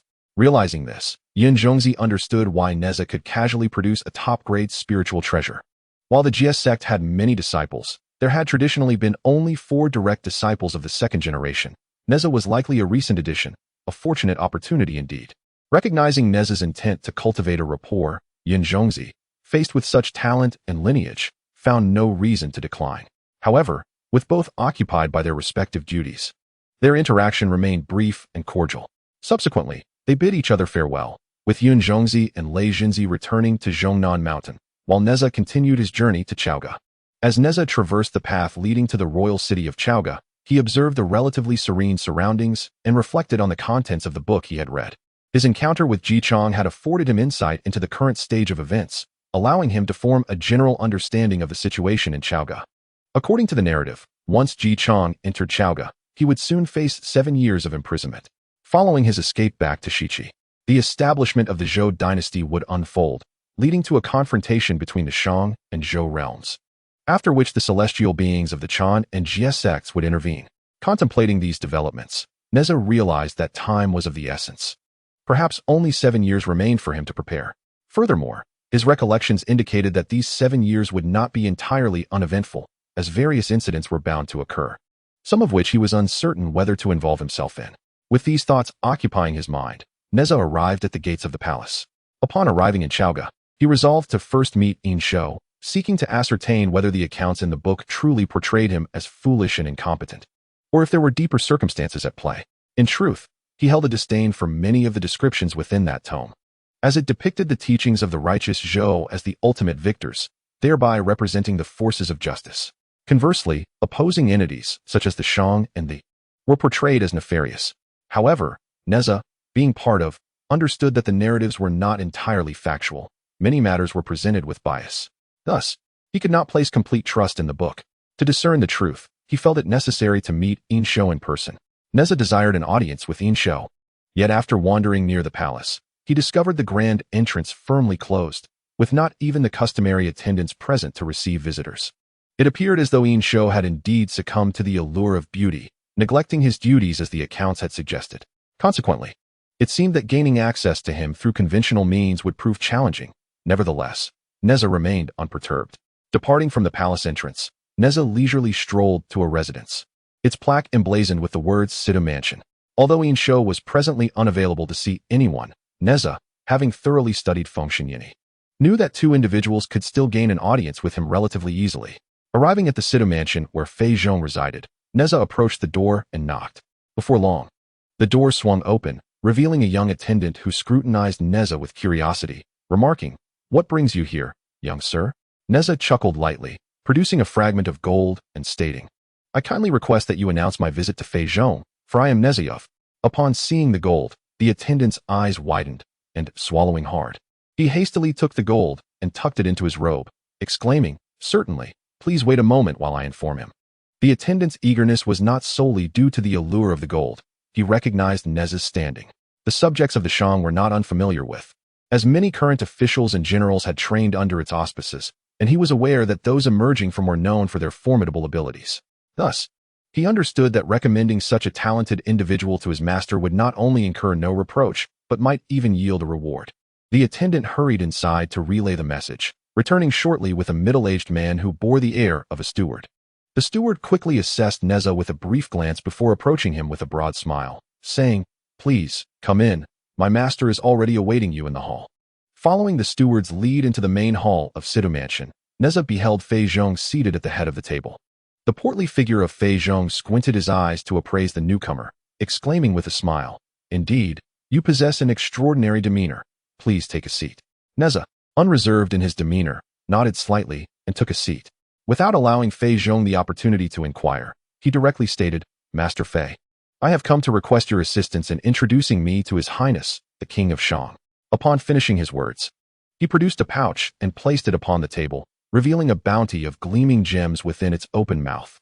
Seeing this, Fei Zhong's eyes widened, a glimmer of excitement sparkling within them. However, before he could utter a word, Nezha, observing a servant approaching with tea, raised his hand gently, deftly catching the teacup as it was presented. After taking a delicate sip, he regarded the astonished Fei Zhong with an impassive expression, remarking, "My time is limited, Master Fei. Please provide a response." Chapter 53.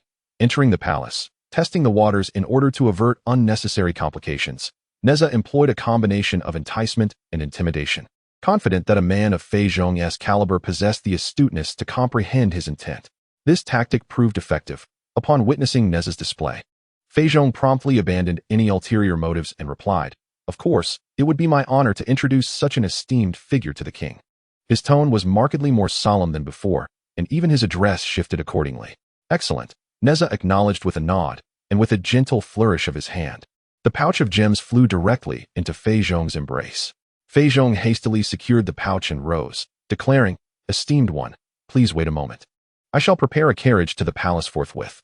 With that, he hurried off, a look of delight washing over his face, feeling as though fortune had smiled upon him. Not only had he secured a substantial gain, but this individual appeared to possess genuine abilities, which would surely yield further rewards upon introducing him to the king. Inside the inner palace of King Shang, in an effort to mask certain realities, Inshou intentionally cultivated an image of a feckless ruler, thus bestowing Fei Zhong with an increasing array of privileges. Observing Fei Zhong below, who claimed to seek an introduction to an esteemed immortal, Inshou felt no stirrings of intrigue. This was not the first time Fei Zhong had made such recommendations. Previously, the so-called talents he had presented were as cunning and duplicitous as he himself. It was unlikely that this time would be any different, with yet another potential charlatan to contend with. Nevertheless, for the sake of maintaining his facade, Inshou nodded in agreement. Upon receiving consent, Nezha was escorted by the palace guards to a secluded hall, where he arrived just in time to witness Inshou tilting his head back, indulging in wine. As the king lowered his gaze, Nezha observed a hint of intoxication mingled with a sharp intensity in his eyes, the aura of a sovereign still palpable around him. Contradicting the depictions found in literature, Inshou regarded Nezha with a measure of surprise. He had not anticipated Fei Zhong's introduction to be unlike the previous ones. At the very least, this individual exuded an air of distinction. "Nezha, I have come to meet His Highness," he announced, taking his place without performing a formal bow.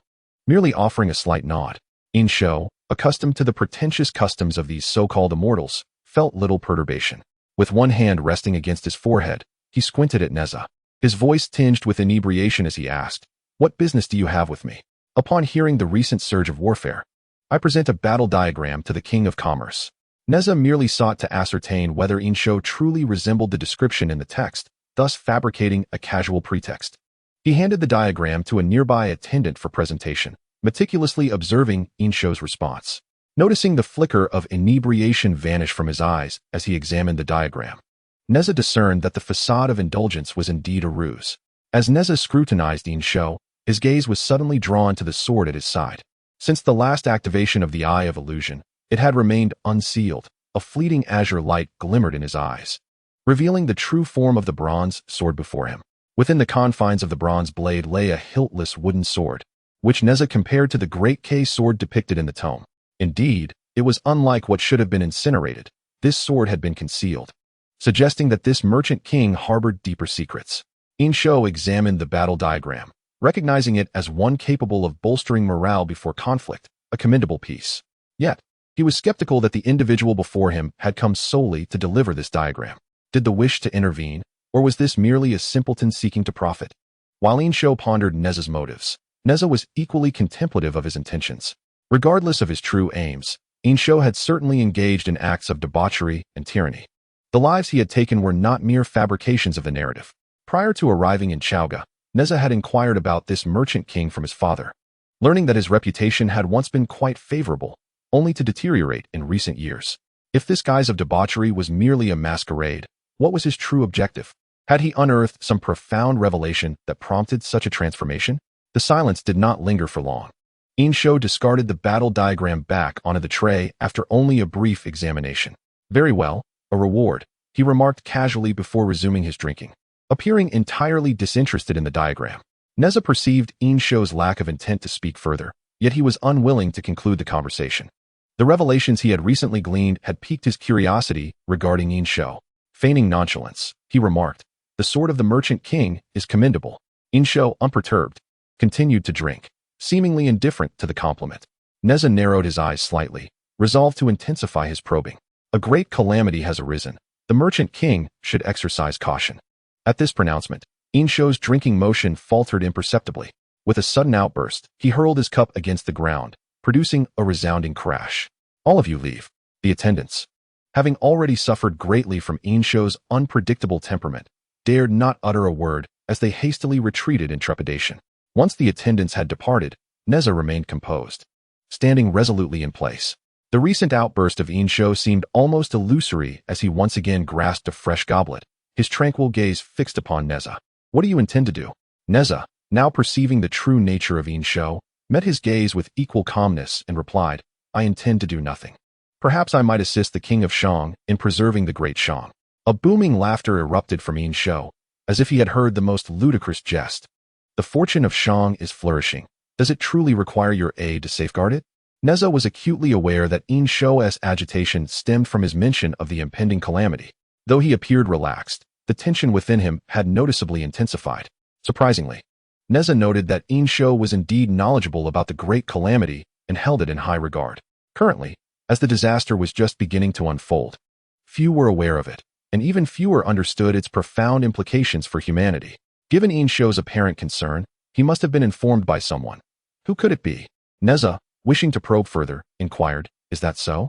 The king of Shang possesses such confidence in navigating this great calamity? He continued, This is a tribulation that could potentially annihilate the great Shang. Upon hearing Nezha's words, Yinsho paused. His previously carefree demeanor vanished, replaced by an inscrutable expression. After a moment of silence, he suddenly fixed his sharp gaze upon Nezha and intoned gravely, You seem to possess considerable knowledge. Nezha maintained his composure, his expression unchanged, and replied, It is merely adequate. I did not anticipate that the king of Shang was so well informed. Chapter 54. Dialogue with Yinsho. Yinsho observed Nezha, deep in contemplation. He had now confirmed that this disciple of the was indeed here concerning the great calamity. Yet he remained skeptical of Nezha's claim to assist in preserving the Shang.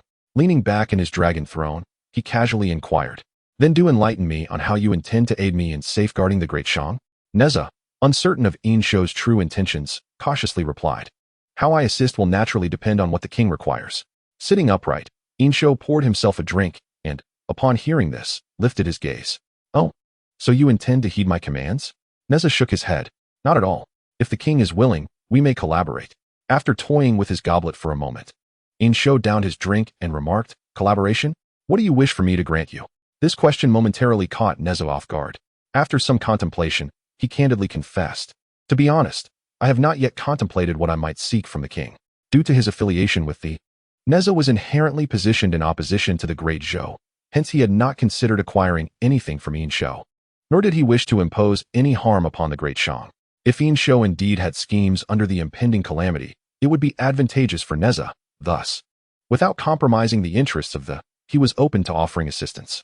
However, while he could aid Yinsho, he would not fully submit to his authority, hence the notion of collaboration. Upon hearing this, Yinsho let out a derisive snicker. To claim assistance to this king while refusing to heed my commands. To speak of collaboration without clarity of intent, do you not find this absurd? Noticing his skepticism, Nezha pondered for a moment and replied, The collaboration is genuine. Here is the proposition. Should the king of Shang require my services, I shall undertake them, and any subsequent requests I may have can be considered at that time. This arrangement seemed to favor the king entirely. Yinsho set down his cup and chuckled, yet he neither affirmed nor rejected the proposal. He gazed intently at Nezha, his eyes filled with curiosity as he inquired, What, pray tell, is your true aim in helping me preserve the Shang dynasty? Sensing a shift in Yinsho's demeanor, Nezha replied nonchalantly, My intentions are, in essence, harmless to the king. Is that so? Then I shall await your assistance, Yinsho remarked, noncommittal, unsure of whether to trust him. However, I must ask, in what capacity do you offer your aid? He placed his cup down and scrutinized Nezha, asking, Are you Nezha of the or Nezha of the human race? Nezha furrowed his brow, uncertain of the implications behind Yinsho's question, yet he provided a clear response. Humanity is my lineage, while my status as a disciple of the is my identity. These are not mutually exclusive. He was indeed a disciple of the, but he did not believe he could forsake his human heritage. Humph, Yinsho scoffed lightly, leaving his satisfaction or dissatisfaction ambiguous. The atmosphere between them had softened considerably, yet the prospect of further discussion seemed unlikely. However, Nezha's purpose for the day was not to forge a partnership with Yinsho. The situation had merely unfolded in this manner. Desiring no further dialogue, Nezha observed that Yinsho too had reverted to a more relaxed demeanor.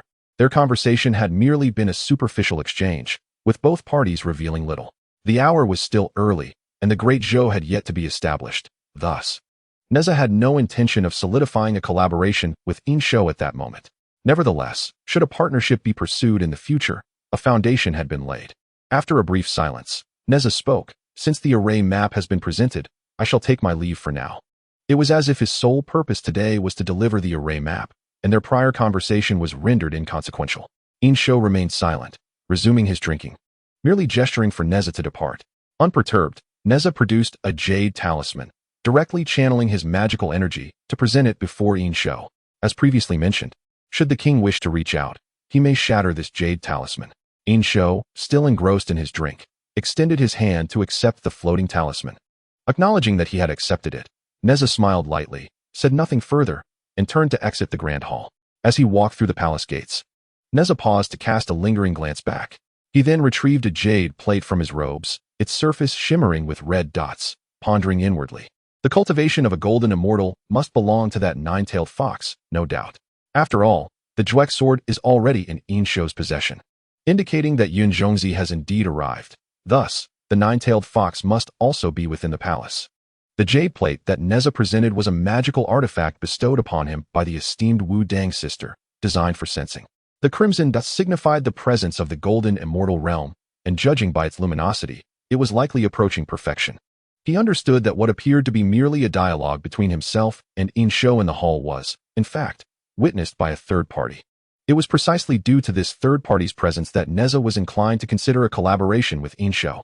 Previously, he believed that to safeguard the Shang, he must first contend with that individual, for although this person seldom intervened, they were among the earliest to act. However, it now seemed that the reality was not as he had presumed. The actions of Insho as described in the tome indirectly precipitated the onset of a great calamity. Or rather, he was indeed the harbinger of it. Setting aside the book's narrative, Nezha could discern from their earlier conversation that Insho exhibited a clarity of thought and eloquence entirely devoid of any semblance of folly. Would such a figure engage in sacrilege without cause?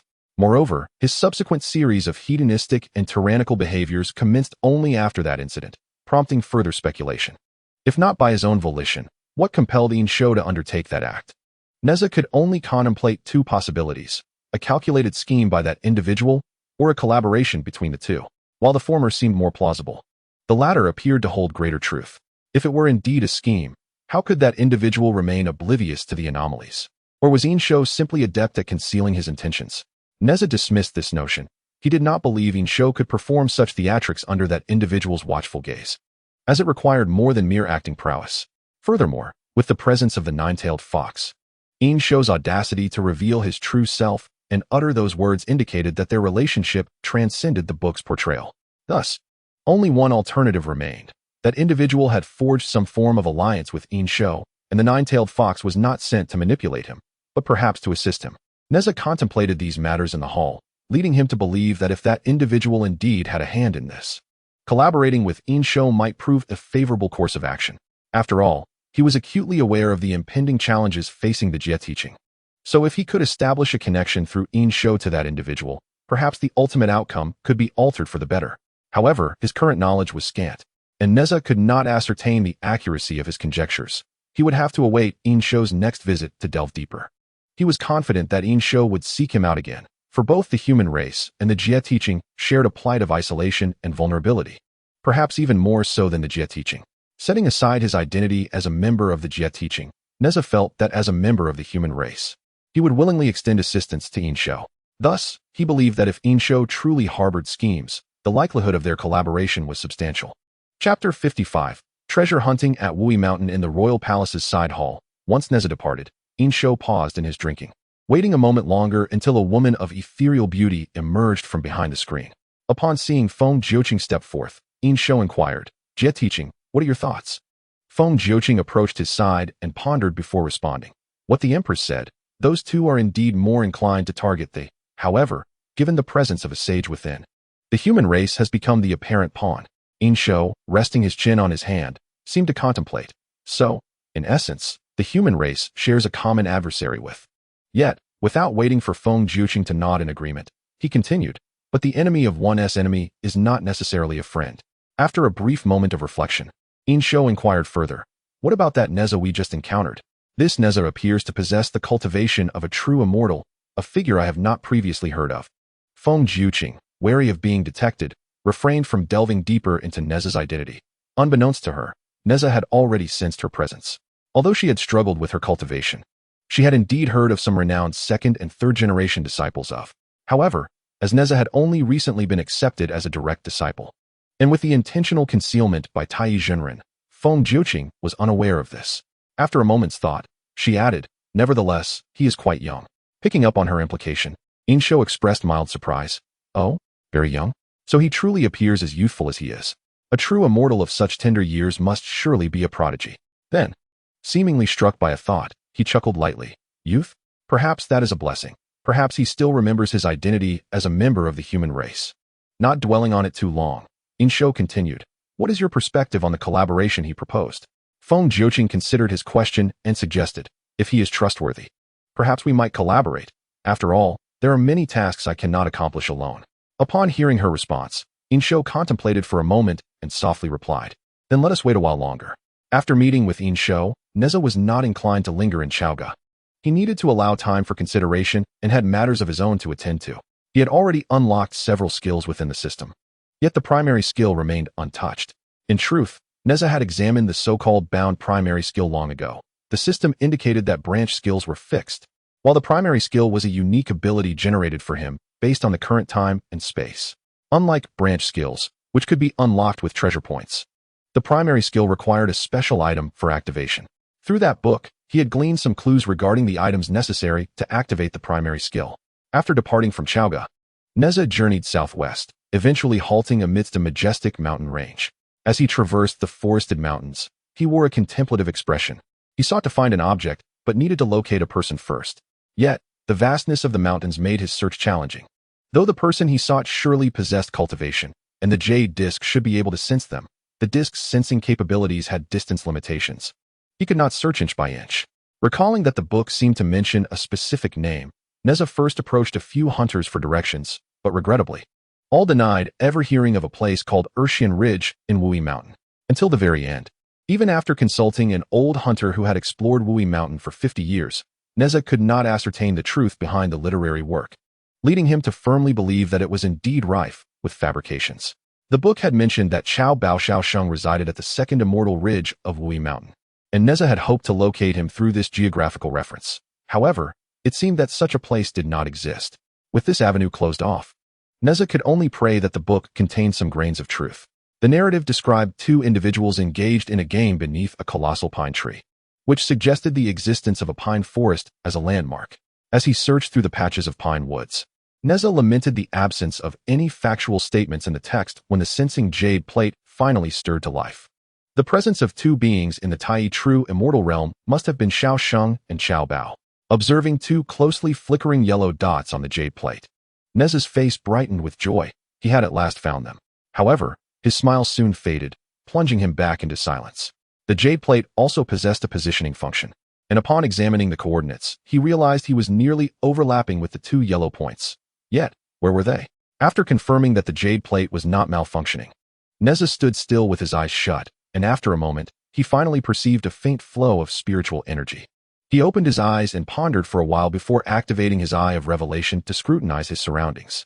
Indeed, he discovered a formation that appeared not to be man-made, but rather a natural occurrence. The formation was not of high grade, yet its natural origin rendered it exceedingly concealed.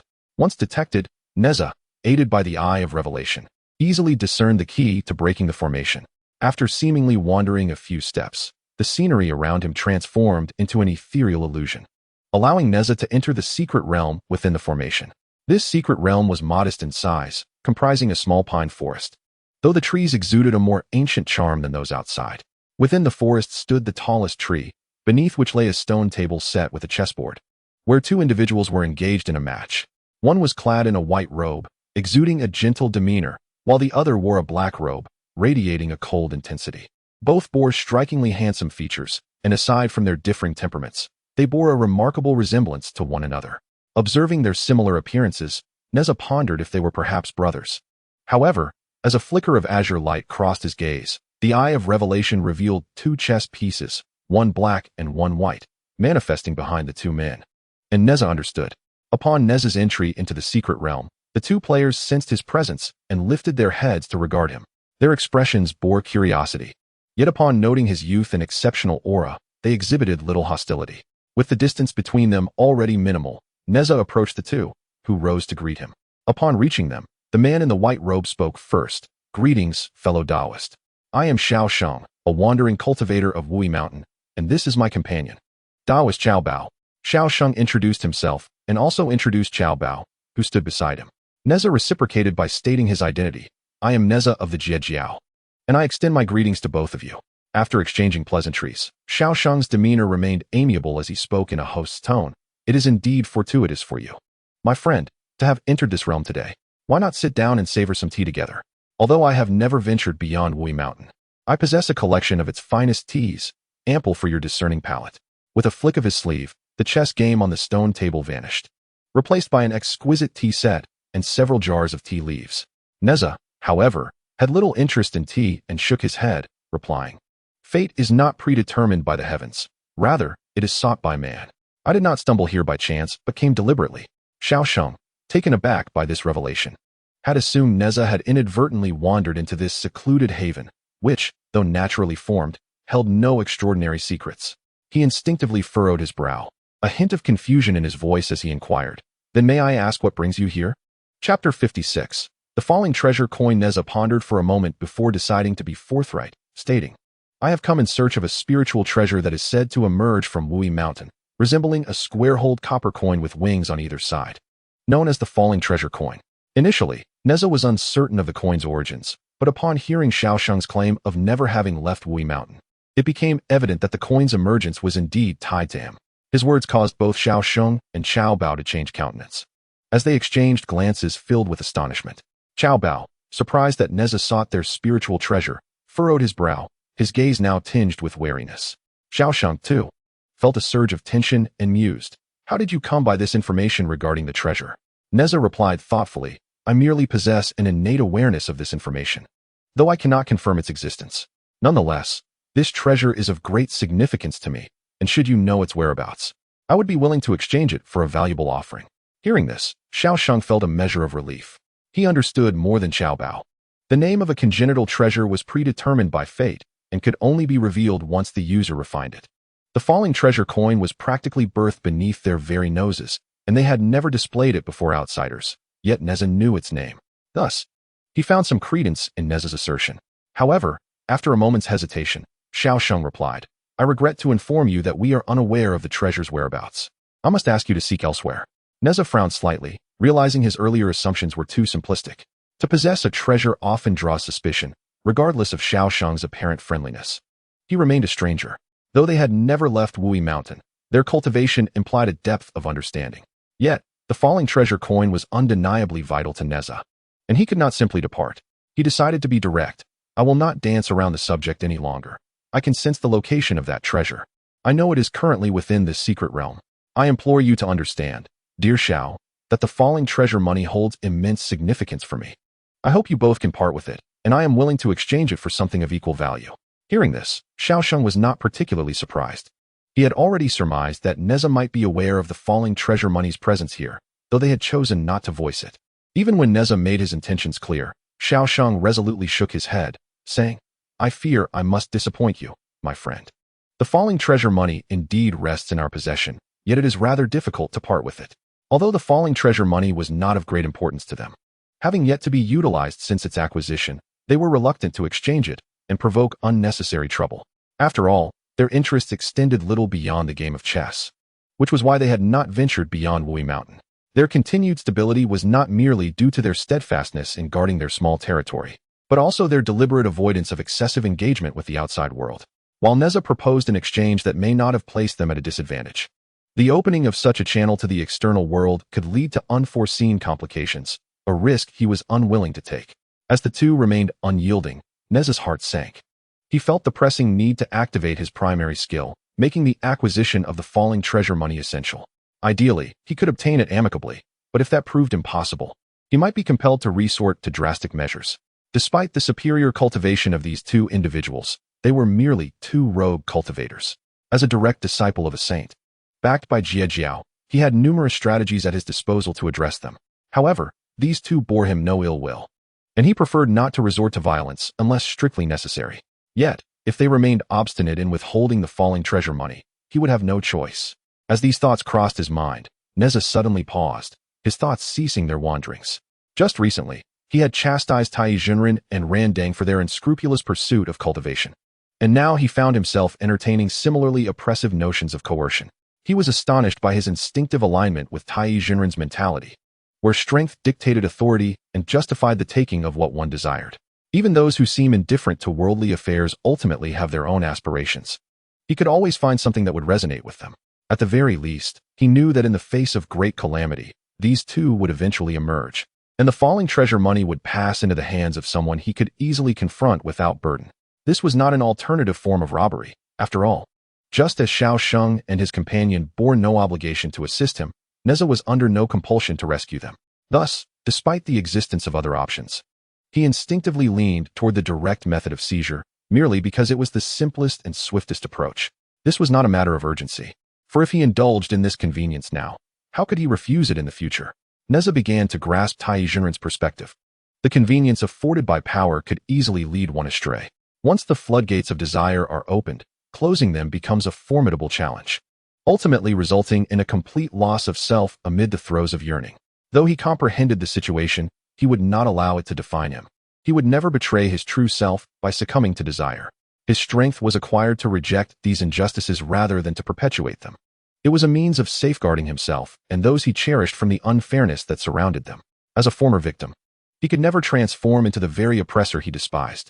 Upon realizing he had nearly strayed from his path, a sudden clarity surged within Nezha, solidifying his resolve regarding the course he must follow.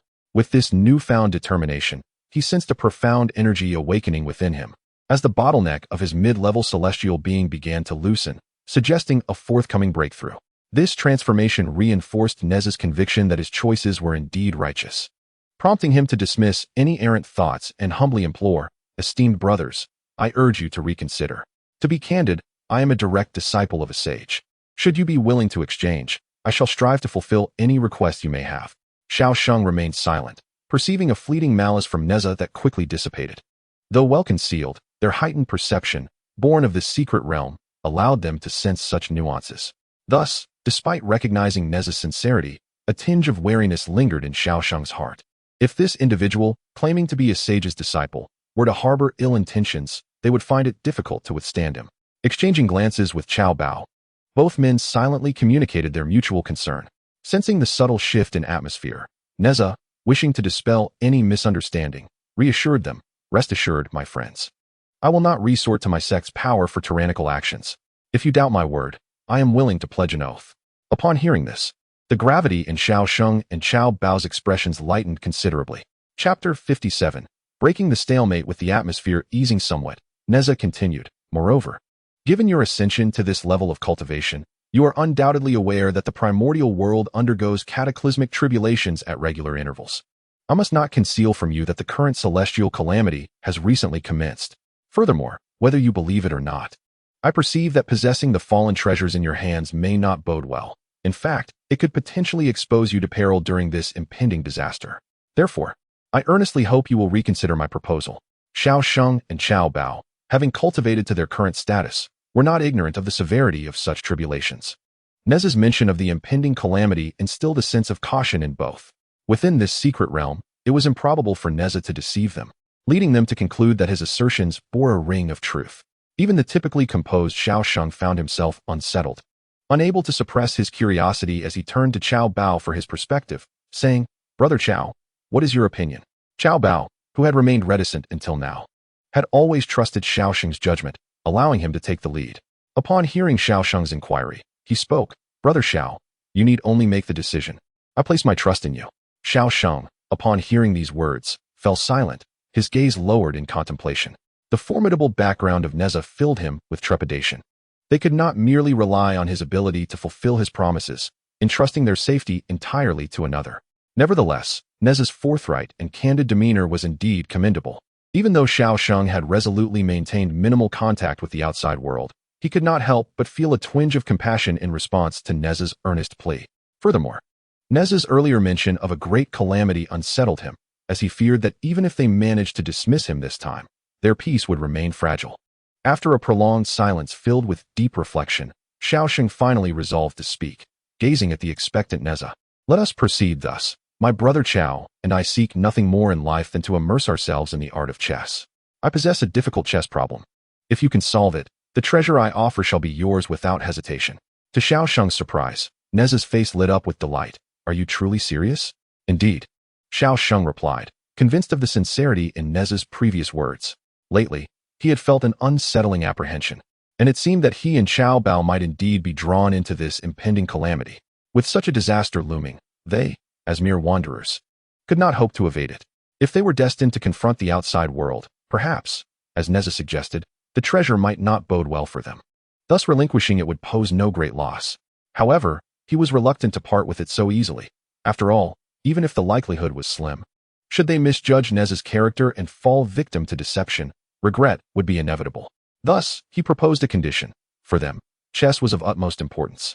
If Nezha could earn their recognition in this regard, they would willingly part with the treasure, regardless of what the future held. With his decision made, Xiaosheng felt a significant weight lift from his shoulders, a light laugh escaping him. But do not underestimate this challenge, my friend.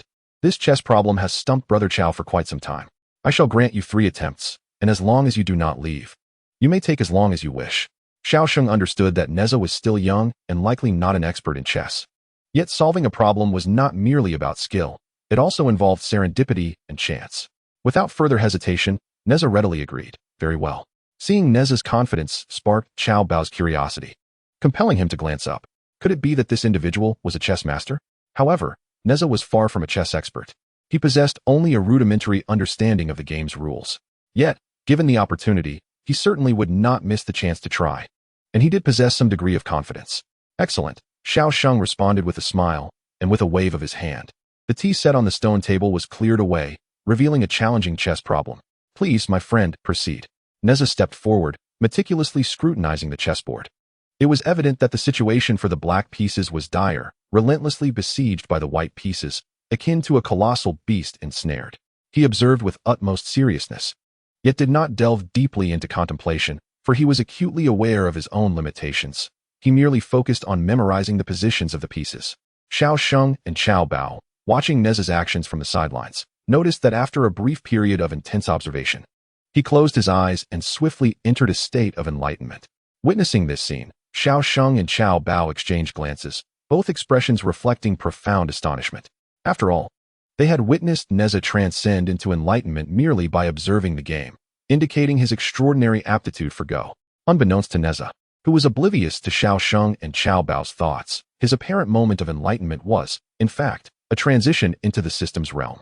Upon entering the space, Nezha, with clear intent, accessed the skill library and began searching for books on Go, discovering millions of tomes. After some time sifting through, he filtered out 3 titles: The 100 Solutions of Go, The 1,000 Solutions of Go, and The 10,000 Solutions of Go. Extracting these 3 volumes, Nezha meticulously cross-referenced them with the positions he had previously memorized. It was only as he neared the conclusion of the text that he finally reached his objective.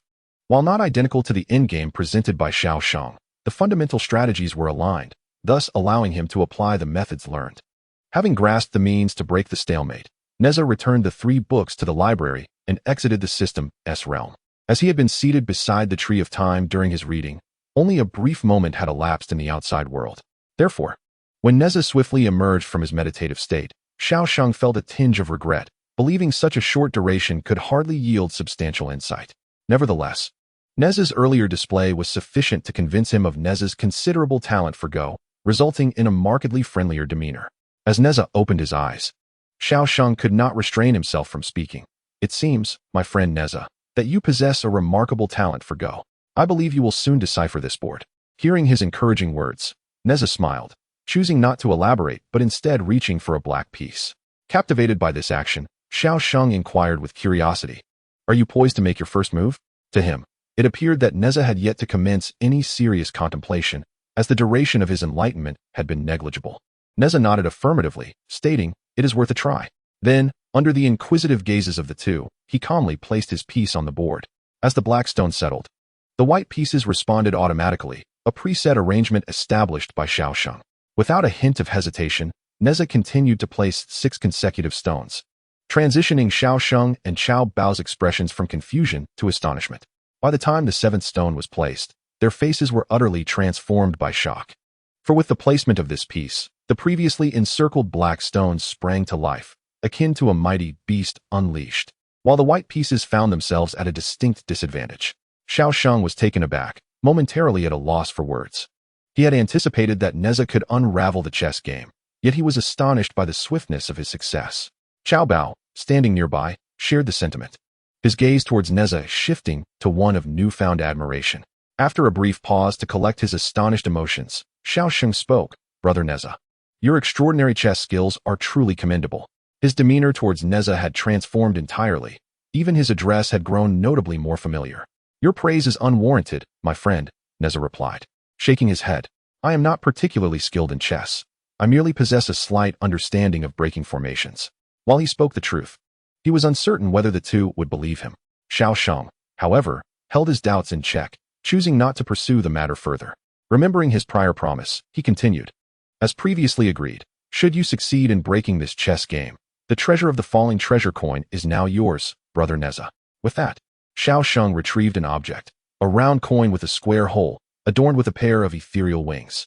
After performing a series of actions, he handed it to Nezha, saying, "I have lifted my control over the falling treasure coin, and the first 4 restrictions have been weakened. You may refine it at your leisure, Brother Nezha." Upholding his promise, Xiao Sheng not only bestowed the falling treasure coin, but also actively assisted Nezha in weakening its restrictions for a quicker refinement. Although the earlier agreement only pertained to the treasure itself, Nezha felt a surge of gratitude upon witnessing Xiao Sheng's generosity. "Thank you, Brother Xiao," he said sincerely. Yet, despite Xiao Sheng's offer, Nezha had no intention of taking advantage. He retrieved a storage bag, stating, "Your generosity is commendable, so I cannot allow you to bear the loss. Within this bag are several mid-grade spiritual treasures and some rare materials for cultivation. Please accept them, Brother Xiao." He placed the bag firmly into Xiao Sheng's hands, leaving no room for refusal. "I implore you not to decline." "Then I am most grateful, Brother Nezha." Recognizing Nezha's sincerity, Xiao Sheng, not one to be coy, accepted the storage bag with a smile of appreciation. Subsequently, at Xiao Sheng's suggestion, Nezha began the refinement of the falling treasure coin within the secret realm. Thanks to the prior weakening, he swiftly succeeded in overcoming the 4 restrictions. The falling treasure coin, an exceptional innate spiritual treasure containing 39 restrictions, now established a connection with Nezha, allowing him to wield it freely. Having secured the falling treasure coin, Nezha felt a significant concern resolved, his spirits lifted. He expressed his gratitude once more. "I am thankful to both of you. Should you require assistance in the future, do not hesitate to ask." Xiao Sheng chuckled at this, saying, "There is no need to wait for the future. I have a request to trouble you with, Brother Nezha." Surprised, Nezha raised an eyebrow. "Oh? Please feel free to speak, Brother Xiao."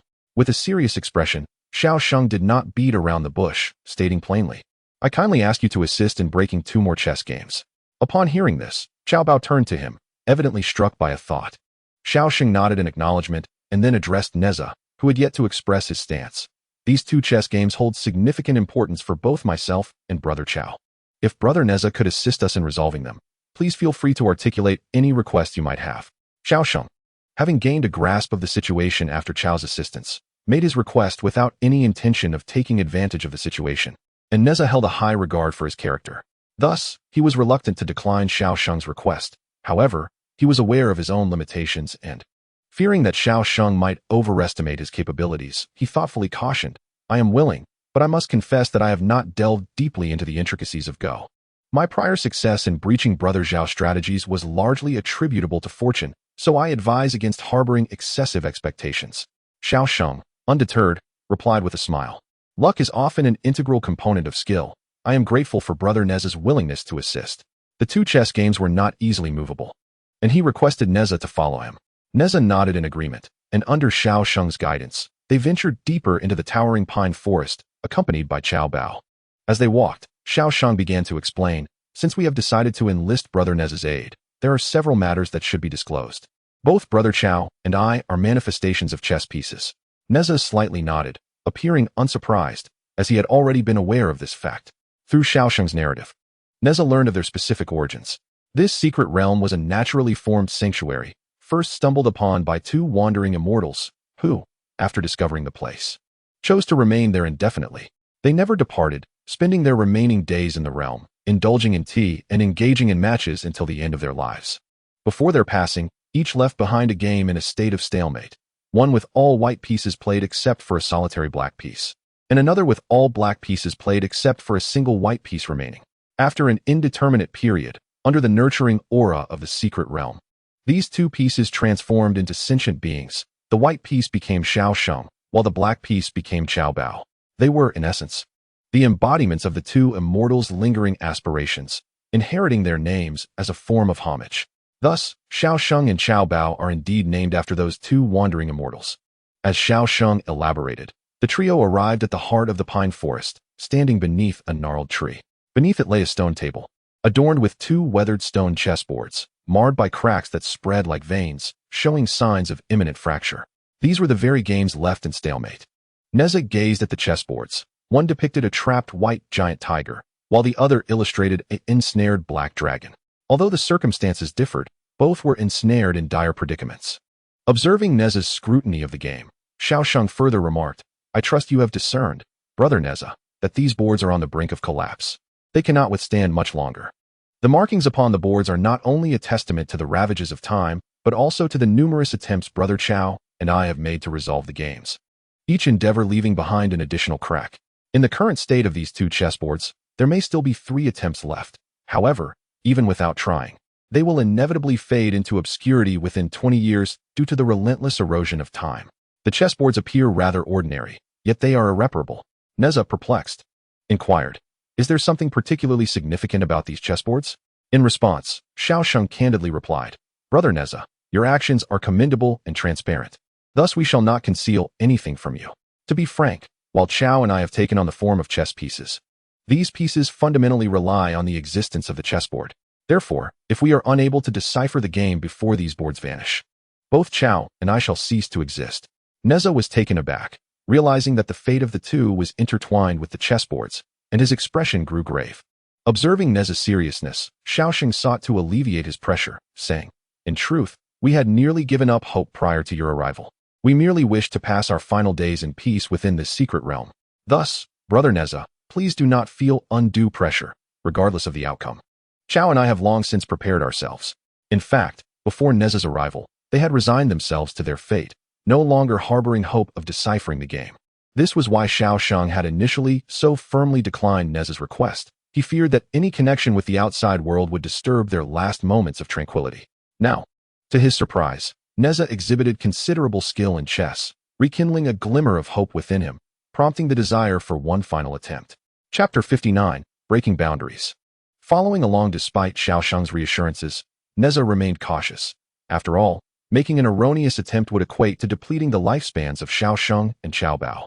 He prudently stated, "If that is the case, I shall first observe. If I lack confidence, I will not act recklessly." Having given his word, Nezha had no intention of retracting it, especially since it pertained to the lives of Xiao Sheng and Qiao Bao. He held them in high regard and was willing to rescue them if given the opportunity. "Then I extend my gratitude to you, Brother Nezha." Aware that Nezha was considering their welfare, Xiao Sheng offered a respectful nod, with Qiao Bao echoing his thanks. "Thank you."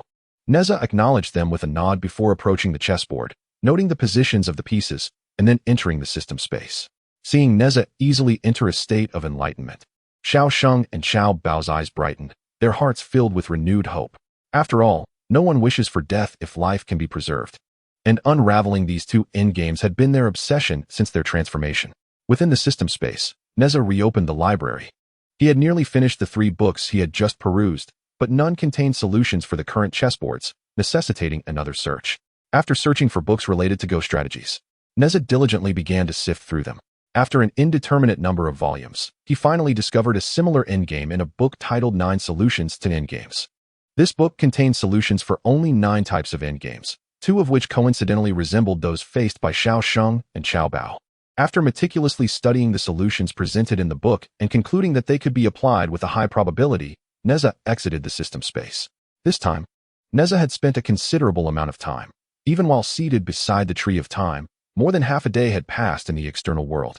Upon seeing him emerge from his state of enlightenment, Xiao Sheng and Qiao Bao hurriedly approached, inquiring, "Brother Nezha, what have you concluded?"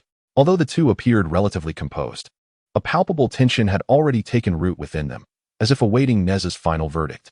Under their eager gazes, Nezha nodded and replied, "It is worth a try. I have approximately an 80% confidence." Upon hearing his words, Xiao Sheng and Xiao Bao exchanged smiles, saying, "An 80% assurance is exceedingly high. We shall rely on you, brother Nezha." With a firm resolve, Nezha approached the chessboard under their watchful eyes, first grasping a white piece. Without hesitation, he placed it decisively onto the board.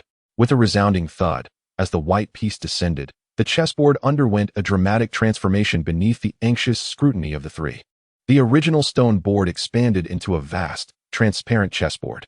The pieces on the board transformed into living entities. The iron cage formed by the black pieces was breached by Nezha's recent move. A colossal tiger, fashioned from white pieces, let out a thunderous roar as it launched an assault towards the opening, relentlessly gnashing at the iron cage, swiftly devouring the black pieces in disarray. As the giant tiger achieved complete freedom, it unleashed another roar towards the heavens and surged like a comet towards Xiao Sheng. With a hum, the white tiger melded into Xiao Sheng's being, vanishing from sight, while the anomalies in the arena subsided. A powerful aura began to emanate from Xiao Sheng. Both Nezha and Xiao Bao could feel the rising intensity of his presence, which radiated an enigmatic Taoist resonance. Before long, Xiao Sheng's aura stabilized. He opened his eyes, which sparkled with brilliance, signifying a significant enhancement in his strength. Were it not for the insufficient spiritual energy within the secret realm, he might have directly transcended to the golden immortal stage. It is successful. Noticing the change in Xiao Sheng's momentum, Xiao Bao stepped forward. His previously placid expression now illuminated with evident excitement. Xiao Sheng, fully aware of his transformation, exchanged a glance with Xiao Bao, unable to conceal his own joy. However, despite their exhilaration, they did not forget the most crucial figure, Nezha. Xiao Sheng, accompanied by Xiao Bao, approached Nezha solemnly and expressed, "Thank you, brother Nezha. The profound kindness of a fellow Taoist shall forever be etched in my heart." "You're too kind, brother Xiao," Nezha nodded, and without needing further prompting, glanced at Xiao Bao and said, "Let us first decipher the other chessboard." Upon hearing this, both Xiao Sheng and Xiao Bao displayed expressions of delight, suppressing their excitement. "Please, brother Nezha," they urged, stepping aside as Nezha returned to the stone table. Following the earlier spectacle, the cracks on Xiao Sheng's chessboard had vanished, returning to its pristine state. With the recent success, Nezha felt a newfound confidence. He gazed at the cracked stone board on the other side and picked up a black piece, placing it decisively onto the board. As the piece descended, under the tense scrutiny of Xiao Sheng and Xiao Bao, an extraordinary phenomenon unfolded. A massive transparent chessboard emerged. The black dragon on the board, akin to the earlier white tiger, surged forth from the breach Nezha had created, consuming the white pieces on the field entirely. Eventually, it let out a mighty roar, transforming into a stream of light that landed upon Xiao Bao. Like Xiao Sheng before him, Xiao Bao felt a surge of energy, and once it stabilized, he found himself at the threshold of breaking through to the golden, immortal realm. Witnessing Nezha's success in assisting Xiao Bao to unravel the chess game's enigma, Xiao Sheng's anxieties dissipated entirely, prompting him to stride over to Xiao Bao's side. Nezha, understanding their current sentiments, chose to grant them a moment of privacy and refrained from intruding. After a brief yet heartfelt exchange, the two calmed their excitement and approached Nezha, with Xiao Sheng bowing respectfully, saying, "Not only have you saved my life, but you have also aided me in transcending to the golden, immortal realm. Such immense kindness cannot go unacknowledged, and I can only pledge my service to you in the future." "I feel the same," Xiao Bao added, offering a bow of his own. Noticing the implication of their words, that they intended to follow him directly, Nezha was slightly taken aback and replied, "Please rise, esteemed brothers. There is no need for such formalities." He did not possess an overly altruistic nature, but he felt that their devotion was unwarranted, considering that they had already attained the status of quasi-golden immortals, while he had yet to reach even the true immortal level. Perceiving Nezha's confusion, Xiao Sheng chuckled ruefully and explained, "It is somewhat embarrassing to admit, but Xiao Bao and I have devoted our lives to the art of chess, never even stepping beyond the Wui Mountains. We had thought we would languish in this secret realm for eternity, yet today, thanks to your assistance, we have glimpsed the golden immortal domain. Attaining this level, we feel we have finally grasped the profound intricacies of the immortal path, inevitably igniting our desire to pursue even greater heights." Previously, they had felt devoid of hope for achieving the golden immortal status, which had led them to resign themselves to a tranquil existence within the secret realm. However, now that they had achieved it, lingering in the secret realm was no longer an option. Moreover, after becoming golden immortals, their perceptions sharpened, and they sensed the imminent threat of calamity, aligning with Nezha's earlier mention of the great tribulation of heaven and earth, from which it seemed they could not escape. Yet, as mere solitary cultivators without any backing, they felt as fragile as unanchored reeds in the face of such tribulation. Relying solely on their own resources to navigate through this deadly crisis seemed an insurmountable challenge. Furthermore, their cultivation had always been a solitary endeavor. Even now, having broken through to the golden immortal realm, they were uncertain of the path that lay ahead. Although Nezha was young and his cultivation inferior to theirs, his identity as a direct disciple of the Jie sect made him a figure worthy of their allegiance, as he could undoubtedly provide them with invaluable opportunities for their cultivation journey. Xiao Sheng and Xiao Bao exchanged a glance, resolutely declaring, "We hold great admiration for the character and disposition of Brother Nezha. As long as you are willing to provide us with opportunities for our continued cultivation, we are wholeheartedly prepared to follow you." Chapter 60. Activation of main skill. Upon hearing Xiao Sheng's explanation, Nezha comprehended the reasoning behind their choice, which stemmed from the helplessness of being loose cultivators. He had anticipated that his assistance would only require them to help a few times, yet he was pleasantly surprised by this unexpected benefit. Naturally, he would not refuse such a fortuitous opportunity and responded, "Very well. If you wish to follow me, I can seek guidance from my senior brothers at Jiejiao regarding your cultivation beyond the golden immortal stage, as well as provide you with the necessary resources for your future practice. The guidance of my senior brothers, such as Duo Bao, should suffice for your cultivation at this level." Xiao Sheng and Xiao Bao shared this sentiment, and upon hearing his words, they were filled with joy. They exchanged glances and bowed in unison, expressing their gratitude. "Thank you, esteemed sir." Nezha noted the shift in their address, but chose not to correct them, should they decide to follow him. The distinctions of age and cultivation were secondary to the respect that should be maintained. After their bow, Nezha pondered, "However, I currently have matters to attend to, and it will be a while before I can take you back to Jiejiao for guidance." Given his current level of cultivation, a return to Jiejiao would be troublesome, as he had only just emerged. Returning now would not be particularly advantageous. Nevertheless, "It is as you say." Xiao Sheng and Xiao Bao voiced no objections, recognizing that they also needed time to stabilize their realms, thus they were not in a hurry. In this manner, the three reached a consensus, resolving their matters satisfactorily. However, Nezha was not yet ready to depart. He still had tasks to complete within the secret realm. He turned to Xiao Sheng and Xiao Bao and said, "You may proceed to break through to the golden immortal stage. I shall remain here to meditate for a while and await your return." Understood. Acknowledging the change in their circumstances and recognizing that Nezha had matters to attend to, Xiao Sheng and Xiao Bao exercised discretion and did not inquire further. They responded affirmatively and exited the secret realm. Once they had departed, Nezha found a suitable spot within the secret realm, seated himself cross-legged, and subsequently entered the system space. Within this realm, Nezha observed the fallen treasures he had inadvertently brought along with him and approached the colossal tree at the center.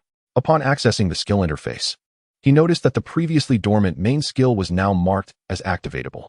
Without hesitation, Nezha clicked to activate the skill. As he performed this action, the giant tree suddenly illuminated with a radiant white light, emanating a tremendous pulling force, and a white vortex materialized at the center of the trunk. The fallen treasures that had been drifting in the space were instantly drawn in, disappearing into the vortex. Observing this scene, Nezha furrowed his brow.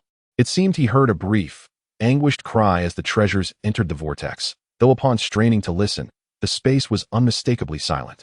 After searching for a while without any clues, Nezha could only conclude that he must have misheard. Perhaps that vortex, which appears illusory, may very well possess a tangible essence. The sound just now could have been produced by the friction when the treasure was drawn in. Shortly after the treasure was consumed, the white vortex vanished without a trace. Nezha extended his hand to touch the trunk of the skill tree, activating the skill panel. Primary skill, compulsory refinement, activation successful, branch skill, skill 1, time tree 1, unlocked. Upon entering the successfully activated primary skill, a surge of information flooded his mind. After absorbing the details, Nezha felt a surge of excitement. Indeed, it was a unique skill, remarkably potent, and perfectly suited to him. He had previously harbored concerns about whether he would possess sufficient time to refine the numerous innate treasures he might acquire, which would complicate the accumulation of treasure energy. After all, not every instance would be as fortunate as the previous occasions, where others graciously gifted him treasures and even weakened their restrictions. However, with the activation of the primary skill, those concerns dissipated. In essence, the primary skill serves two main functions. The first function allows him to absorb treasure energy without the need for refinement. Mere contact suffices for direct absorption. This capability renders numerous operations imperceptible, as the essence within innate treasures remains concealed from view. Furthermore, most cultivators in the primordial realm possess 1 or 2 treasures, and engaging in combat using treasures is a customary practice. In future confrontations, should his opponent wield an innate treasure, he might attempt to extract its essence directly, potentially not only acquiring treasure energy, but also altering the tide of battle. Nezha found this prospect highly feasible and looked forward to the opportunity to put it into practice.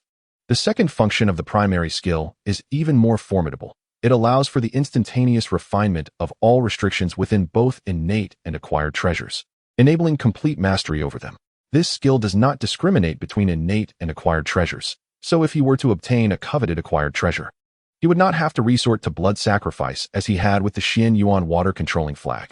This method, fraught with danger, also poses a certain degree of bodily harm, and he could hardly afford to waste his life force. Nezha was thoroughly satisfied with the capabilities of the primary skill, believing that with its addition, the system's skill framework was finally complete, validating the effort he had expended. Yet, after grasping the essence of the primary skill, he felt an irresistible urge to seek out an innate treasure for immediate experimentation, though he realized he had none at present. Suddenly pausing, Nezha surveyed the system space, his brow furrowing slightly. Where was the treasure? He was puzzled. Previously, the system absorbed only the essence of innate treasures while the treasures themselves remained intact. How could the treasure simply vanish upon activating the primary skill? Upon confirming that his connection with the treasure was severed, Nezha began to form a hypothesis in his mind. It appears that the system has integrated certain attributes of the treasure of fallen wealth to activate the primary skill, leading to the immediate absorption and refinement of the treasure. Upon surmising this possibility, Nezha couldn't help but feel a twinge of regret. After all, it was a supreme innate spiritual treasure that should have possessed considerable value. Had he known, he would have absorbed its value before activating the primary skill, though he was uncertain if it would still be usable afterward. With a flicker of hope, Nezha checked the remaining value, wishing it might reserve a portion for himself. However, no miracle ensued, and he resigned himself to fate. Without the innate spiritual treasure and its value, there was no reason to linger in the space any longer. Nezha exited the system space, opening his eyes to survey his surroundings, where he spotted Xiao Sheng and Qiao Bao, who had finished their breakthrough and were waiting for him not far away. Initially, these two had thought Nezha's claim of needing to cultivate was merely an excuse, but upon witnessing his genuine attainment of enlightenment, they chose to stand by without disturbing him. Nezha's ability to effortlessly enter a state of enlightenment further solidified Xiao Sheng and Qiao Bao's understanding of his exceptional talent, reinforcing their conviction that following him was indeed the right choice. As Nezha opened his eyes, Xiao Sheng and Qiao Bao promptly approached, awaiting his instructions, their demeanor noticeably more respectful than before. Chapter 61. The Path Ahead. Crisis. Nezha observed Xiao Bao and Xiao Sheng, contemplating that while he had invited them to follow, he could not permit them to wander aimlessly alongside him. It was preferable for them to remain concealed, allowing them to act only when necessary to achieve optimal results. Thus, he needed to devise a plan to ensure their proper placement. After a brief moment of contemplation, Nezha made a decision and spoke. We are merely at the onset of the great calamity. There remains much for me to accomplish, and your intervention is not required for the time being. Xiao Sheng exchanged glances with Qiao Bao, puzzled by this implication. Did it mean they were not to accompany him just yet? Nezha paid no mind to their unspoken thoughts and continued, however, there is no need for you to remain in this secret realm any longer. With a flick of his hand, a small blue flag materialized before them. This flag contained a miniature world within, where they could stabilize their realms until Nezha required their assistance once more. The Xian Yuan water control flag, upon becoming attuned to Nezha, revealed itself to be an ideal sanctuary. Moreover, he could manipulate the miniature world to create an opening, allowing it to interact with external spiritual energy, thus facilitating their cultivation. Understood. Upon hearing Nezha's words, Xiao Sheng and Qiao Bao expressed no dissent. They were content with the arrangement, as they were not inclined to roam aimlessly. Subsequently, without hesitation, they willingly entered the miniature world within the Xian Yuan water control flag. The world was modest in size, predominantly filled with water, save for a central landmass, with only a few isolated islands dotting the surrounding waters. Upon entering, Xiao Sheng and Qiao Bao were immediately struck by the abundant spiritual energy that permeated the surroundings, far surpassing that of the secret realm they had previously inhabited. Moreover, with Nezha having opened a passage for them, it truly became an excellent venue for cultivation. They soon found a suitable spot to settle, choosing a pond as their resting place due to the richness of the spiritual power in the vicinity. Curiously, however, this pond harbored no life. It was crystal clear, devoid of even a single blade of grass, and yet at its center, a small golden object shimmered faintly. Nevertheless, recognizing that this was Nezha's domain, Xiao Sheng and Xiao Bao refrained from investigation and promptly began their meditative practice. Once Xiao Sheng and Xiao Bao entered the miniature world within the Xian Yuan water-controlling flag, Nezha glanced over casually, observing their tranquil cultivation, and chose not to intervene further, subsequently retracting the flag. With this, his objectives were accomplished. Not only had he activated his primary skill, but he had also unexpectedly gained 2 allies, rendering the journey worthwhile. After ensuring the 2 were settled, Nezha turned his thoughts inward, contemplating his subsequent actions. He understood that the most pressing task was to enhance his strength. However, he was acutely aware that his time for stability was limited. Even if he dedicated himself to cultivation from that moment until the impending crisis of the Jie sect, he feared that his progress would be minimal. Thus, to elevate his capabilities in anticipation of the impending Jie sect crisis, a methodical approach to cultivation was insufficient. The only viable opportunity lay in upgrading the time tree. Currently, the time tree could only decelerate the flow of time by a factor of 10, which was inadequate. Yet, should it be enhanced to 100 or 1,000 times, the possibilities for transformation would be profound. Therefore, what he desperately needed now was treasure energy. Previously, he could only hope that dispatching small spirits would lead to the discovery of innate spiritual treasures, but with the activation of his primary skill, a new avenue of thought had emerged. Eager to acquire treasure energy, Nezha inevitably considered his old adversary, Ling Zhuzi, as his initial source of treasure energy had originated from him. Before the activation of his primary skill, the only way for Nezha to extract treasure energy from Ling Zhuzi would have been through his demise, absorbing it during the dispersion of his essence. However, with the primary skill now active, he could simply make contact with an innate spiritual treasure to directly absorb its spiritual essence.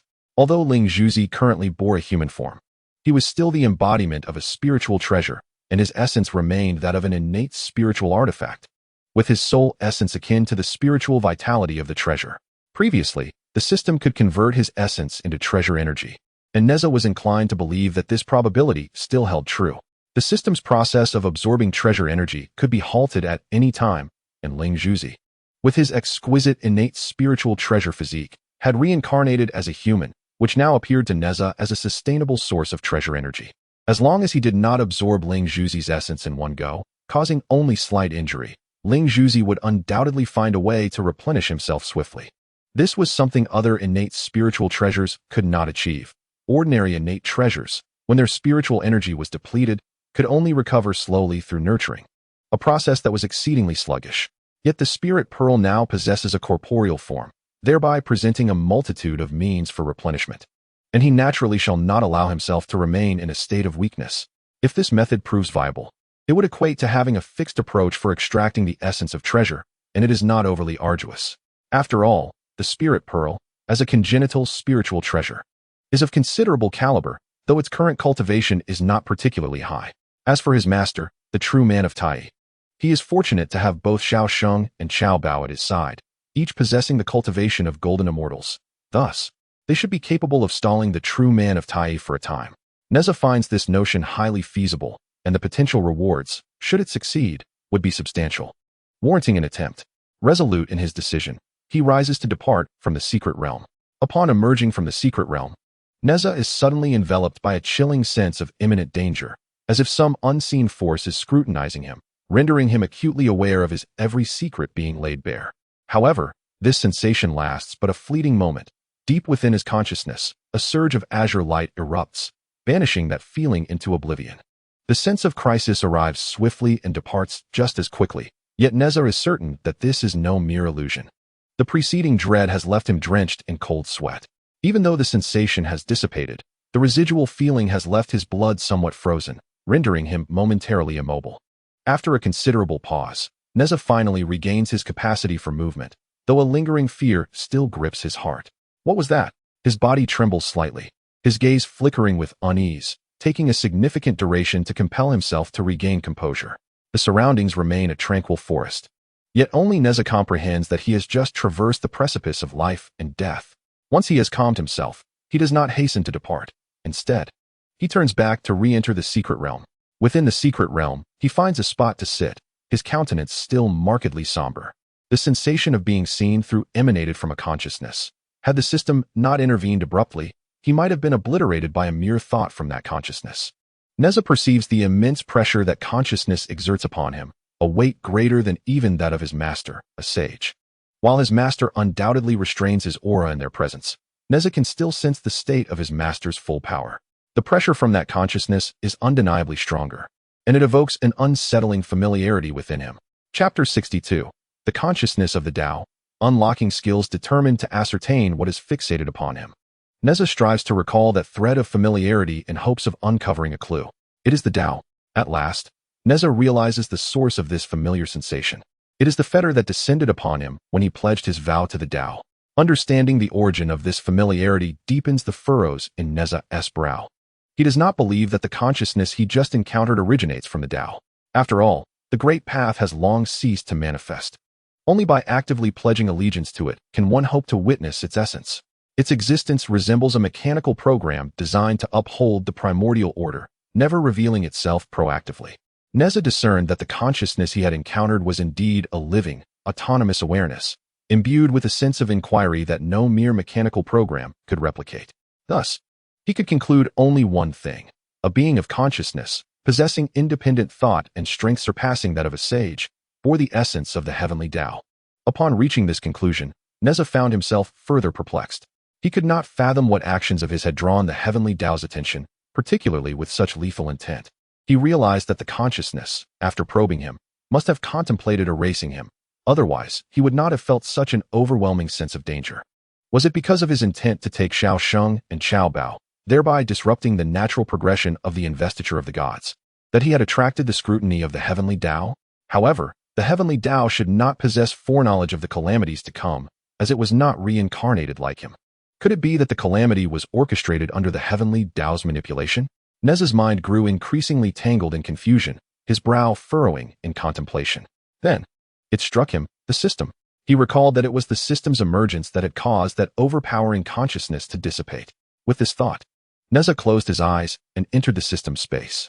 However, after a thorough investigation within the system, he found no discernible changes, leaving him somewhat disheartened. Suddenly, Nezha noticed an anomaly.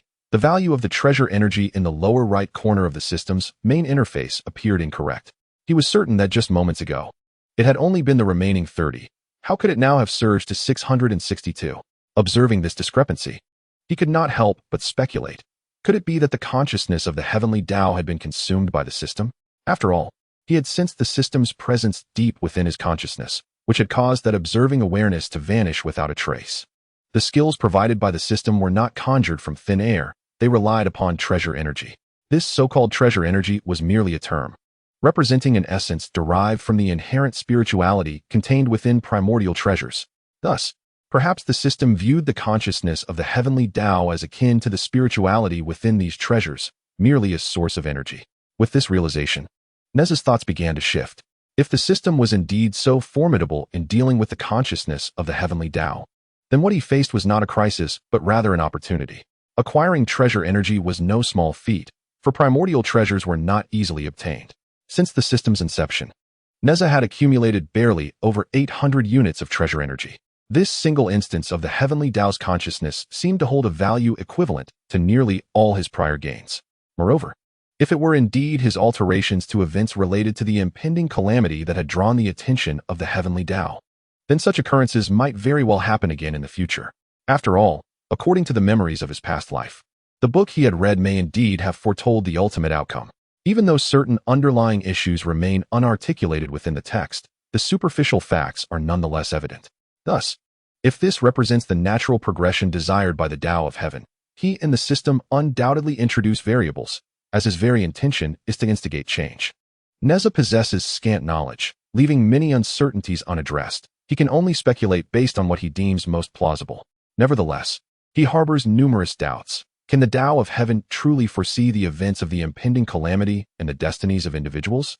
Is it possible that fate is indeed so formidable? with everything during this great tribulation lying within the control of the Tao of Heaven? For now, however, he must proceed step by step, suppressing his inner uncertainties and continuing along this line of thought. Initially, he aimed to alter a few matters pertaining to himself. But should this attract the consciousness of the Tao of Heaven, allowing the system to devour and thereby acquire precious energy value, his aspirations would extend far beyond mere trifles. Fortune favors the bold. If merely changing a few circumstances could yield precious energy value, it would certainly be worth the endeavor. After all, possessing such energy would expedite his cultivation and enable feats unattainable through conventional methods. The only concern lies in whether the system will falter. If the consciousness of the Tao of Heaven were to be summoned again, could it still safeguard him? Moreover, if it were the very essence of the Tao that took notice, the outcome would likely be fatal. He trusts that the system has yet to reach such formidable heights. After all, the Tao of Heaven is currently the sovereign of the primordial world, while the system is an intruder within this realm. Nevertheless, Nezha believes that the system's actions are unlikely to reach the essence of the Tao. Just as a master may sometimes project their consciousness to perform certain tasks, the essence remains oblivious until the consciousness is retracted. The consciousness of the Tao that was recently transformed into precious energy value likely cannot be reclaimed. Of course, these are merely his current conjectures. It would be prudent to seek verification from his master when the opportunity arises. Nezha has organized his thoughts regarding this matter, feeling a slight alleviation, for the unknown is indeed the most daunting. This is all he can contemplate for now. The remainder must be navigated step by step. Regardless, this unexpected influx of precious energy value is a delightful surprise, precisely what he desires. Even if he were to encounter the Tao of Heaven outside and be obliterated, he must first utilize this precious energy value, lest he risk becoming an obsession once more. Gazing at the 662 precious energy value, Nezha first expended 300 to unlock skills 7, 8, and 9. Upon successful unlocking, he delved into each skill, discerning their functions and feeling quite satisfied, as they were all applicable to him. Skill 7 is the sixth child's invisibility technique, which not only conceals his form, but also masks his aura. It currently has the capacity to shield him from the perception of those beneath the great immortal level. He undoubtedly intends to undertake certain actions discreetly without premature exposure, making this skill perfectly suited for his needs, sparing him the necessity of learning an entirely new divine art. Observing this skill, Nezha pondered whether ascending a few more levels would enable him to shield himself from the perception of the heavenly Tao. Skill 8, the portal, possesses 10 designated points, allowing him to teleport instantly regardless of his location. Even though he has cultivated a body technique, he still wastes considerable time on his journeys. In the future, he could place points in frequently visited areas, which would undoubtedly save him effort. However, as Nezha contemplated the introduction of this skill, he felt that beyond merely facilitating travel, it might possess other functions. He wondered about the swiftness of the teleportation. If it were rapid, it could serve as an excellent skill for escape. Chapter 63, Skill Advancement Skill 10, the Little Spirit Communication, functions akin to a messaging talisman, comprising 1 primary talisman and 10 secondary ones. The secondary talismans can communicate with the primary talisman, but must seek its permission to connect with one another. At first glance, this appears similar to the existing messaging talismans in the primordial world. However, significant differences exist. In the primordial realm, messaging talismans may fail to transmit beyond a certain distance, and one cannot ascertain when the recipient will read the message or if they will respond at all. In contemporary terms, the messaging talismans in the primordial world resemble text messages, constrained by distance and signal limitations. In contrast, the system's messaging talismans operate like advanced satellite phones, enabling real-time communication that transcends distance and signal barriers, a technology entirely absent in the primordial world. To achieve such seamless communication regardless of location, only beings of his master's caliber might succeed. Moreover, utilizing this skill may not be straightforward, as it could require a division of consciousness, which would ultimately undermine the essence of real-time communication. Nezha is quite pleased with this skill. He anticipates frequent interactions with various individuals and finds the messaging talisman a useful tool to share. He even considers providing one to his master, allowing for direct communication should any matters arise. Yet, Nezha hesitates, knowing that his master is not easily deceived and he cannot easily explain the origin of such an item. He has never lied to his master. He simply refrains from mentioning the system, fortunate that Tongtian is not one to pry into his disciple's secrets. Even when Nezha occasionally behaves strangely, his master does not press for details. However, should he give this messaging talisman to his master, it is certain that inquiries would ensue. Furthermore, Nezha finds it difficult to envision a scenario where he would call his master. He believes that unless it pertains to matters of life and death, using the messaging talisman for other issues would seem somewhat disrespectful. Yet, if a life-threatening crisis were to arise, the talisman might not suffice in time. His thoughts unexpectedly diverged, and Nezha couldn't help but wonder if his master possessed a messaging talisman. Indeed, at his master's level, he could likely summon him mentally, and their connection would allow his master to sense it. Panic surged within him. He could not dwell on this thought any longer. Realizing this, Nezha swiftly curtailed his thoughts, fearing that if he continued, his master might perceive it. In the exquisite realm of Bo Palace, the Saint of Tantian sat in the grand hall, his consciousness wandering beyond, engaged in various arrangements. Suddenly, a faint sensation stirred within him. With a slight furrow of his brow, he opened his eyes, revealing a piercing glimmer akin to a sharpened blade. Tantian pondered. Was it possible that Nezha had been thinking of him? Although the feeling dissipated swiftly, it would not have been so easily perceived had Nezha not harbored a strong desire or long-term thoughts of him. Realizing that it must have indeed been Nezha, Tantian felt a twinge of helplessness mingled with a sense of comfort. Ah, the child. After such a brief separation, he already yearns for his master. Nevertheless, it seemed there was no pressing matter, for the sensation had quickly faded, resembling an unconscious longing rather than a deliberate call. It appeared that the disciple's affection for him ran deep, and Tantian took a moment to revel in this thought before returning to his meditative state. In the mystical confines of Wui Mountain, Nezha remained unaware that his fleeting thoughts had been sensed by his master. Once he dismissed those whimsical notions, he resolved to continue utilizing the remaining treasure energy. With all skills unlocked, it was time for upgrades. Among all the skills, Nezha yearned most to enhance the time tree. For cultivation is the foundation of strength, and even the most extraordinary talent requires time to elevate one's power. Approaching the time tree, he gently touched it to check the treasure energy required for an upgrade, discovering that it necessitated 500 units. Sighing, Nezha glanced at his remaining 362 units and lamented their insufficiency. He examined the treasure energy needed for upgrading other skills, noting that aside from the library, the Eye of Revelation and the Eye of Illusion, all other skills required merely 200 units for enhancement. The library, displayed at maximum level, could no longer be augmented, while the Eye of Revelation and the Eye of Illusion, though also at full capacity, evolved with his growing strength, requiring no further upgrades, a considerable convenience. It appeared that the time tree was indeed uniquely exceptional from the outset, with its unlocking and upgrading costs surpassing those of other skills. Observing this diminutive sapling, which barely reached his waist, Nezha felt it had acquired a sense of nobility. Despite its steep cost, it was undeniably what he needed most. Contemplating his remaining treasure energy, Nezha found himself in a quandary. Should he accelerate the dispatch of the little spirits thrice in hopes of uncovering a congenital spiritual treasure? Or should he directly upgrade their dispatch? After a moment's reflection, he resolved to upgrade the dispatch of the little spirits, reasoning that even 3 accelerations might not guarantee the discovery of a congenital treasure. Moreover, an upgrade might enable the little spirits to target either congenital or acquired treasures. Embracing a spirit of daring, Nezha chose to proceed with the upgrade. Currently, the little spirits were still on their mission, and Nezha opted not to summon them back, as the system interface allowed for a direct upgrade. Approaching the skill tree, he accessed the interface for dispatching the little spirits, expending 200 units of treasure energy to select the upgrade. In no time, the system confirmed the successful enhancement. As he contemplated the changes brought about by the upgrade, something gently bumped against him. What has returned? Nezha mused, gazing at the small, fluffy creature floating beside him, a hint of confusion in his eyes. He extended his hand and patted it, and a surge of information flooded his mind. It dawned on him that it had not returned. Rather, the upgrade had unexpectedly introduced a new little spirit. The enhancements from the upgrade were considerable, although it did not grant him the ability to specifically seek out innate spiritual treasures as he had hoped. He was now able to dispatch 2 little spirits simultaneously.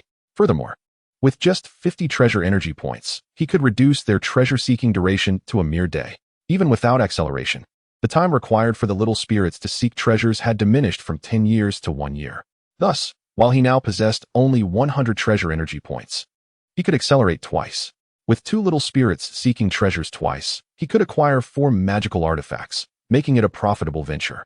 Nezha sent forth this little spirit as well, selecting the treasure type as magical artifact and expending 50 treasure energy points for the first acceleration. Now needing to wait a day, Nezha chose not to exit the system space, but instead sat beside the Tree of Time to cultivate and bide his time. The flow of time for dispatched little spirits was normal, so Nezha cultivated beside the Tree of Time for 10 days before the two little creatures returned. This time, familiar with the process, Nezha gently tapped both little creatures on their heads, prompting them to open their mouths and expel a magical artifact each. One resembled a common spirit sword, appearing to be a low-grade spiritual treasure, while the other was a bone fan, subtly radiating the aura of a high-grade spiritual treasure. Chapter 64. Upgrading the Tree of Time. After sensing both magical artifacts, Nezha was astonished to discover that the bone fan was, in fact, an innate spiritual treasure, imbued with a sense of spiritual essence. To his surprise, he had reaped such a reward on his very first attempt, and it was a high-grade innate spiritual treasure. As he grasped the bone fan, a green light began to emanate from his hand. Previously, absorbing treasure energy points required refining the magical artifact first. But now that he had unlocked the primary skill, the process had become much simpler. The faint resistance from the spiritual essence within the bone fan was rendered ineffective in no time, as the green light easily absorbed the essence.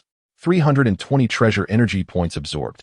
Upon receiving the system's notification of successfully collecting treasure energy points, Nezha examined the bone fan in his hand, now devoid of spiritual essence, and prepared to test another function of the primary skill. The bone fan contained 28 prohibitions. He first attempted to refine it using conventional methods, but found the progress excruciatingly slow. Refining the first prohibition alone would take at least several years. The more central the prohibition within the magical artifact, the greater the difficulty in refining it. Given his current cultivation level, he surmised that completely refining the bone fan through conventional means would likely take a millennium. Having gauged the difficulty of the conventional approach, Nezha activated the primary skill to continue the refining process. The refinement of the magical artifact essentially entails breaking through the constraints within it using one's consciousness. As Nezha activated his primary skill, the previously formidable barriers suddenly became utterly insubstantial. His awareness faced no hindrance, effortlessly shattering the 28 layers of restrictions, leading him to the innermost core of the spiritual treasure, where he beheld a phantom-like small fan gently suspended in the air. Nezha understood that by connecting this core with his consciousness, he could transform the bone fan into his innate magical artifact. However, he chose not to pursue this course of action. After all, an innate magical artifact is unique, although it can be replaced. Doing so is cumbersome and can inflict damage upon both the cultivator and the spiritual treasure. This bone fan, being merely a superior spiritual treasure, was not particularly suited for him, and thus Nezha would not refine it into his innate artifact. After confirming the formidable nature of another function of his primary skill, Nezha ceased the refinement and withdrew his consciousness. Although he did not transform the bone fan into his innate artifact, he had nonetheless dispelled all its restrictions. Upon once again feeling the bone fan in his hand, Nezha experienced a sense of profound connection with it, operating as if it were an extension of his own being. As he caressed its material, he felt an inexplicable affinity with his senior sister Zhenzi and resolved to present it to her when opportunity arose. Erasing his will and lifting the refinement's constraints, Nezha stored the bone fan alongside the inferior spiritual sword that he had scarcely regarded. Exchanging 50 treasure points for a yield of 320 points, he observed the treasure points swell to 432, instilling in him a sense of optimism regarding the potential upgrade of the time tree. Dispatching the two small sprites once more, Nezha expended another 50 treasure points to accelerate the process, then resumed his cultivation as he awaited their return. 10 days elapsed before the two sprites returned, and Nezha, brimming with anticipation, eagerly examined the spiritual treasures they had brought back. Unfortunately, they had only procured postnatal treasures, a medium-grade long staff, and a set of medium-grade armor. Disappointed, Nezha sent the sprites out again and spent another 50 treasure points to hasten their quest. After another 10 days of waiting, fortune smiled upon him as the sprites returned with a medium-grade innate dagger and a superior postnatal spear. Ignoring the superior spear for the moment, Nezha immediately seized the dagger and began to absorb treasure points. With 332 points remaining, he hoped this medium-grade innate dagger would help him reach the requisite 500. The absorption yielded 170 points. Watching the treasure points rise to 502, Nezha sighed in relief. It was sufficient, albeit not abundant. He was reluctant to dispatch the sprites again for treasure hunting, fearing the next attempt might yield no innate treasures, leaving him uncertain about when he could accumulate 500 points again. Thus, he decided to seize the moment. With the treasure points amassed, Nezha approached the time tree and opted to spend 500 points to facilitate its upgrade. Under his watchful gaze, the sapling began to grow slowly, stretching from its original height of 2 feet to approximately 6 or 7 feet, surpassing even his own height by a slight margin. In addition to its height, the trunk of the time tree has also grown considerably sturdier. Previously, it was merely as thick as 2 fingers, but now it has expanded to the girth of his forearm. Even the leaves have multiplied several times, clearly surpassing the realm of a mere sapling. Standing beside the time tree during its growth, Nezha could distinctly sense time manifesting as a tangible entity, flowing slowly yet steadily. In this extraordinary experience, Nezha entered a state of profound enlightenment, with the essence of Tao circulating around him.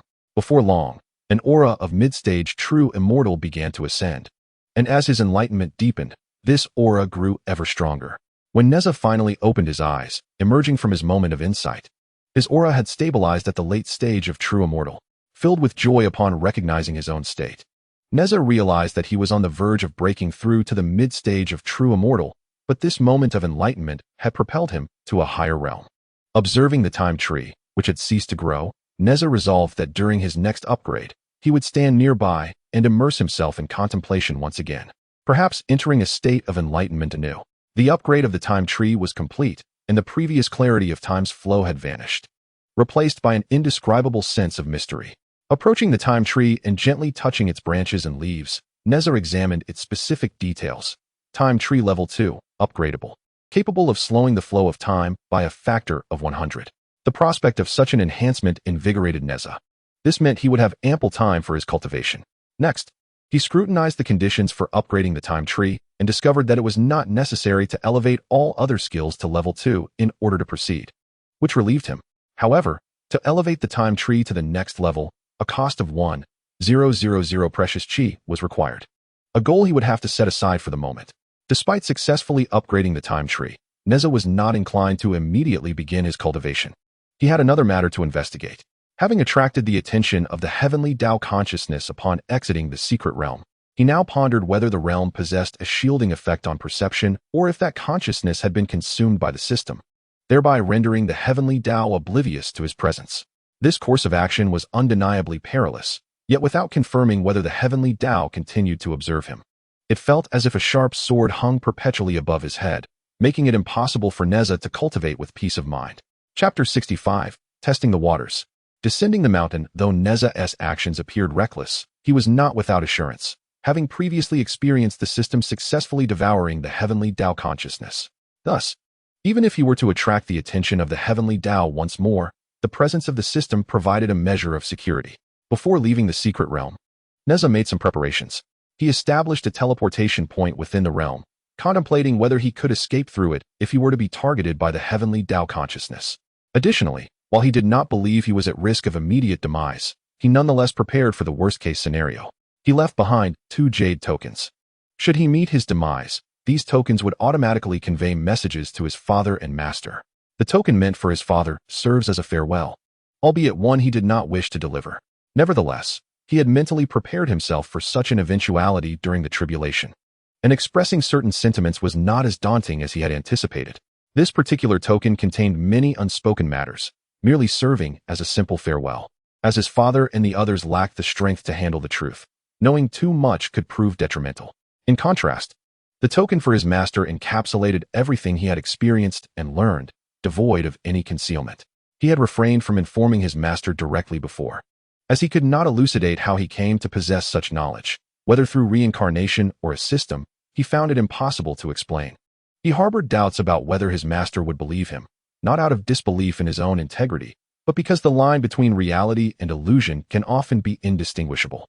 Regardless of whether it was reincarnation or a system, the knowledge and sensations remained uniquely his.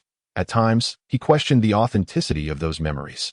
So many things eluded clear expression, and voicing certain matters might not yield beneficial outcomes, particularly since his understanding did not always align with reality. Should he inadvertently mislead his master, given his master's capacity for action, it could lead to uncontrollable developments. Hence, many matters he could only address independently. However, if he were to perish, he would have no choice but to relay all he knew to his master, regardless of its utility, marking the last course of action he could undertake. Having made all necessary preparations, Nezha exited the secret realm. The moment he emerged, his body tensed. Every second of waiting stretching into eternity, yet fortunately, this time no unforeseen events transpired, and all remained tranquil. After lingering outside the secret realm for a while, though he did not attract the attention of the heavenly will, Nezha did not fully relax. He first attempted to navigate within the Wui Mountains and then departed from the mountain's confines, only exhaling with relief after confirming that no incidents occurred. With the threat now seemingly absent, Nezha found no urgency to depart. Instead, he endeavored to utilize the portal to return directly to the secret realm.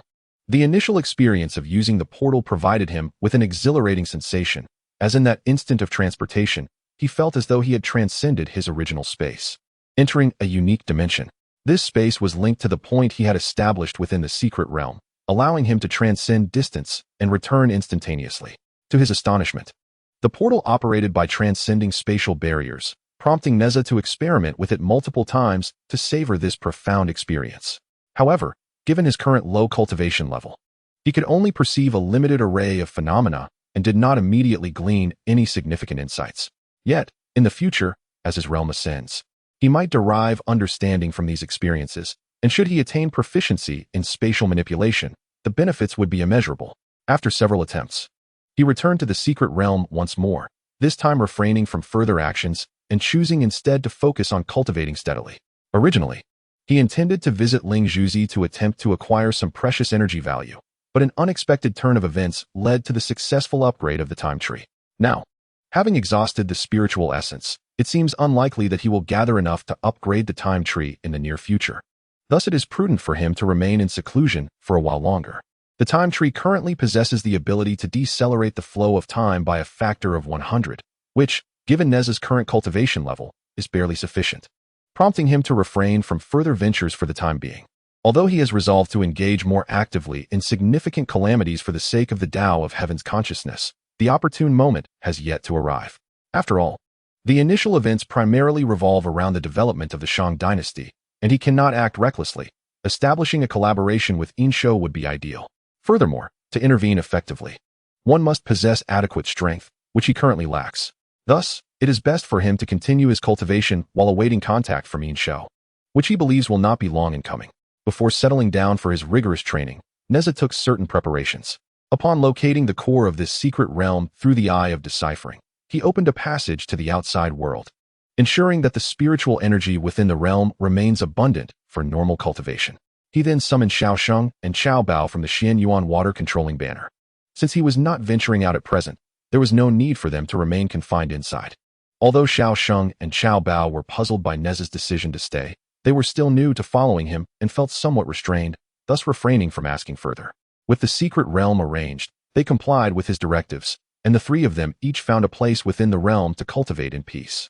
At Kunlun Mountain, within the grand hall of the Yushu Palace, the Primordial Supreme Being sat upon the 8 treasures cloud seat, gazing down at a white-haired elder, and inquired, "How long have you been at Kunlun?"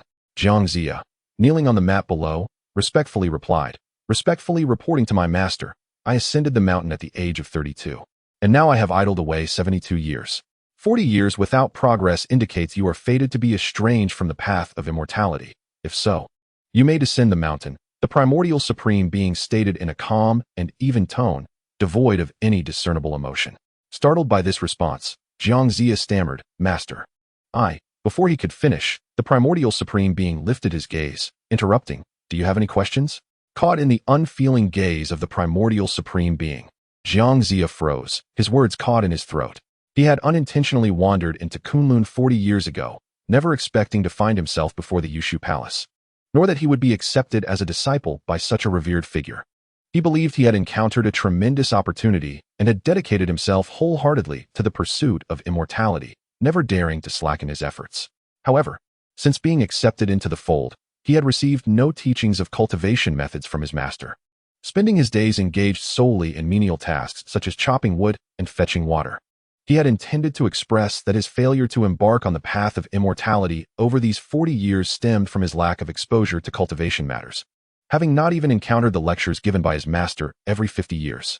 Yet, upon seeing the inscrutable depths of his master's eyes, he realized that his master must surely be aware of these thoughts.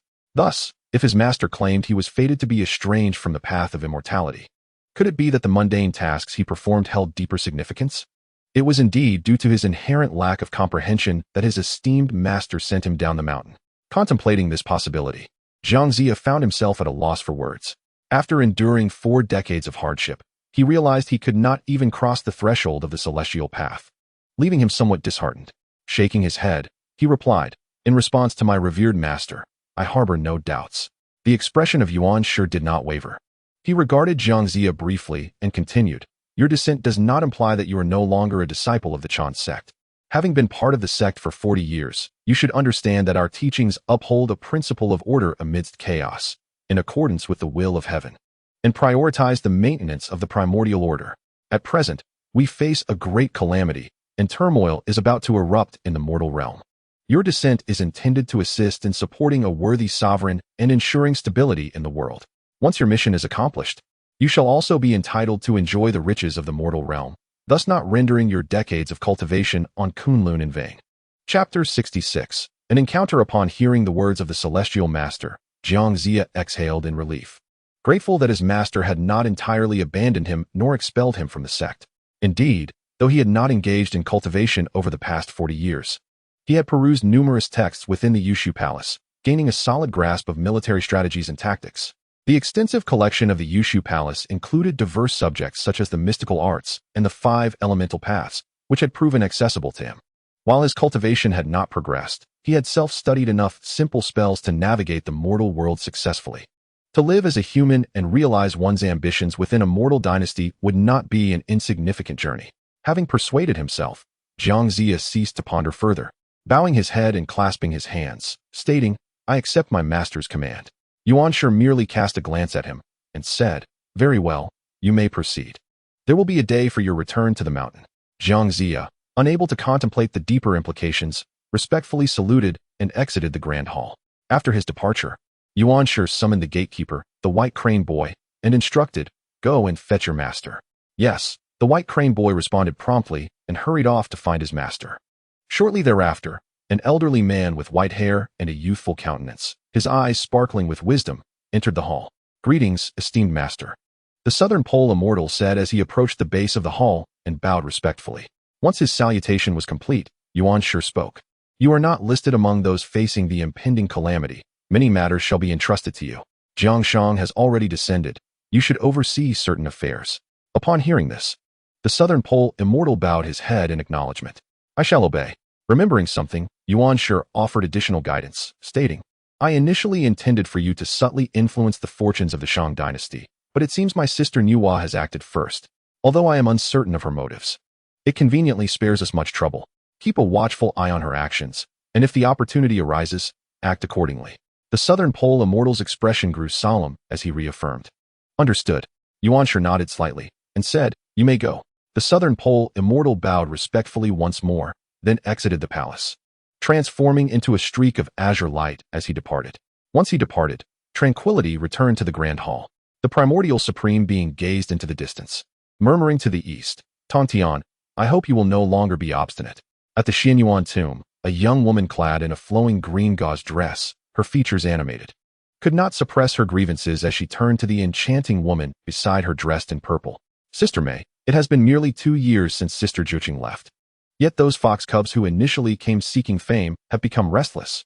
Hushi Mei, upon hearing this, furrowed her delicate brows and replied, "Indeed, they have begun to exhibit some unruliness, and some have even accumulated considerable karmic burdens. We cannot continue to ignore this. However, since they are kin of Sister Juqing, it would be prudent to inform her rather than handle it directly." Upon realizing they were to seek out Feng Juqing, Yu Linglong's excitement bubbled forth. "Let me go this time." Since Feng Juqing's departure, they had been instructed to remain at the Xianyuan tomb and not venture out lightly. Yu Linglong, having recently transformed and possessing an exuberant nature, had long grown weary of solitary cultivation within the tomb. Hushi Mei, understanding her intentions, felt a pang of reluctance to refuse. It was merely a matter of delivering a message, so she decided to let her enjoy a little freedom. Nodding slightly, she said, "Very well. But do exercise caution and refrain from becoming too playful." "I will," Yu Linglong eagerly affirmed, her head bobbing in agreement. Hushi Mei continued, "Previously, Sister Juqing tasked us with investigating the true identity of that disciple from the. A year has passed, yet we have yielded no results. However, it is said that the celestial maidens Yu Xiao and Bi Xiao, from the 3 celestial daughters of, ventured out a few years ago and seemingly brought someone back with them. If Sister Jiuqing inquires, be sure to convey this information to her. Yu Linglong nodded in acknowledgement. Understood. After receiving a few more pointers from Hushimei, Yu Linglong set forth to relay the message to Feng Jiuqing. Upon exiting the Xinyuan tomb, she soared forth like a bird released from its cage, conjuring spells to transform into a gust of fresh wind, heading directly towards Chaoga City. As she passed through the bustling market of Chaoga City, despite her fervent desire to revel in the sights, she remained mindful of her purpose and made her way to the royal palace. Following Hushimei's instructions, Yu Linglong successfully met with Feng Jiuqing. After conveying all that had been entrusted to her, she did not linger and departed promptly. Naturally, she had no intention of returning immediately to the Xinyuan tomb. Rather, she began to meander through Chaoga City. For Yu Linglong, who had long been confined within the tomb, the myriad wonders of the city were utterly enchanting, causing her to lose track of time amid her explorations. As dusk approached, she reluctantly prepared to return. But just as she was about to exit the city, a small stall caught her attention. Noticing a crowd gathered around it, her curiosity piqued, and she could not resist moving closer to investigate. Upon nearing, she discovered it was a fortune-telling booth, adorned with a couplet that spoke of profound mysteries and esoteric truths, eschewing ordinary discourse. The fortune-teller, an elderly man with hair as white as snow, exuded a vitality that suggested he possessed considerable skill. At that moment, he was reading palms for a curious individual, and as he accurately relayed several details, a crowd gathered in astonishment. Yu Linglong, witnessing this spectacle, felt a surge of interest. It was a novel experience for her. She approached the fortune-telling booth, and the onlookers, noticing her beauty, parted to allow her passage. Just as the previous customer concluded their reading, thanking the old man and departing with a fortune slip, Yu Linglong took a seat in front of the booth. After leaving Kunlun Mountain, Jiang Zia, filled with ambition, journeyed to the royal city of Chaoga, intending to present his talents and make a significant impact in the court. However, upon arriving in the city, he realized that after 40 years away, the world had changed dramatically. He aspired to enter the palace to offer his services, but soon discovered that pathways into the court were closed to him. Inquiring further, he learned of the chaotic political landscape in Chaoga. Despite the turmoil, he did not lose hope. As his master had taught him, it was indeed a time of disorder. And as a disciple of he felt compelled to restore balance and order. He believed that if granted an audience with the king of Shang, he could enlighten him and assist in the development of grand enterprises. Yet, before seeking an audience, he needed to secure his livelihood. After all, despite 4 decades of cultivation, he remained a mortal being, dependent on the necessities of life. Fortunately, although he had not yet stepped onto the path of immortality, he had acquired some rudimentary magical techniques and skills in the art of divination. Thus, after some contemplation, Jiang Zia decided to set up a fortune-telling stall, maintaining his livelihood while searching for a way to meet the king. To his surprise, after a year of searching for an opportunity to enter the palace, his fortune-telling business thrived. Today, he was once again at his stall, having just concluded a reading when a graceful young woman clad in azure took a seat before him. Chapter 67. The Fall of a Hero. Jiang Zia regarded Yu Linglong, who had just settled at his booth, and inquired as per his usual custom, would the young lady prefer a palm reading or a divination? Having observed him read palms previously, she was now eager to experience something different and replied, "Divination, please." "Very well. Would you like to use turtle shells for the divination or coins?"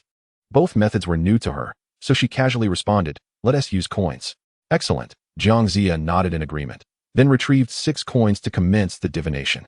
Under the curious gaze of Yu Linglong, he cast the coins, and upon interpreting the resulting hexagram, he suddenly paused. A malevolent being? The hexagram indicated that this young woman was no ordinary person, but rather one entangled in great evil, evidently a supernatural creature. This unequivocal sign left Jiang Zia astonished, and he hesitated, contemplating whether to cast another hexagram. Yet, when he raised his gaze to the azure-clad woman, he was startled to see a mist of green materializing behind her, within which appeared a jade pipa. The vision vanished swiftly, leaving nothing in its wake. "What are you looking at?" Upon noticing Jiang Zia's sudden gaze upon her, Yu Linglong felt a twinge of unease and furrowed her brow, inquiring with trepidation. Her words jolted Jiang Zia back to reality. Had the earlier vision occurred under normal circumstances, he might have dismissed it as mere illusion. Yet, coupled with the recent divination, he was compelled to acknowledge its authenticity, perplexed by the revelation of the true nature of this enchantress.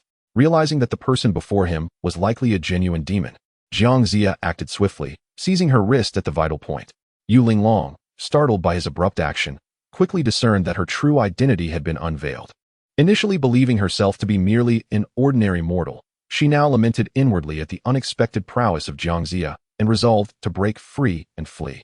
Although he had grasped her vital point, Zhenzi was, after all, but a mortal, while she had attained the pinnacle of celestial mastery. Thus she would not be easily detained.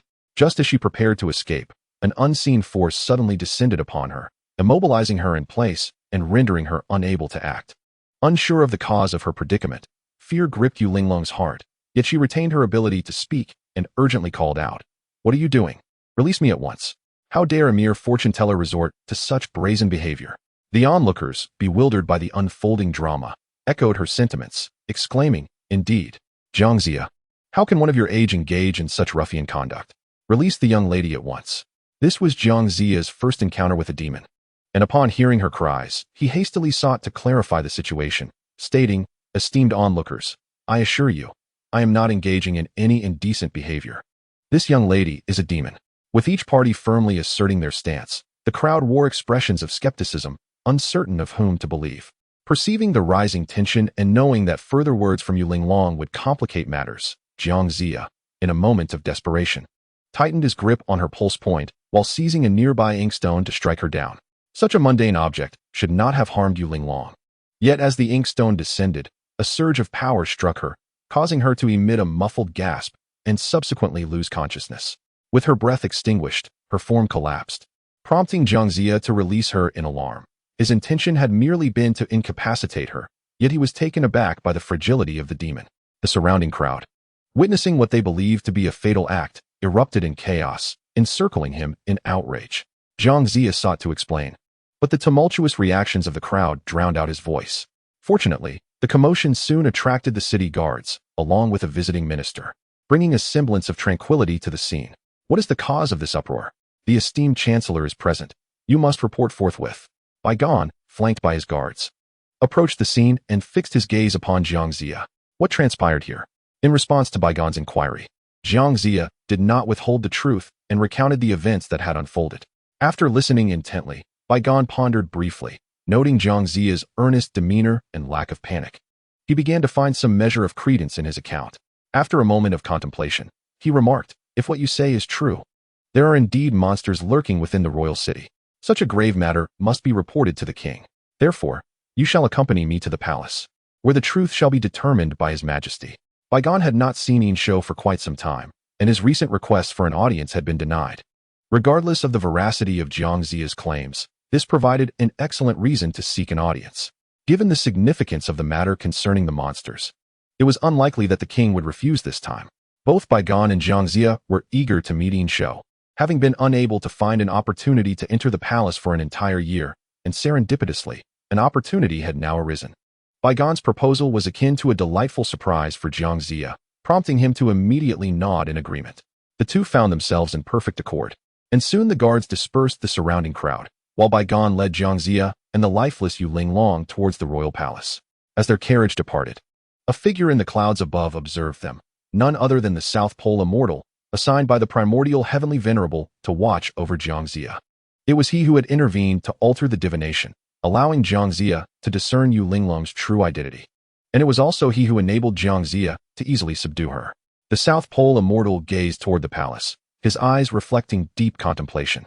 His actions today not only provided Zhenzi a path into the palace, but also served as a test of the king's disposition. Having spent a year in Chaoga under the South Pole Immortal's watchful eye, he had remained vigilant. The one responsible for sending these three minor demons to disrupt the Shang dynasty's governance had not concealed his methods, and the Immortal had taken note. However, it appeared that this individual had merely acted once and then relented, as if he harbored no further schemes. The master had instructed him to be observant of that individual's movements, prompting him to conduct a simple test.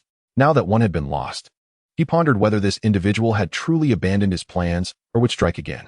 Within the inner hall of the Shang King, Feng Jiuqing, after meeting with Yu Linglong, sought out Insho to discuss recent events. Once their conversation had progressed sufficiently, Feng Jiuqing spoke. "The reputation of the Shang King has indeed been tarnished. Yet the realm remains insufficiently chaotic. Perhaps we should stoke the flames further." Oh, perceiving her apparent strategy, Yin Shou inquired, what do you propose? Recalling the words Yu Linglong had conveyed to her that day, Feng Juqing replied, during my cultivation at Xianyuan Tomb, many fox demons sought refuge with me. I had previously disregarded them, but now they have become restless, providing an opportunity to exploit them. Recognizing her implications, Yin Shou raised an eyebrow, remarking, you are as ruthless as this king. Not quite like the Shan king, Feng Juqing countered, shaking her head. While Yin Shou had slain many close to him, she felt no attachment to those fox demons. Huh, Yin Shou chuckled lightly, choosing not to elaborate further. Then you may arrange this matter as you see fit. Seeing that he had no objections, Feng Juqing nodded, preparing to speak again when an announcement from the guards interrupted. Your Majesty, Chancellor Baigan requests an audience. Upon hearing this, Yin Shou furrowed his brow and remarked, did I not specify that I wish to avoid visitors? Chapter 68. Subduing the demon, the individual outside. Sensing the dissatisfaction in Yin Shou's tone, hesitated but replied, Your Majesty, it is not merely the Prime Minister who has arrived. He is accompanied by an elderly Taoist, claiming to have captured a demon within the royal city. Upon hearing the guard's words, both Yin Shou and Feng Juqing exchanged a glance, their expressions tinged with suspicion. The notion of a demon lurking in the royal city evoked unease in Feng Juqing, reminiscent of the recently departed Yu Linglong. The two shared a silent understanding, and Yin Shou subtly nodded at Feng Juqing before instructing, let them enter. Baigan and Zhenzi, under the guidance of those serving in the royal palace, made their way to the hall where Yin Shou resided. They were followed by two guards, who carried the lifeless body of Yu Linglong. This time, Yin Shou did not dismiss Feng Juqing. Upon entering the hall, they found Yin Shou seated regally, with Feng Juqing pouring wine for him. Having not visited the palace in some time, Baigan was taken aback by this scene, instinctively wishing to speak, but refraining after recalling the futility of his previous attempts. Zhenzi, observing Yin Shou's indulgence in wine and pleasure, inwardly frowned, recognizing the king's profound folly. Forcing himself to focus on the matter at hand, Baigan set aside his observations and addressed the king.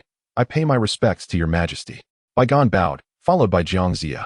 I am Jiangshang, here to pay my respects to your majesty. Rise. Yin Shou waved his hand dismissively, taking a sip of the wine Feng Juqing offered. He inquired, I have heard from the attendants that the prime minister encountered a demon today in the royal city. Straightening up, Baigan responded, indeed, your majesty. As I was departing the royal city, I heard a commotion and discovered that this Taoist had killed a woman in the street. Baigan gestured toward Zhenzi and continued, the crowd had surrounded him, yet he proclaimed that the woman he had slain was not a mortal, but a demon. The emergence of demons within the royal city is a grave matter. Thus I have brought both the man and the woman's corpse for your majesty to ascertain the truth. Oh, such a matter exists? Yin Shou regarded Zhenzi thoughtfully and asked, Taoist, you claim that the being you killed was not a woman, but a demon. Do you possess any means to substantiate this?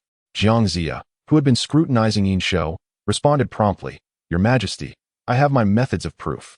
On our way here, I devised a strategy for self-verification. Calmly, he continued, this demon is not a mere corporeal being. Although deceased, it is impervious to ordinary fire. Your Majesty may command that it be burned. Should the woman's body remain unscathed by the flames, it would undeniably affirm that she was indeed a demon. Yin Shou, upon hearing this, replied nonchalantly, that may not be prudent. If she is not a demon, burning her remains would render us unable to account for her to her family. Zhenzi contemplated for a moment and deemed Yin Shou's words to possess a certain wisdom. Your Majesty speaks with reason, he concurred. He then continued, very well. I have spent 40 years cultivating in the jade void of Kunlun. Although I have not ascended to the celestial realm, I have acquired various techniques. Among them is a method known as the true fire of Samadhi, which is forged from the essence, spirit, and energy of a person. It resembles fire, yet is harmless to mortals. However, it serves as a bane to malevolent beings. If I employ this fire to refine her, should this woman be a demon, her true form will undoubtedly be revealed, thereby proving my innocence. If she is but a mortal, this fire shall not harm her in the slightest, and I am willing to accept punishment. What do you think, your majesty? Upon hearing Zhangzi's words, Yin Shou's eyes narrowed slightly, imbued with a hint of profundity as he replied, very well, let this king witness your skills, Taoist. With his consent, Zhangzi immediately instructed a nearby guard to lower the body of Yu Linglong, who was then carelessly cast onto the ground. Above, Feng Juqing observed this scene, her icy demeanor barely concealed. Noticing her movements stiffen, Yin Shou discreetly offered her a gentle pat, an attempt at reassurance. Zhangzia remained oblivious to the actions of the two above. He approached Yu Linglong's body and summoned his essence, spirit, and energy, exhaling the true fire of samadhi from his eyes, nose, and mouth. As the true fire enveloped her, Yu Linglong's form began to waver, and soon, before the watchful eyes of the crowd, she revealed her true nature, transforming into a jade pipa. Seeing the demon unveil its true form, Zhangzia withdrew his magical prowess and presented the scene to the onlookers. Your Majesty, behold, the demon has revealed its true form. To the side, Baigan was taken aback to witness a demon wreaking havoc in the royal city. His heart was gripped with surprise. He had intended to find a pretext to enter the palace, yet he had not anticipated the actual presence of a demon, an occurrence unheard of before. Baigan pondered deeply. Had the fortune of the Shang truly dwindled to this extent? Inshou gazed downwards, maintaining an impassive demeanor as he remarked, "Well done, Taoist. You possess remarkable skills."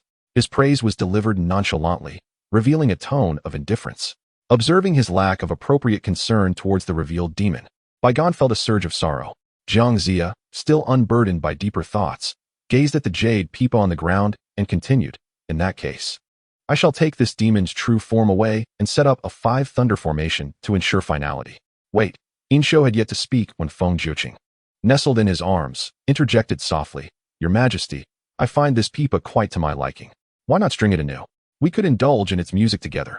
Before Inshou could respond, Zhangzia hastily interjected, "Your Majesty must not, for although this demon has revealed its true form, it is not entirely devoid of the chance of revival.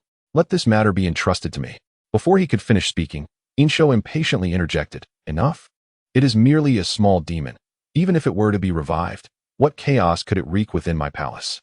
Since the beauty desires it, it shall certainly be left to her discretion." However, as Zhangzia attempted to speak once more, Inshou interrupted him again. No need for further words.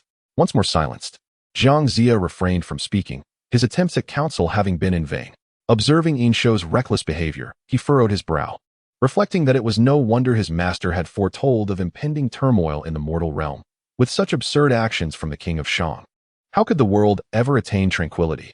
Having decided the fate of the jade pipa, Inshou cast a glance at Baigan and Zhangzia below, casually stating, "You two have made notable contributions in subduing demons. Go forth and receive your rewards." As Inshou prepared to dismiss them, Baigan, who had remained silent until now, could no longer contain himself and spoke, "Your Majesty, today's events were largely due to the remarkable contributions of Taoist Jian. He possesses both talent and skill. It would be wise to retain him in the court to safeguard our great Shang." Although Baigan felt deeply disappointed by Inshou's prior actions, he could not entirely sever his ties to the Shang dynasty he had served for 3 reigns, prompting him to voice his concerns. In this instance, Inshou did not reject the suggestion but pondered for a moment before responding, "In that case, let Jiang be appointed as a junior minister and assigned to the Heavenly Monitoring Office." Baigan felt a slight comfort in his heart upon seeing his advice accepted, and Zhangzia did not refuse the honor, graciously accepting the official title bestowed upon him. After granting the accolades, Inshou had no intention of lingering any longer and promptly sent them on their way. On the path out of the palace, Baigan and Zhangzia walked in silence, both consumed by their respective worries. Baigan fretted over the future of the Shang dynasty, uncertain of what actions could alter the current predicament. Zhangzia, too, felt a sense of confusion regarding his own future. He wondered if he could truly assist Inshou in becoming a wise ruler. Would he be able to fulfill the task assigned by his master to uphold a virtuous sovereign and maintain order in the mortal realm? The two exchanged no words as they reached the palace gates and parted ways. In the side hall of the palace, after Zhangzia and Baigan had departed, Inshou dismissed the surrounding attendants, leaving only himself and Feng Jiuqing within the hall. Feng Jiuqing descended from the grand hall, cradling the jade pipa in her arms. Inshou, having never seen Yu Linglong before, inquired, "Is this the subordinate you mentioned?" Feng Jiuqing shook her head, replying, "She is more like my sister." Inshou nodded in understanding and asked, "Is there still hope for her?" Feng Jiuqing had already assessed Yu Linglong's condition and, with a solemn expression, replied, "She has suffered some depletion of her essence and requires a place rich in the spiritual energy of heaven and earth, as well as the essence of sun and moon, to recuperate for several years before she can regain her former self."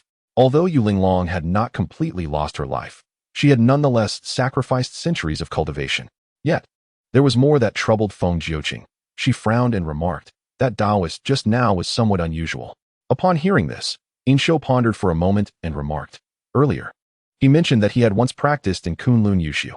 Feng Jiuqing nodded in agreement and stated, "The ability to cultivate in Kunlun Yushu indicates that he is a disciple of the Chan teaching. However, my concern does not stem from this point.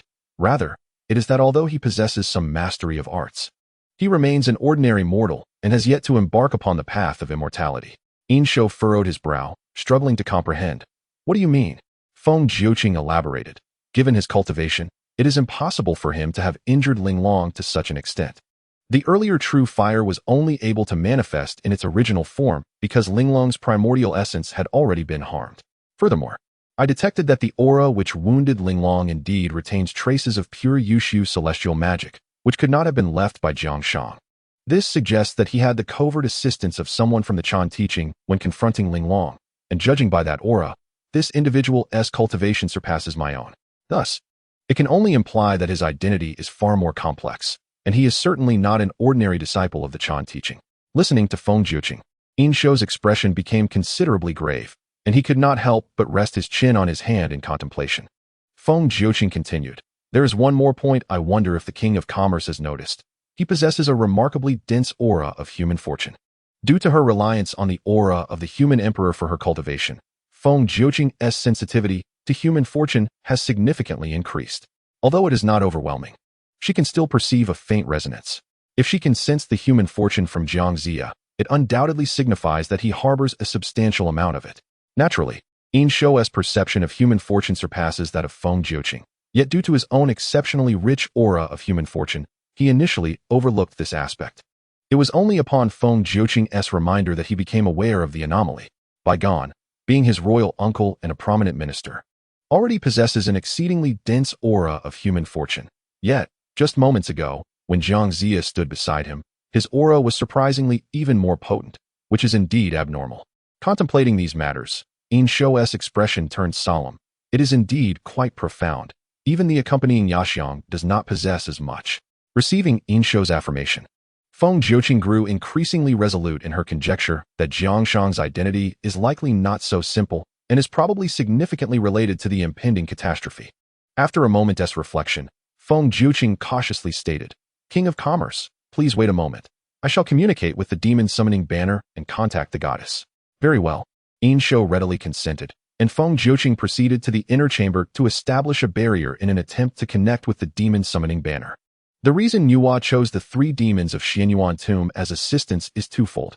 Firstly, they are unafraid of the aura of the human king, and secondly, as they belong to the demon clan, they can directly contact her through the demon summoning banner without attracting the attention of outsiders. Feng Jiuqing did not take long to return. However, her countenance appeared even more grave than before. Without waiting for Inshou to inquire, she spoke directly. "Jiangshang is indeed a pivotal figure in this impending calamity, especially for the human race. He is the great bearer of destiny for the contemporary human race, having been taken under the wing of that esteemed figure from the Chan sect 40 years ago. Now that he has been summoned down the mountain, it seems the crisis for humanity is imminent." Inshou, upon hearing this, felt an intensified urgency, his brow furrowing deeper. Feng Jiuqing continued, "The foundation of human destiny is still relatively profound, yet if it is shaken from within, it becomes considerably easier. Thus, the Empress initially surmised that since that individual intends to use humanity as a pawn, their strategy must inevitably involve sowing discord. This Jiangshang appears to be the formidable ally prepared for the future confrontation against the Deshang. Although the situation grows increasingly perilous, it was somewhat anticipated." Inshou gradually regained his composure and replied with steadiness, "Since Jiangshang has emerged, it indicates that the current state of affairs in Deshang is satisfactory to that individual. At least there are no major maneuvers underway." Feng Jiuqing nodded in agreement. "This is precisely the reason the Empress took the initiative. Had she not engaged earlier, it is likely that the Chan sect would have directly intervened to disrupt the situation in Deshang before Jiangshang's appearance. Should the Chan sect have intervened, we would have found ourselves entirely reactive, making the situation even more difficult to manage. While Deshang's circumstances appear dire, they are at least under our control." Inshou slightly nodded in concurrence. Feng Jiuqing continued, "Now, with the Empress's intervention, the Chan sect refrains from direct involvement due to their reservations. Yet there will inevitably be some probing actions, which are unavoidable. Today's move against Linglong through Jiangshang is likely a test. Especially since the Empress's actions have not been concealed. The Chan sect has surely taken note of our trio's identities. Her expression darkened as she added, however, precisely because it is a test, even if the Empress is aware, she will refrain from further intervention. After all, if the Empress were to interfere excessively in the early stages, it might incite their wariness and suspicion, revealing too much of our plans. Insho remained silent. For this situation was one he had long anticipated. Although the Holy Mother Inwa had provided him with this scheme, she had also indicated that her assistance in the initial stages would be limited. Having Feng Jiuqing and her companions collaborate with him was already a significant development. Chapter 70. Allies, Perfected Immortals. Insho did not speak, while Feng Jiuqing, with a hint of worry, remarked, aside from Linglong, I have another sister whom I originally intended to keep with both of them at Xianyuan Tomb for protection. However, now that the Chan sect has taken action, it is likely unsafe for Shimei to remain alone outside. Furthermore, with Linglong now in peril, her capacity to act is severely diminished. Hence I wish to bring her into the palace as well. Initially, she thought it would be safer for the two of them to stay outside, but unexpectedly, Yu Linglong encountered trouble. Feng Jiuqing felt uneasy about leaving Shimei alone at Xianyuan Tomb. After speaking, she turned to Insho, seeking his opinion. Insho contemplated for a moment, finding her reasoning sound, and thus nodded in agreement. Upon hearing his agreement, Feng Jiuqing's expression softened slightly. She then carefully contemplated the current situation and spoke. My two younger sisters have been cultivating at the Xianyuan Tomb since their transformation, and their abilities are still limited to the true immortal realm. Their potential for action is constrained. The Jie sect has already made its move, and they will undoubtedly have further plans. It is challenging for us to manage solely within the palace. We require someone outside to assist us. Insho, pondering her words, looked at her and remarked, Are you suggesting that? Feng Jiuqing met his gaze and articulated her thoughts. The King of Commerce requires additional assistance. This response was not unexpected to Insho, as he was well aware of the scarcity of individuals at his disposal. Yet finding suitable allies proved to be a difficult endeavor. With a contemplative expression, he remained silent, prompting Feng Jiuqing to continue. The King of Commerce previously instructed me to investigate the specific identity of that Jie sect disciple. I arranged for Linglong and others to look into it, and today, Linglong mentioned this matter to me. Upon hearing Feng Jiuqing mention Nezha, Insho assumed there was some progress. He looked at her and inquired, What is the outcome? Under Insho's scrutiny, Feng Jiuqing slowly shook her head and replied. The Jie sect disciple instructed his followers to cultivate in seclusion prior to the onset of the Great Calamity. Currently, the Jie sect is almost entirely in a semi-closed state, and we have not uncovered any useful information. Initially hopeful for a significant discovery, Insho's brow furrowed at this disappointing revelation. However, Feng Jiuqing swiftly shifted the conversation, stating, There is, however, a swift method to ascertain his identity. Insho, still troubled, looked at her with curiosity.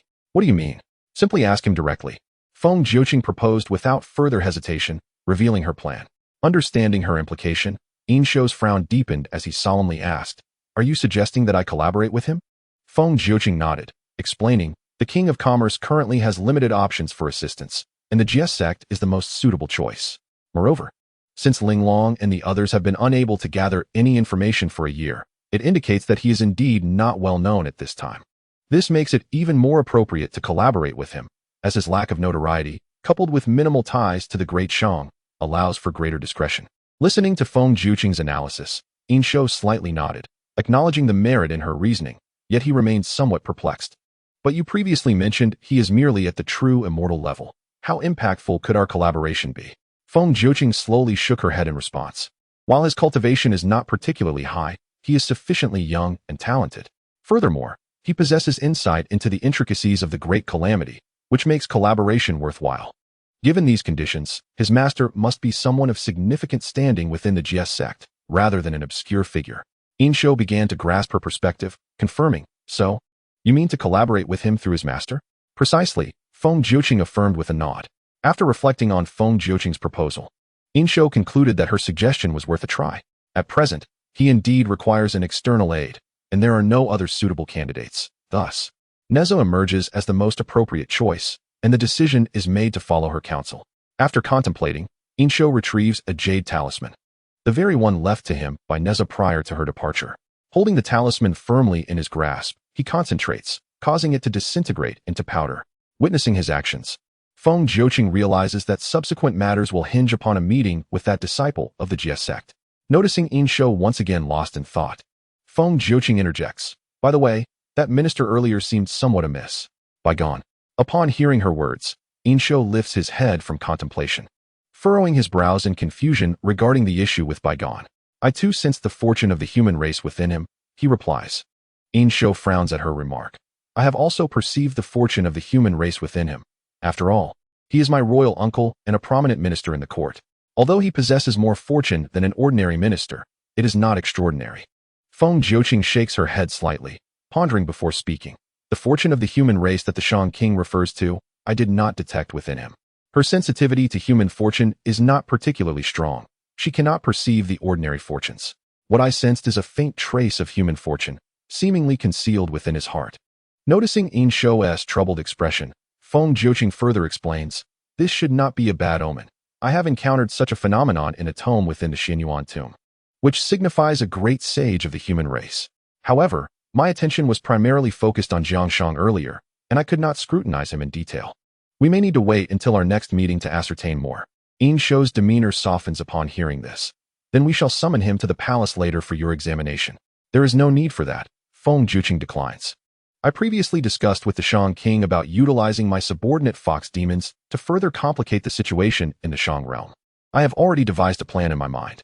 Since we intend to bring Shimei into the palace, it would be prudent to address this matter beforehand, allowing us the opportunity to investigate further at that time." Having benefited greatly from Feng Jiuqing's assistance since her entry into the palace, Yin Shou harbors no objections to her words, nodding in agreement. "It is well that you have a plan." Seeing his acquiescence, Feng Jiuqing proceeds to deliberate some specific details with him. In the secret realm of Wui Mountain, Nezha sits cross-legged beside the Tree of Time, his brows tightly knit, his aura fluctuating incessantly. He has been in this state for some time, a portent of his impending breakthrough to the pinnacle of true immortality. As his aura becomes increasingly dense, Nezha's furrowed brow gradually relaxes, waves of Taoist resonance emanating from his being. Emerging from his state of breakthrough, Nezha opens his eyes and exhales a breath of turbid air, feeling that he had reached the pinnacle of true immortality. Nezha realized that he merely needed to integrate the teachings of true immortality to transcend to the realm of Tai, true immortal. Nevertheless, his countenance bore little surprise. Within a span of fewer than 2 years, he had progressed from the initial stages of true immortality to its completion, a velocity that would astound most. Yet, for Nezha, it was insufficient. Moreover, sitting beside the Tree of Time, although only a year had elapsed in the external flow of time, he had indeed engaged in rigorous cultivation for a century, rendering any sense of astonishment moot. After momentarily stabilizing his aura, Nezha turned his gaze towards the 3 entities floating before him, 2 small, winged, white orbs, and a sky-blue flag. Chapter 71. Resonance. The dispatch of the little sprites was due to their prior mission of treasure-seeking, returning automatically after a year. The presence of the Xian Yuan water-controlling flag here was a revelation for Nezha, who discovered that the Tree of Time not only affected himself, but also impacted certain magical artifacts that could be received into the system space. He had previously found that the treasures obtained through the dispatch of the little sprites could enter the system space, whereas those acquired through other means could not. The earlier fallen gold coins likely entered due to their unique status as an activation of the main skill, which had surprised him momentarily. The reason he kept the Xian Yuan water-controlling flag beside the Tree of Time was that he had uncovered another remarkable utility of the flag. Paying no mind to the floating flag for the moment, Nezha first summoned the 2 white orbs, giving each a gentle pat on the head. The 2 orbs adeptly manifested illusory mouths and produced 2 spiritual treasures. Nezha sent the little sprites out once more before examining a long knife and an axe that lay before him. Upon inspection, he felt a surge of delight, for both items turned out to be innate spiritual treasures, one of medium grade and the other of lower grade. Although the quality of these spiritual treasures was not particularly high and did not align with Nezha's preferences for weaponry, he simply absorbed their spiritual value before storing them away. The medium-grade long knife provided 185 units of spiritual energy, while the lower-grade axe contributed 90 units, bringing his total to 277 units of spiritual energy, considering he had previously retained 2 units. Gazing at this recent bounty, Nezha's heart swelled with joy. This influx of spiritual energy arrived just in time. Having achieved the completion of true immortality, he had also broken through the first layer of the 8-9 profound art. However, His progress towards the second layer had been exceedingly sluggish, nearly stagnant. At this rate, the prospect of transcending to the second layer appeared dauntingly insurmountable, hindering any further enhancement of his cultivation. Initially, his lack of compatibility had hindered his practice of the 8-9 profound art, but through the system, he had elevated his compatibility to 601, allowing him to enter the realm of practice. Thus, he surmised that the current difficulties in his cultivation stemmed from compatibility issues, as a compatibility of 60 seemed sufficient only for entry in the first layer, but fell short for further advancement. The 8-9 profound arts has become his core cultivation method, and it is imperative to find ways to enhance it expeditiously. The accumulated precious energy is perfectly suited for this purpose. He accessed the skill interface for the analysis of the arts and located the 8-9 profound arts. Nezha resolved to directly invest 200 precious energy to elevate the compatibility level and ascertain the extent of improvement. The compatibility level rose to 70, reaching its limit, with a refund of 9 precious energy. Is the limit only 70? Upon observing the system's notification, Nezha could not help but furrow his brow. However, upon closer inspection, his expression softened. It was not that further enhancement was impossible. Rather, at his current stage of only having cultivated to the first layer, an elevation to 70 was indeed the maximum. Once he completes the second layer, he should be able to enhance it further. This realization eased Nezha's mind, and he once again accessed the analysis of the arts to re-evaluate the 8-9 profound arts. Upon successful analysis, he immediately attempted to operate the arts according to the new insights and discovered a significant increase in speed. Moreover, after several rounds of practice, the arts began to operate autonomously, requiring no further active cultivation from him. Every breath was now a part of his training. With the cultivation dilemma of the 8-9 profound arts resolved, Nezha let out a sigh of relief. Observing the remaining 86 precious energy, he felt that hoarding it served little purpose, so he decided to spend 50 precious energy to accelerate the dispatch of the little spirits. Having just released the little spirits, it was the most opportune moment to utilize his resources. After expending 50 precious energy to expedite the dispatch, Nezha resumed his meditation beside the time tree to practice the 8-9 profound arts. After all, only by mastering the operation of the arts could his body function more smoothly and swiftly during autonomous practice. Time flew by swiftly. 10 days passed in the blink of an eye. Noticing the return of the 2 little spirits, Nezha withdrew from his cultivation state. With practiced ease, he gathered the 2 fluffy beings, appreciating their delightful texture before gently patting their heads. Initially, he held little hope, but after inspecting the 2 spiritual treasures the little spirits had brought back, he was pleasantly surprised to discover a mid-grade innate spiritual sword among the rewards. This string of successes led Nezha to ponder whether his luck had improved. However, he quickly dismissed this notion and quelled the impulse to accelerate the dispatch of the little spirits again. After all, the most detrimental thought during a gamble is the belief that one is currently enjoying good fortune, which typically results in a total loss. Although accelerating the dispatch of the little spirits is not gambling per se, it is akin to it, as it involves spending 50 precious energy for an unknown outcome, which might yield more precious energy or nothing at all. Putting aside these chaotic thoughts, Nezha took the spiritual sword to absorb the precious energy. The system indicated a successful absorption of 188 precious energy. After receiving this notification, Nezha stowed the spiritual sword alongside the low-grade jade crown. Observing his precious energy rise to 224, he had no intention of utilizing it immediately. Although the precious energy he possesses is sufficient for him to upgrade another skill. Apart from the time tree, enhancing other skills at this moment would yield minimal benefits. The acceleration of the little spirit is similarly inconsequential, unless in urgent circumstances. It is wiser to proceed with steadfastness. His primary focus now lies in enhancing his cultivation. Other skills serve primarily as auxiliary tools. Therefore, it is prudent to conserve his precious energy for future skill enhancements when truly necessary. If circumstances allow, he might even accumulate up to 1,000, which would be ample for upgrading the time tree. After gathering his belongings, Nezha dispatched the little spirit once more before returning to the vicinity of the time tree, preparing to continue his cultivation. However, just as he was about to enter a meditative state, he sensed something amiss, prompting him to withdraw from the system space. Upon exiting the system space, Nezha opened his eyes in the secret realm and first glanced at the distant figures of Xiao Sheng and Xiao Bao, observing that they remained undisturbed before retracting his gaze to retrieve a jade talisman from his bag. Watching the jade talisman pulsate with energy, Nezha smiled faintly. It had finally arrived. He had anticipated that it would not be long before Insho reached out to him. in just over a year. The talisman he had given him had been shattered. After storing the talisman away, Nezha remained seated, pondering deeply. If his previous conjecture held true, the sooner he intervened in the impending catastrophe, the more precious energy he would accumulate, thus facilitating swifter progress. Initially, he felt no urgency in collaborating with Yin Shou.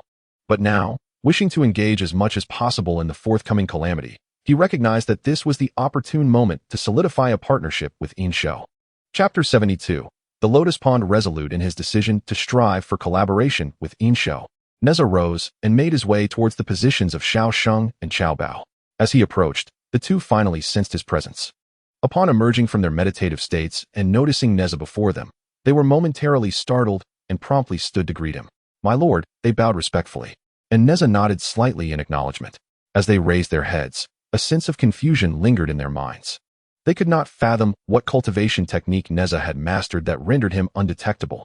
Previously, their higher realms allowed them to easily discern his cultivation level and age, but now, had Nezha not been standing right before them, they might have assumed he was a mere illusion. Understanding their unspoken thoughts, Nezha chose not to provide any explanations. He had employed the Six Tots invisibility technique, which, while not concealing his form, effectively masked his aura. Judging by their reactions, this skill proved quite effective. "I am preparing to leave the secret realm. You two should continue your cultivation within the Xianyuan water control flag," Nezha stated as he produced the flag. "I have some matters to attend to, but I shall return to escort you back to the after a while." Not only is it because Xiao Sheng and Qiao Bao need to return to the, but he has also reached the pinnacle of true immortal cultivation and is on the verge of breaking through to the Tai true immortal realm. Before departing, his master had instructed him to return to the before making any breakthroughs, and he also has several inquiries for his master. Thus, he planned to prioritize his return to the after consulting with Yin Shou. Upon hearing Nezha mention that they would soon be taken back to the, both Xiao Sheng and Qiao Bao expressed their delight, bowing in gratitude. "Thank you, my lord." They suppressed their earlier doubts. Since they had resolved to follow this increasingly enigmatic figure, it was indeed a good omen, further deepening their commitment to him. Nezha nodded, and as he observed the two preparing to enter the Xianyuan water controlling banner, he thoughtfully reminded them, "By the way, while cultivating inside, do not disturb the items in that pool. If anything seems amiss, feel free to contact me." Upon realizing which pool Nezha was referring to, a flicker of confusion crossed Xiao Sheng and Qiao Bao's eyes. There was nothing in that pool. However, they quickly deduced that Nezha must have placed something there after their departure, and thus refrained from asking further, simply nodding in acknowledgement. Once Nezha had issued no more instructions, the two entered the miniature world of the Xianyuan water controlling banner. Upon entering, they found themselves once again at the edge of the pond where they had previously rested. Remembering Nezha's instructions, they instinctively gazed into the pool. To their surprise, the previously empty pool indeed contained something. In the center of the pond, a tender sprout had just emerged from the shallow water. Curiously observing the sprout, the two were taken aback when, after a few moments, this seemingly ordinary shoot suddenly emitted a sharp golden light that shot towards them. Although the light was feeble and posed no real threat, it was sufficient to astonish Xiao Sheng and Qiao Bao. Despite their uncertainty regarding the nature of the sprout, this encounter assured them that it was anything but ordinary. Nevertheless, adhering to Nezha's guidance, they refrained from further probing and quickly entered a state of cultivation, while still dedicating a fragment of their consciousness to monitor the sprout's condition. Satisfied that they were settled, Nezha withdrew his probing gaze and retracted the Xianyuan water controlling banner. However, he merely stored it within his sea of consciousness, not returning it to the time tree in the system space. Primarily, he was uncertain whether this method could facilitate the entry of others into the system space, and he was reluctant to experiment with the two. Even though they professed their allegiance to him, he could not fully place his trust in them. Nezha couldn't help but ponder that he might need to seek another artifact capable of accommodating individuals. This was simply due to the fact that he might later need to position the Xianyuan water controlling banner beside the time tree in the system space. The contents of that pool were none other than the golden lotus seeds bestowed upon him by his master. From the moment Nezha first acquired the Xianyuan water controlling banner, he had explored the miniature world within and noted that the most remarkable feature was the pool situated in the center of the vast land. The pool of water appeared unremarkable at first glance, yet a closer examination revealed it to be teeming with a rich essence of life, or perhaps the breath of creation itself. Considering that the Xianyuan water controlling banner was transformed from the lotus leaves of the primal creation green lotus, Nezha surmised that this pool was likely extraordinary. While it could not possibly be the water that nurtured the green lotus, it undoubtedly bore some trace of its essence, perhaps diluted from a portion of that very water. Sensing the aura of creation within, Nezha attempted to introduce some precious spiritual herbs into the pool, hoping to stimulate their growth. To his dismay, regardless of whether they were terrestrial or aquatic herbs, they withered rapidly upon entering the water. In a final act of desperation, he cast the golden lotus seed bestowed by his master into the pool, only to be astonished that it persevered and did not wither. Observing this phenomenon, Nezha conjectured that this pool was likely a specialized lotus pond. Having discerned the pool's purpose, he endeavored to cultivate the golden lotus seed successfully, as he had previously kept the Xinyuan water-controlling banner beside the time tree to expedite its growth. To his astonishment, the seed sprouted tender shoots within a century. This outcome filled Nezha with delight. If he could indeed cultivate the golden lotus, the benefits would far surpass those of a mere seed. Furthermore, should the golden lotus seed thrive, he would surely be able to successfully collect various other lotus seeds in the future. Thus he held the little sprout in high regard. After briefly contemplating the potential gains from successfully cultivating the golden lotus, Nezha swiftly redirected his thoughts to the present. Since Shou had already reached out to him, he resolved not to engage in any coy refusals and prepared to seek him out directly. However, before departing the secret realm, he made some arrangements to ensure the area remained more elusive. After all, this secret realm was quite concealed, and he had placed teleportation points within. It would be prudent to have a fixed location for his cultivation during his years of wandering. Once his arrangements were complete, Nezha exited the secret realm and activated the heavenly ascendant golden cloud rainbow technique, transforming into a radiant arc as he sped towards Chaoga. As he raced onward, Nezha materialized before the grand palace of the Deshang dynasty. Standing at the entrance, he pondered that since a collaboration had yet to be established, it would be wise to send someone to announce his arrival. Fortunately, he discovered a guard idling in a corner, fortuitously the same one he had encountered previously, and he requested assistance in conveying his presence. This guard had been stationed there to deter unwarranted visitors from entering the palace, and he had been instructed to refrain from unnecessary announcements. However, knowing that Nezha had been recently recommended by the favored Lord Feizhong and had successfully met the king, he hesitated for a moment before agreeing to relay the message. Chapter 73, Reunion within the Palace. Shou was momentarily taken aback upon hearing from the guard that the celestial being from the previous year had come again to seek an audience. A few days had passed since he shattered the jade talisman. Although he indeed wished to convey his intention to cooperate with Nezha, he had not anticipated his arrival would be so swift, suggesting a hint of impatience. Shou pondered for a moment, but ultimately resolved to meet him first. After all, the intention to collaborate was already established. Since Nezha had come seeking him, he would not shy away. However, his brief silence caused the attending guard to groan inwardly, fearing he might have inadvertently offended the king. Fortunately, Shou did not react as the guard feared. After a moment of contemplation, he spoke. "Bring him in." "Yes," the guard replied, feeling relieved, and promptly exited to carry out the order.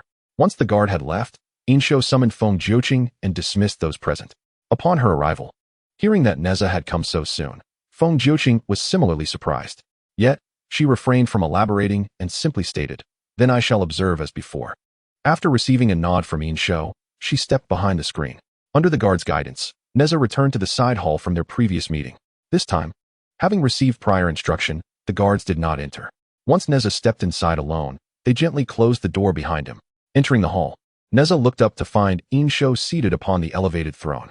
In contrast to the pretense he had adopted during their last encounter, he now appeared in his true form, his gaze sharp and his demeanor imposing. Noting the sincerity in Shou's stance compared to their previous meeting, Nezha allowed a slight smile to grace his lips and spoke first.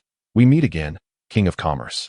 Shou responded with a calm demeanor. "Indeed, I did not expect it to be so soon." Their exchange consisted of mere formalities, yet Feng Jiuqing behind the screen was taken aback. She had not scrutinized closely last time, but this time she could not sense Nezha's aura at all. Had he not spoken, she would have been unaware of his presence.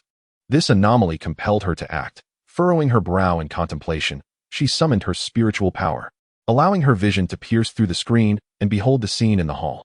In this instance, Nezha sensed a subtle flow of magical energy without needing to probe with his jade disc, realizing that the fox demon was once again present.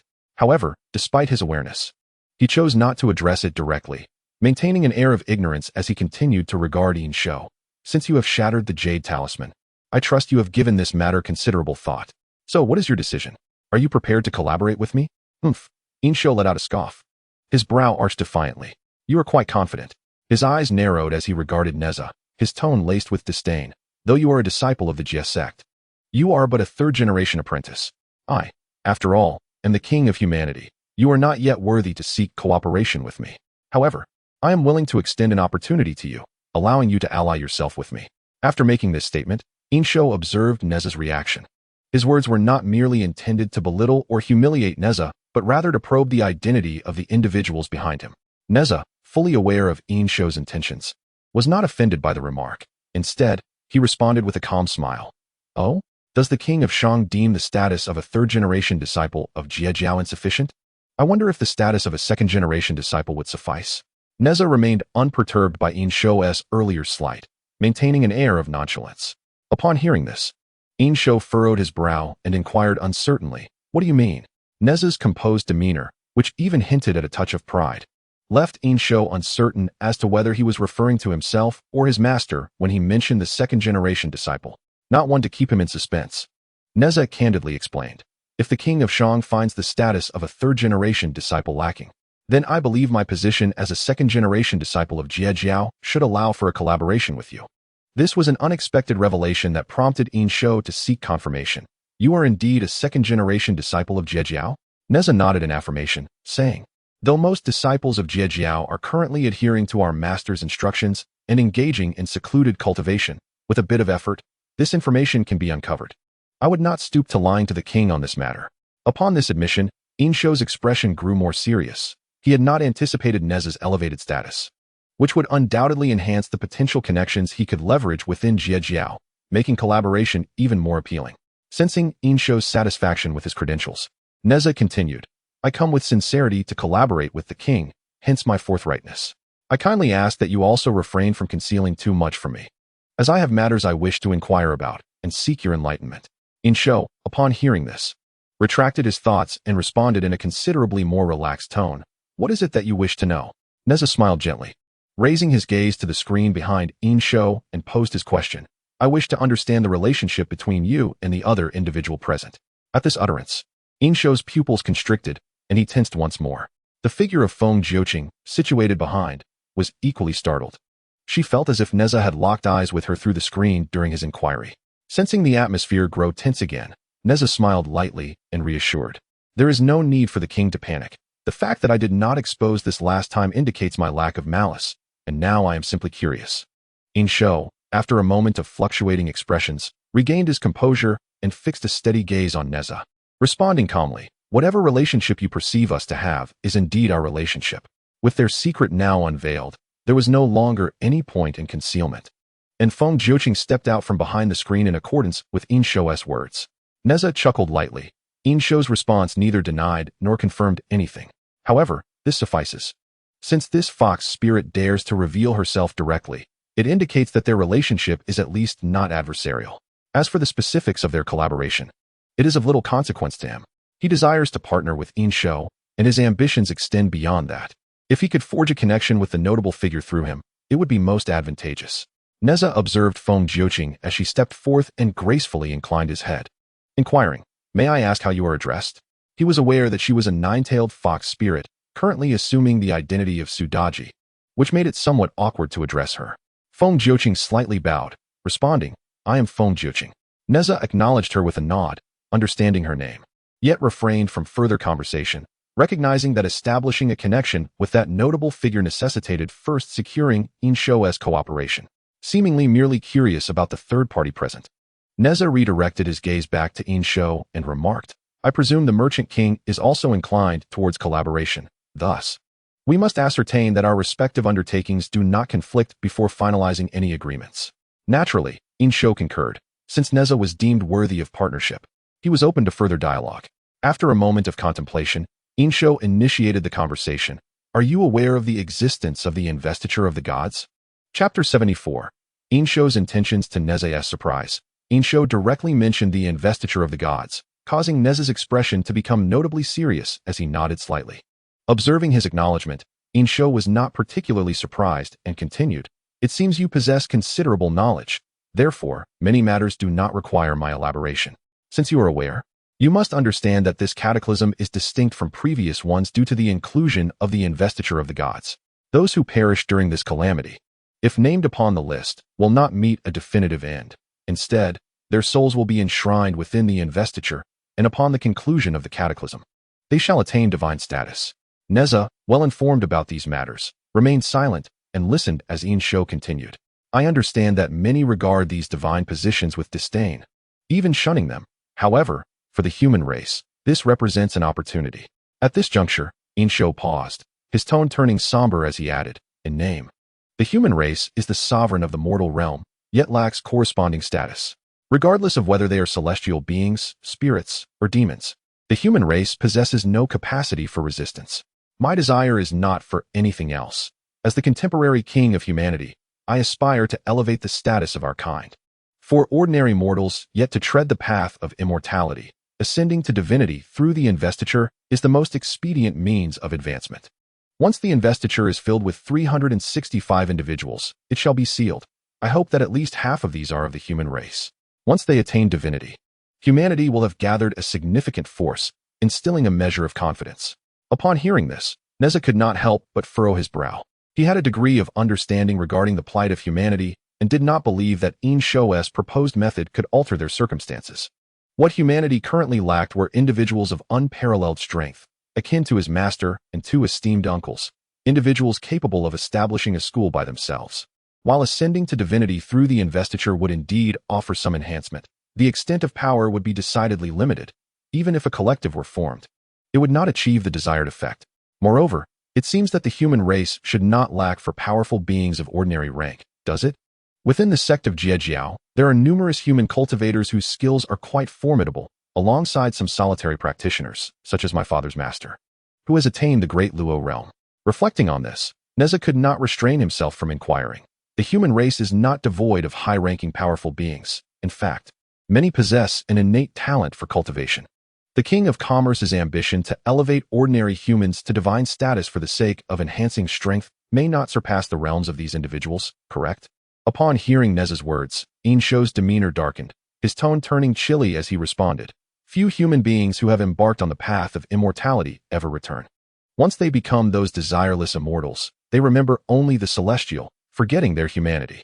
Should the human race encounter difficulties, they may not only withhold assistance, but merely remain indifferent, which would be considered a form of mercy. Nezha frowned at this and expressed his disagreement. The King of Commerce's assertion seems overly absolute. While I also believe many have an extreme understanding of the path of immortality, those individuals do not represent the entirety of it.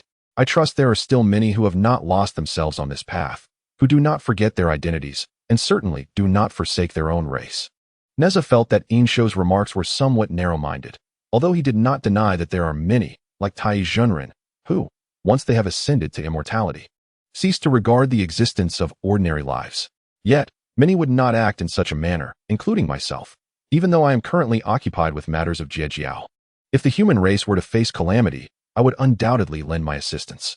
However, in my view, the great tribulation faced by the human race is merely a change of dynasty, which poses no significant loss to the entirety of our kind. The elevation of humans to divine status may not necessarily be a negative outcome. As for the fundamental issues confronting the human race, they remain unresolved to this day and are beyond my influence. Shou cast him a sidelong glance, unwilling to engage in further debate on this matter, and replied indifferently, "Very well, perhaps you are correct, but I can only speak to the facts as they are presently observed. At the very least, I have yet to encounter many who have traversed the path of immortality while still holding affection for the human race, so I naturally do not expect anything from them. Since you hold such thoughts now, I hope that when you ascend to greater heights in the future, you will remember the words you speak today." His demeanor caused Nezha's brow to furrow even more tightly as he said, "King of Commerce, even if immortals are devoid of desire, how can one guarantee that the divine possesses emotion? Indeed, there is no assurance. However, if the opportunity arises, I shall certainly endeavor to seize it." Shou's mood suddenly grew somber, his gaze drifting far into the distance as he murmured, "Moreover, having reached this juncture, I can no longer turn back." Retracting his gaze from the horizon, Shou regarded Nezha with calmness and stated, "I am fully aware that this approach cannot wholly resolve the fundamental issues plaguing the human race. Yet, what I seek is merely to improve the situation for humanity. He then fell silent, allowing Nezha time for contemplation. Nezha, too, remained quiet, his mind swirling with confusion. If what he had just mentioned truly reflected Yin Shou's scheme, then he could inform him now that it would undoubtedly end in utter failure. To speak of the constraints imposed by the list of deities, one must acknowledge that every action will inevitably fall under its dominion. Furthermore, once one ascends to divinity, they become a denizen of the celestial realm. To expect them to benevolently aid the human race is akin to presuming that the sovereign of the heavens is devoid of ambition. Nezha firmly believes that this cannot possibly be the true intent of Yin Shou. After all, even if Yin Shou were unaware of these matters, the enigmatic figure behind Feng Jiuqing would certainly be cognizant. Given their involvement, their aspirations are unlikely to be as simple as they appear. Thus, it is reasonable to conclude that what Yin Shou has articulated is merely a fragment of his ultimate objective. However, since collaboration is on the table, it is evident that these are indeed the undertakings he wishes to pursue, albeit with further plans in the works. As Nezha reflects, regardless of the circumstances, the endeavors Yin Shou has presently delineated do not conflict with his own. In fact, they may even align in certain respects. Yin Shou desires to see the human race ascend the ranks, while his primary aim appears to be preventing certain disciples of the Jie sect, whom he holds dear, from attaining that status, most of whom are not of the human lineage. Moreover, even among the human race, it seems that Yin Shou does not possess an unwavering desire to have them fill the ranks. Rather, he seems inclined to prefer those ordinary humans who harbor a strong sense of belonging. The Jie sect boasts countless disciples, many of whom lack any real affiliation with it, and Nezha finds himself indifferent to their fates. Although he harbors aspirations of preserving the entirety of the Jie sect, he recognizes the futility of placing excessive hope in such an endeavor. Beyond the enigmatic figure supporting Feng Jiuqing, it appears that Yin Shou possesses little that could assist him.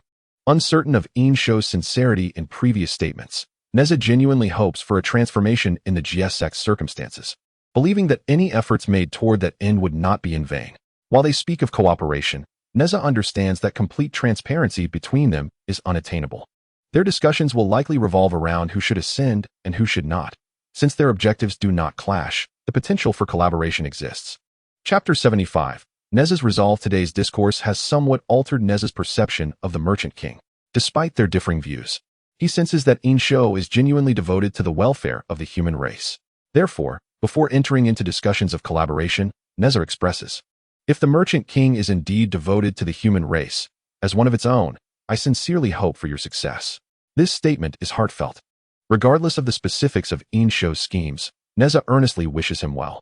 This sentiment softens Yin Shou's demeanor considerably, prompting him to respond, "I have conveyed my intentions. It is now time to discuss your objectives." Naturally, Yin Shou will not divulge all of his aims, for he has his own secrets. After a moment of contemplation, Nezha replies, "What the Merchant King and I seek does not indeed conflict. My primary goal during this calamity is to enhance my own strength. For while this calamity presents a threat, it also embodies an opportunity." Aware that such a declaration may not easily win Yin Shou's trust, Nezha continues, "Of course, my urgent desire to strengthen myself, even at the risk posed by this calamity, is not without compelling reasons. The King of Shang should be aware of the 12 golden immortals of the Chan sect, albeit only vaguely." Yin Shou nodded slightly, glancing at Feng Jiuqing beside him. Most of his knowledge regarding the Chan sect was supplied by her. "I harbor animosity towards Tai Zhenren among the 12 golden immortals, and my enmity with his disciple Ling Zhuzi is irreconcilable. This impending calamity will undoubtedly involve Tai Zhenren, who will certainly scheme on behalf of his disciple. With the Chan sect backing them, it will be far from difficult for them to navigate through the tribulation. Therefore, should I remain inactive, the days following the calamity will certainly be arduous, even posing a risk to my life." Nezha's words ring true, yet they are not entirely sincere. The grievances between him and Tai Zhenren are genuine, but he seems to be largely indifferent to them. Given his current rate of advancement, he scarcely regards Ling Zhuzi, let alone Tai Zhenren. Nevertheless, his statements, though lacking in deeper understanding, carry a semblance of logic, which led Yin Shou to believe them to some extent. Yet, many questions linger, prompting him to inquire, "If this is your purpose for entering the tribulation, then what is your intent in collaborating with this king?" In response to Yin Shou's inquiry, Nezha did not hesitate and continued, "I believe the King of Shang has perceived the movements of the Chan sect. Although they are deeply entangled in this calamity, they will not personally intervene, instead employing humanity as pawns. However, the pieces they favor are not the Shang dynasty. Rather, They intend to support a new peace to challenge the Shang. Although Shou was already aware of the Chan sect's intentions, hearing it reiterated by Nezha still prompted a cold scoff from him. Understanding that Shou's dissatisfaction was primarily directed at the Chan sect, Nezha remained unfazed and continued. To gain advantages from the calamity, mere observation will not suffice. One must engage directly to reap greater rewards. However, the Chan sect has already determined the game, and I cannot alter it. My hope is merely to be a player rather than a pawn. Oh, Shou raised an eyebrow slightly and remarked, as you say, I am merely a pawn. What significance does our collaboration hold? Nezha, with a gentle smile, shook his head and replied, the king of Shang jests. The Shang is but a pawn, yet the king is not. Noting that Shou did not retort, Nezha continued, I have deep grievances with the Chan sect, and thus cannot intervene, which is why I seek collaboration with the king. Apart from my feud with Tai Zhenren, the relationship between the Chan sect and the Jie sect has never been harmonious, and as a disciple of the Jie sect, I would not align myself with the Chan sect. Though I cannot articulate this, I trust that the king can understand. After listening, Shou remained silent. His gaze lowered as he stroked the armrest of his throne, seemingly deep in thought. However, Nezha's purpose was not yet fully expressed. He continued, furthermore, although my master has instructed the disciples of the Jie sect to remain in seclusion and refrain from participating in the calamity, it is not so easily avoidable. Not to mention, the emotions and desires of humanity will be magnified under the shadow of the calamity, leading them to unknowingly succumb to its tribulations. Moreover, even if one strives to maintain their integrity, it is impossible to guard against those with ulterior motives who seek to ensnare my fellow disciples of the attempts by the to embroil in this turmoil are overt and unambiguous. This calamity is undoubtedly a deliberate assault on. Nezha believes that Shou is likely aware of these matters, hence certain truths need not be articulated too explicitly, for he comprehends them innately. Thus, aside from enhancing one's own capabilities, while the king of Shang desires to elevate the status of ordinary humans, I am disinclined to see certain disciples of ascend. He added, with reassurance, that most of the turmoil does not concern the human race. After pondering for a moment, Nezha chuckled softly, remarking that even should they be human, the king of Shang would likely disdain them for lacking a sense of belonging to humanity. As Nezha spoke, Shou remained deep in thought, but upon hearing these words, he lifted his gaze, neither affirming nor denying, yet contemplatively stated that the individual in question indeed holds you in high regard, entrusting you with such responsibilities. Sensing the implication behind his words, Nezha slightly smirked and replied, there is no need for the king to test me. My actions do not align with my master's intentions. My master has always adopted a laissez-faire approach towards us disciples. This calamity merely instructed us to engage in secluded cultivation without any further directives. Nezha continued, that has bestowed grace upon me, and I merely wish to offer some assistance in return. Shou laughed, saying, some assistance you say? To intervene in a calamity is a matter you describe so nonchalantly. I cannot discern whether you are ignorant or fearless. Nezha maintained his composure, responding calmly, I am neither ignorant nor fearless. While I harbor trepidation, I also possess an unwavering resolve. Is that not the case for the king of Shang? Nezha's counter-question caused Shou to narrow his eyes. He did not answer, but posed another inquiry. Are you aware that you are not listed among the names? To be unlisted signifies that the fortunes of this calamity are profound, with lesser impact on oneself. Yet it also implies that should one perish, they will not merely be absent from the list, but will face complete obliteration. Though Nezha was unaware of the specific names on the, he had long suspected his absence from it. Thus, he found no surprise in Shou's statement. Rather, it served as a reminder that he should procure the list from him later. The names on the are derived from the collective efforts of 6 sages, and it undoubtedly contains more than just 365 names. Shou likely learned of this from the figure behind Feng Jiuqing. Nezha's solitary remark sufficed, as he expressed his stance without further elaboration. Observing the unwavering nature of Nezha's attitude, Shou regarded him with a newfound appreciation. The dialogue between them paused momentarily, allowing Feng Jiuqing to seize the opportunity to inquire, might I ask what level of cultivation you currently possess, Nezha? Initially, she believed it unnecessary to concern herself with Nezha's strength, as they aimed to collaborate with his esteemed master. However, realizing Nezha's standing surpassed their expectations, it became evident that his prowess now warranted their consideration. Chapter 76. Cooperation, Communication Symbols. Upon hearing Feng Jiuqing's inquiry, Nezha chuckled lightly and remarked, indeed, my cultivation is not yet considerable, and I am currently inferior to you, my friend. However, one's cultivation is bound to progress, is it not? Meeting the probing gazes of the two, Nezha continued with confidence. Moreover, even if my cultivation is lacking, should the King of Commerce require my assistance, I believe I would still be capable of fulfilling the task.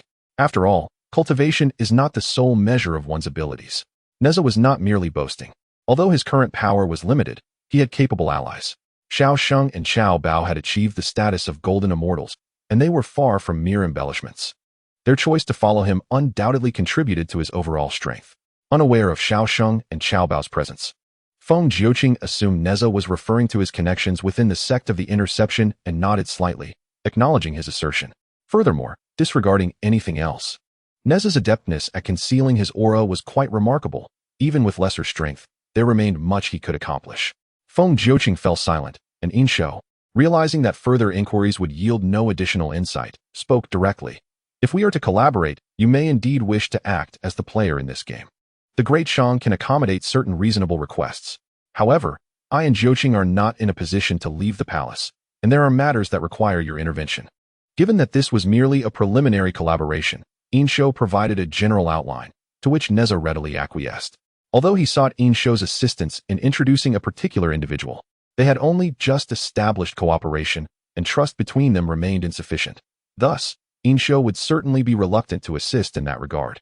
Nevertheless, even if Yin Shou were willing to facilitate an introduction, Nezha was uncertain how to engage with that individual, as he lacked the necessary leverage to persuade them to aid the sect of the Interception.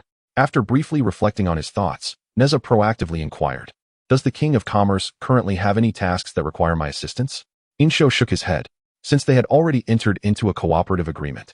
There were certain matters he would not conceal from Nezha. The Chan sect had already initiated preliminary movements, and their current focus was on Chaoga, making it inadvisable for them to draw attention. If you wish to prevent the Chan sect from discovering your actions prematurely, it would be wise for you to leave Chaoga for the time being. I shall devise a means to divert the Chan sect's attention, and I will contact you when the time is right. Nezha, upon hearing this, contemplated inwardly. If the Chan sect's attention was directed towards Chaoga, could it be that Jiangxia had descended from the mountain? If indeed Jiangxia was present, he would certainly be aware that members of the Chan sect were covertly monitoring him, even without Yin Shou's warning. Although the six-eyed demon's stealth ability could obscure his aura and existence, it would not suffice against those of a Deluo level or higher. He was confident that due to the significance of Jiangxia's subsequent arrangements within the Chan sect, the individual assigned to observe him would possess formidable strength. Thus he indeed faced the risk of being noticed. Having received Yin Shou's counsel, Nezha felt a heightened sense of vigilance and nodded in agreement. Very well. I shall not linger in Chaoga any longer. It was fortuitous, as he intended to return to the sect of the Interception, which aligned perfectly with his intentions. Upon seeing Yin Shou nod, Nezha contemplated for a moment and produced a jade talisman, sending it forth with his magical power to present before him. Yin Shou presumed it to be the same as the previous one and was about to carelessly pocket it when he heard Nezha elucidate. This talisman, I implore you, King Shang, to handle with utmost caution. There is no need to shatter it. Simply grasp the talisman firmly, concentrate your thoughts, and silently recite a series of numbers to establish contact with me. His words halted Yin Shou as casual gesture of stowing the talisman, compelling him to examine it closely in his hand. Nezha continued, please remember the communication numbers. They are such a complex sequence. Yin Shou interjected. Furrowing his brow at the lengthy string of digits Nezha recited. Upon hearing this, Nezha inwardly acknowledged the difficulty of memorizing the sequence. However, it was a configuration directly set by the system, beyond his capacity to alter, and he was uncertain why it had been established in such a manner. Thus, he could only respond with a hint of resignation. This sequence is determined by the talisman and cannot be modified. I entreat you to commit it to memory. After repeating the numbers once more, Nezha observed that although Yin Shou remained somewhat perplexed, he silently endeavored to memorize the sequence.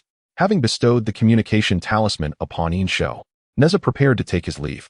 Just as he was about to bid farewell, a commotion erupted outside the hall. Your Majesty, the Grand Dr. Yangren seeks an audience. A servant reported loudly, his tone tinged with urgency and disarray. Hearing the ruckus outside, Yin Shou's brow furrowed slightly. He had previously instructed that requests from inconsequential individuals be outrightly denied, yet the guards still reported, inciting a flicker of anger within him as he declared, do not admit him. Upon hearing his voice, the servant fell silent, yet the tumult outside did not completely subside. faint murmurs of unrest still audible. Suddenly, the bronze doors of the hall were thrust open with great force, crashing against the wall with a resounding clang. A man clad in a blue official's robe disregarded the servant's attempts to restrain him and stormed into the grand hall. Nezha and Feng Jiuqing had sensed the impending intrusion and had already concealed themselves behind the screen, leaving only Yin Shou, his expression dark, seated upon the throne. Yang Ren strode boldly to the foot of the throne, kneeling before it with a commanding voice. "I report to you, Your Majesty. I have matters to present." The attendants who followed him were unable to stop him and trembled in fear, kneeling silently to the side. Yin Shou's countenance darkened, and he spoke in a chilling tone. "Yang Aiqing, what business do you bring forth?"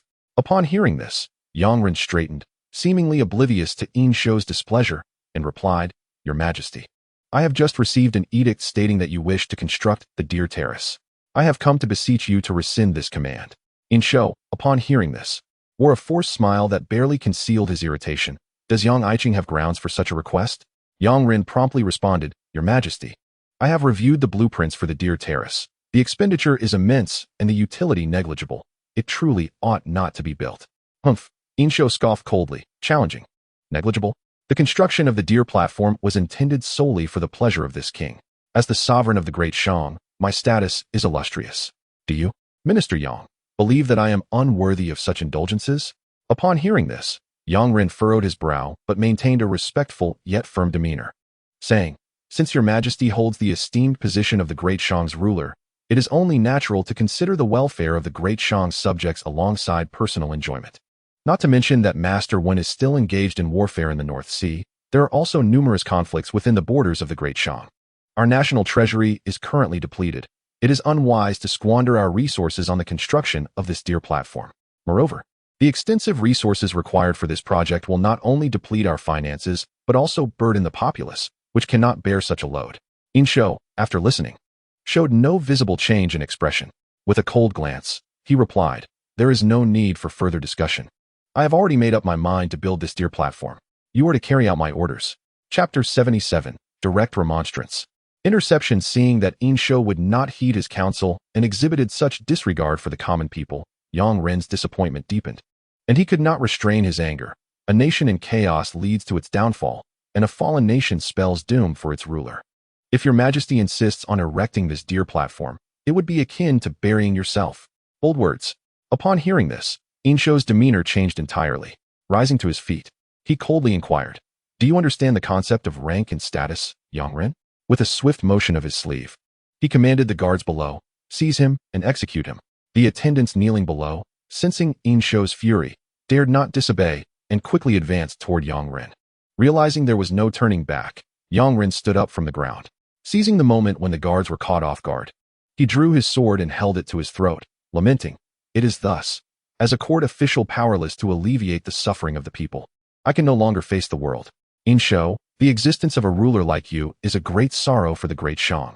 With that, Yang Ren forcefully slashed the sword across his throat, blood gushed forth, and he immediately collapsed to the ground. From behind the screen, Nezha witnessed the unfolding drama within the palace. Observing for the first time the confrontation between Yin Shou and the court officials, he could not help but feel a pang of sympathy.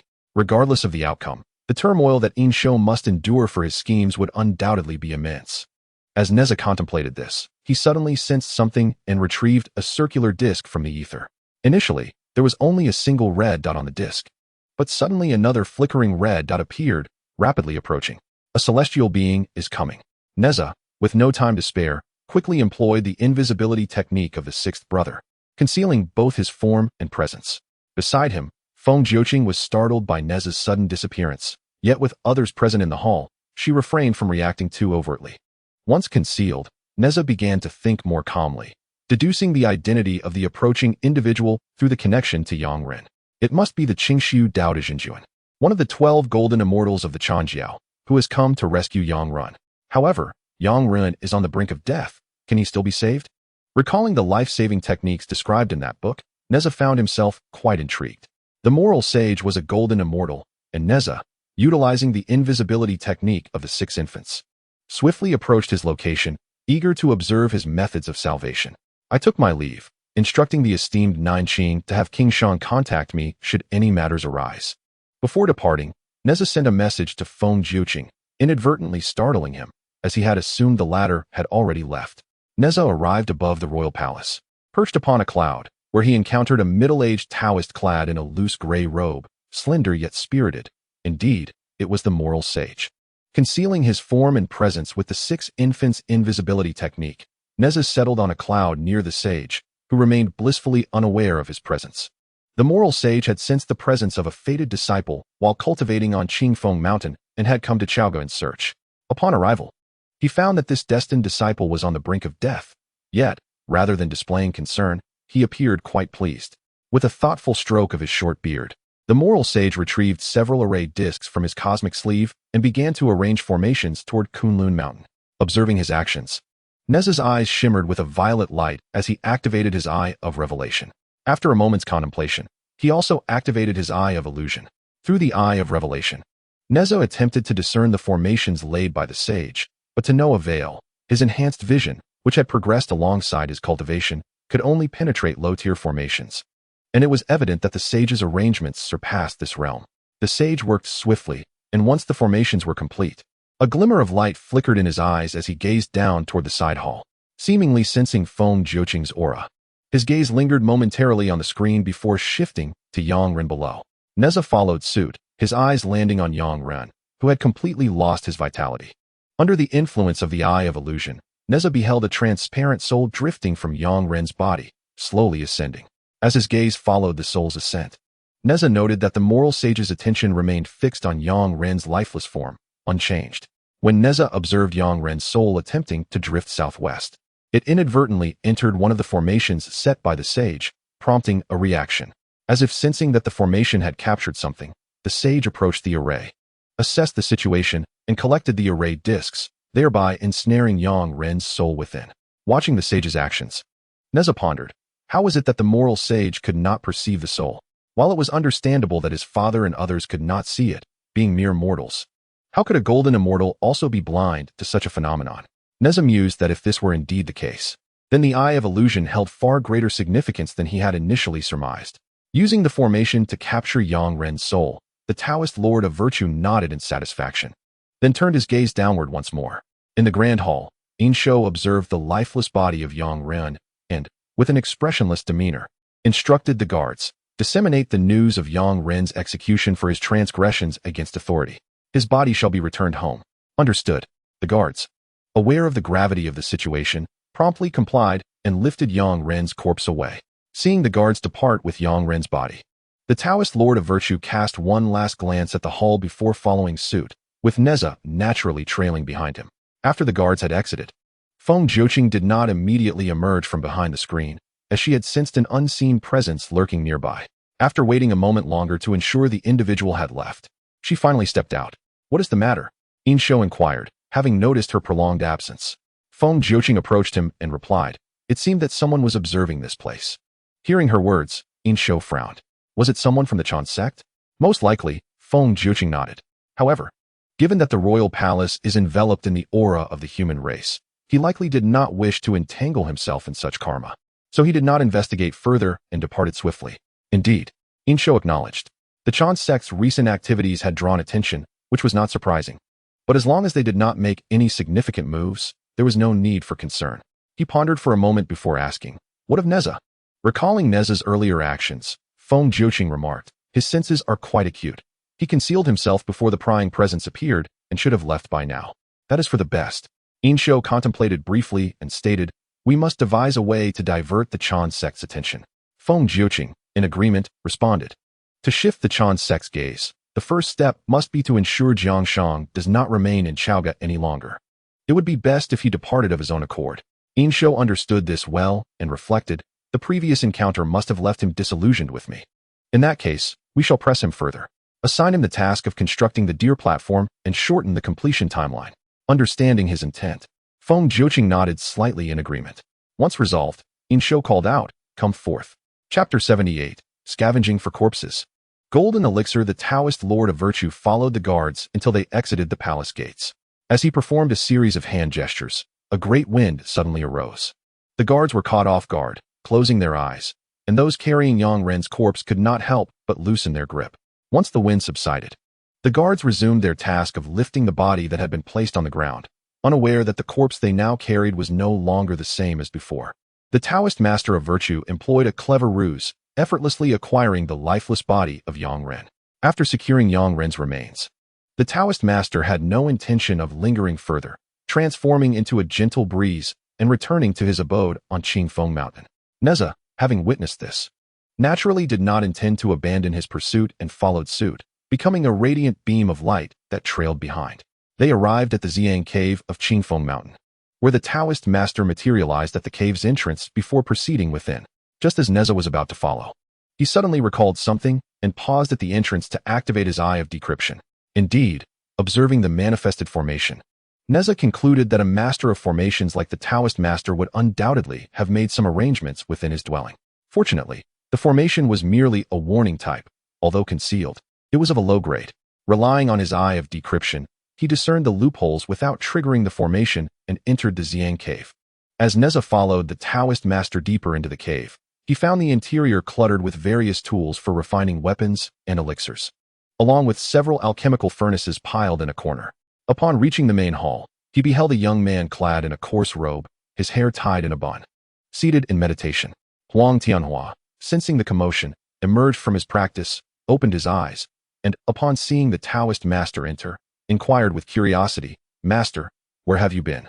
Hearing his disciple's question, the Taoist Master revealed a proud smile and replied, "I have brought you a junior brother." With that, he unveiled Yang Ren's body.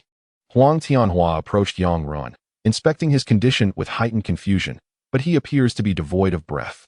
"Do not fret, I possess my own methods," the Taoist Master reassured him, stroking his short beard with an air of calm. Under Huang Tianhua's puzzled gaze, he approached Yang Ren, retrieving a small gourd from his sleeve and carefully pouring out a golden elixir. He placed the elixir into Yang Ren's mouth, muttering under his breath, "It must have some effect. It would not be worth the hundreds of years I spent tending the fire for my master's recipe." Channeling his magical energy to assist Yang Ren in swallowing the elixir, the Taoist Master then took out the array plate from which he had collected the soul. With deft hand gestures, he directed the soul within the array towards Yang Ren's body. Nezha observed as Yang Ren's soul endeavored to merge with his corporeal form. Initially, it seemed impossible, but suddenly, a flash of golden light emanated from his abdomen, and the soul smoothly integrated into his body. Soon after, Yang Ren's body began to regain vitality, and the visible wound on his neck rapidly healed. "Success!" the Taoist Master exclaimed with delight, examining Yang Ren's state. "He will awaken shortly." Huang Tianhua, watching from the side, could not contain his astonishment and praised, "Master, you are truly remarkable." "Indeed," the Taoist Master replied, puffing out his chest with pride as he stroked his beard, basking in the admiration of his disciple. Nezha observed the entire process of the Taoist Master saving lives and, not wishing to linger further, quietly departed from Xiang Cave. Upon exiting, he had no intention of heading to Chaoga, but rather resolved to return directly to the. He summoned the celestial golden cloud and rainbow light technique, hastening towards his destination while reflecting on the scene he had just witnessed in the cave. It appeared that the key to the Taoist Master's method of saving lives lay in the elixir. He had overheard murmurs that it was a recipe obtained from his esteemed master. No wonder it was so extraordinary. He contemplated the possibility of acquiring such an elixir, for if he could obtain it, he might replicate the life-saving technique. Such a method, capable of resurrecting the deceased, was coveted by all, especially during the impending cataclysm, where it could serve to execute grand schemes. However, aside from the elixir, he also required a formation capable of ensnaring souls, for although he could perceive them, he lacked the means to confine them. Setting aside thoughts of the elixir for the moment, he resolved to address the matter of the formation upon returning to the, confident that senior sister Yunxiao, with her expertise in formations, would have a solution. With a firm resolution, he added another task to his agenda for when he returned to. Feeling a surge of urgency, he dismissed any further distractions and devoted himself to the celestial golden cloud and rainbow light technique as he sped towards. Outside the palace of Chaoga, a small river lay tranquil, until suddenly, a head emerged from its surface. Zhenzi clumsily crawled ashore, surveying his drenched attire with a heavy sigh. Alas, he had thought that with a position in the court, he would find opportunities to transform the king of Shang into a wise ruler, but instead, he found himself in such dire straits. After finally being summoned, he had hoped for a chance, only to find himself facing a crisis that nearly cost him his life. Reflecting on the dear platform that Yin Shou had ordered him to construct, Zhang could not help but sigh repeatedly. Having openly defied an imperial decree and now forced into a situation of flight, it seemed his aspirations in Chaoga had been dashed. Having narrowly escaped the crisis, Zhang felt utterly drained, yet instead of leaving immediately, he seated himself by the riverside, pondering his next course of action. While he could endure physical hardships, what truly troubled him was the realization that he was unlikely to fulfill the task assigned by his master. As he bowed his head in contemplation, still grappling with his thoughts, a sudden voice called out, "Zia." Startled, Zhang lifted his gaze, quickly rising to stand, bowing with respect as he greeted, "Greetings, senior brother." The Southern Polar Immortal regarded him with a gentle smile and a slight nod. Standing upright, Zhang looked at the unexpectedly arrived Southern Polar Immortal, perplexed, and inquired, "What brings you here, senior brother?" The Southern Polar Immortal replied calmly, "I have come specifically for you." "Why?" Zhang's eyes widened with confusion.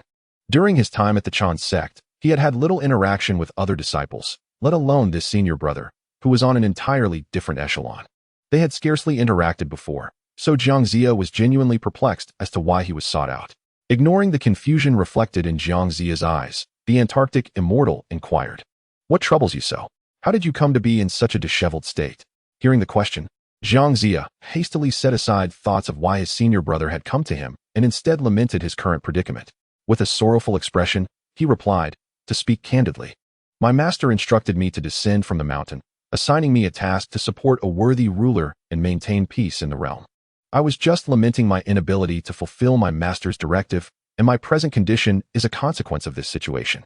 Chapter 79, Guidance and the Fruit of the Tao. The Antarctic Immortal remained silent, merely gesturing for him to continue. Sighing deeply, Zhang continued, "You may not be aware, but King Inshou of the Shang is utterly foolish and debauched, consumed by indulgence, neglecting the livelihoods of the people. Today, he summoned me merely to discuss the construction of an extravagant pleasure pavilion, a colossal waste of resources that harms the populace. Furthermore, should he insist on the proposed timeline for completion, countless innocent lives would be at stake. After my futile attempts to dissuade him, I was compelled to defy his orders, which led to a threat on my life, forcing me to escape using water concealment. I apologize, dear brother, for my current disarray. It is a result of my flight. However, although I have escaped, I fear I can no longer stand in the court, nor can I fulfill the task entrusted to me by my master, which is the source of my distress." Listening to Zhang's woes with a faint smile, the Antarctic Immortal spoke, "Why do you lack such adaptability? Given that the king is foolish and the Shang is in decline, why not establish a new ruler? By supporting a new sovereign to become a benevolent king, you would effectively maintain order and stability in the realm, thus fulfilling your master's task." Zhang was momentarily taken aback, uncertainly asking, "Are you suggesting?" The Antarctic Immortal regarded him calmly, responding, "Dynastic change is not uncommon in the evolution of humanity. The Shang will not be the first, nor will it be the last." Understanding his implication, Zhang expressed his surprise, his face clouded with concern. Yet, such transitions seldom occur without conflict. It will inevitably lead to war.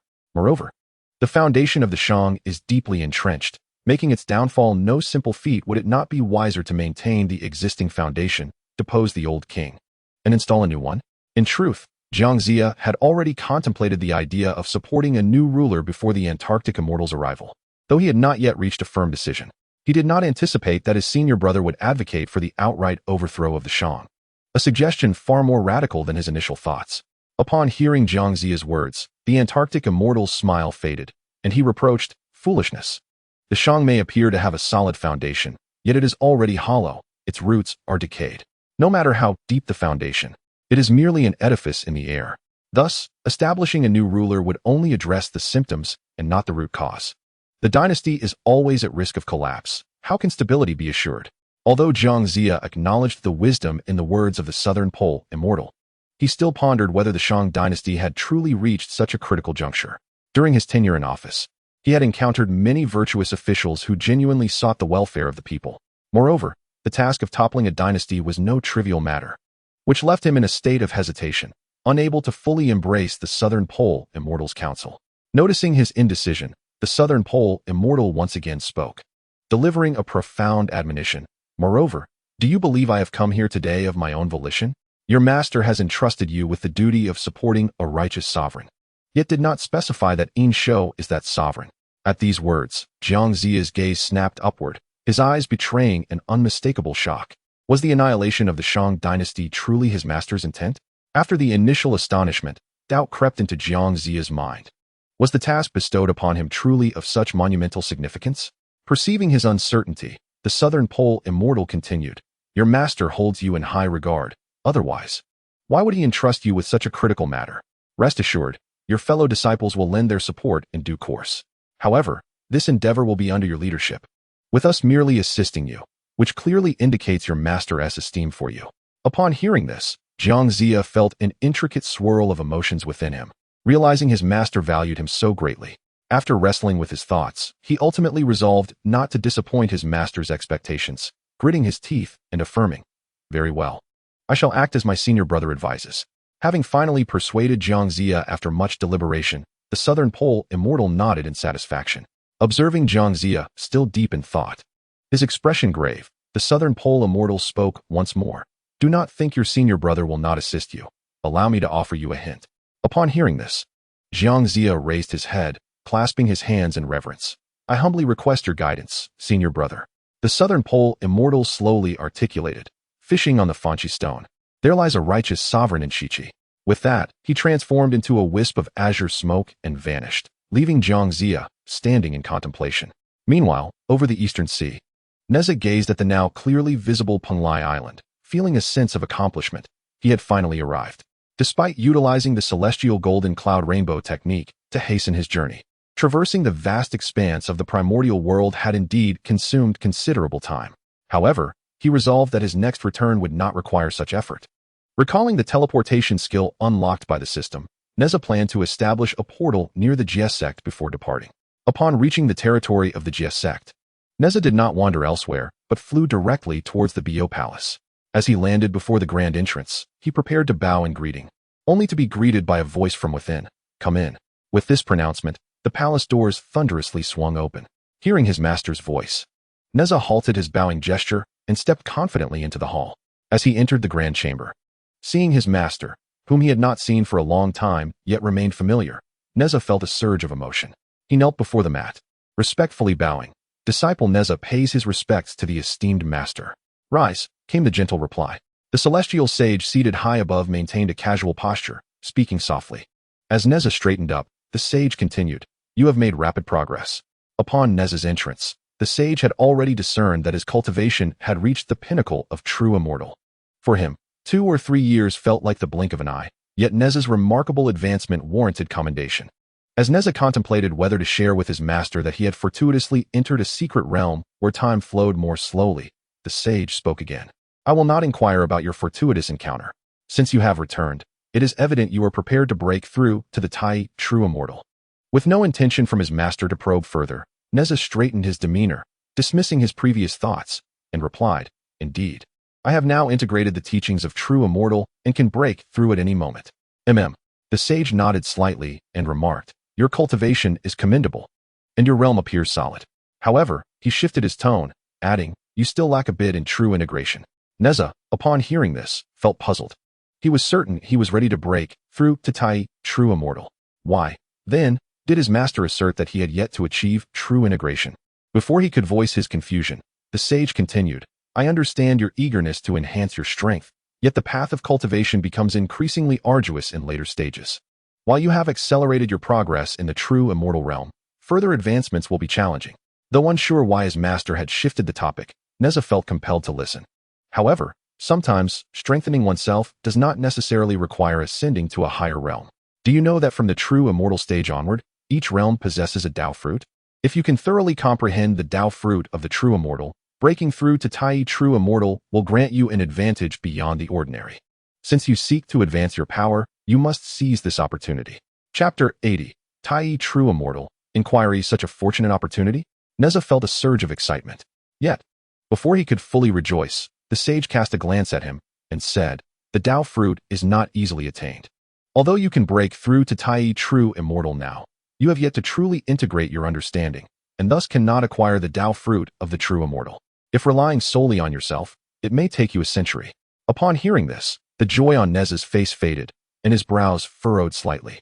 A century equated to nearly the entirety of his cultivation in the true immortal realm, and even with the time tree, it would still require a year. If breaking through to true immortal took so long, wouldn't the subsequent realms be even more arduous? Before he could begin to fret, the sage spoke once more. The reason I summoned you back before your breakthrough is not merely to convey this information. I called you back to help you organize what you have gained in the true immortal realm, allowing you to swiftly master the Tao fruit. Thank you, Master. Nezha expressed heartfelt gratitude upon realizing how much his master cared for him, promptly bowing once more in thanks. Tian was not one to dawdle. After elucidating the matter of the Tao fruit to Nezha, he directly proclaimed, "Thus, I shall now distill the essence of what you have acquired. Listen attentively." Nezha, filled with utmost seriousness, straightened his posture, regulated his breath, and awaited his master's teachings with reverence. Sensing his readiness, Tian began to expound on the mysteries of the true immortal realm. As he spoke, the hall was suffused with the flow of Tao rhythm, and golden lotuses of Tao resonance blossomed, ensnaring Nezha in a state of rapture. The discourse continued for 49 days, and when Tian finally ceased, Nezha remained enveloped in a profound state of contemplation. Sitting cross-legged upon the mat with closed eyes, he found himself surrounded by the swirling golden lotuses of Tao resonance, his aura fluctuating rhythmically. After several more days in this state of immersion, a powerful energy erupted from Nezha, causing a ripple through the air, dispersing the surrounding golden lotuses, which then merged into his being. Upon opening his eyes, Nezha realized he had transcended to the realm of Tai, true immortal, fully integrating the Tao fruit with effortless ease. With his aura now reined in, he once again bowed to his esteemed master, expressing his gratitude. "Thank you, Master, for your teachings." Tian, ever decisive, recognized Nezha's successful breakthrough and, wishing to proceed without delay, nodded gently and stated, "Next, I shall elaborate on the cultivation path of the Tai true immortal." Having just ascended to this new realm, Nezha was eager to absorb further wisdom, promptly sitting upright to listen intently. The cultivation of the true immortal focuses on refining the body, whereas the Tai true immortal cultivates the essence of Qi. In this realm, one must condense the 5 Qi and comprehend the 3 flowers, primarily focusing on the refinement of the 5 Qi. Once the 5 Qi are perfected, the mere perception of the 3 flowers will suffice for a breakthrough. However, the true blossoming of the 3 flowers awaits the golden immortal realm. The refinement of the 5 Qi follows distinct paths, and as his master meticulously outlined each aspect, Nezha gradually grasped the cultivation journey of the Tai true immortal. The supreme refinement of the 5 Qi culminates in the attainment of the ultimate supreme Qi. Should one succeed in condensing the perfect supreme fire Qi and supreme metal Qi, it would signify the pinnacle of Tai true immortal cultivation. The golden lotus seed and the fusang fruit his master had bestowed upon him were precious elemental treasures, sufficient for his refinement of supreme fire Qi and supreme metal Qi. However, since he had planted the golden lotus seed, it would not yield immediate results. Yet, once the golden lotus blossomed, its effects would likely surpass expectations. The lotus, though, grew slowly, necessitating the continued acceleration of the time tree. And it would be prudent to upgrade the time tree further, lest the growth remain sluggish. As Tian continued his exposition, Nezha began to devise his cultivation plan for the Tai true immortal realm. The refinement of the 5 Qi could not be undertaken casually. Once one type was refined, subsequent types must follow the natural order of the 5 elements. Given the time required for the golden lotus to mature for the refinement of metal Qi, he surmised that he should postpone this endeavor and commence with either water Qi or wood Qi. Thus, he delineated the path of cultivation for the Tai true immortal realm. "Thank you, Master," he concluded. Once Tian concluded his exposition on the cultivation of the true immortal Tai, Nezha clarified his own thoughts and once again expressed his gratitude. Tian gently nodded, remarking, "It seems you have not abandoned your intention to undergo tribulation. Therefore, as before, remember to return when you are on the verge of breaking through to the golden immortal stage." Nezha, understanding that his master intended to assist him in mastering the Tao fruit of the true immortal Tai at that time, felt a wave of emotion swell within him. However, he was not yet ready to depart. He had many matters he wished to seek clarification on from his master.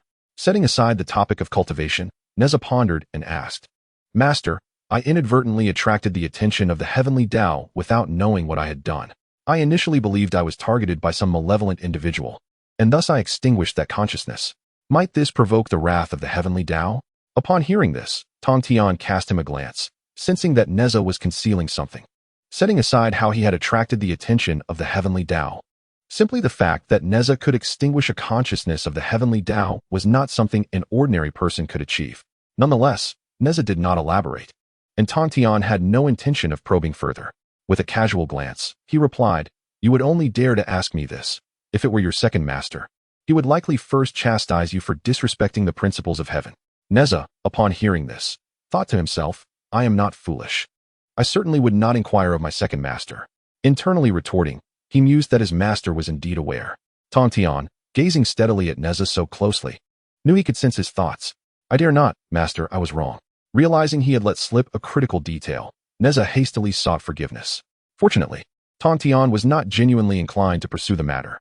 Reflecting on Nezha's earlier question, he responded, "You are rather audacious. However, since you directly extinguished that consciousness, it should not have any detrimental effects. The essence of the heavenly Tao did not perceive your actions. Otherwise, you would not be so comfortably present here." Nezha, upon hearing this, breathed a sigh of relief, confirming his earlier suspicions. Yet, thinking of his future plans, he felt a twinge of worry that if he extinguished too many consciousnesses of the heavenly Tao, it might take notice. After some contemplation, Nezha asked again, "Then, master, the heavenly Tao must have sensed the disappearance of the consciousness I extinguished, correct?" "That is indeed the case," Tantian affirmed. Nezha continued, "So, the heavenly Tao possesses many such consciousnesses, which is why it did not pay heed to the disappearance of that one." Tantian nodded and explained, "Since the great Tao departed, the heavenly Tao began to oversee the primordial chaos. Its consciousness remains somewhat naive. Thus, it indeed disperses numerous consciousnesses to perceive the vastness of the primordial chaos, which can be seen as a form of its own growth. With so many consciousnesses dispersed, some loss is to be expected.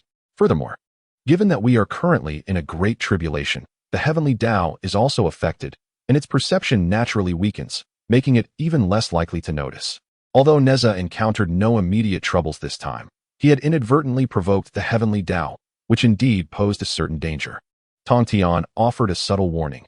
"Exercise caution in your actions, should you attract the attention of an insurmountable existence. Do not blame your master for failing to rescue you in time." Before he could fully comprehend his master's admonition, Nezha was struck by a more pressing concern and hurriedly inquired, "Master, is it not the heavenly Tao that determines the great calamity? Can it also be affected by it?" Upon hearing this, Tantian cast him a sidelong glance and replied coolly, "You are mistaken. The great calamity is a natural evolution of this world and not decreed by the heavenly Tao." Nezha could not help but furrow his brow, his heart filled with even greater confusion. If that were true, why did his attempts to alter events that would transpire during the calamity attract the attention of the heavenly Tao? Could it be that his earlier conjecture was flawed, and it was not his intention to disrupt the heavenly Tao's arrangements by attempting to take Xiao Sheng and Xiao Bao that had caught its notice? What, then, could be the reason? His master's words left Nezha increasingly perplexed as to why he had garnered the attention of the heavenly Tao. In any case, there is no need for you to worry about what has transpired. Simply be cautious in your future endeavors, perhaps deeming it unnecessary to elaborate further given Nezha's cultivation level. Tantian refrained from saying more. Although Nezha harbored lingering doubts, many thoughts remained unvoiced, especially in the presence of his esteemed master. Fortunately, the most pressing question had been answered. Perceiving that his master did not wish to continue the discussion, he refrained from pressing further. Gathering his thoughts, Nezha understood that it was not the appropriate time to disturb his master any longer, and thus respectfully said, "Thank you for clarifying my doubts, master. I shall take my leave now." With a casual wave of his hand, Tantian allowed Nezha to rise from his mat. He took 3 steps backward and turned to exit the hall. Upon stepping outside, the doors of the hall closed automatically behind him. Nezha bowed respectfully toward the interior before turning to depart. Inside the hall, Tantian observed Nezha's actions with a sense of satisfaction and a hint of nostalgia, reflecting on the many secrets his disciple harbored. After leaving the Bo Palace, Nezha began to contemplate his next course of action. With his cultivation issues temporarily resolved, it was time to devise a plan for Xiao Sheng and Xiao Bao. After a brief consideration, he made up his mind. Utilizing his movement technique to transform into a streak of radiant light, heading toward the nearest location of his senior sister, Wudong, he alighted on a picturesque island and proceeded directly to the central Dao Palace. Having formed a close bond with several senior brothers and sisters, he felt no need for excessive formality. Arriving at the entrance of the Dao Palace, Nezha called out in a clear voice, "Wudong, I have come to see you." As his voice echoed, the palace doors swung open, revealing Wudong's gentle voice inviting him in. Come in. This was, after all, Wudong's sacred domain, and Nezha immediately sensed her presence upon landing on the island. Having spent some time there before, he felt at ease as he walked in upon hearing her voice. Upon entering the Hall of Dao, Nezha was greeted by his sister, who awaited him with a familiar smile. He could not help but exclaim, "Sister, it has been a while. I have missed you." Wudong, dismissing his sentiment with a light laugh, replied, "It has not been long at all. Since your departure, I have only just begun my cultivation." Nezha, upon hearing this, expressed concern. "Ah, sister, were you in seclusion before? Have I interrupted you?" Wudong gently shook her head, saying, "Not at all. At my level of cultivation, it is not a matter of seclusion. There is no concept of interruption." Relieved by her reassurances, Nezha continued, "I speak truthfully. Though the time apart has not been extensive, I genuinely miss you." Wudong chuckled lightly. "You certainly know how to flatter." Nezha smiled in silence, choosing not to contest her remark. Although only 2 or 3 years had passed since he left the island, coupled with the time spent by the Tree of Time, it felt like a century since he last saw his sister Wudong. This indeed felt like a long time to him. After exchanging a few casual words, Wudong inquired, "Well, your swift return cannot merely be for a visit, can it?" Nezha, caught in her observation, was unashamed and began to peel a spiritual fruit from the table, complimenting her before adding, "I have returned primarily to break through to the true immortal realm. My master instructed me to seek him out before my breakthrough. So as soon as I returned to the sect, I went to find him." Wudong, sensing that Nezha's aura had indeed reached true immortal and was quite substantial, surmised, "It must be to assist you in mastering your Dao fruit. It is evident that your master is very attentive to you." Nezha nodded while consuming the spiritual fruit, affirming, "Indeed, I know that my master and my senior brothers and sisters treat me exceptionally well." Wudong chuckled softly at Nezha's inclusion of himself, knowing he did not intend to vie for their master's affection. "Well, enough flattery. You must have come to me for a reason after leaving your master," she remarked. Not one to beat around the bush, Nezha revealed his purpose. "I do have a matter in which I seek your assistance. During my recent tribulation, I encountered 2 loose cultivators whom I inadvertently helped break through to the golden immortal realm. However, they lack the methods of cultivation for golden immortals and wish to follow me. I feel I will indeed need some assistance going forward. So I would like to request your guidance on their golden immortal training." Wudong, contemplating his words, nodded thoughtfully and said, "That should not be difficult. Let us bring them forth and have a look." Upon Wudong's agreement, Nezha summoned Xiaosheng and Qiaobao from the Xianyuan water-controlling banner. As they emerged, they became noticeably tense upon seeing the revered Wudong. Nezha introduced them, saying, "This is my sister, the Holy Mother Wudong." Although Xiaosheng and Qiaobao had remained in Wui Mountain, they were not entirely cut off from the world. They had certainly heard of the illustrious 4 direct disciples of the, and thus were aware of the revered title of the Wudong Holy Mother. The 2 immediately bowed respectfully, saying, "I am Xiaosheng, Qiaobao, honored to meet the Wudong Holy Mother." Wudong did not return the gesture, merely nodding lightly. Unlike her gentle demeanor towards Nezha, her presence before Xiaosheng and Qiaobao, though not overtly imposing, was undeniably suffused with a sense of pressure. She cast a casual glance at the 2, discerning their status as nascent golden immortals. Concerning Nezha's earlier mention of needing assistance, the Wudong Holy Mother concurred. Given that their master forbade disciples from intervening in the great calamity, it would indeed be advantageous for Nezha to have 2 additional scattered cultivators at his side.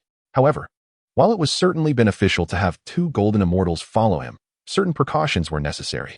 Wudong calmly regarded the 2 and spoke softly, "If you choose to follow Nezha, I have no objections to guiding your golden immortal cultivation. Yet, you must understand that following him is not merely a matter of words." Xiaosheng and Qiaobao felt a shiver at her words. Although Nezha had not mentioned certain matters, they were mentally prepared. Their expressions turned serious as they replied, "We humbly ask for the Holy Mother's guidance." Wudong was direct, stating, "You may follow, but you must establish a restriction within your consciousness. Should you entertain thoughts of betrayal or harm towards your master, the restriction will activate, and the consequences will be dire." In order to survive, Xiaosheng and Qiaobao had long prepared for the loss of their freedom. After all, without following Nezha, it would be exceedingly difficult for the 2 scattered cultivators to safeguard themselves amidst the great calamity, and their abilities would stagnate. Thus, they were already prepared for what the Wudong Holy Mother had articulated. The 2 did not deliberate for long before responding in unison, "We shall abide by your arrangements." While Wudong engaged with the 2, Nezha observed quietly from the side, refraining from interjecting. He had contemplated these matters himself, but had yet to discuss them with his sister. Unexpectedly, she had already considered them on his behalf. This thoughtful gesture warmed Nezha's heart. During his time away from the, he had relied solely on himself, contemplating every detail alone. It was not until he returned to the that he felt the comforting warmth of having someone else consider his well-being, whether it be from his master or sister. Nezha turned to the Wudong Holy Mother, unable to suppress his gratitude as he said, "Thank you, dear sister." The Wudong Holy Mother gazed at him with a gentle smile, saying nothing further. Everything was understood without the need for words. Since Xiao Sheng and Qiao Bao had agreed, there was little more to discuss. The Wudong Holy Mother then took action, establishing the restriction within their consciousness, ensuring that Nezha could utilize their assistance in the future without any concerns. After leaving the restrictions within the sea of knowledge shared by the two, the unfettered Holy Mother naturally fulfilled her promise, preparing to guide them in their cultivation towards the golden, immortal realm. The impartation of wisdom required a measure of time, and Nezha contemplated before speaking. "Sister, please instruct them in their cultivation first. I shall make a trip to see Sister Yunxiao, as I have some inquiries regarding formations." Although uncertain whether he could procure a pill formula from the moral true monarch, he could at least resolve the formation that trapped souls. The unfettered Holy Mother nodded in agreement and replied, "You may go." After bidding farewell to his sister, Nezha departed from the Dao Palace, heading towards the Three Immortals Island. Sister Wudong's Taoist sanctuary was not far from the Three Immortals Island, and it did not take long for Nezha to arrive. Due to his deep connections with Yunxiao and the others, the island was a frequent destination for him. Navigating with ease, Nezha arrived at the entrance of the Dao Palace and called out, "Sister Yunxiao, Nezha has come to pay a visit." Before long, the grand doors of the palace opened, and a woman clad in a Taoist robe with a light blue gauze overlay stepped forth. Upon seeing Nezha, she greeted him with a radiant smile, exclaiming, "Nezha, you have returned." Nezha reciprocated the gesture with a smile, saying, "Sister Qiongxiao, it has been quite some time." During his 7 years of cultivation at the, he frequently visited the Three Immortals Island and had grown quite familiar with Qiongxiao. Qiongxiao smiled and replied, "It hasn't been too long. I only just learned of your departure, and I am surprised you have returned so swiftly." With that, she gestured for him to enter. Following Qiongxiao into the Dao Palace, Nezha was not surprised to find Yunxiao waiting for them. Having visited many times, he was well aware that Yunxiao seldom secluded herself for cultivation, while Bixiao and Qiongxiao would take turns in seclusion. "Greetings, Sister Yunxiao." Nezha casually greeted her and took a seat without hesitation. Yunxiao observed him and remarked with a smile, "I recently heard that you requested to voluntarily undergo tribulation. I had yet to worry for you, and now you have returned. Does this mean your trials have concluded, and you are not preparing for tribulation?" Qiongxiao, listening nearby, also gazed at Nezha, curious about the reason for his swift return. Nezha gently shook his head, stating, "Not quite. I merely have matters to discuss with Master, and I will soon depart again. Additionally, I have come back to seek Sister Yunxiao's assistance." Upon hearing that Nezha would still undergo tribulation, Yunxiao initially furrowed her brow, then, intrigued by his request for help, inquired, "Oh, what do you need my assistance with?" Nezha, unreserved, replied directly, "I wish to request a formation capable of trapping souls." "A formation to trap souls? What would such an esoteric thing be used for?" Before Nezha could respond, Qiongxiao, filled with curiosity, interjected, "Esoteric?" Nezha frowned slightly at her words and asked, "Is a formation that traps souls truly so rare?" Qiongxiao shook her head and explained, "Indeed, it is rare, but the reason it is considered an unconventional method is primarily due to its infrequent use. After all, souls no longer manifest in the earthly realm." Yunxiao, who was nearby, added, "That is correct. Since the establishment of reincarnation, souls have ceased to appear in the mortal domain, resulting in very few techniques capable of directly perceiving them. Consequently, even if there are formations designed to trap souls, their effectiveness is diminished in the absence of visibility, rendering them unconventional methods." Upon hearing their explanations, Nezha experienced an enlightening moment, realizing his earlier assumptions held truth. The Taoist master of virtue likely lacked the means to perceive souls, which is why he had set so many formations to ensnare Yang Ren's soul. He must have known that Yang Ren would ascend to the divine list, which currently resided with his second master uncle, thus allowing him to determine the probable path Yang Ren's soul would take. By placing several formations along the route towards Kunlun, he significantly increased the likelihood of intercepting Yang Ren's soul. The words of Qiongxiao and Yunxiao corroborated Nezha's previous conjectures. Since he possessed the illusory eye that could directly see souls, he was naturally eager to leverage this advantage. He needed to seize the opportunity to acquire the elixir recipe from the Taoist Master of Virtue, and today's purpose was to obtain the formation for trapping souls. Therefore, after some contemplation, Nezha spoke, "To be candid with both of you, I have fortuitously obtained the means to perceive souls, which is why I sought this formation." Upon hearing his request, Yuanshi had formed some conjectures and was no longer surprised. She merely smiled and said, "You possess quite a remarkable opportunity." Xiongxiao, also unfazed, quietly admired Nezha's good fortune. After a moment of thought, Yuanshi said, "I do indeed know how to create the formation for trapping souls, but teaching you to master its arrangement thoroughly will require some effort." After pondering for a moment, she continued, "Please wait a few days. I will refine a formation plate and incorporate the formation into it, allowing you to use it directly." Overjoyed, Nezha responded, "Thank you, Sister Yuanshi." This was precisely what he sought. The formation plate used by the Taoist Master of Virtue must have been of this kind, making it easy to arrange. Yuanshi smiled lightly and replied, "No need for thanks," since the refinement of the formation plate would take several days. Nezha chose not to linger on Three Immortals Island, but instead visited the other three senior brothers and sisters. After all, he had returned not only to see Sister Wudong, but also to visit Sister Yuanshi. If he neglected to see the other siblings, they would undoubtedly talk behind his back later. By the time Nezha had visited each of his senior siblings, Dabao, Jinling, and Guiling, he had spent several days. Even if he hadn't lingered long, when he returned to Three Immortals Island, Yuanshi had successfully completed the refinement of the formation plate. Nezha experimented with the newly acquired plate, and with Sister Yuanxiao's assistance, he mastered its operation. Once he had become proficient, Nezha carefully stored the formation plate away. After exchanging a few casual remarks, he turned to Yuanshi and said, "Since that is the case, I shall not further disturb my senior sister. Has Nezha arrived?" Having resolved the matter of the formation, Nezha was preparing to take his leave when a voice emanated from the inner chamber. Chapter 83, Gift of Treasures. Shirong Shurji had just concluded her meditation and, sensing some commotion outside, ventured out to investigate. Upon hearing Nezha's voice, she called out to him. Seeing Shurji emerge, Nezha paused his departure and greeted her with a smile, "Senior Sister Shurji."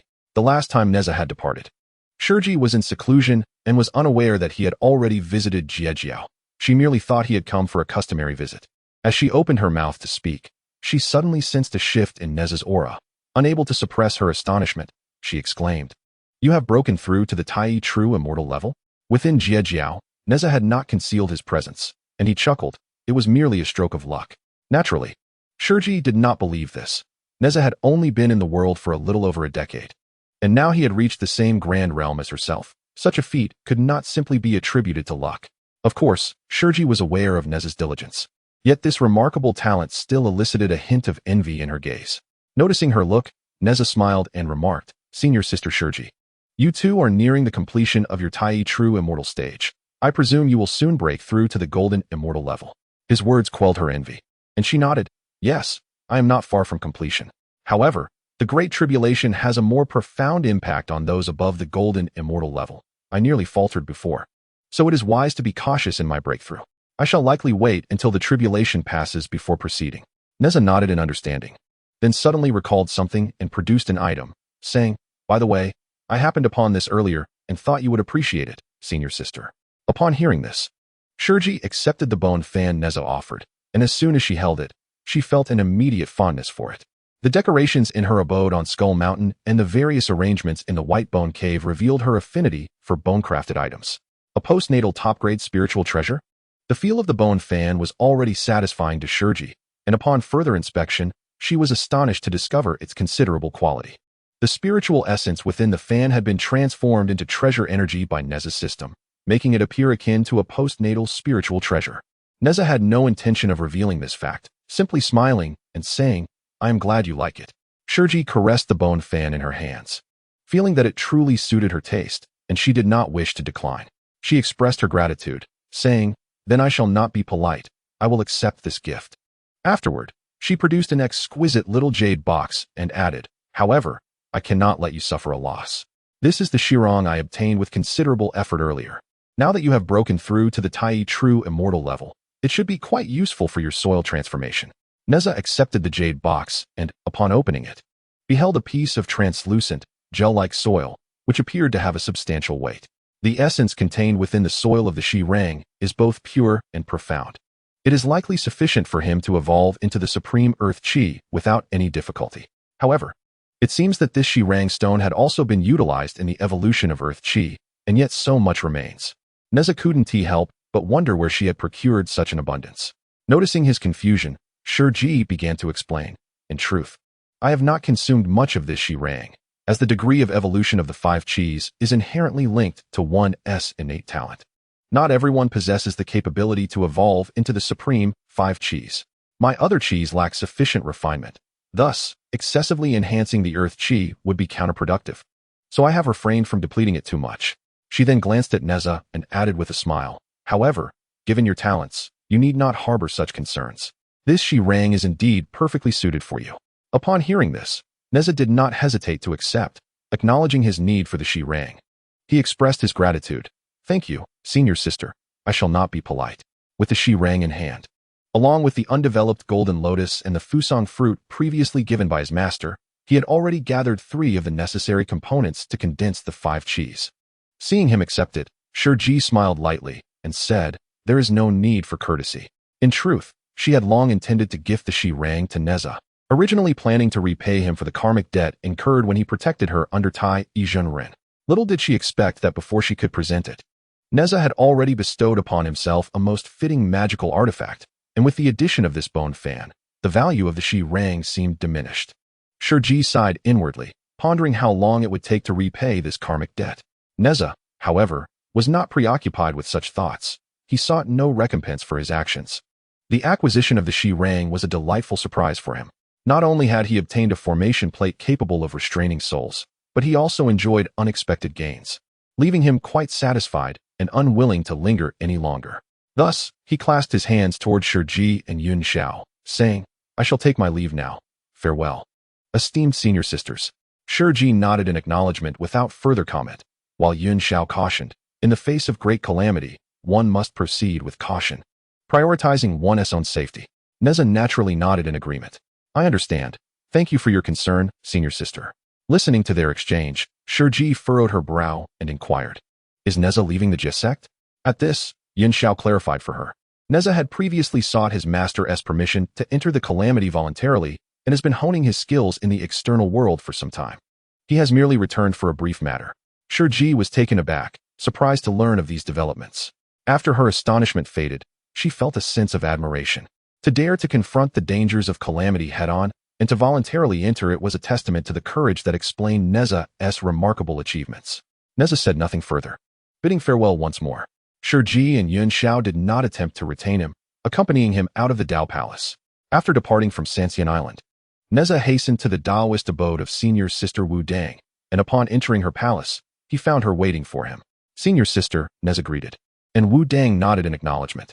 Noticing that Xiao Sheng and Qiao Bao were absent from the hall, Nezha inquired, where are Xiao Sheng and Qiao Bao?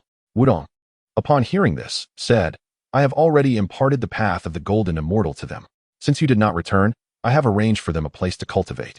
Before Nezha could express his gratitude, Wudong continued, knowing that your stay will be brief, I have some matters to entrust to you. Hearing this, Nezha's demeanor grew solemn, and he replied, please, senior sister, go on. Observing his seriousness, Wudong smiled and said, there is nothing else of great importance. I merely wish to remind you that amidst great calamities, dangers lurk at every corner, so do not place undue trust in others. With that, she gently pointed a finger, and a mantra was transmitted into Nezha's mind. This was the incantation for the seal within the consciousness of Xiao Sheng and Qiao Bao. With this mantra, Nezha could exercise control over the seal, effectively granting him dominion over their lives, thus ensuring greater safety. Understanding this was for his own benefit. Nezha felt a surge of gratitude and said, thank you, senior sister. Wudong gently shook her head and replied, there is no need for excessive words. When you are outside, remember to act with caution. If you encounter any insurmountable situations, do not force yourself. Simply return, for there are always those who will stand by you. Nezha nodded earnestly and said, I understand. After that, the two did not engage in further conversation, and Wudong summoned Xiao Sheng and Qiao Bao. Nezha bid farewell to Wudong with the two in tow, then guided them into the Xianyuan water control banner before transforming into a radiant beam of light and departing.